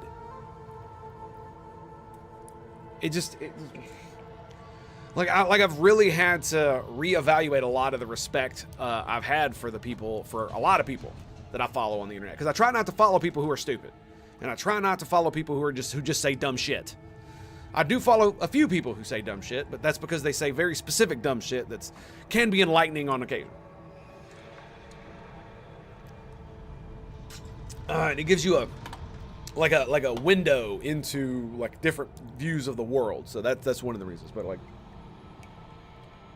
it blows my mind how many people are openly just mocking Elon Musk. And don't get me wrong, you have every right to do so, but it just shows how unintelligent and stupid you are when you do such a thing, because the man is in the position that he's in because he is who he is. And when you see him do something that you think is stupid, and you're not a multi-billionaire running multiple different companies, you have to think to yourself, is he stupid?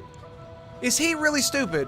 Or am I missing something here? Am I not seeing the full picture? Is there something going on that I don't understand? Because he's not stupid, right? He's not stupid. He's not an idiot. And he kind of knows what he's doing, even in fields where he's not an expert, right? I mean, look at the rocket thing and the Boring Company and like all the stuff that he's done. None of that shit was in his wheelhouse when he first started doing it. Just like Twitter isn't in his wheelhouse when he first started doing it. And people talk about, oh, Twitter's going to die. He's going to lose so much money. And it's like, he's going to lose so much money. He's going to lose so much money. Did Elon Musk ever state that his goal when he bought Twitter was to make money?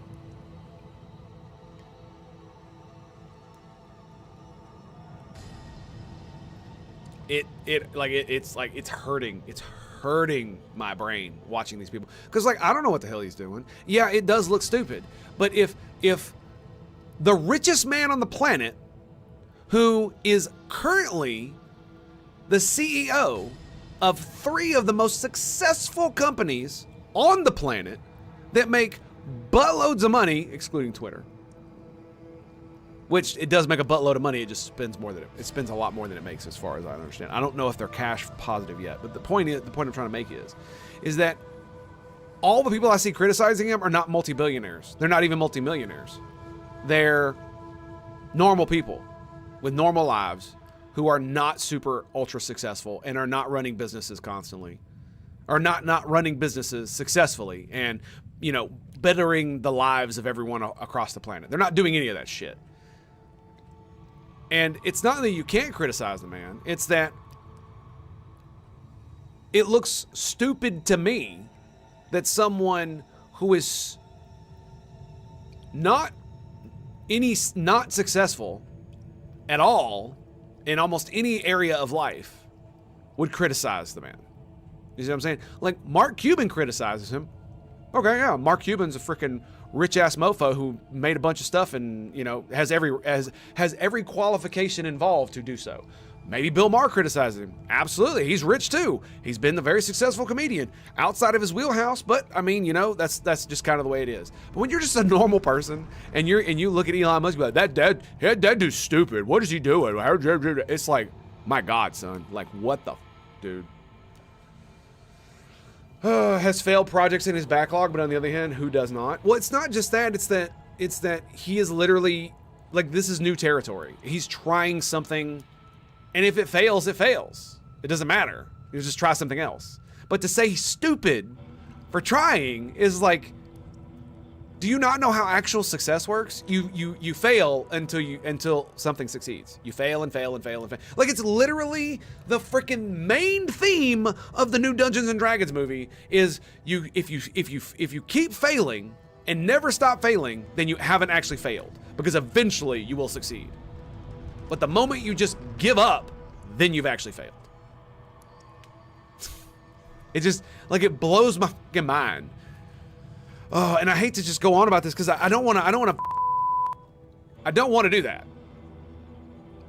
But it's like, and I don't know what he's doing. Yeah, it looks dumb, but he's trying something new. He's experimenting in real time in public. Who has the balls to do that? None of these people criticizing him do. That's for damn sure. That's for damn sure. And guess what happened after Twitter limited the amount of scraping you could do before all this happened? But when they limited the what was it, God, I can't remember what it's called, where you can get information from their servers and on the back end. I forget what it's called, but he's like one of the first big internet companies that did that, and everybody gave him shit for it. And then what happened? Not like 2 weeks later, everybody started doing it. Freaking Reddit is now doing it. They're eliminating that third-party app because they're like pinging their servers and taking information from their servers like consistently, and it's costing them money. Now everybody's doing it. He did it first, and everybody gave him shit for it. And it's like, people like seem to forget that, and it like hurts my brain so much. Like, maybe you should watch. Even if that's the case, because obviously, because if he fails, you might learn something. I don't know what the numbers are, but I would assume that yes, like on a total number, there's going to be more Asian and more white people in the top decile, just by popular, or at least for white people, there's a high population. Like Asians are less. Obviously, it's going to be disproportionate because of, you know, Asians, class achievements, and blah blah blah. There's going to be a gross number more white and Asians in the top decile applying to Harvard than there would be black people in the top decile applying to Harvard. I would assume that that's true. So you're right. That would boost up the number percentage for blacks applying to like really high. Yes, obviously. But still, that disparity going from 12% to 56% shows that there is even though it's not, you know, per capita, that shows that there is a big emphasis being placed on the race of the individual. Of course, in terms of admittance. Yeah. Right. Because you would assume that if all else is the same, right? If it's colorblind, which obviously it's not, but if it was theoretically, there should be no real big difference among the percentages, right? Right. I just don't know how those numbers. I don't know how those numbers break down. I listened to some of the oral arguments during this case. I found them very fascinating. So, but they didn't really get into this, and I kept wondering about it. So right. Sodoge, baking all those cakes for $20, says, "Can't believe Justice Thomas would support Black Pride Month by taking out his wee-wee and flopping it on the table." Is that what happened? That's what happened. But seriously, you can tell for all three recent cases, it's easy to tell who has and has not actually. I mean, I feel like that's almost always the case when people are discussing legal cases, because, you know, like, people don't want to read them because it's boring and it's long and there's a bunch of legal technical jargon and blah blah blah. So. One of us here is old enough to remember the Anita Hill situation in Congress. We'll talk about that. That's one of the videos talks about the Anita Hill situation. Yep. Oh, okay. I was like, when was it? I swear I was like, it was maybe a sophomore. HW. So when that was 1990 maybe. No, Around 1990. like this was 80s. What are you talking 89, about? Oh, maybe 88? it was 90. I feel Well, like wasn't Bill Clinton elected in 92? So it had to be 4 months prior. 4 years prior. Okay. Ooh. I feel like I was in high school when this happened, though. Let's see. Clarence Thomas Supreme Court. The super chat made me think of it because 1991. There you go. So Clarence Thomas flopping his dick out on the table here. Very good. Do you remember the Anita Hill thing that Anita Hill said something about? Okay, I was not cognizant of politics in 1991. But this has to do with sex, so I have to bring it up. Remember how I talked about I talked about like a long time ago on stream how when George H.W. Bush was re-running for president, I was like 5 or something. I don't remember how old I was. Very young. I remember like being at school or preschool, whatever age I was, and seeing an airplane like Bush in the sky. And I went home to my parents. I said, "You got to vote for Bush. He wrote his name in the sky of our school, and that's why kids shouldn't get the vote, Adam." Well, anyway, I don't see why it's. Are you telling me adults don't vote for the same reason? They saw some banner in the sky. They saw someone write their name in the sky. They literally put that banner in the sky to get adults to vote for. That's him. true. You know that's the case. So, but anyway, I do remember there was some hair on a coffee mug. I finally find some boots, and they're Clarence Thomas supposedly, allegedly asked her if it was a pubic hair. Which don't do that, okay? Like, don't do that to your female coworkers, okay? Yeah, that's not appropriate. No. What if it was? I mean, you gotta be careful, right? You don't know. Everyone drinks coffee differently, right? That's inappropriate. That's totally inappropriate. What's even more astonishing is that when you actually look at this chart, you will find that if you are in the 4th academic decile, meaning that you perform better than 40% of people, you perform better than 40% of other students when it comes to test scores and GPA. If you are white, you have less than a 2% chance of getting in. If you're Asian, you have less than a 1% chance of getting in. If you're Hispanic, you have a 5% chance of getting in. If you are black, you have a 12.8% chance of getting in. This means you have a better shot of getting into Harvard if you're a black student who performed better than 40% of the population than if you're an Asian student who performed better than 90% of the population. Okay, that's insane. Yeah, it does sound kind of insane. I'm not gonna lie. Well, that's an interesting breakdown. We got fireworks day in the U.S. What Yes, population are you talking indeed. about, though? All of the population or the Happy 4th of population July, of boys. Black people. Wait. See, this is why I'm like. Let me go back And to that's who perform 1% chance of getting in, 40% of other students. When it comes to if you are 50-60, the top 10%, this means you have a 15.3% chance of being admitted to Harvard. If you're Hispanic, in your particular group, top 10%. So if you are a top 10%. She says top 10% in your particular group, which makes me think among Asians. Performing Asian, you had a 12.7% chance. Okay. So his argument is if you're Asian and you're in the top 10%, you have 12.7% chance again, right? Right. And then, he switches it. Right. And then he's saying if you're black and you're in the top, or you're in the top 4 decile, right? So we've gone from the top 10 to like the top 4, right? So significant among blacks or among the whole population? Because I think he switches there. I'm guessing it's among the whole population. No, I think he says the whole population. I'm guessing the way the stats work is among the whole population. It wouldn't really make sense that you would measure it among the intraracial group. I have an idea. It's got I have an idea, suppressor on it Sid. too. You want me to try to find this information? No, why don't we just take the race box off of these forms? Like, this is just ridiculous. Yeah, I agree. Let's give it a go. Let's just take the race box off and stop doing all these stupid statistics. Right, I agree. But that is insane. If that's true, that is insane, right? That if you're black and in the top 40%, you have a higher statistical chance of getting into Harvard than if you're Asian in the top 10%. That is a crazy. If that's true, that is insane. Well, I can think of a reason that would be not insane though. Like if it's measuring if you're in the top 40% of blacks and the blacks are a much smaller population, obviously. Right, but I don't think I'm guessing that's not what was. Okay. How it was calculated. Sure. What's even more astonishing is that when you actually look at this chart, you will find that if you are in the 4th academic decile, meaning that you perform better than 40% of people, all people. Right, that's what I'm saying, guys. It's all. I think you just misspoke. Oh, okay. Better than 40% of other students when it comes to test scores and GPA. If you are white, you have less than a 2% chance of getting in. If you're Asian, you have less than a 1% chance of getting in. If you're Hispanic, you have a 5% chance of getting in. If you are black, you have a 12.8% chance of getting in. This means you have a better shot of getting into Harvard if you're a black student who performed better than 40% of the population than if you're an Asian student who performed better than 90% of the population. Okay, that's insane. And that disparity is obviously racist. This means a discrepancy in scores of 200 up to 300 points between black students who are getting into Harvard and Asian students who are getting into Harvard. And it's Asians who are suffering most under this regime because obviously the discrimination has to come at somebody's cost. There's only one slot. That slot goes to somebody. It goes to a black underperforming student. It does not go to an Asian overperforming student. Asians are overrepresented relative to their share of the population because Asians overperform when it comes to things like the math SAT. As Wesley Yang points out, in 2016, there were 48,000 whites, 52,800 Asians, 4,800 Hispanics, and just 2,200 blacks who scored above 700 on the math SAT. Asians represent 6% of the overall population. They represent almost half of the people who on the SAT get over a 700. And those are the people who are being hurt when somebody else's slot, when their slot goes to somebody else. It's a massive failure. It's not just that. Affirmative action on its own terms fails. This idea that affirmative action is the rung up, it is the pathway to success for black students in America, it's just not true. Stephen Abigail Thornstrom wrote years and years ago for The Atlantic and for the Brookings Institute. They concluded, quote, not only did significant advances in black income, increases predate the affirmative action era, the benefits of race-conscious policies are not clear. In the decades since affirmative action policies were first instituted, the poverty rate has remained basically unchanged. Despite black gains by numerous other measures, close to 30% of black families still live below the poverty line. And then, there's a bigger problem, which is that even the students who get into places like Harvard or Yale... So, okay, let me just... I don't think that's a good metric for trying to measure the effectiveness of affirmative action. Because economics situation in the country is going to change drastically over, 50-year period, right? For a whole host of reasons. I wouldn't use that as a metric. I think a better metric is dropout rates. I think a better metric is it's going to be more difficult to study. Actually study people who get into college via affirmative action. Do they have better life outcomes because of damage reduction from elites? I didn't see that shit. I could have swore we talked about this. Didn't Thomas Sowell do like a whole study on this where he kind of, according to him, he tracked down the numbers and he was saying that according to his research, people that got into colleges via affirmative action generally didn't have better outcomes? Yeah, he does a Sowell quote in his actual concurrent opinion. Yeah, I know Thomas does. Yeah, I know Thomas does, right. Yeah, definitely. That's a Thomas Sowell. Or we could go for lucky hit. But this is part of the problem that came up in the case is that there's never really been and we'll kind of get into this when we get more to this. The defenders of affirmative action, and I guess really the state has to be the one to defend this, it would have to give a very clear, evidence-driven rationale for affirmative action, right? So it would be basically the state should, if they want to, or some proponent of affirmative action would have to actually create some kind of study that shows that these policies create a very direct, tangible benefit for black individuals and for society as a whole. And they kind of didn't do that. Yeah, a big complaint is that a lot of the affirmative action policies are helping immigrants that aren't even, they're not black Americans. They're not black. What do they call them? Black descendants of slaves or whatever they right, acronym for. Yeah. So that's a giant complaint about affirmative action. It's not even really helping Americans. Sure. Yeah, they would have to do that study. Yeah, the fact that they could be African immigrants would be able to come over and take advantage of affirmative action is ludicrously Clarence Thomas opinion. He basically says if the point is to help a clear the descendants of slaves, clear benefit, because they were adversely affected by that.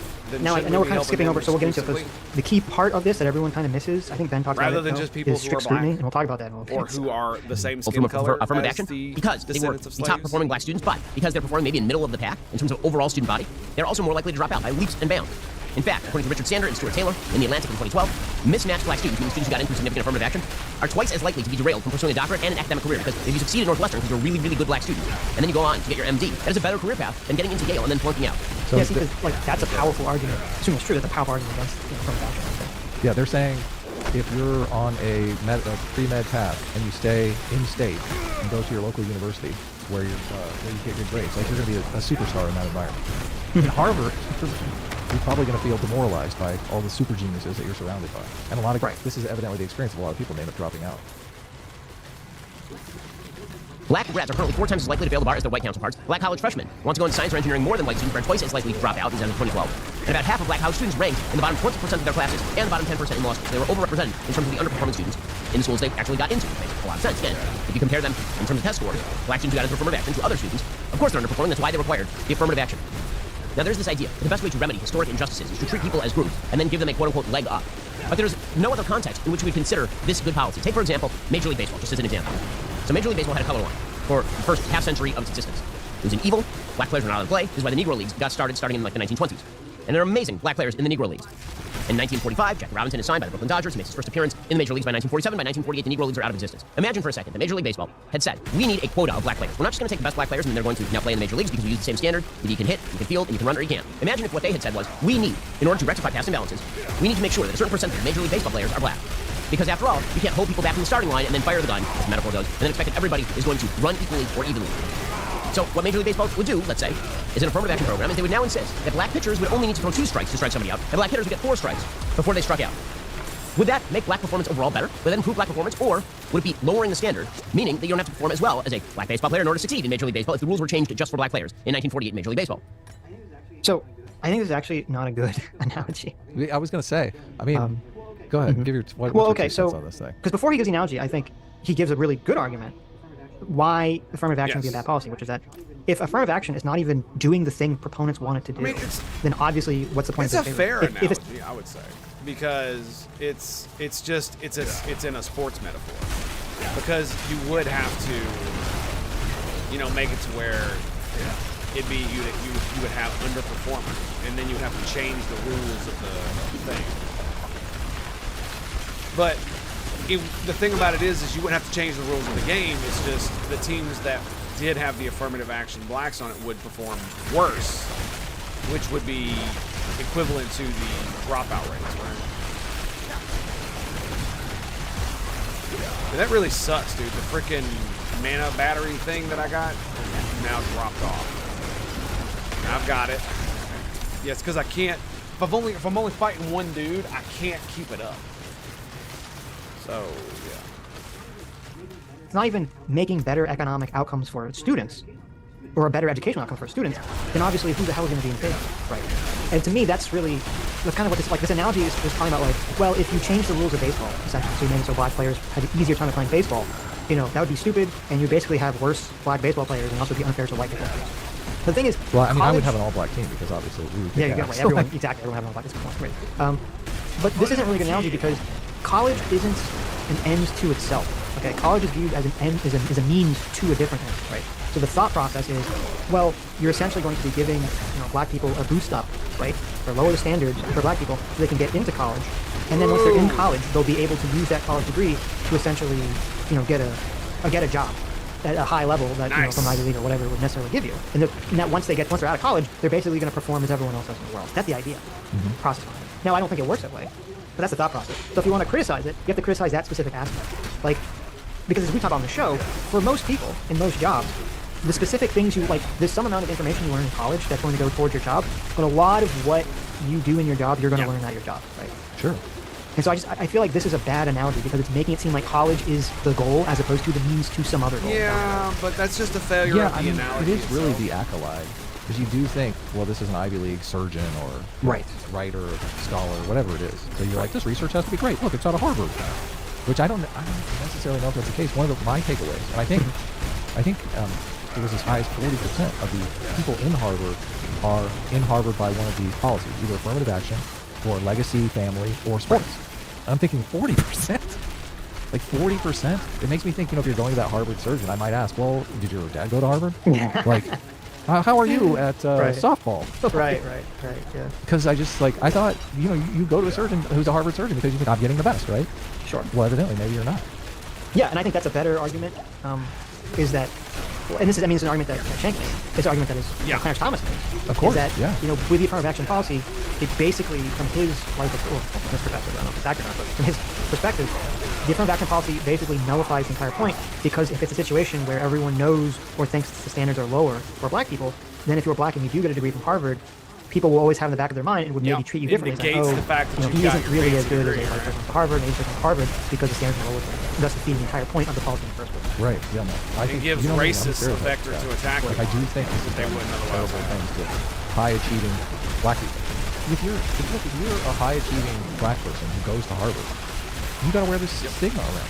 That's fucking serious. Yeah, it's funny because and this obviously, Clarence Thomas is very emotionally, personally invested. Because he's been facing the stereotype his whole entire life. Yeah, there's actually, one of the videos talks about it, and I actually pulled up, he wrote a book where he talks about this, where he graduated from Harvard Law, I believe, and he couldn't get a job with his Harvard Law degree. And he assumed that the reason for that was because everyone else assumed, all the white people assumed, that he didn't really deserve it. And so he took a 15-cent sticker from a pack of cigarettes and he put it on the frame of his because he said that's what it was worth. Now, Such a great story. It is a good story, but there's an element to it to that question. I think that experience that Thomas had is a perfect example of the two movie situation.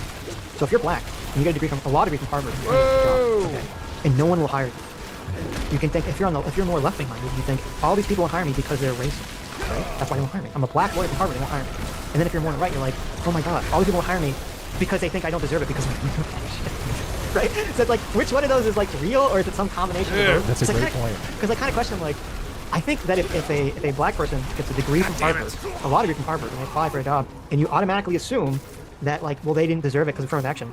I mean, that is a racist thought, is it not? That's a racist thing to think. That's a totally racist thing to think. Right. So I kind of think well, even if Clarence Thomas existed in an alternate universe where affirmative action didn't exist, and he still had his Harvard law degree, would he have gotten a job? I'm kind of skeptical. I still think he probably wouldn't have gotten a job anyway. Right. But it's a different kind of racism though. Right. I would assume. Well, let's hope now it's different. This is the thing. Yeah, I think it is different. Plans for the fourth. We've made so much progress on these. You're looking at them. I feel like maybe, and this is what the court is kind of weighing. They're weighing is the stigma more harmful than the benefits of policy? And I feel like maybe we are there. Maybe this is the point to transition. Well, I'm sorry. Well, no, it's funny. I told Sitch before we started the stream, I was re-listening to a stream that Sitch had with Dave the Distributist, where affirmative action came up.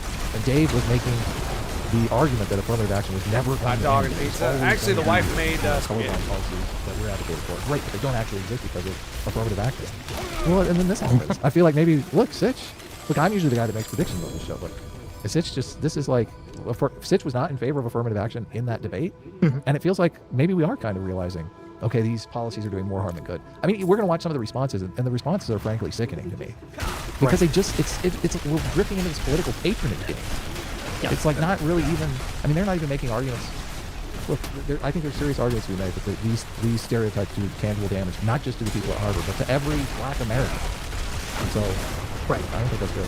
So I agree with the people who are Black or another minority who talk about they don't want to be stigmatized in terms of like people feeling that they didn't deserve their accomplishment. They don't want to work at the factory and be the minority hired.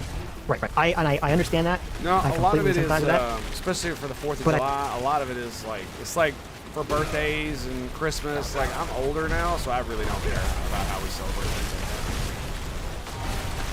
that. Most just want to spend time with my wife and kids. Speaking of which, I'm probably going to get off here. Probably should go to bed and at least take a nap. I don't want to, but I probably should. Just in case my son decides to get up in an hour, which he probably will. I recently found out American beer ended up where it was because Prohibition deleted breweries.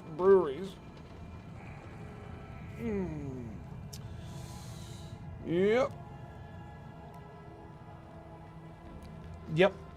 you're not wrong. It's one of the situations that is a primo example of how regulation can be used by large corporations to stifle out competition. It's one of the reasons why Budweiser is one of the biggest beers in the world, is because of that exactly right there. The local bans, specifically in states like Florida, made it damn near impossible for people to start up their own businesses without massive amounts of capital. It's one of the reasons why I think we should have differing regulations for different size businesses. Because if you want to make a startup, it should be a little bit less regulated, right? And so that way, and people should know it's a little bit less regulated. So buyer beware. But if you want to support smaller businesses rather than corporations, giant corporations, then that way you can. And that way you take a little bit more risk, but that's just the nature of the business. You want to be super safe, go with the corporation. You want to support small businesses and all that other bullshit, and then your local community, then it's a little bit less regulation on it. And the thing about it is like the reason I think that it would work is because one of the reasons that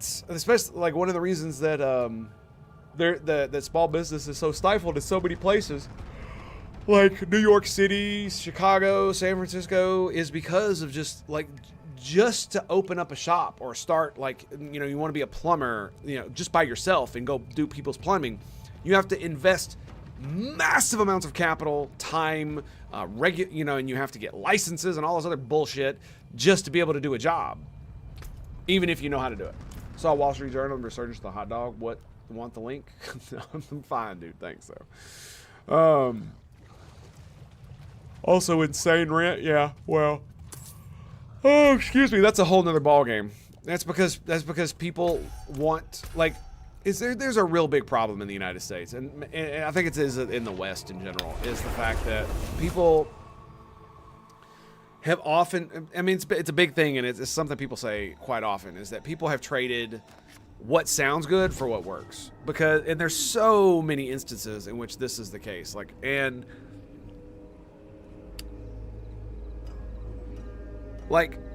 There's a video coming out of France right now where the police are mustering to go take on the rioters and put them down, not kill them all, but arrest them, disperse them, stuff like that.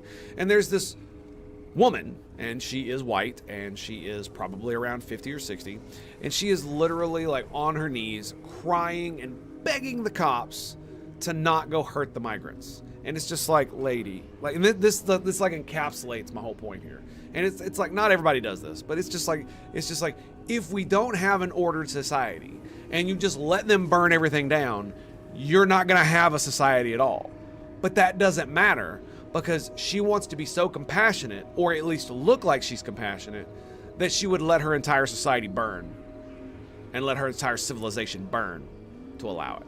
And that's a lot what's going on. And not only that, there's environmental regulations. And one of the funny things about environmental regulations is not necessarily they're good for the environment, but they allow NIMBYs to slow down housing development so that their property values don't go down. I love that, right? Oh, well, you know, if we put this environmental regulation here, we can spend another 10 years without my property values going down so I can sell my house when I want to. Kind of bullshit. And there's all kinds of dumb shit like that, man. It's crazy. And in places like California and Chicago and blah, blah, blah, blah, blah, like it blows my mind. It blows my mind. It's just like the stuff with the homeless in San Francisco. They're your unhoused neighbors. They're your unhoused neighbors. Yep. It doesn't matter that they scream obscenities at you and scream that they're going to kill you and threaten you with weapons. None of that matters. You're not in any real danger, right? They would never do anything to harm you, unless you're in New York City and they push you in front of a subway. But that's anecdotal evidence, right? That's not actual evidence. It's not statistics. Shouldn't listen to that. So yeah. Ooh. Oh man, it sucks. Why does every single one? I just want to find a better helmet, dude. All right, boys. Yeah, my throat is. I am dying. And I'm gonna go take a nap. I want to stay up. I want to watch some more of this bullshit, but I'm probably gonna be up in the next hour anyway. So I will see you guys later today, where we will continue this journey into Diablo 4. I love your faces. Thank you for being here, and my dudes, my bros, my homies. Happy 4th of July. I'll see you next time. Peace out, bro.